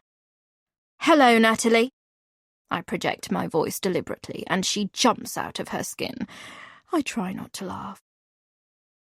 "Sorry to startle you." She stops short, looks me in the eye, something of a fire in hers. I hadn't expected that, and I have to say, it throws me. "Are you?" She growls. I give a forced laugh. "What's that supposed to mean?" "Well, you always say that, but I'm not stupid. It's obvious from the tone of your voice that you're not sorry, so why maintain this ridiculous charade?" Again, her sharp retort is unexpected, and it makes me angry. Angry that this little freak has managed to make me feel stupid. Me! I don't like being made to feel stupid. Lance made me feel stupid years ago, and I showed him. More recently, his little slut made me feel stupid, and now her minion is doing the same. I need to get some level of control back, but somehow it feels like I'm losing my grip. Listen here. I put my face up close to hers. What gives you the right to speak to me in that way? She doesn't budge. I could say the same. Just because I don't have your money, your rich husband, your big house, doesn't make my life worth any less than yours. I swallow hard, once again taken by surprise. It's almost as if, rather than make her cower back into the hole she came from, Jade's disappearance has made her bolshier. What's come over you? I ask. Let's just say I've realised that suppressing things, allowing myself to be trodden on, is doing me no good. I see my chance to get my own back. You're not referring to Jade, are you? She frowns. How do you mean? That's exactly what she did to you, isn't it? Trod all over you, I mean. You allowed her to dictate your life. You followed her around like a doting puppy, rather than seeing yourself as her equal, because you knew she didn't see you as her equal. Tell me it isn't true. She knows I'm right, and I can also tell from the look on her face, which is gradually becoming redder, that she knows something else. Something about Jade she's not letting me in on. I always knew she was hiding something, and now I'm desperate to find out what it is. What is it you know about Jade? You found something out, didn't you? She did. I swivel round in surprise to see Grace standing there. Grace? Natalie says, looking equally alarmed. I didn't expect to see you here. I'm sure you didn't. And I could say the same, but perhaps you were secretly hoping I would be, as I'd hoped you would be too. I think we need to clear the air. What the hell's going on? I ask. Clearly, these two are in on some secret information I'm not a party to.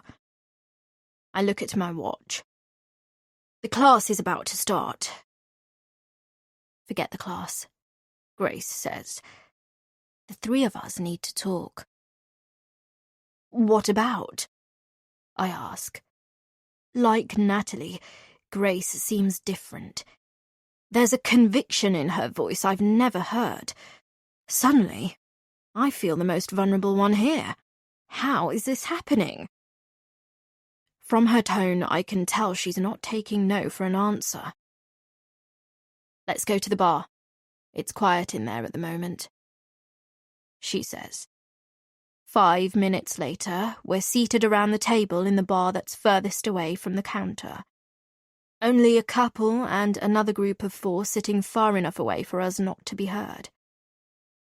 I'm the only one who's ordered booze, Grace and Natalie both opting for diet lemonades.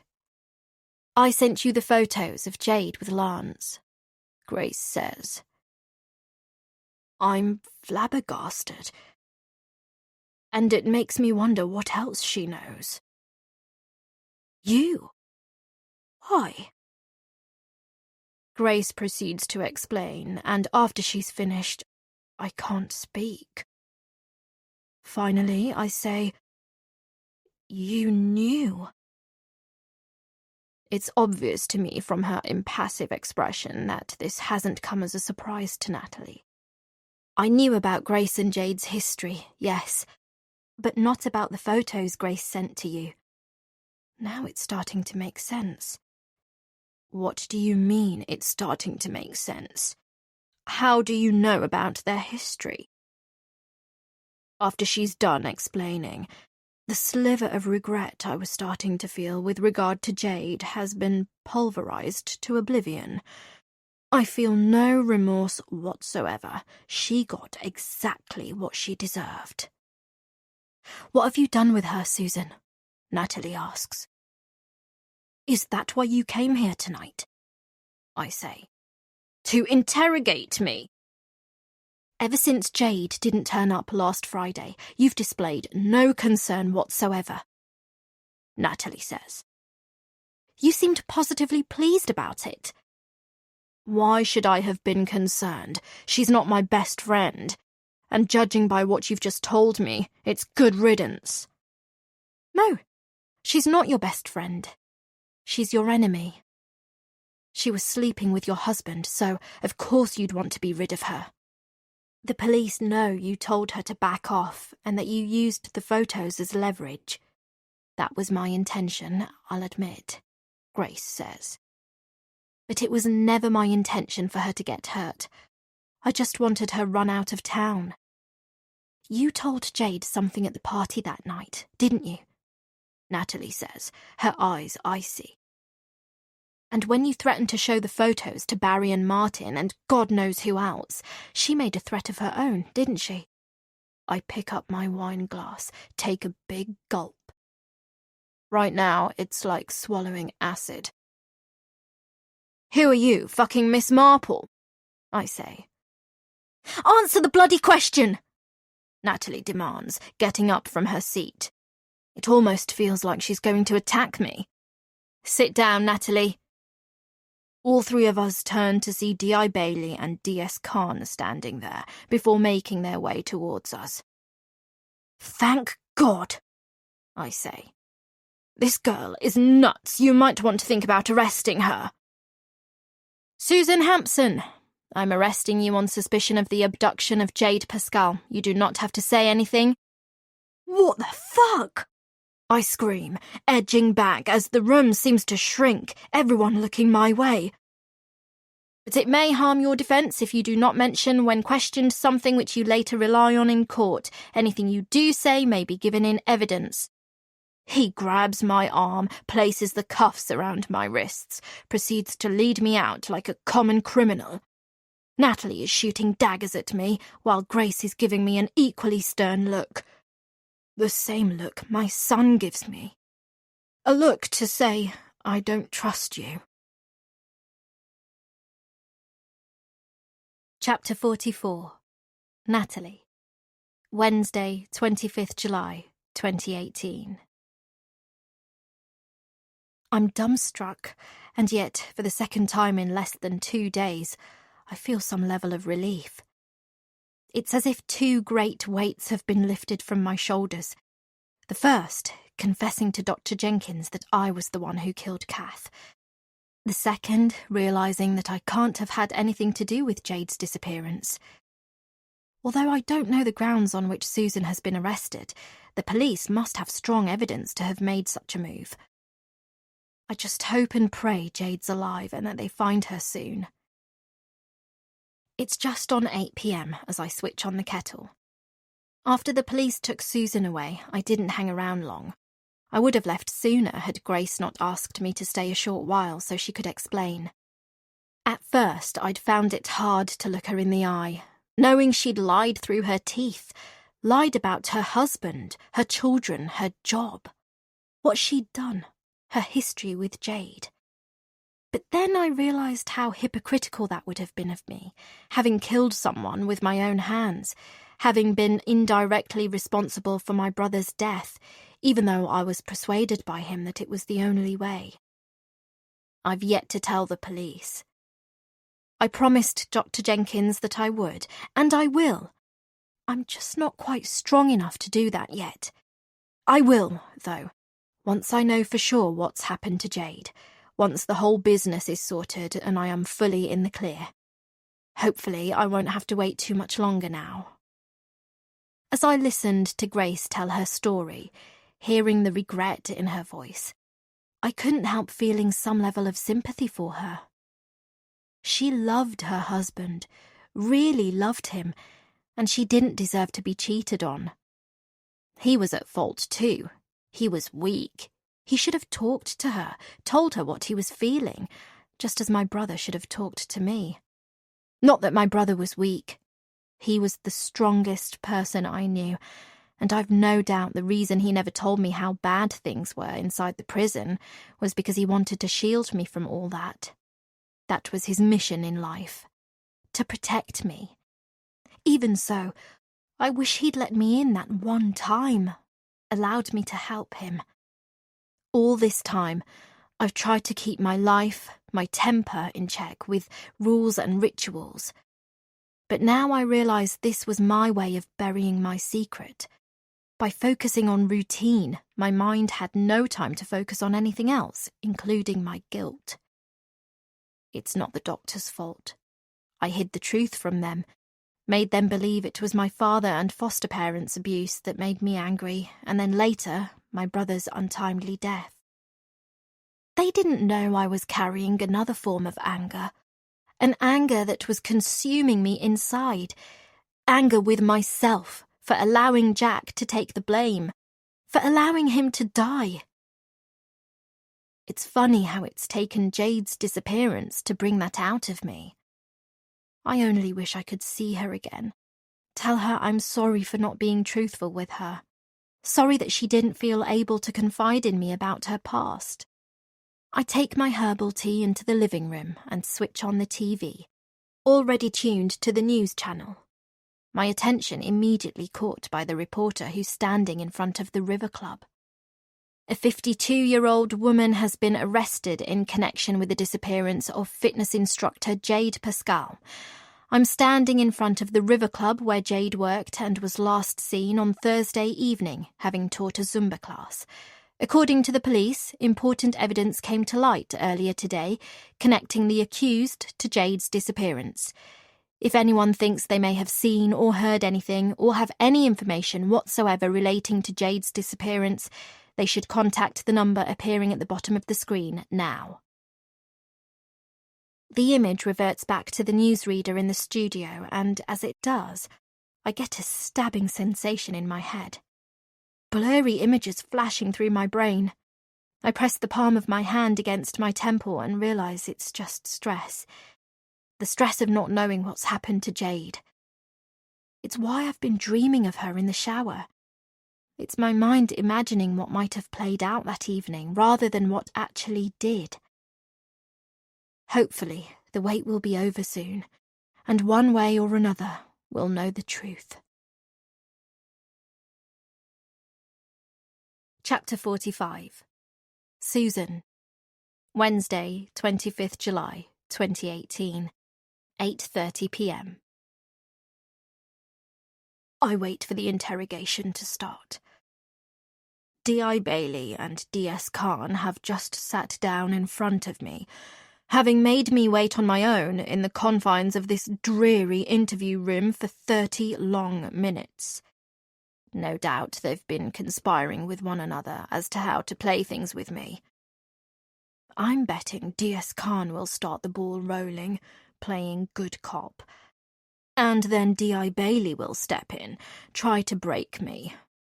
I know, I've watched enough police dramas on TV to imagine the setup. I'm prepared. I wonder if Lance knows yet. Wonder if he's told the children. They're probably doing cartwheels in the living room, throwing a party. Then again, me being arrested isn't going to do Lance's reputation at the office any favours, or Michael's at the firm he's not even started at yet. I don't care about Lance, but I do care about my children, no matter what they might think. That's why I still can't believe Lance confessed to his affair with Jade. Mrs. Hampson, we asked you before why you were out driving late on Thursday night, and you claimed you just went for a drive to clear your head before receiving a message from your son to say he needed picking up outside a pub on Maple Road, having got into a fight, but that when you went to fetch him, he wasn't there, causing you to drive home. Yes, that's right. And you said you returned home around 11 p.m? Yes, I nod. And when you got home, no one in your family was in the house? Correct. Okay, leaving that aside, I want to show you something. There's a folder in front of DS Khan. He opens it up and pulls out an A4-sized sheet of paper. From upside down, it appears to be a printout of an email. What's this? He swivels it round. My officers have been trawling through Jade's emails and found this in a subfolder of her inbox marked miscellaneous. I feel like I'm going to be sick, having scanned the contents of the email.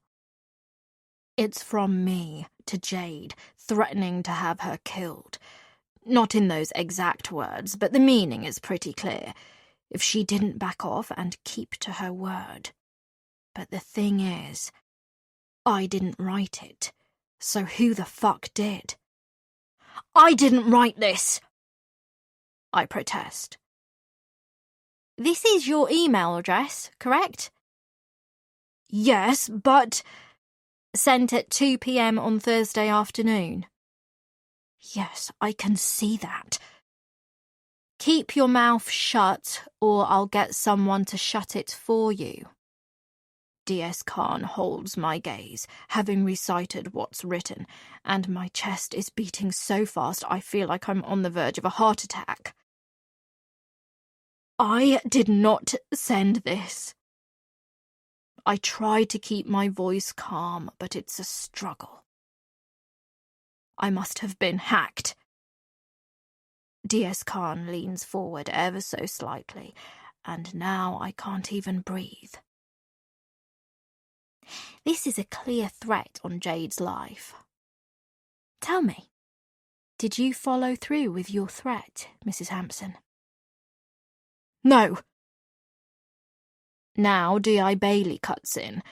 It's all been perfectly staged, perfectly timed to this moment. Are you arguing with what's written here? With your own email address? No. I mean, yes. Why would I be so stupid as to send a threatening email to Jade from my own email account?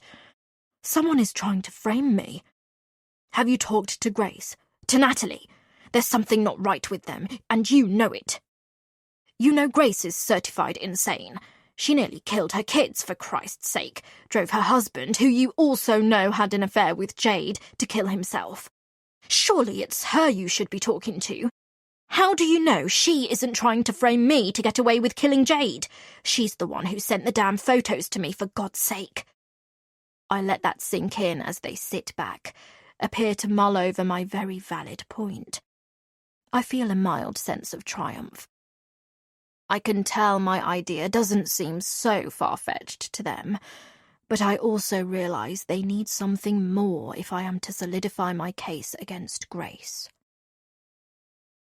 Look, I already confessed to blackmailing Jade with the photos, to warning her to back off, to telling my husband to break things off with her, but that's all I did. I had no idea the very next day she would go missing. But maybe that was Grace's plan. She sends the photos anonymously to me, knowing it would rile me, knowing I'd have it out with Jade and my husband, giving her free rein to do whatever she did with her, while casting aspersions on my character, knowing you'd somehow figure out Jade was having an affair with my husband. Again, I let that settle, the air thick with tension.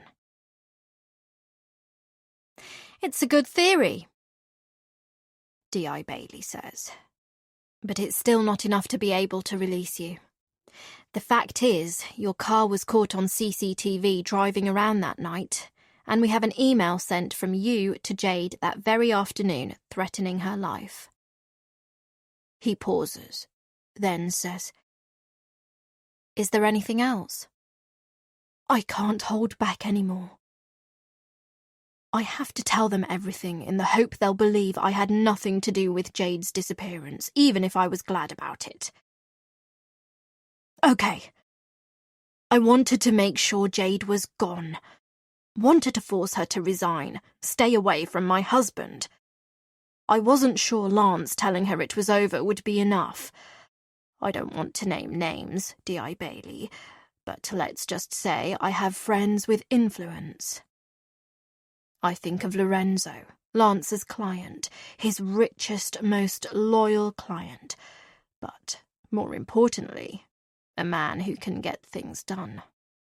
A man I know has used less than salubrious means to get what he wants, to become the powerful businessman he is today.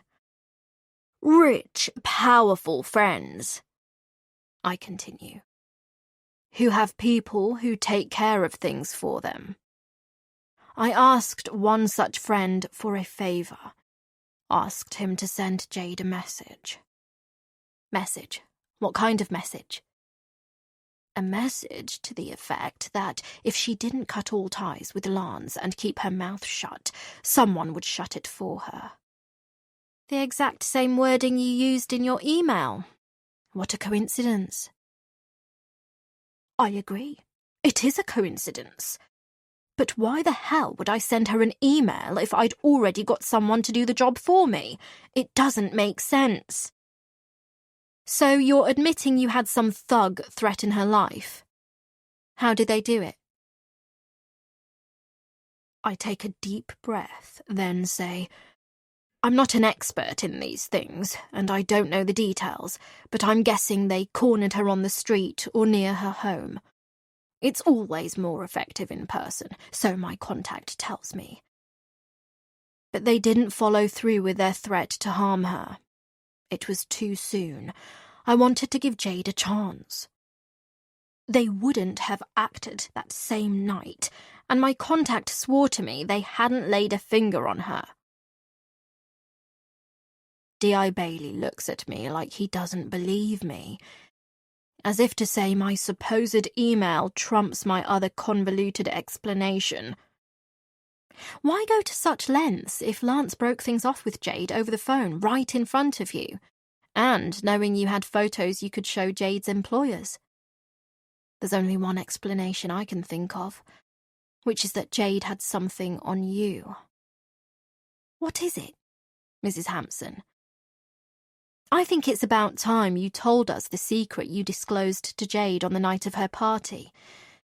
A secret I think she planned on revealing to the world after you blackmailed her. Chapter 46. Susan. June 1988. I watch her from across the street, coming out of Wimpy, a takeaway bag in one hand, the paper cup in the other.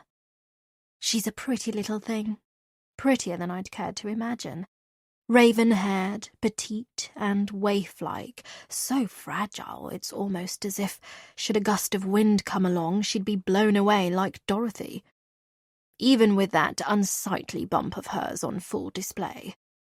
I'm guessing she's popped out on her lunch break, and now she'll be heading back to her father's jewellery store, one street away, where I know she works part-time to pay her way through nursing school.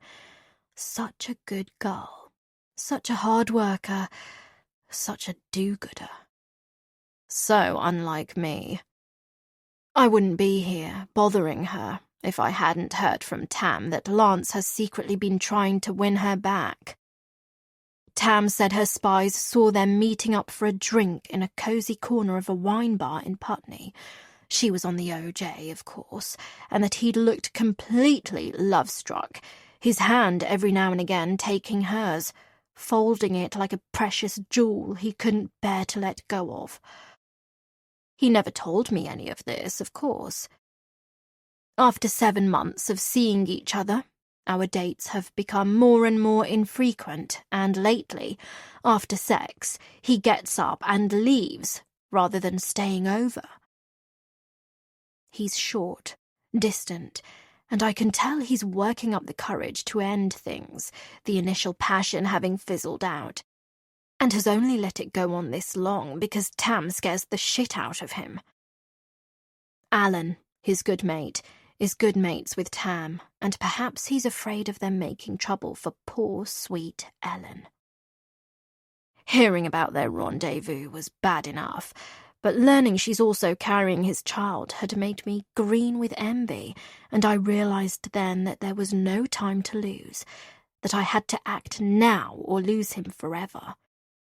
And so Tam and I had made a plan I am now going to put into action.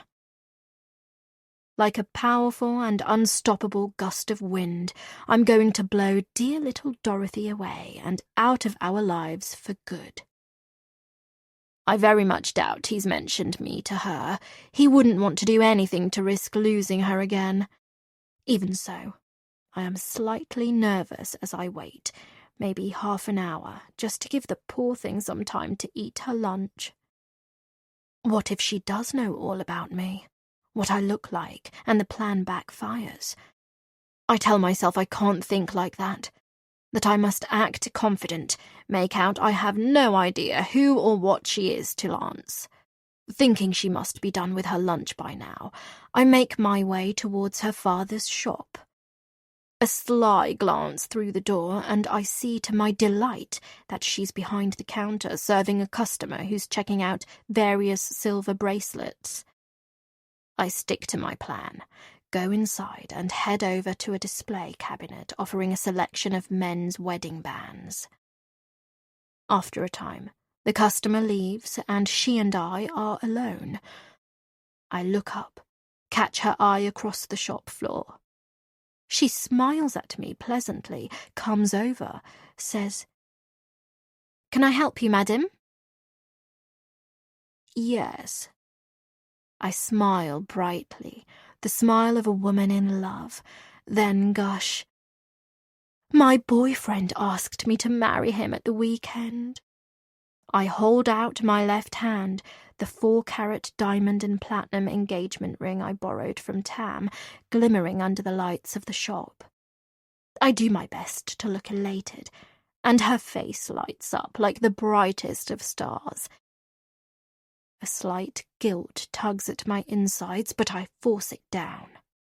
"Oh, wow, congratulations," she says. "You must be on cloud 9. It's so exciting." "Yes, it is." My gaze travels to her bump. "This time next year, I hope to be in your position. When are you due?" Not for another 8 weeks. Still cooking." She pats her stomach and I want to vomit. I say. Anyway, I couldn't wait to check out some men's wedding bands. Obviously, I'd like to bring my fiancé with me at some point, but I wanted to get a head start. Just so excited. "I can understand that," she says with the same grin. "I'd be the same." "You're not married?" I say, my eyeline resting on her bare ring finger, before returning to her bump. "Sorry, couldn't help but notice you're not wearing a ring." She blushes. Poor thing must feel so embarrassed. Shame. "Afraid not. Bit complicated. I split up with the father just before I found out I was pregnant. I didn't want him feeling sorry for me. Didn't want him to think he owed me anything, so I never told him." "Oh, I'm so sorry." I pull a sad face. "Oh, it's okay. We're back together now." She smiles. "You are? How wonderful. I'm sorry to pry, but it's such a lovely story. Do tell all. I so love a happy ending." "Oh, don't be silly." She giggles. "I quite like telling it." "I bet you do." "Go on then, I'm dying to hear." She proceeds to tell me how Lance had rung her up out of the blue around a month ago. Said he was desperate to see her, that he hadn't stopped thinking about her, wanted to talk things through. She'd been reluctant, couldn't bear the thought of getting hurt again. Apparently, they'd split up 10 months ago over his choice of friends. Her feeling that he'd changed since falling in with the law crowd, who she viewed as shallow, money-orientated, and full of themselves. But he'd realised his mistake, realised he'd been an arse, that his glossy new life was superficial nonsense. No doubt he included me in the same category, and all he wanted was for her to give him another chance. So she'd agreed to meet him at the wine bar Tam's friend had spotted them in together. He'd been shocked to discover she was pregnant with his child, of course, but when he'd got over the shock, Ellen had seen the tears in his eyes as he'd told her that he'd never wanted anything more than to be a part of his baby's life. Not just his baby's life, but her life. He wanted them to be together, as a family. So touching, so moving, so finger down the throat nauseating. Oh my gosh, that really is the stuff of fairy tales, I say. Have you set a date? No, I want to have the baby first, lose all the weight.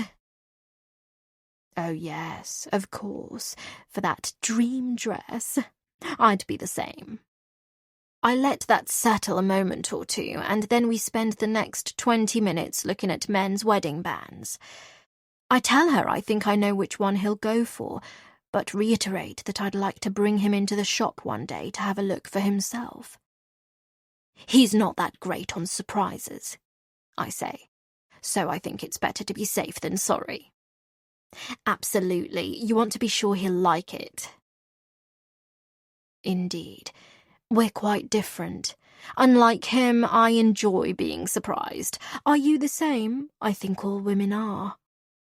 I receive an enthusiastic nod. So I take it you'd like him to choose your wedding band? I would. I grin. I mean, I adore his choice of engagement ring. I thrust out my ring finger again. He just knows me so well, so I'm sure I'll be equally as thrilled with the wedding band. I was a bit cheeky, actually, told him to surprise me again. Oh yes, he definitely has good taste, and it fits your finger like a glove. It does. I gush once more. And I think it's so romantic when men go to so much trouble. It proves how much they love you, don't you think? Definitely. You've got to keep her there. I think so. I nod. But it has to be said, I've seen a few here I adore.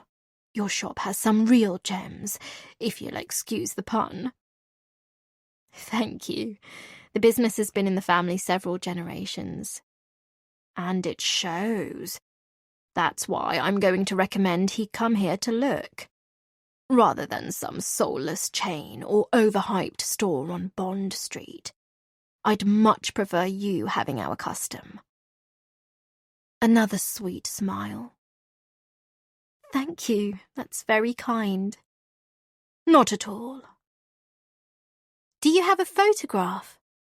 She asks. Bingo. So I can recognise him when he comes in. Also, I don't work Wednesdays, and in case he comes in that day, I can make sure whoever's covering looks out for your fiancé. You've been so lovely, I want to make sure we provide the best possible service. Oh, how amazing. So kind.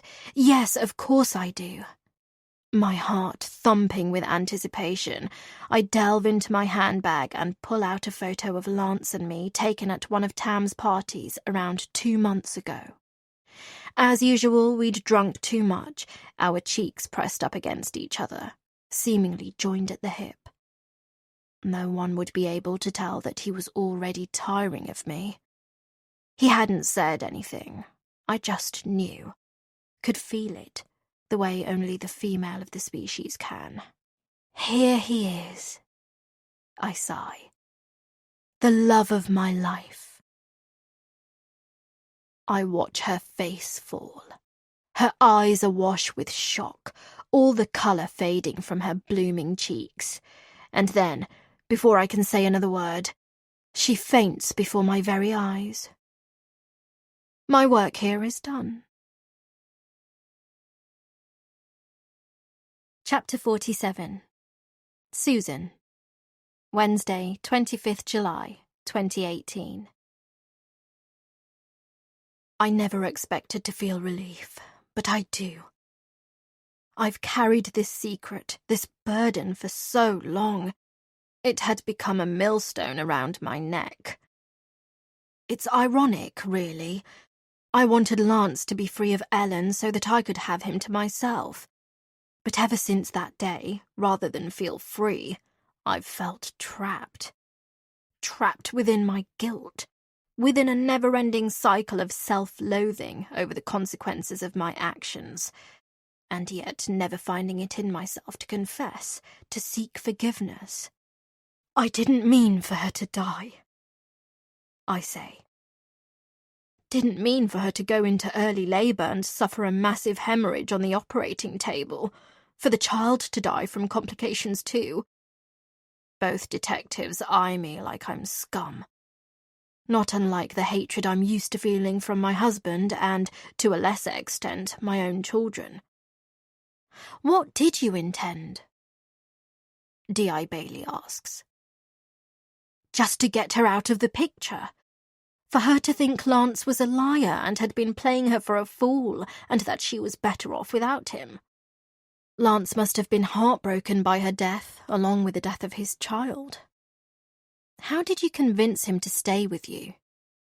I'm sickened by myself as I say the words I've known to be true all this time, but had never confessed to anyone, besides Tam. I told him I was pregnant, which I was. With his child? No. I had a one-night stand after I found out he was trying to get back with Ellen. Cameron, your elder son. Yes. And I'm guessing he doesn't know Cameron isn't his. I shake my head vehemently. No, and he must never know. It'll kill him. Are you sure that's what you're worried about? D.I. Bailey asks. Or are you more concerned about him killing you? I open my mouth to speak, but he doesn't let me finish.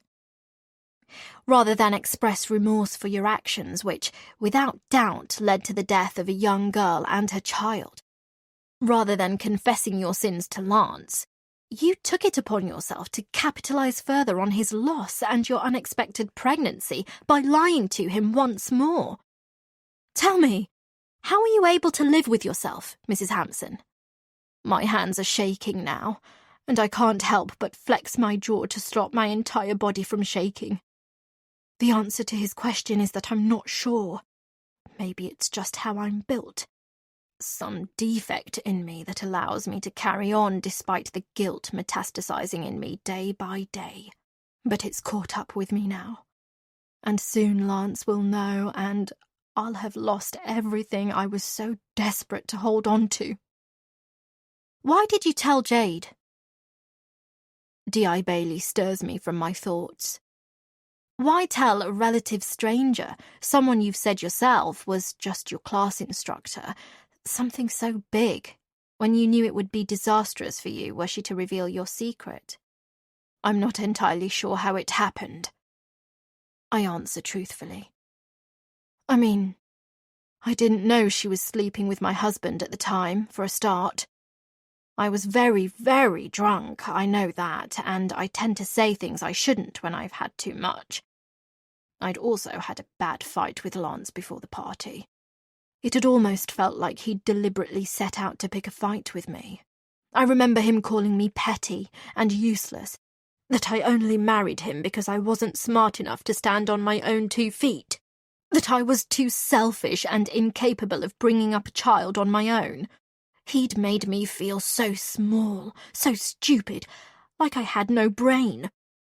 And I guess I was angry, and Jade could tell I was upset about something, and she'd asked me what was up, that she was good at keeping secrets. Something we now know is true, based on her history with Grace. And so I guess I just couldn't help spilling the beans. I don't remember telling her about Cameron, though. Just Ellen, what I said to her in the jewellery shop that day. What happened after. And what did she say? She was shocked, of course, but promised to keep it a secret. Just then, there's a knock on the door. D.I. Bailey looks up and over my shoulder, gives a slight nod of his head. I turn around and see a police officer I don't recognise standing there. "Sir, you're needed." D.I. Bailey gets up, tells D.S. Khan to accompany him, and once again I am alone, left to stew, left to wonder what fate awaits me. Chapter 48. Natalie. Wednesday, 25th July, 2018. Having gone to bed early feeling shattered, I'm having the best sleep in a long time. No nightmares, no tossing and turning. When a banging on my door wakes me with a start. For a moment, I think I must be dreaming. But when the banging doesn't stop and I look around and pinch myself, realise I am awake, then I know this is real. For a fleeting moment, I wonder if it's Jade. Back in my life, alive and well. But when I go to the window and peer down at the street, a sense of alarm rushes through me. It's not Jade. It's the police. Perhaps they're here to deliver bad news, or, on the flip side, tell me they've found Jade safe and sound and that she's asking for me. I wonder what Susan told them, whether she buckled under pressure, confessed to being the one who attacked Jade, perhaps in a fit of rage. Who knows? It's hard to believe even Susan would intentionally go to Jade's place to kill her. And how would she have got the body out? I suppose she is rich, possibly has friends in all the right places. There's no point me speculating. I need to go and find out. I rush downstairs as the doorbell goes. I'm still half asleep, can only get down there so fast, and find myself nearly tripping over in the process. Finally, I'm at the door. I open it, see D.I. Bailey and D.S. Khan standing there. "What is it?" I ask, almost breathless. "Have you found Jade? Did Susan confess?" "No. We no longer believe Mrs. Hampson is behind Jade's disappearance." Both detectives are wearing grim expressions. "You don't?" I say. "No, we do not. Miss Marsden, do you have a basement?" My heart jerks. Why are they asking me this? "Yes," I reply. "May we take a look?" Before I know it, both detectives are inside my house. They push past me, eyes everywhere. I don't want to believe it, but at the same time I realise where this is going. They think I've got Jade trapped downstairs in my basement. But I never go down there. I hate basements, have done ever since Kath and Brian would regularly banish me to theirs as punishment. Where it was dark, damp and cold, full of spiders and rats. I'd never go down there in the cold light of day, let alone at night. I'd be too afraid. But just as I contemplate this, the most hideous scenario occurs to me. I'd never go down there intentionally. But what about when I'm sleepwalking? Would I do so then? "I need you to take me to your basement now."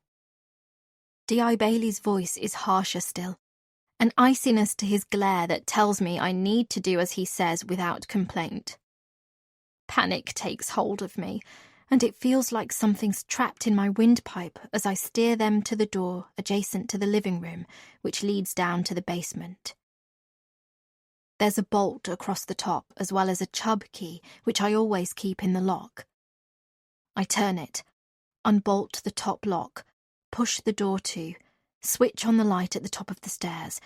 But before I can say another word, the detectives have pushed past me and are racing down the stairs, calling out Jade's name. I don't go down there. I'm too afraid of what I might find, and as I wait for them to reappear, hearing their voices continue to call out Jade's name, I want to be sick. "Here, sir!" Shock and utter despair rip through me as I hear those words telling me they've found something, and I can't stop myself from falling to my knees as the ghastly truth is laid bare. Chapter 49. Natalie. Wednesday, 25th July, 2018. Jade's alive, and I should be rejoicing. But all I can think about is her shell-shocked appearance at the top of my basement stairs, knowing that I am responsible for her incarceration. I look at the photograph D.I. Bailey has thrust in front of me, an image of me with Jade last Thursday night. We're standing outside my house. Jade is in front of me and appears to be unlocking my front door, while I lag just behind. I can't believe it.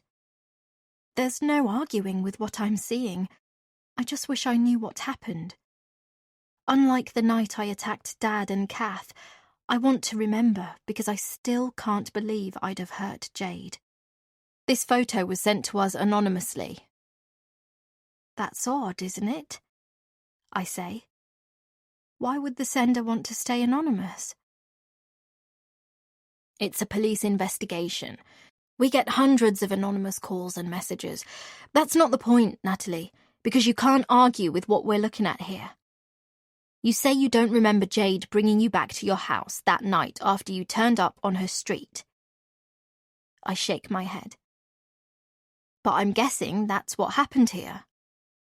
Tears are streaming down my face as I reply, I don't remember. You know I sleepwalk. You know my history from Dr. Jenkins. I don't remember the things I do when I'm asleep. Like killing Kath Porter. My heart stops. You know. We spoke to Dr. Jenkins. Why didn't you tell us? Because I was scared. I only told Dr. Jenkins yesterday. I was going to tell you. Please believe me. When? After Susan Hampson was charged, taking the suspicion off you. No! Did you hold back in the hope Susan was charged because you hated her for belittling you, because you hated her husband for having an affair with your best friend, and you wanted to bring down their entire family, cause them untold misery? What? No! Susan made you feel small, didn't she? And so did Jade when you argued last Monday. She betrayed your friendship, talked down to you the way Susan did. So you made a plan to punish them both in one fell swoop, didn't you? You hacked into Susan's account on Thursday afternoon and sent a threatening email from her to Jade to frame her. I shake my head, run my fingers through my hair, unable to believe what I'm hearing. What? No, I did not. I don't know the first thing about hacking. I told you, I don't remember anything of that night. That's what happens when I sleepwalk. I don't remember. D.I. Bailey sits back in silence, as if pondering my response. I wonder, was he testing me just now, wanting to gauge my reaction? Looking at his expression, I get the feeling he believes me when I say I genuinely don't remember the events of Thursday night, that nothing about what I may have done was premeditated. Okay, let's assume I give you the benefit of the doubt about not being able to remember. In that case, let me tell you what I think happened. I think you sleepwalked to Jade's house, and that she realised you weren't yourself. She took you home, but then when you got inside, you turned on her, threw her in your basement to punish her for the way she treated you, the way Kath would punish you. Isn't it possible that's what happened? I want to say no, it's not possible, because I would never hurt Jade. But how can I say that based on the terrible things I've done while having no recollection of doing them?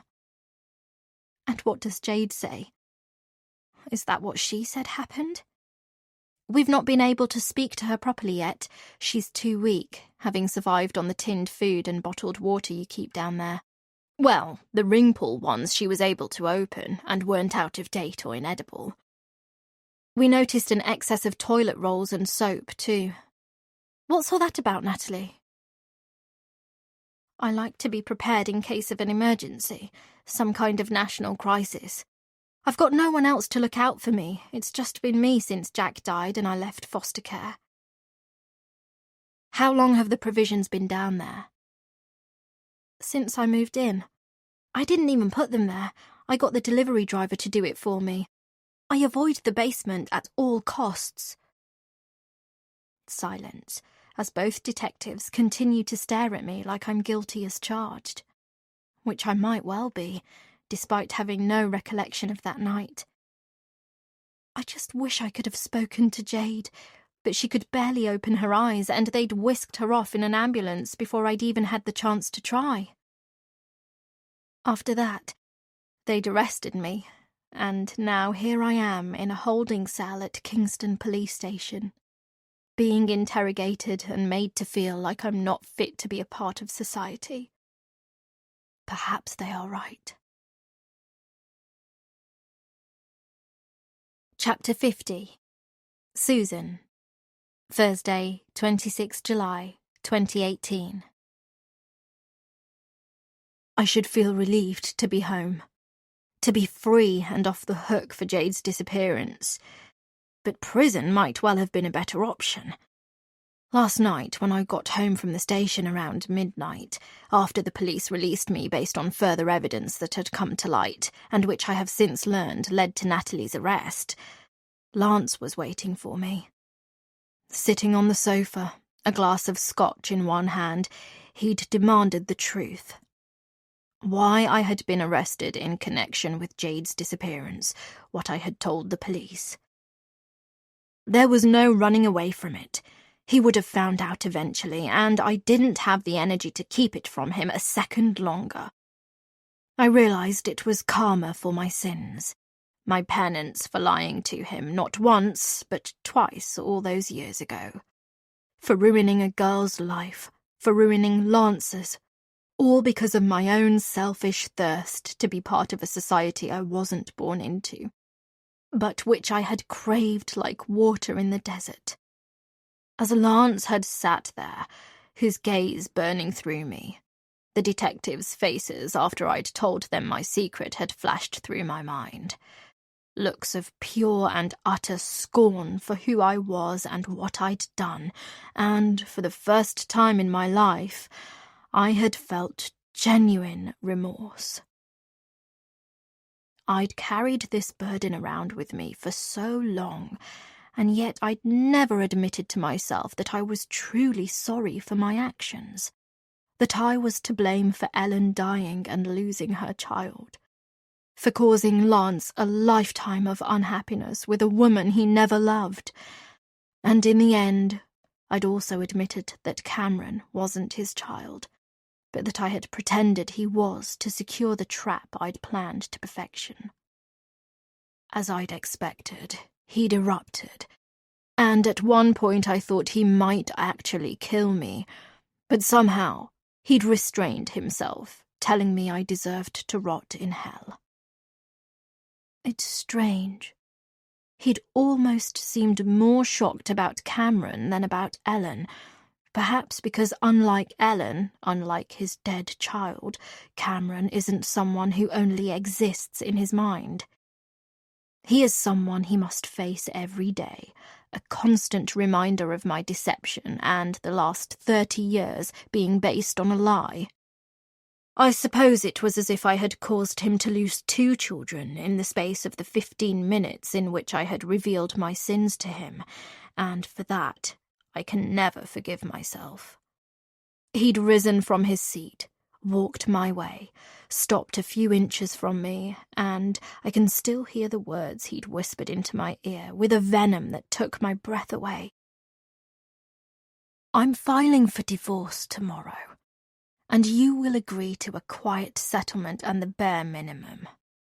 You will leave this house, You will relinquish your 5-star holidays, your Mercedes, and your spa sessions. You will get a job and live a frugal life. And if you do all that, I won't tell our children what you did, and I will continue to love Cameron and be the father he's always known. Do we have an agreement?" I was shaking as he'd said this, but I didn't dare disagree. I'd simply nodded, waited for him to leave the room, and then I had collapsed to the floor and wept.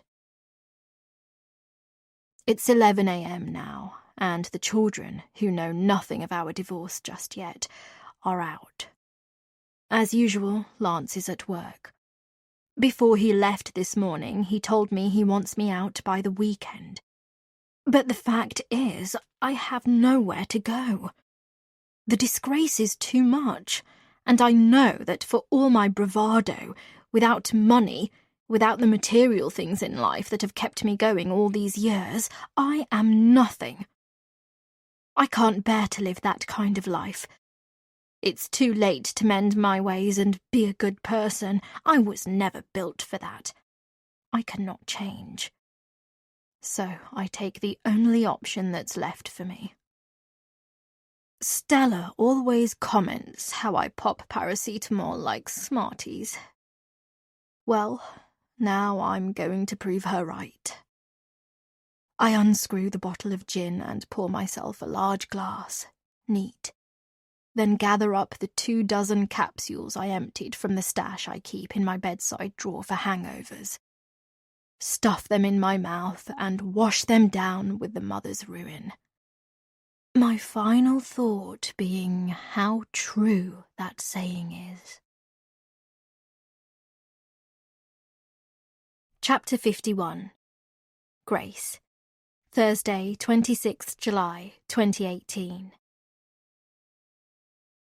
It's 3 p.m. and I've just arrived at Kingston Hospital where Jade is being held under observation.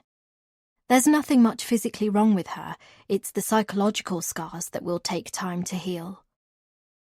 "I'm here to see Jade Pascal," I say.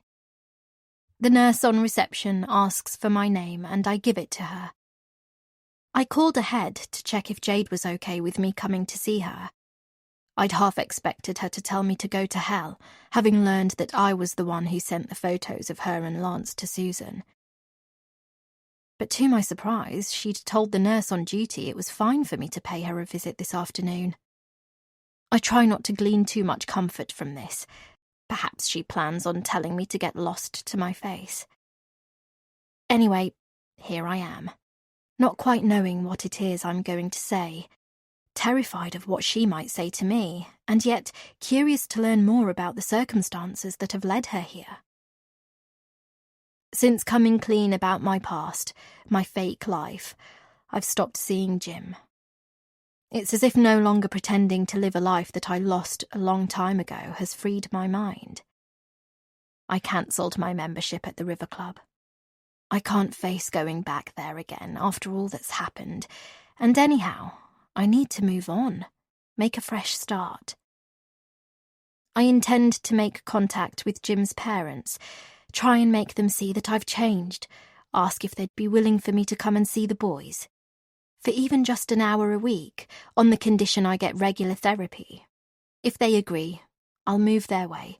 Move Mum to a home nearby, of course, but as yet I've not decided where exactly. I still can't believe Jade's been a prisoner in Natalie's basement all this time. I always thought Natalie was strange, but I had no idea what a troubled past she'd had. Jade was a good friend, good at keeping other people's secrets, it seems. She had never once mentioned Natalie's terrible childhood to me, or her history of sleepwalking. But perhaps if she had told someone, we might have found her quicker.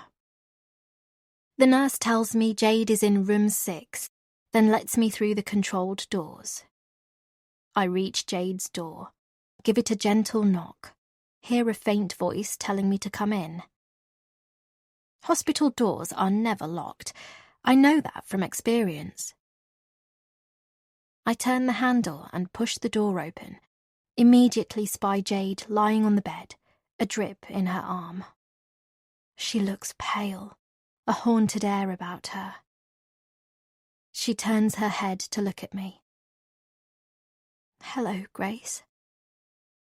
Tentatively, I approach the bed. "Come, sit," she beckons. I sit in the chair next to her. Seeing her lying in the hospital bed, I feel a twinge of guilt, but I tell myself it's not my actions that have led her to this state. In the end, my sending Susan the photos had nothing to do with her disappearance. Natalie is the one who took her because she was angry and jealous and didn't know what she was doing at the time, acting out her subconscious thoughts in her sleep. "I'm sorry I sent the photos to Susan," I say. "But I was so mad. You told me you loved Jim, that you didn't make a habit of stealing husbands, but when I saw you with Lance, when I heard the things you said about being able to fool women like her, psychotic women, in fact, it felt like you were talking about me, and that the friendship we'd created had been a lie." "I know, and I'm sorry for that," she says. "I guess it's a defect in me. That old sugar daddy cliché. I have a habit of falling for older men. And I saw a pain in Lance the way I saw a pain in Jim. Only the circumstances were different. Unlike Susan, I know you're a good person deep down. I know you feel remorse, and I know you never meant for your children to get hurt or for Jim to die. So why did you say those things?" She hesitates. I guess I wanted to reassure Lance I could handle things." As she looks into my eyes, I get the feeling she's hiding something. "Can I ask what happened? With Natalie, I mean." She props herself up slightly on the bed, asks me to hand her the glass of water on her bedside table, which I do. "I came home from the class around 10 p.m. Natalie and I had had a falling out over Lance on the Monday, and I was pretty awful to her, it has to be said. She was livid, and I could tell our argument had affected her badly. Things had already been a bit tense between us because she didn't approve of Lance, and she'd admitted she hadn't been sleeping well for some time. I knew about her history of sleepwalking, that she'd done some violent things in her sleep, like attacking her dad without realizing it, and it had worried me, scared me, to be honest. She just seemed so wound up. I didn't want to rock the boat too much, though, so I set my mind on calling her on Tuesday to smooth things over. But she beat me to it. I answered her call and we made up. Okay, so I didn't feel completely comfortable with it, and there was still some tension between us, but we made it up all the same. Natalie mentioned you not seeing yourself on the Wednesday night, at the class. Was she right? Yes, she was right. Susan confronted me about Lance before it started, threatened to show the photos you sent her to Barry and Martin if I didn't give up Lance. I was so upset, especially as he'd only told me 2 nights before that he wanted to be with me. I made some threats of my own, and she backed off, but it still upset me, and I left without chatting to Natalie like I usually do. I suspect that got her back up. I was going to call to explain what happened, as I felt bad, but then Lance phoned around 11 the same night, from a number I didn't recognise, although now I know why. Susan didn't want to chance anything being traced back to her. Lance said he couldn't see me anymore. I was mad and upset, and I didn't feel like speaking to anyone afterwards, especially Natalie, who'd warned me off him. I couldn't bear to hear her telling me she'd been right all along. I ended up ignoring her calls all day Thursday, also because something else happened to completely terrify me. Well, 2 things, actually. I was at home most of the day, feeling down and taking it easy before my class that night, covering for Shona, but had popped out for some groceries around 2. I was walking home, maybe 45 minutes later, had reached my door when some thug approached me and backed me up against the wall. He said if I didn't keep my mouth shut about Susan, if I didn't leave Lance alone and quit the club, he'd shut it for me. I realised Susan was behind it, that she was frightened of me divulging her secret to Lance, and it scared the crap out of me. It was obvious he wasn't kidding.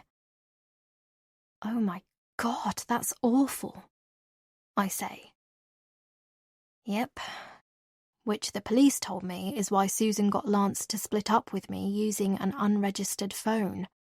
She'd already planned on sending the heavies round the next day after I threatened to spill the beans on her secret earlier that night at the class and, like I said, couldn't risk anything being traced back to her should they ever have seen it through with their threat to harm me. Lance didn't know this, of course. If he had, he'd have gone ballistic.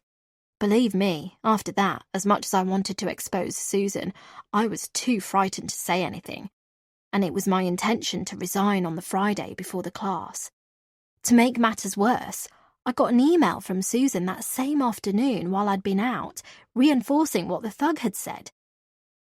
I'd thought it a bit risky of her to do such a thing, especially having got that piece of meat to do the threatening for her. She denied it, of course, as did Natalie. Who knows what the story is there? Perhaps we'll never get to the bottom of that one. Anyway, I put on a brave face for Shona's class that night, but I was still so upset I didn't want to speak to anyone. Couldn't face calling Natalie back, despite a dozen or so missed calls I'd had from her. I remember coming home, going to the bathroom for a shower, putting my phone down on the side, then having a nosebleed.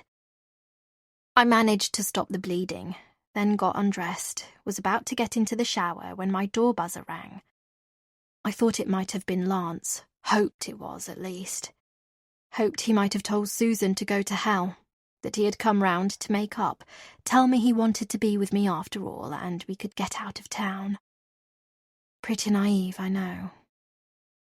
I remember dashing to the hall, naked, pressing the intercom, then hearing Natalie's voice. "Let me up," she'd said. "Let me up now, or I'll tell everyone at the gym about him." She had sounded really weird, like she was in some kind of trance, and I freaked, ran to the bedroom, flung on the first clean clothes I could find, grabbed my house keys, which had my set of Natalie's keys on there too, and raced out the door. I was so stupid, totally forgot about my phone. I guess I panicked she might start shouting outside in the street or something. I found Natalie standing on the doorstep, but just as her voice had sounded weird on the intercom, I knew from the look on her face that something wasn't right. I tried to put my arm around her, but didn't attempt to wake her. I knew it wasn't safe to wake someone who's sleepwalking. I told her, "Let's get you home," and I remember walking her back to hers, unlocking the door, then going inside. I said, "Let's get you back to bed." And in that split second I had turned my head towards the stairs, she went for me. Tried to strangle me from behind.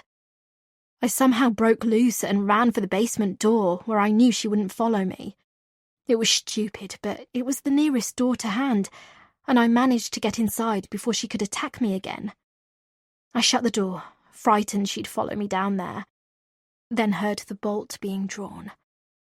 I knew I was trapped. I'd never been down there. I knew she hated basements because her foster parents used to lock her up in theirs. She'd told me all about her keeping food down there in case of an emergency. Since her childhood, everything she does is about having control, being prepared. Jade pauses, tears streaming down her face. She's so full of anger, and I know she can't help it despite all the therapy she's had. But she shouldn't be out in the world. She needs full-time professional help, I realise that now. Care I wasn't able to give her. Why didn't you scream for help? The waking Natalie would have released you, surely. I was too afraid. How did I know that for sure? How did I know which Natalie would appear if I did? Even if she'd been in her right mind, I was scared she'd be too afraid to admit what she'd done, worried I'd go straight to the police, which I would have done. All I could do was hope someone would find me eventually. Listening to Jade, I can't imagine how scared she must have been. What she went through is horrifying, and yet she appears so strong, so together, so smart. I guess growing up with a mum like hers has hardened her, made her into a fighter, a survivor. Are you going to see Natalie? I ask. I mean, if it wasn't her, as such, who attacked you, you can't really blame her, can you? It's an illness. It's not her fault. You must know that. That's what mental illness does to a person. I know that only too well. It wasn't the real me who took the kids and drove that car into the side of the road. I wasn't myself. It was the pills and the breakdown I had suffered. People like Natalie need kindness rather than punishment. I know that. Jade nods. And yes, when I feel stronger, I will go to see her. And I hope that in prison she'll also get the treatment she needs. I've no doubt her lawyer will argue for a reduced sentence based on lack of capacity. But like I said, right now she's not fit to be out in society. She needs to be treated in a controlled environment, needs to atone for what she did, not just to me, but to others in the past. We can't just let her off because we feel sorry for her. I can't blame Jade for feeling this way. I'm sure I'd feel the same if I were in her shoes. Nevertheless, I leave with an uneasy sensation in the pit of my stomach. Something just doesn't feel right. Chapter 52. Natalie. Monday, 30th July, 2018. I'm sitting in a visitor's room at Tolworth Hospital in Surbiton, waiting for Dr. Jenkins to arrive. Having been charged with actual bodily harm and kidnapping, the court decided to send me to a psychiatric unit for a report to be made on my mental health, rather than allow me out on bail or keep me in prison on remand. Based on my lawyer's submission, they've agreed that evidence from a doctor is required as to whether I am fit to plead and what my sentence should be. I expected this, and to be honest, I'm glad of it. I don't want to go home. For one, because I've got no one to go home to, and I'm scared I might sleepwalk again if I'm stuck at home alone and stressed. And two, because I can't bear to be in the place where I kept my best friend a prisoner, where I attacked her. As for the other option, prison terrifies me, even though I realise that's where I might end up after my trial, depending on what the court rules. The decor is pristine white, like heaven's waiting room, even though right now I feel like I'm in hell. There is nothing in here except for a table and 2 chairs, and right now I am being watched by a guard in case I try to harm myself. Eventually, the door opens, and I'm immediately comforted by Dr. Jenkins' familiar face. She gives me a faint smile, then tells the guard to leave, that she'll be okay and sound the alarm if she needs him. I know it's routine, but it makes me feel like a psychopath. There's no way I'd ever harm her, not awake at least. She knows that. I can see it in her expression. Even so, it's not nice being made to feel like I'm some kind of wild animal that she may need protection from. Once we are alone and she's sitting across from me, she asks me how I am. Okay, I say. As well as can be expected. The last week or so has felt like a blur. I was so convinced it was Susan, that I'd done nothing wrong.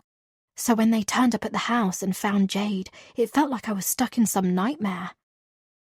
When I was a child, Jack was always there. He was the one to find me, catch me in the act. I remember him reassuring me it wasn't me, as such, who did the things I did, that it was my subconscious thoughts playing out in my sleep. Acting out stuff I'd never do if I were awake, because I'd know it was wrong. I mean, we all think things about other people when we're awake, don't we? We may dislike a person and wish them ill in our minds, but we don't act on our feelings, just as I'd never act on my feelings when I'm awake. But clearly something happens to me when I sleepwalk. It's like another side to my personality takes over. And yet what, Natalie? And yet I still can't believe I would have attacked Jade. I never hated her, never wished her any harm in my mind, not like I did my father or Kath. I loved her like a sister, and I just can't think I'd have gone round to her place intending to hurt or trick her. But you were angry with her. You'd argued, and it unsettled you. You knew things still weren't right. It's true. I did sense things weren't right between us. But I'd also sensed there was something else bothering her. And that's why I called her repeatedly. Not to stalk her, but because I was worried about her. And now we know I had good reason to be worried, because Susan had threatened her. I pause for a moment or two, deep in thought. "What is it?" Dr. Jenkins asks.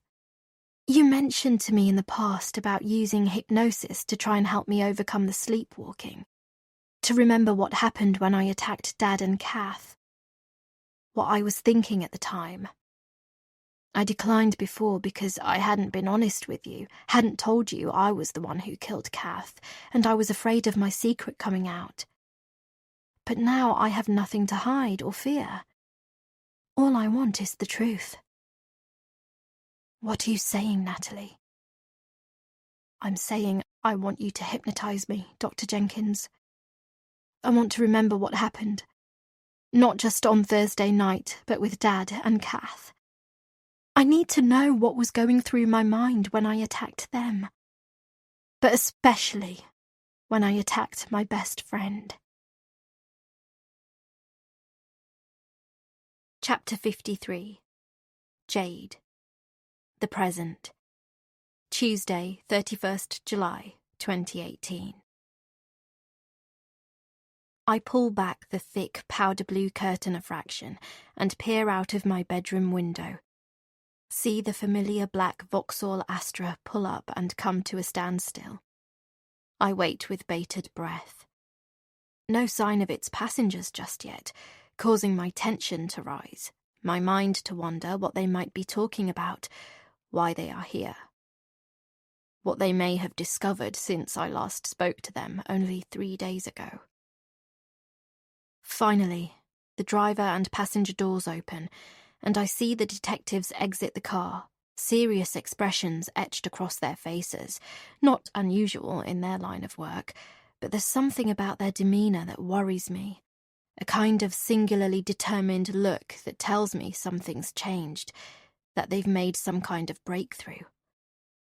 I watch them cross the road, eyes darting left and right as they do so, then approach the front door. I watch the more senior officer raise his right hand and press the bell.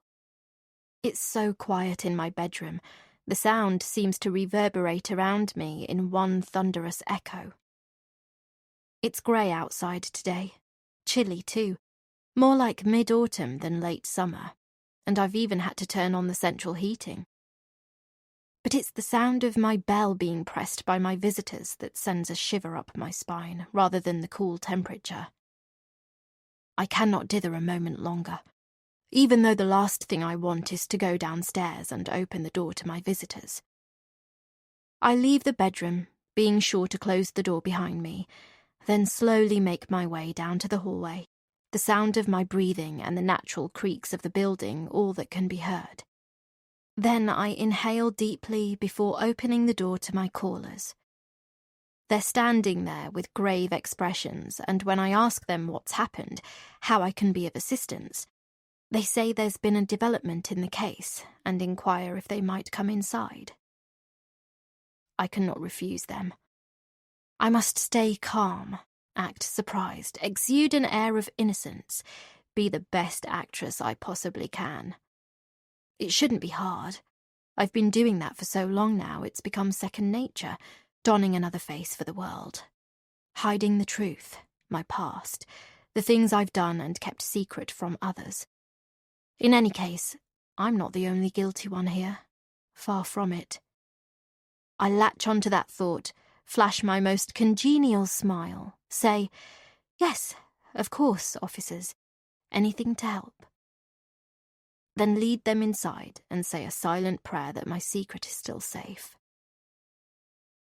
Up in my flat, I offer D.I. Bailey and D.S. Khan refreshments, but they both decline. "How are you feeling, Jade?" D.I. Bailey asks. "Better," I say. "Much calmer." He says nothing, just stares, like he's trying to read my mind. It spooks me. "So, do you have any news on Natalie's trial? Is that why you're here? Has she been assessed yet?" "In a manner of speaking." His cryptic response alarms me. I try not to show it. Simply say, "I'm not sure I follow." D.I. Bailey leans in across the kitchen table, but again I try not to appear flustered, even though I know something is wrong. He pauses, then says, "Why did you set Natalie up, Jade?" My heart stops. "Why did you make out she attacked you, forcing you to hide in her basement when you know as well as I do that you went in there willingly?" "What?" I say out loud. "Fuck, fuck, fuck," I scream inside. "We're not disputing her sleepwalking her way to yours on the night in question. We have eyewitness confirmation of that. Neither are we disputing you walking her home before opening her front door for her and taking her inside. We have photographic evidence of that too, albeit sent to us anonymously by a mysterious witness. But that's where the truth ends and the lies begin. When you got inside, you made Natalie a cup of chamomile tea, knowing this always calms her down. She was still asleep, but you sat her on the sofa and got her to drink it while you watched." He pauses, as if to heighten my anxiety. Then, "We know this because yesterday Natalie underwent hypnosis." "What?" I exclaim. "Hypnosis? What a load of tosh! How do you know she was really under? She could have made up any old story to try and get away with what she did. Surely that's not even admissible." "Do you know what I think?" he says, ignoring me. "I think you waited for her to drift off, and when you were sure she was asleep, you got your accomplice to lock you in the basement where you knew she kept food because she'd confided in you about it." "What?" I repeat. "That's utter crap! My accomplice? What the hell?" "We know you had help. We know you cut your accomplice a key to Natalie's house, that she was waiting inside for you to arrive with Natalie that night, that she's the one who took the photo of you and Natalie outside her front door and sent it to us anonymously. Once you got into the basement, she locked it, then went home. But we also know there was another player in the game, someone who deliberately cast suspicion on his wife. That person is Lance Hampson, using a different burner phone to the one Susan got him to call you with on the night he broke up with you. He sent a text from Michael to Susan that Thursday night, knowing her car would be captured on CCTV in this area, although not having anticipated she'd already be out and about, thereby putting her under suspicion and giving us reason to question her. He also sent a threatening email from Susan to you, making it look like she may have been the one who attacked you, and therefore amplifying that same suspicion. You both knew these two things taken together would give us cause to bring her in, scare her, wheedle her secret out of her. It was all part of the game. The psychological warfare you waged on the 3 women you hated with a passion. I laugh out loud, even though my insides are turning. How can you possibly have come up with such an outrageous notion? And who is this mysterious accomplice you're claiming I have? I think you deliberately argued that Monday with Natalie to upset her, to get her worked up, to get her to start sleepwalking again. You knew she didn't approve of your so-called affair with a married man, and you played on this, knowing her history of anger issues, of stress, of violence. And it worked. She'd been doing it for a few days now. You'd been watching her walk to your street, hover outside, then turn back again. So you decided Thursday would be the perfect night to put your plan in motion. The room has started to spin. And why would I do that? Why would I want to set Natalie up? To punish her for letting her brother, Jack, take the fall for killing their foster mum. You knew each other as kids. Jack was your friend, your only friend, and one day he was gone. He wrote to you, didn't he? After he got charged with Kath's murder. He said he was miserable, that the kids there were making his life hell, but that Natalie could never know because she wasn't strong enough to hear it. He told you he knew you were stronger than her, and that he could trust you with the truth, which was killing him inside. He didn't want you to think he was a killer, didn't want you to stop caring for him. And so he told you what had really happened that night, and made you swear not to tell a soul. You did as he asked, hopeful that one day you might be reunited. But he got into a fight with another kid and he died. Something you have never got over, something you wanted to punish his sister for. Walking into that library last July wasn't a coincidence. You sweet-talked your way into Natalie's life, made her feel special, only to break her again. Make her confess to a crime she'd lied about all these years. And how could you possibly know all this? I ask. Natalie told us about the woman she met by Jack's grave. I flinch. The same woman who told her about someone leaving flowers at Jack's grave. You. She warned Natalie that she shouldn't go to her own grave with secrets. Put the idea into the mind of a woman she knew was fragile at your command. We know that old woman is your grandmother, whose maiden name was Pascal. The mother of Ellen Walters. Your mother. Lance Hampson's former sweetheart. He pauses, then lets the final bombshell drop. Lance Hampson is your father, isn't he? Isn't that the truth, Jade? It's over. I can't lie anymore, as much as I want to. Not now that D.I. Bailey's clearly put 2 and 2 together. Natalie's recollection under hypnosis may not have stood up in court, but I'm guessing it was enough to make him suspicious of me and question her further. He goes on. We found your mother, or should I say adoptive mother, Rachel, still living in North London. Her husband, Gary, was a good man, and he worked for your grandfather at his jewellery store. Ellen died in childbirth, but the child, you, survived.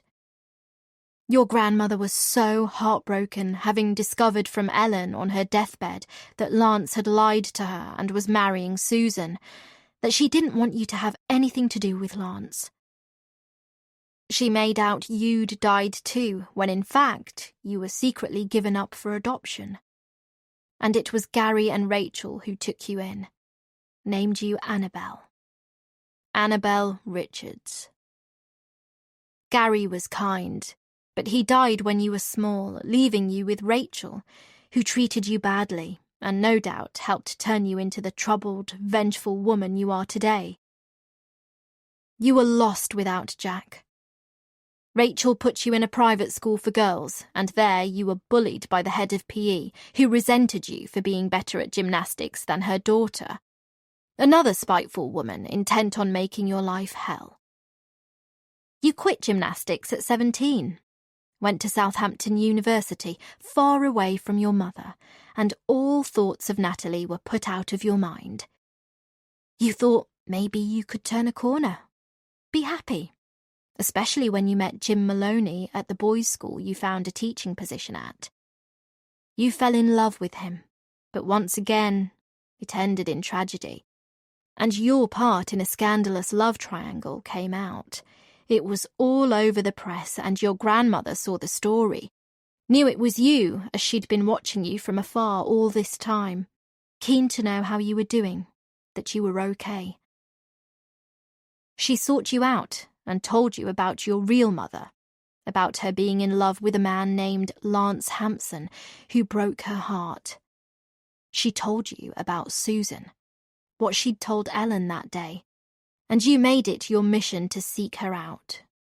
You stayed in Kilburn for a time, visited Jack's grave in Lambeth, retrained as a gym instructor, feeling you couldn't go back to teaching after all that had happened. But at the same time, desperate for a father figure, you revealed yourself to Lance. He told you how much he'd loved your mother, had never wanted to marry Susan. He'd had no idea Susan had visited Ellen that day, but believed it couldn't be a coincidence. Felt sure she had done something to upset her. Together you made a plan to destroy Susan and make her confess to what she'd done all those years ago. You engineered that at your party, having changed your name to Jade Pascal and become an instructor at the same club she belonged to, and you made sure to leave a trail of breadcrumbs in the fabricated diary you left for us to find. Filled with other more mundane entries, but 3 particularly telling ones you knew would attract our attention. How do you know all this? I say. Because we found your grandmother from the description Natalie gave us. We got her to tell us the truth. Armed with all the facts, we then paid Lance a visit, who confirmed you to be his daughter. Interesting. In the photos Grace took, all you're doing is holding hands, him kissing the top of your forehead, and now we know why. It was enough to make Grace, another woman you had a problem with, think you were having an affair, enough to make Susan think the same. But really, it was a moment of affection between father and daughter. You wanted Grace to see you together, to hear you, knowing she'd most probably tell Susan to get you into trouble. I'm guessing you never knew Grace would turn up at the club. That was never part of the plan, and you were perhaps a little alarmed at first. But then you thought, bingo, let's punish 3 women at the same time, implicate them in your disappearance. They deserved to be miserable, to be driven stir-crazy, because that's what they had done to the men in their lives. The men who'd been innocent, the men you had loved but lost. I can't fail to be impressed by D.I. Bailey's powers of deduction. I'd planned it all so perfectly from the moment I found out from my father where Susan worked out, realising Jack's little sister lived less than a mile away. 2 for the price of 1. And D.I. Bailey is right. I was rattled by Grace. Rattled by a woman I'd hoped never to set eyes on again, having sent a man I loved passionately to his grave. And when she told me how she was living a lie, asked me to keep her secret, I was sickened. Sickened by yet another woman running from the truth, pretending like it never happened. And I decided I had to force her hand too, make her come clean. That's why I told Natalie about Megan. Dropped her name into the conversation a few weeks before the plan was put into play. Meg was the only woman I trusted besides my grandmother, and she knew everything I was planning and agreed to help me. I knew Natalie would seek her out, that Meg would tell her the truth, and that in doing so, Grace's secret would be exposed. Tell me, Jade, why Natalie? Why choose her rather than Susan to take the hit for your fake incarceration? Surely it's Susan you despise the most. Surely it's her you wanted to end up in prison. Because it would have destroyed my father, his reputation and his career, along with my siblings' lives too. Even if they are half of her, it wouldn't have been fair on them to be forever tied by blood to a criminal. Cameron was a different story, of course, but it's not his fault his mother was a conniving bitch. I mean, she called on her mobster friend to use one of his thugs to threaten my life. That was totally unexpected and scared the crap out of me, I have to say, but in the end it turned out to be an added bonus. My father was just as shocked as I was to find out Cameron isn't his. Heartbroken, in fact. But he won't tell him, knowing it would break Cameron's heart. Her coming clean was enough. That's why I got Dad to send a threatening email to me from her account. I needed something more to force her hand, even though that was probably the weakest part of my plan, because I know Susan wouldn't have been so stupid as to draw attention to herself. And I knew that Dad casting her off without a penny would be worse than prison for her. And what do you know? I was right, because the bitch went and killed herself. As for Natalie, she allowed Jack to take the fall for murder all these years. She had so many chances to confess, to her therapists, to me, but she was too much of a coward, too weak. Dad was worried about me locking myself in her basement in case she found me and went all psycho. But I convinced him that I knew what I was doing and that he could trust me. That there was never any danger of her harming me because she hated basements and never went down there, and even if, by the slimmest of chances, she did, I assured him I could handle her, the way I've handled all the women who've been a curse on my life. He'd looked so relieved when I said this, smiled at me with pride, then removed his snug red woolen scarf and wrapped it around me as we'd sat on a bench in Hampstead Heath, one of my favourite childhood haunts.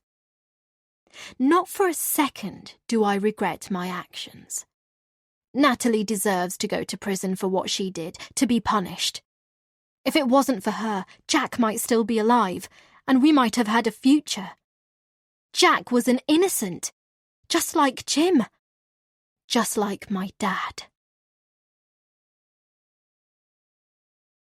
Chapter 54. Natalie, Friday, 10th August, 2018. Is it good to be home? I've been back home a week now, and Grace has popped round to say goodbye. She's moving up to Manchester where her in-laws live with her kids, Casper and George. They've had some conversations, realised Grace is off the pills, has turned over a new leaf and a means to get better. They've agreed to give her a chance to get to know her boys again, and I'm happy for her. For all her faults, I can tell she's a good person deep down, that she loves her children and wants to be a good mum. That's more than can be said for a lot of mums. Mine, for example. Susan, Jade's adoptive mum. The mother-child bond is said to be the most important relationship in the world, and I think that's probably true. When there is one, there's nothing more special. But when there isn't, when mother and child fail to bond, it's the child who suffers, pays the price for the rest of their lives. Yes, I say. Sort of. Although, like you, I'm not sure I can stay round here much longer. Too many bad memories. But you love your job, Grace says. It's true, I do. But after all that's happened, I feel like I need a fresh start. Somewhere people don't know me, won't remind me of what's transpired these last few weeks. Right now, I'm on sick leave, but Jane told me to take all the time I needed. People know too much about me now, I say. But you've been exonerated. Everyone knows Jade set you up. I sip my tea, smile at Grace. I appreciate your kindness, but you know what people are like. They can't forget. They make judgments, assumptions, like to gossip. Sam already saw me as a freak. I can't imagine what she thinks of me now that my fucked-up childhood is out in the open. It's stuff like that people will focus on. People like Sam who enjoy ridiculing misfits like me. Because, let's be honest, people can be shits. Grace stays another half hour or so, then leaves. I realise I'll never see her again. Just like I'll never see Jade again. Although I can never forgive Jade for trying to frame me, for wanting me to suffer the way she believed Jack had suffered in prison, I'm thankful to her in some ways. She brought me out of my shell, encouraged me to socialise, get fitter, live life, even if she did so for her own purposes. There are so many reasons I chose not to live that way for so many years. Childhood trauma, my history of sleepwalking, not wanting to get close to people for fear of getting stressed, triggering the syndrome all over again. It felt safer to live a controlled, ordered, solitary existence, where there was no danger of me getting stressed and hurting anyone. But now I know different, as does Dr. Jenkins after she put me under hypnosis, made me remember. Now I know there was never any danger of me hurting anyone. That I never, in fact, hurt anyone. That was just something I was made to believe by the one person I had trusted most in this world. The one person I had worshipped and would have gone to the ends of the earth for. The child psychologists had seen this, and that's why the person who spent his life deceiving me was banished to the best place for him. I just wish I had found out sooner. Chapter 55. Jack. February 2000. It's no use. I can't sleep. I can't possibly sleep after what that bitch did to my sister.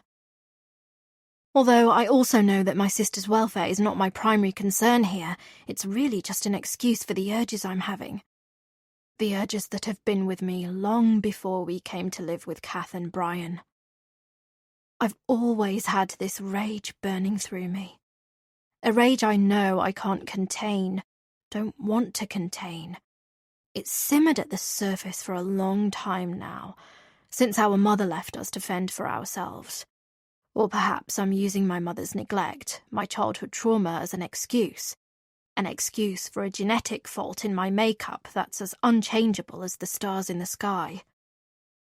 As opposed to Natalie, whose sleepwalking syndrome is no doubt the result of the stress and neglect she's suffered.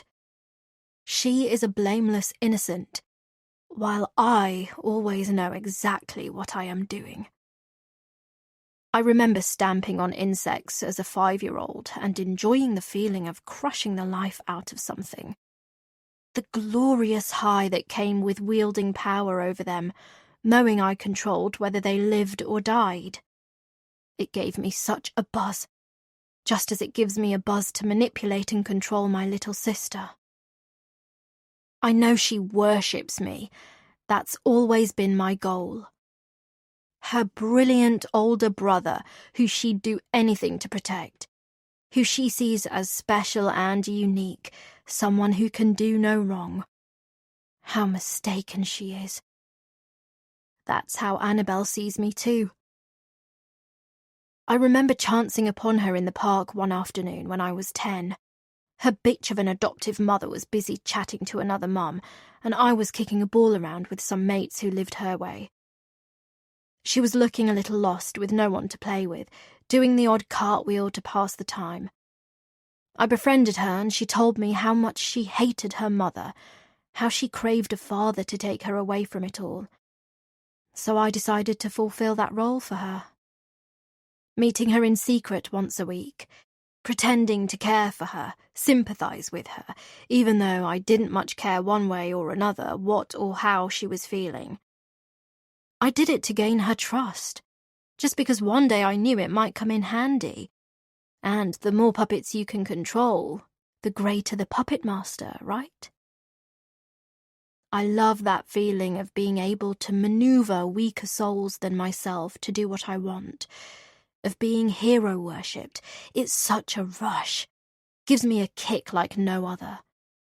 That and hurting people, seeing the suffering in their eyes.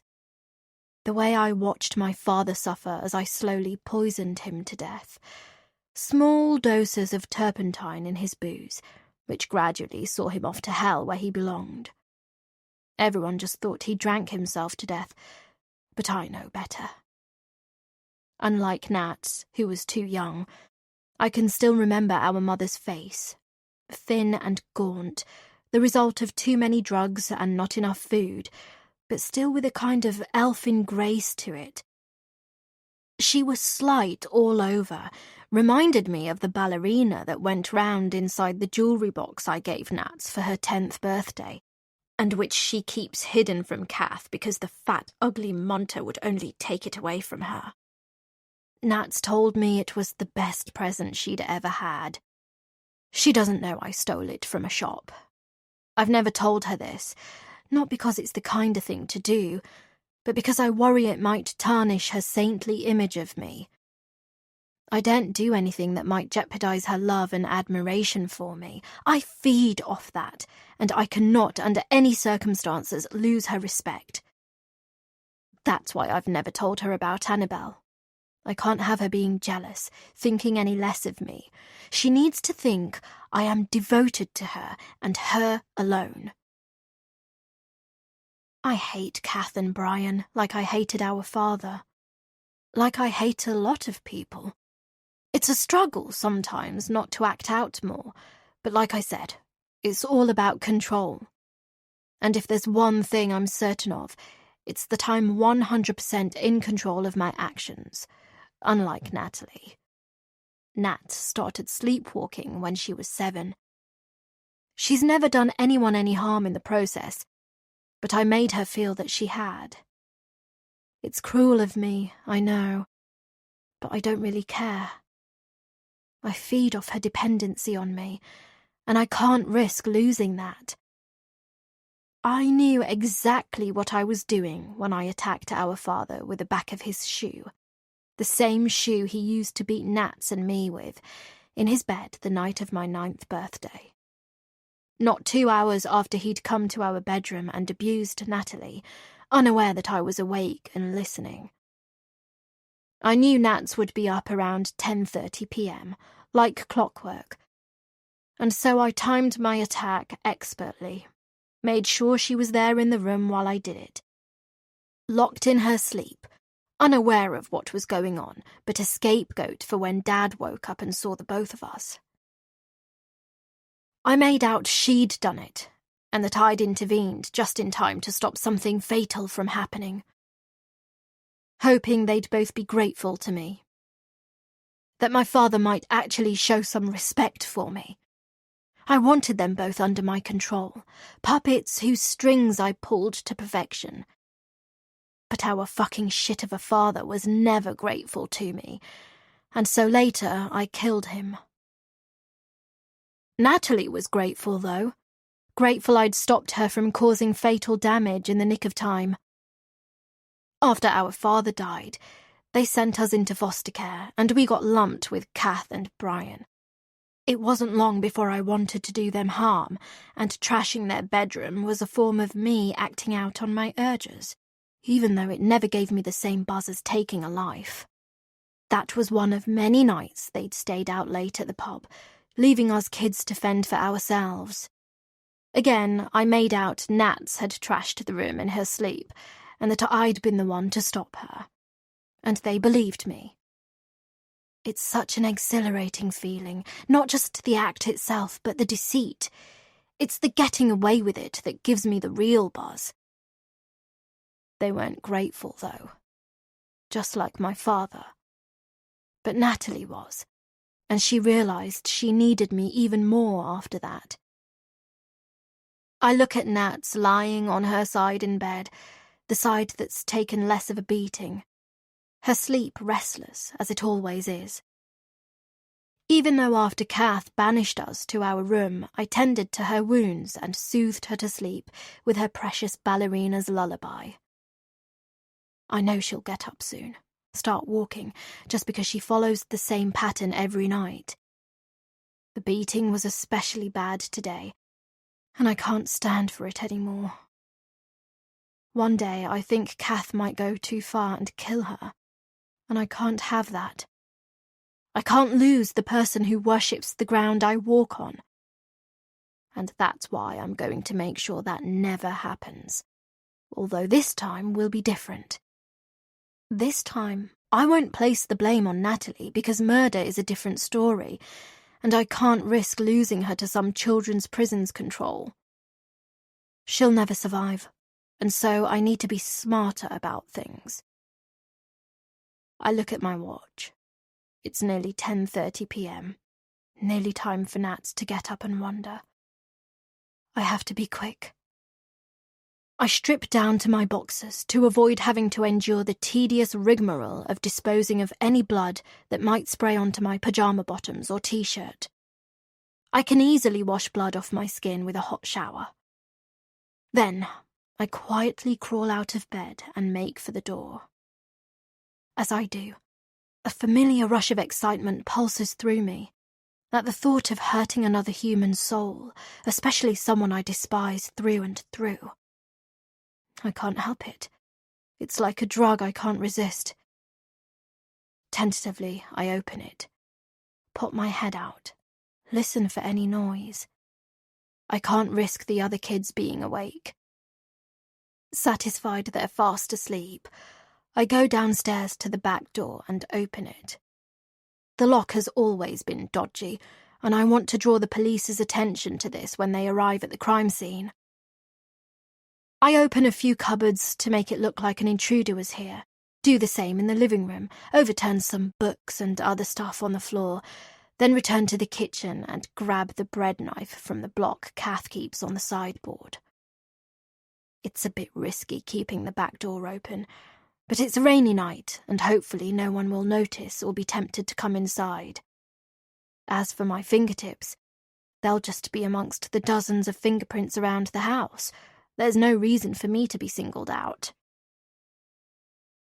Then I creep upstairs, make for Kath's room, put my ear to the door and hear her repugnant snoring.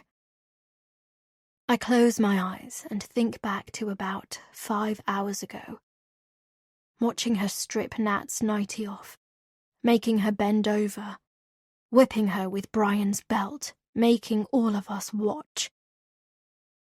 I will do worse to her, and she won't even know it's coming. I open the door, see her sleeping like a baby.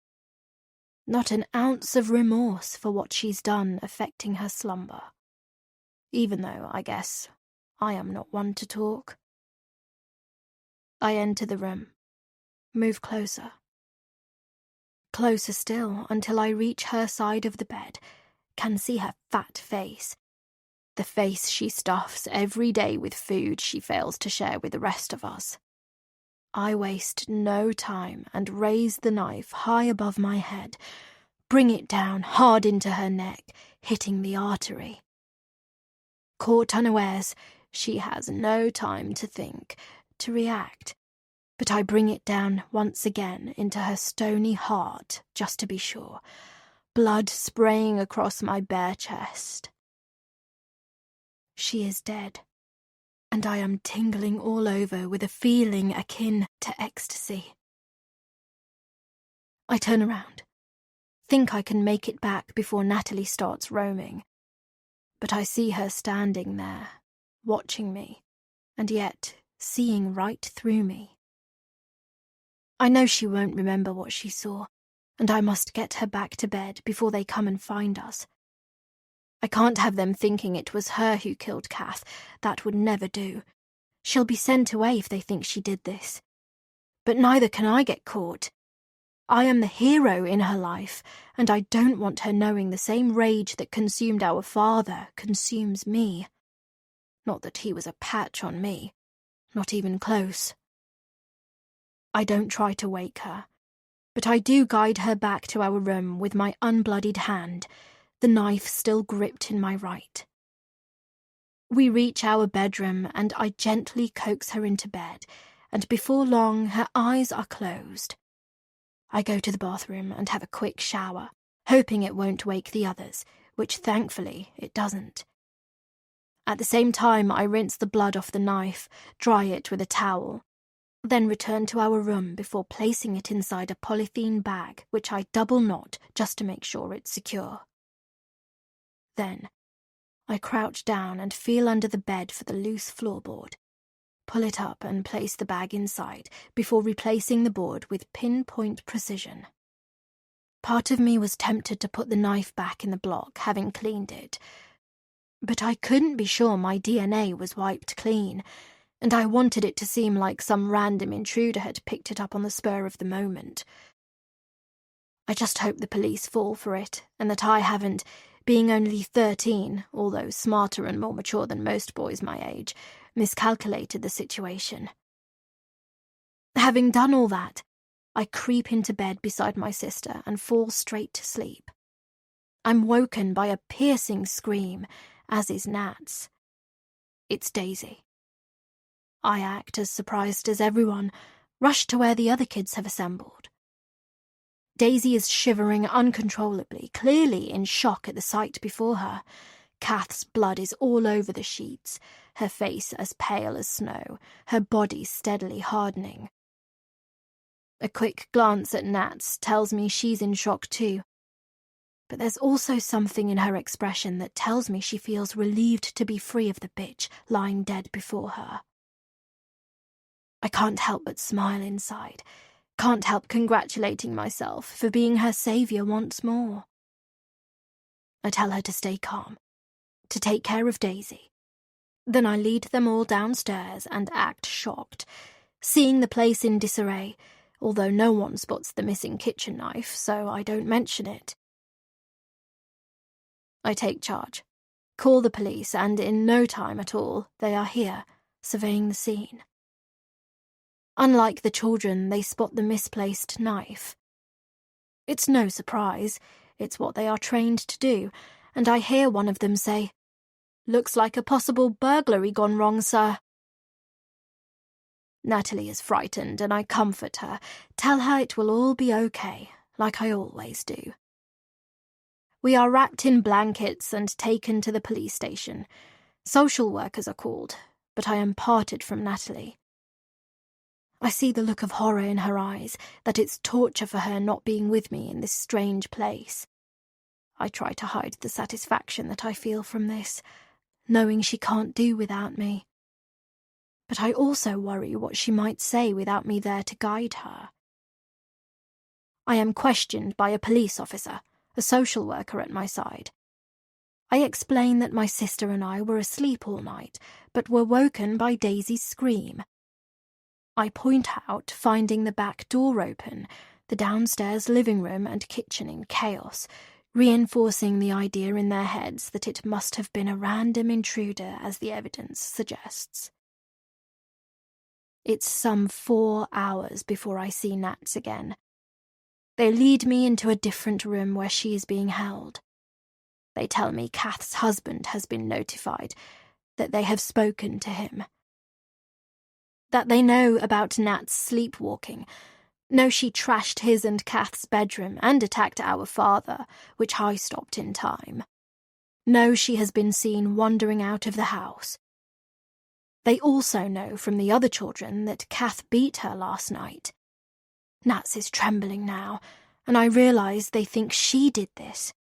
It's the easy assumption to make, based on the history they've been given. I am angry with myself for not foreseeing this. I know I am incredibly smart, that I read a lot, but I'm only 13 after all. I also know, looking into Nat's eyes, that she's convinced she did this too. I have two choices. I let her take the fall and she is led away and I lose control over her forever. Or I say it was me, and she sees me as the hero brother who saved her from prison. Prison can't be that bad. Prison will be full of other children I can control. I can make myself master of them all. I look into Nat's eyes. A look as if to say, it's true, you did this, and I'm so sorry, it's not your fault. I tried my best to protect you. But it's okay. I'll take the hit for this, the way big brothers do. I'll continue to be your hero, your knight in shining armor, the one you can always count on. I know that's what she sees in my gaze, but she doesn't see what else I am thinking. That when I go to prison for this, you will still love me, still worship me. You will write to me and do everything I ask of you because you will believe I took the rap for you. Deceiving you in the same way I deceived Annabelle. Telling her I could never leave you because I am the only one who can keep a check on the bad things my little sister does in her sleep. I will somehow get word to her too. Tell her I took the fall for you because I can't have her image of me shattered either. She will believe me. But she will keep my secret because I will tell her to, and I know she'll never betray my wishes. I turn to the officer and say, "It wasn't Natalie, it was me. I killed Kath because of what she did to my sister. I had to make the beatings stop her from killing the only family I have left. You'll find the knife under our bed back at the house, under the floorboards. I know they will take pity on me. Take into account my terrible childhood, me being made to watch my little sister suffer. The lawyer men will argue that for me, and they will allow some leniency, point out that this is my first offence, and I will act all sorry, and no one will ever know that behind my repentant facade lies a very different agenda. I will fool the child psychologists who will undoubtedly be called upon to assess me, just as I have fooled everyone all this time." I look at Natalie and see the adoration in her eyes. She still believes in me, still loves me, thinks I have made the ultimate sacrifice for her. I am a god to her, while she is the loser sister who doesn't deserve a brother like me. Being a psychopath, I can't ask for more than that. Other than the exquisite euphoria of extinguishing another human life, of course. It's what I crave. It's what I live for. Thanks for listening to The Loyal Friend by A. Chaudhuri, read by Nikki Patel, produced by 2020 Recordings for Saga Egmont.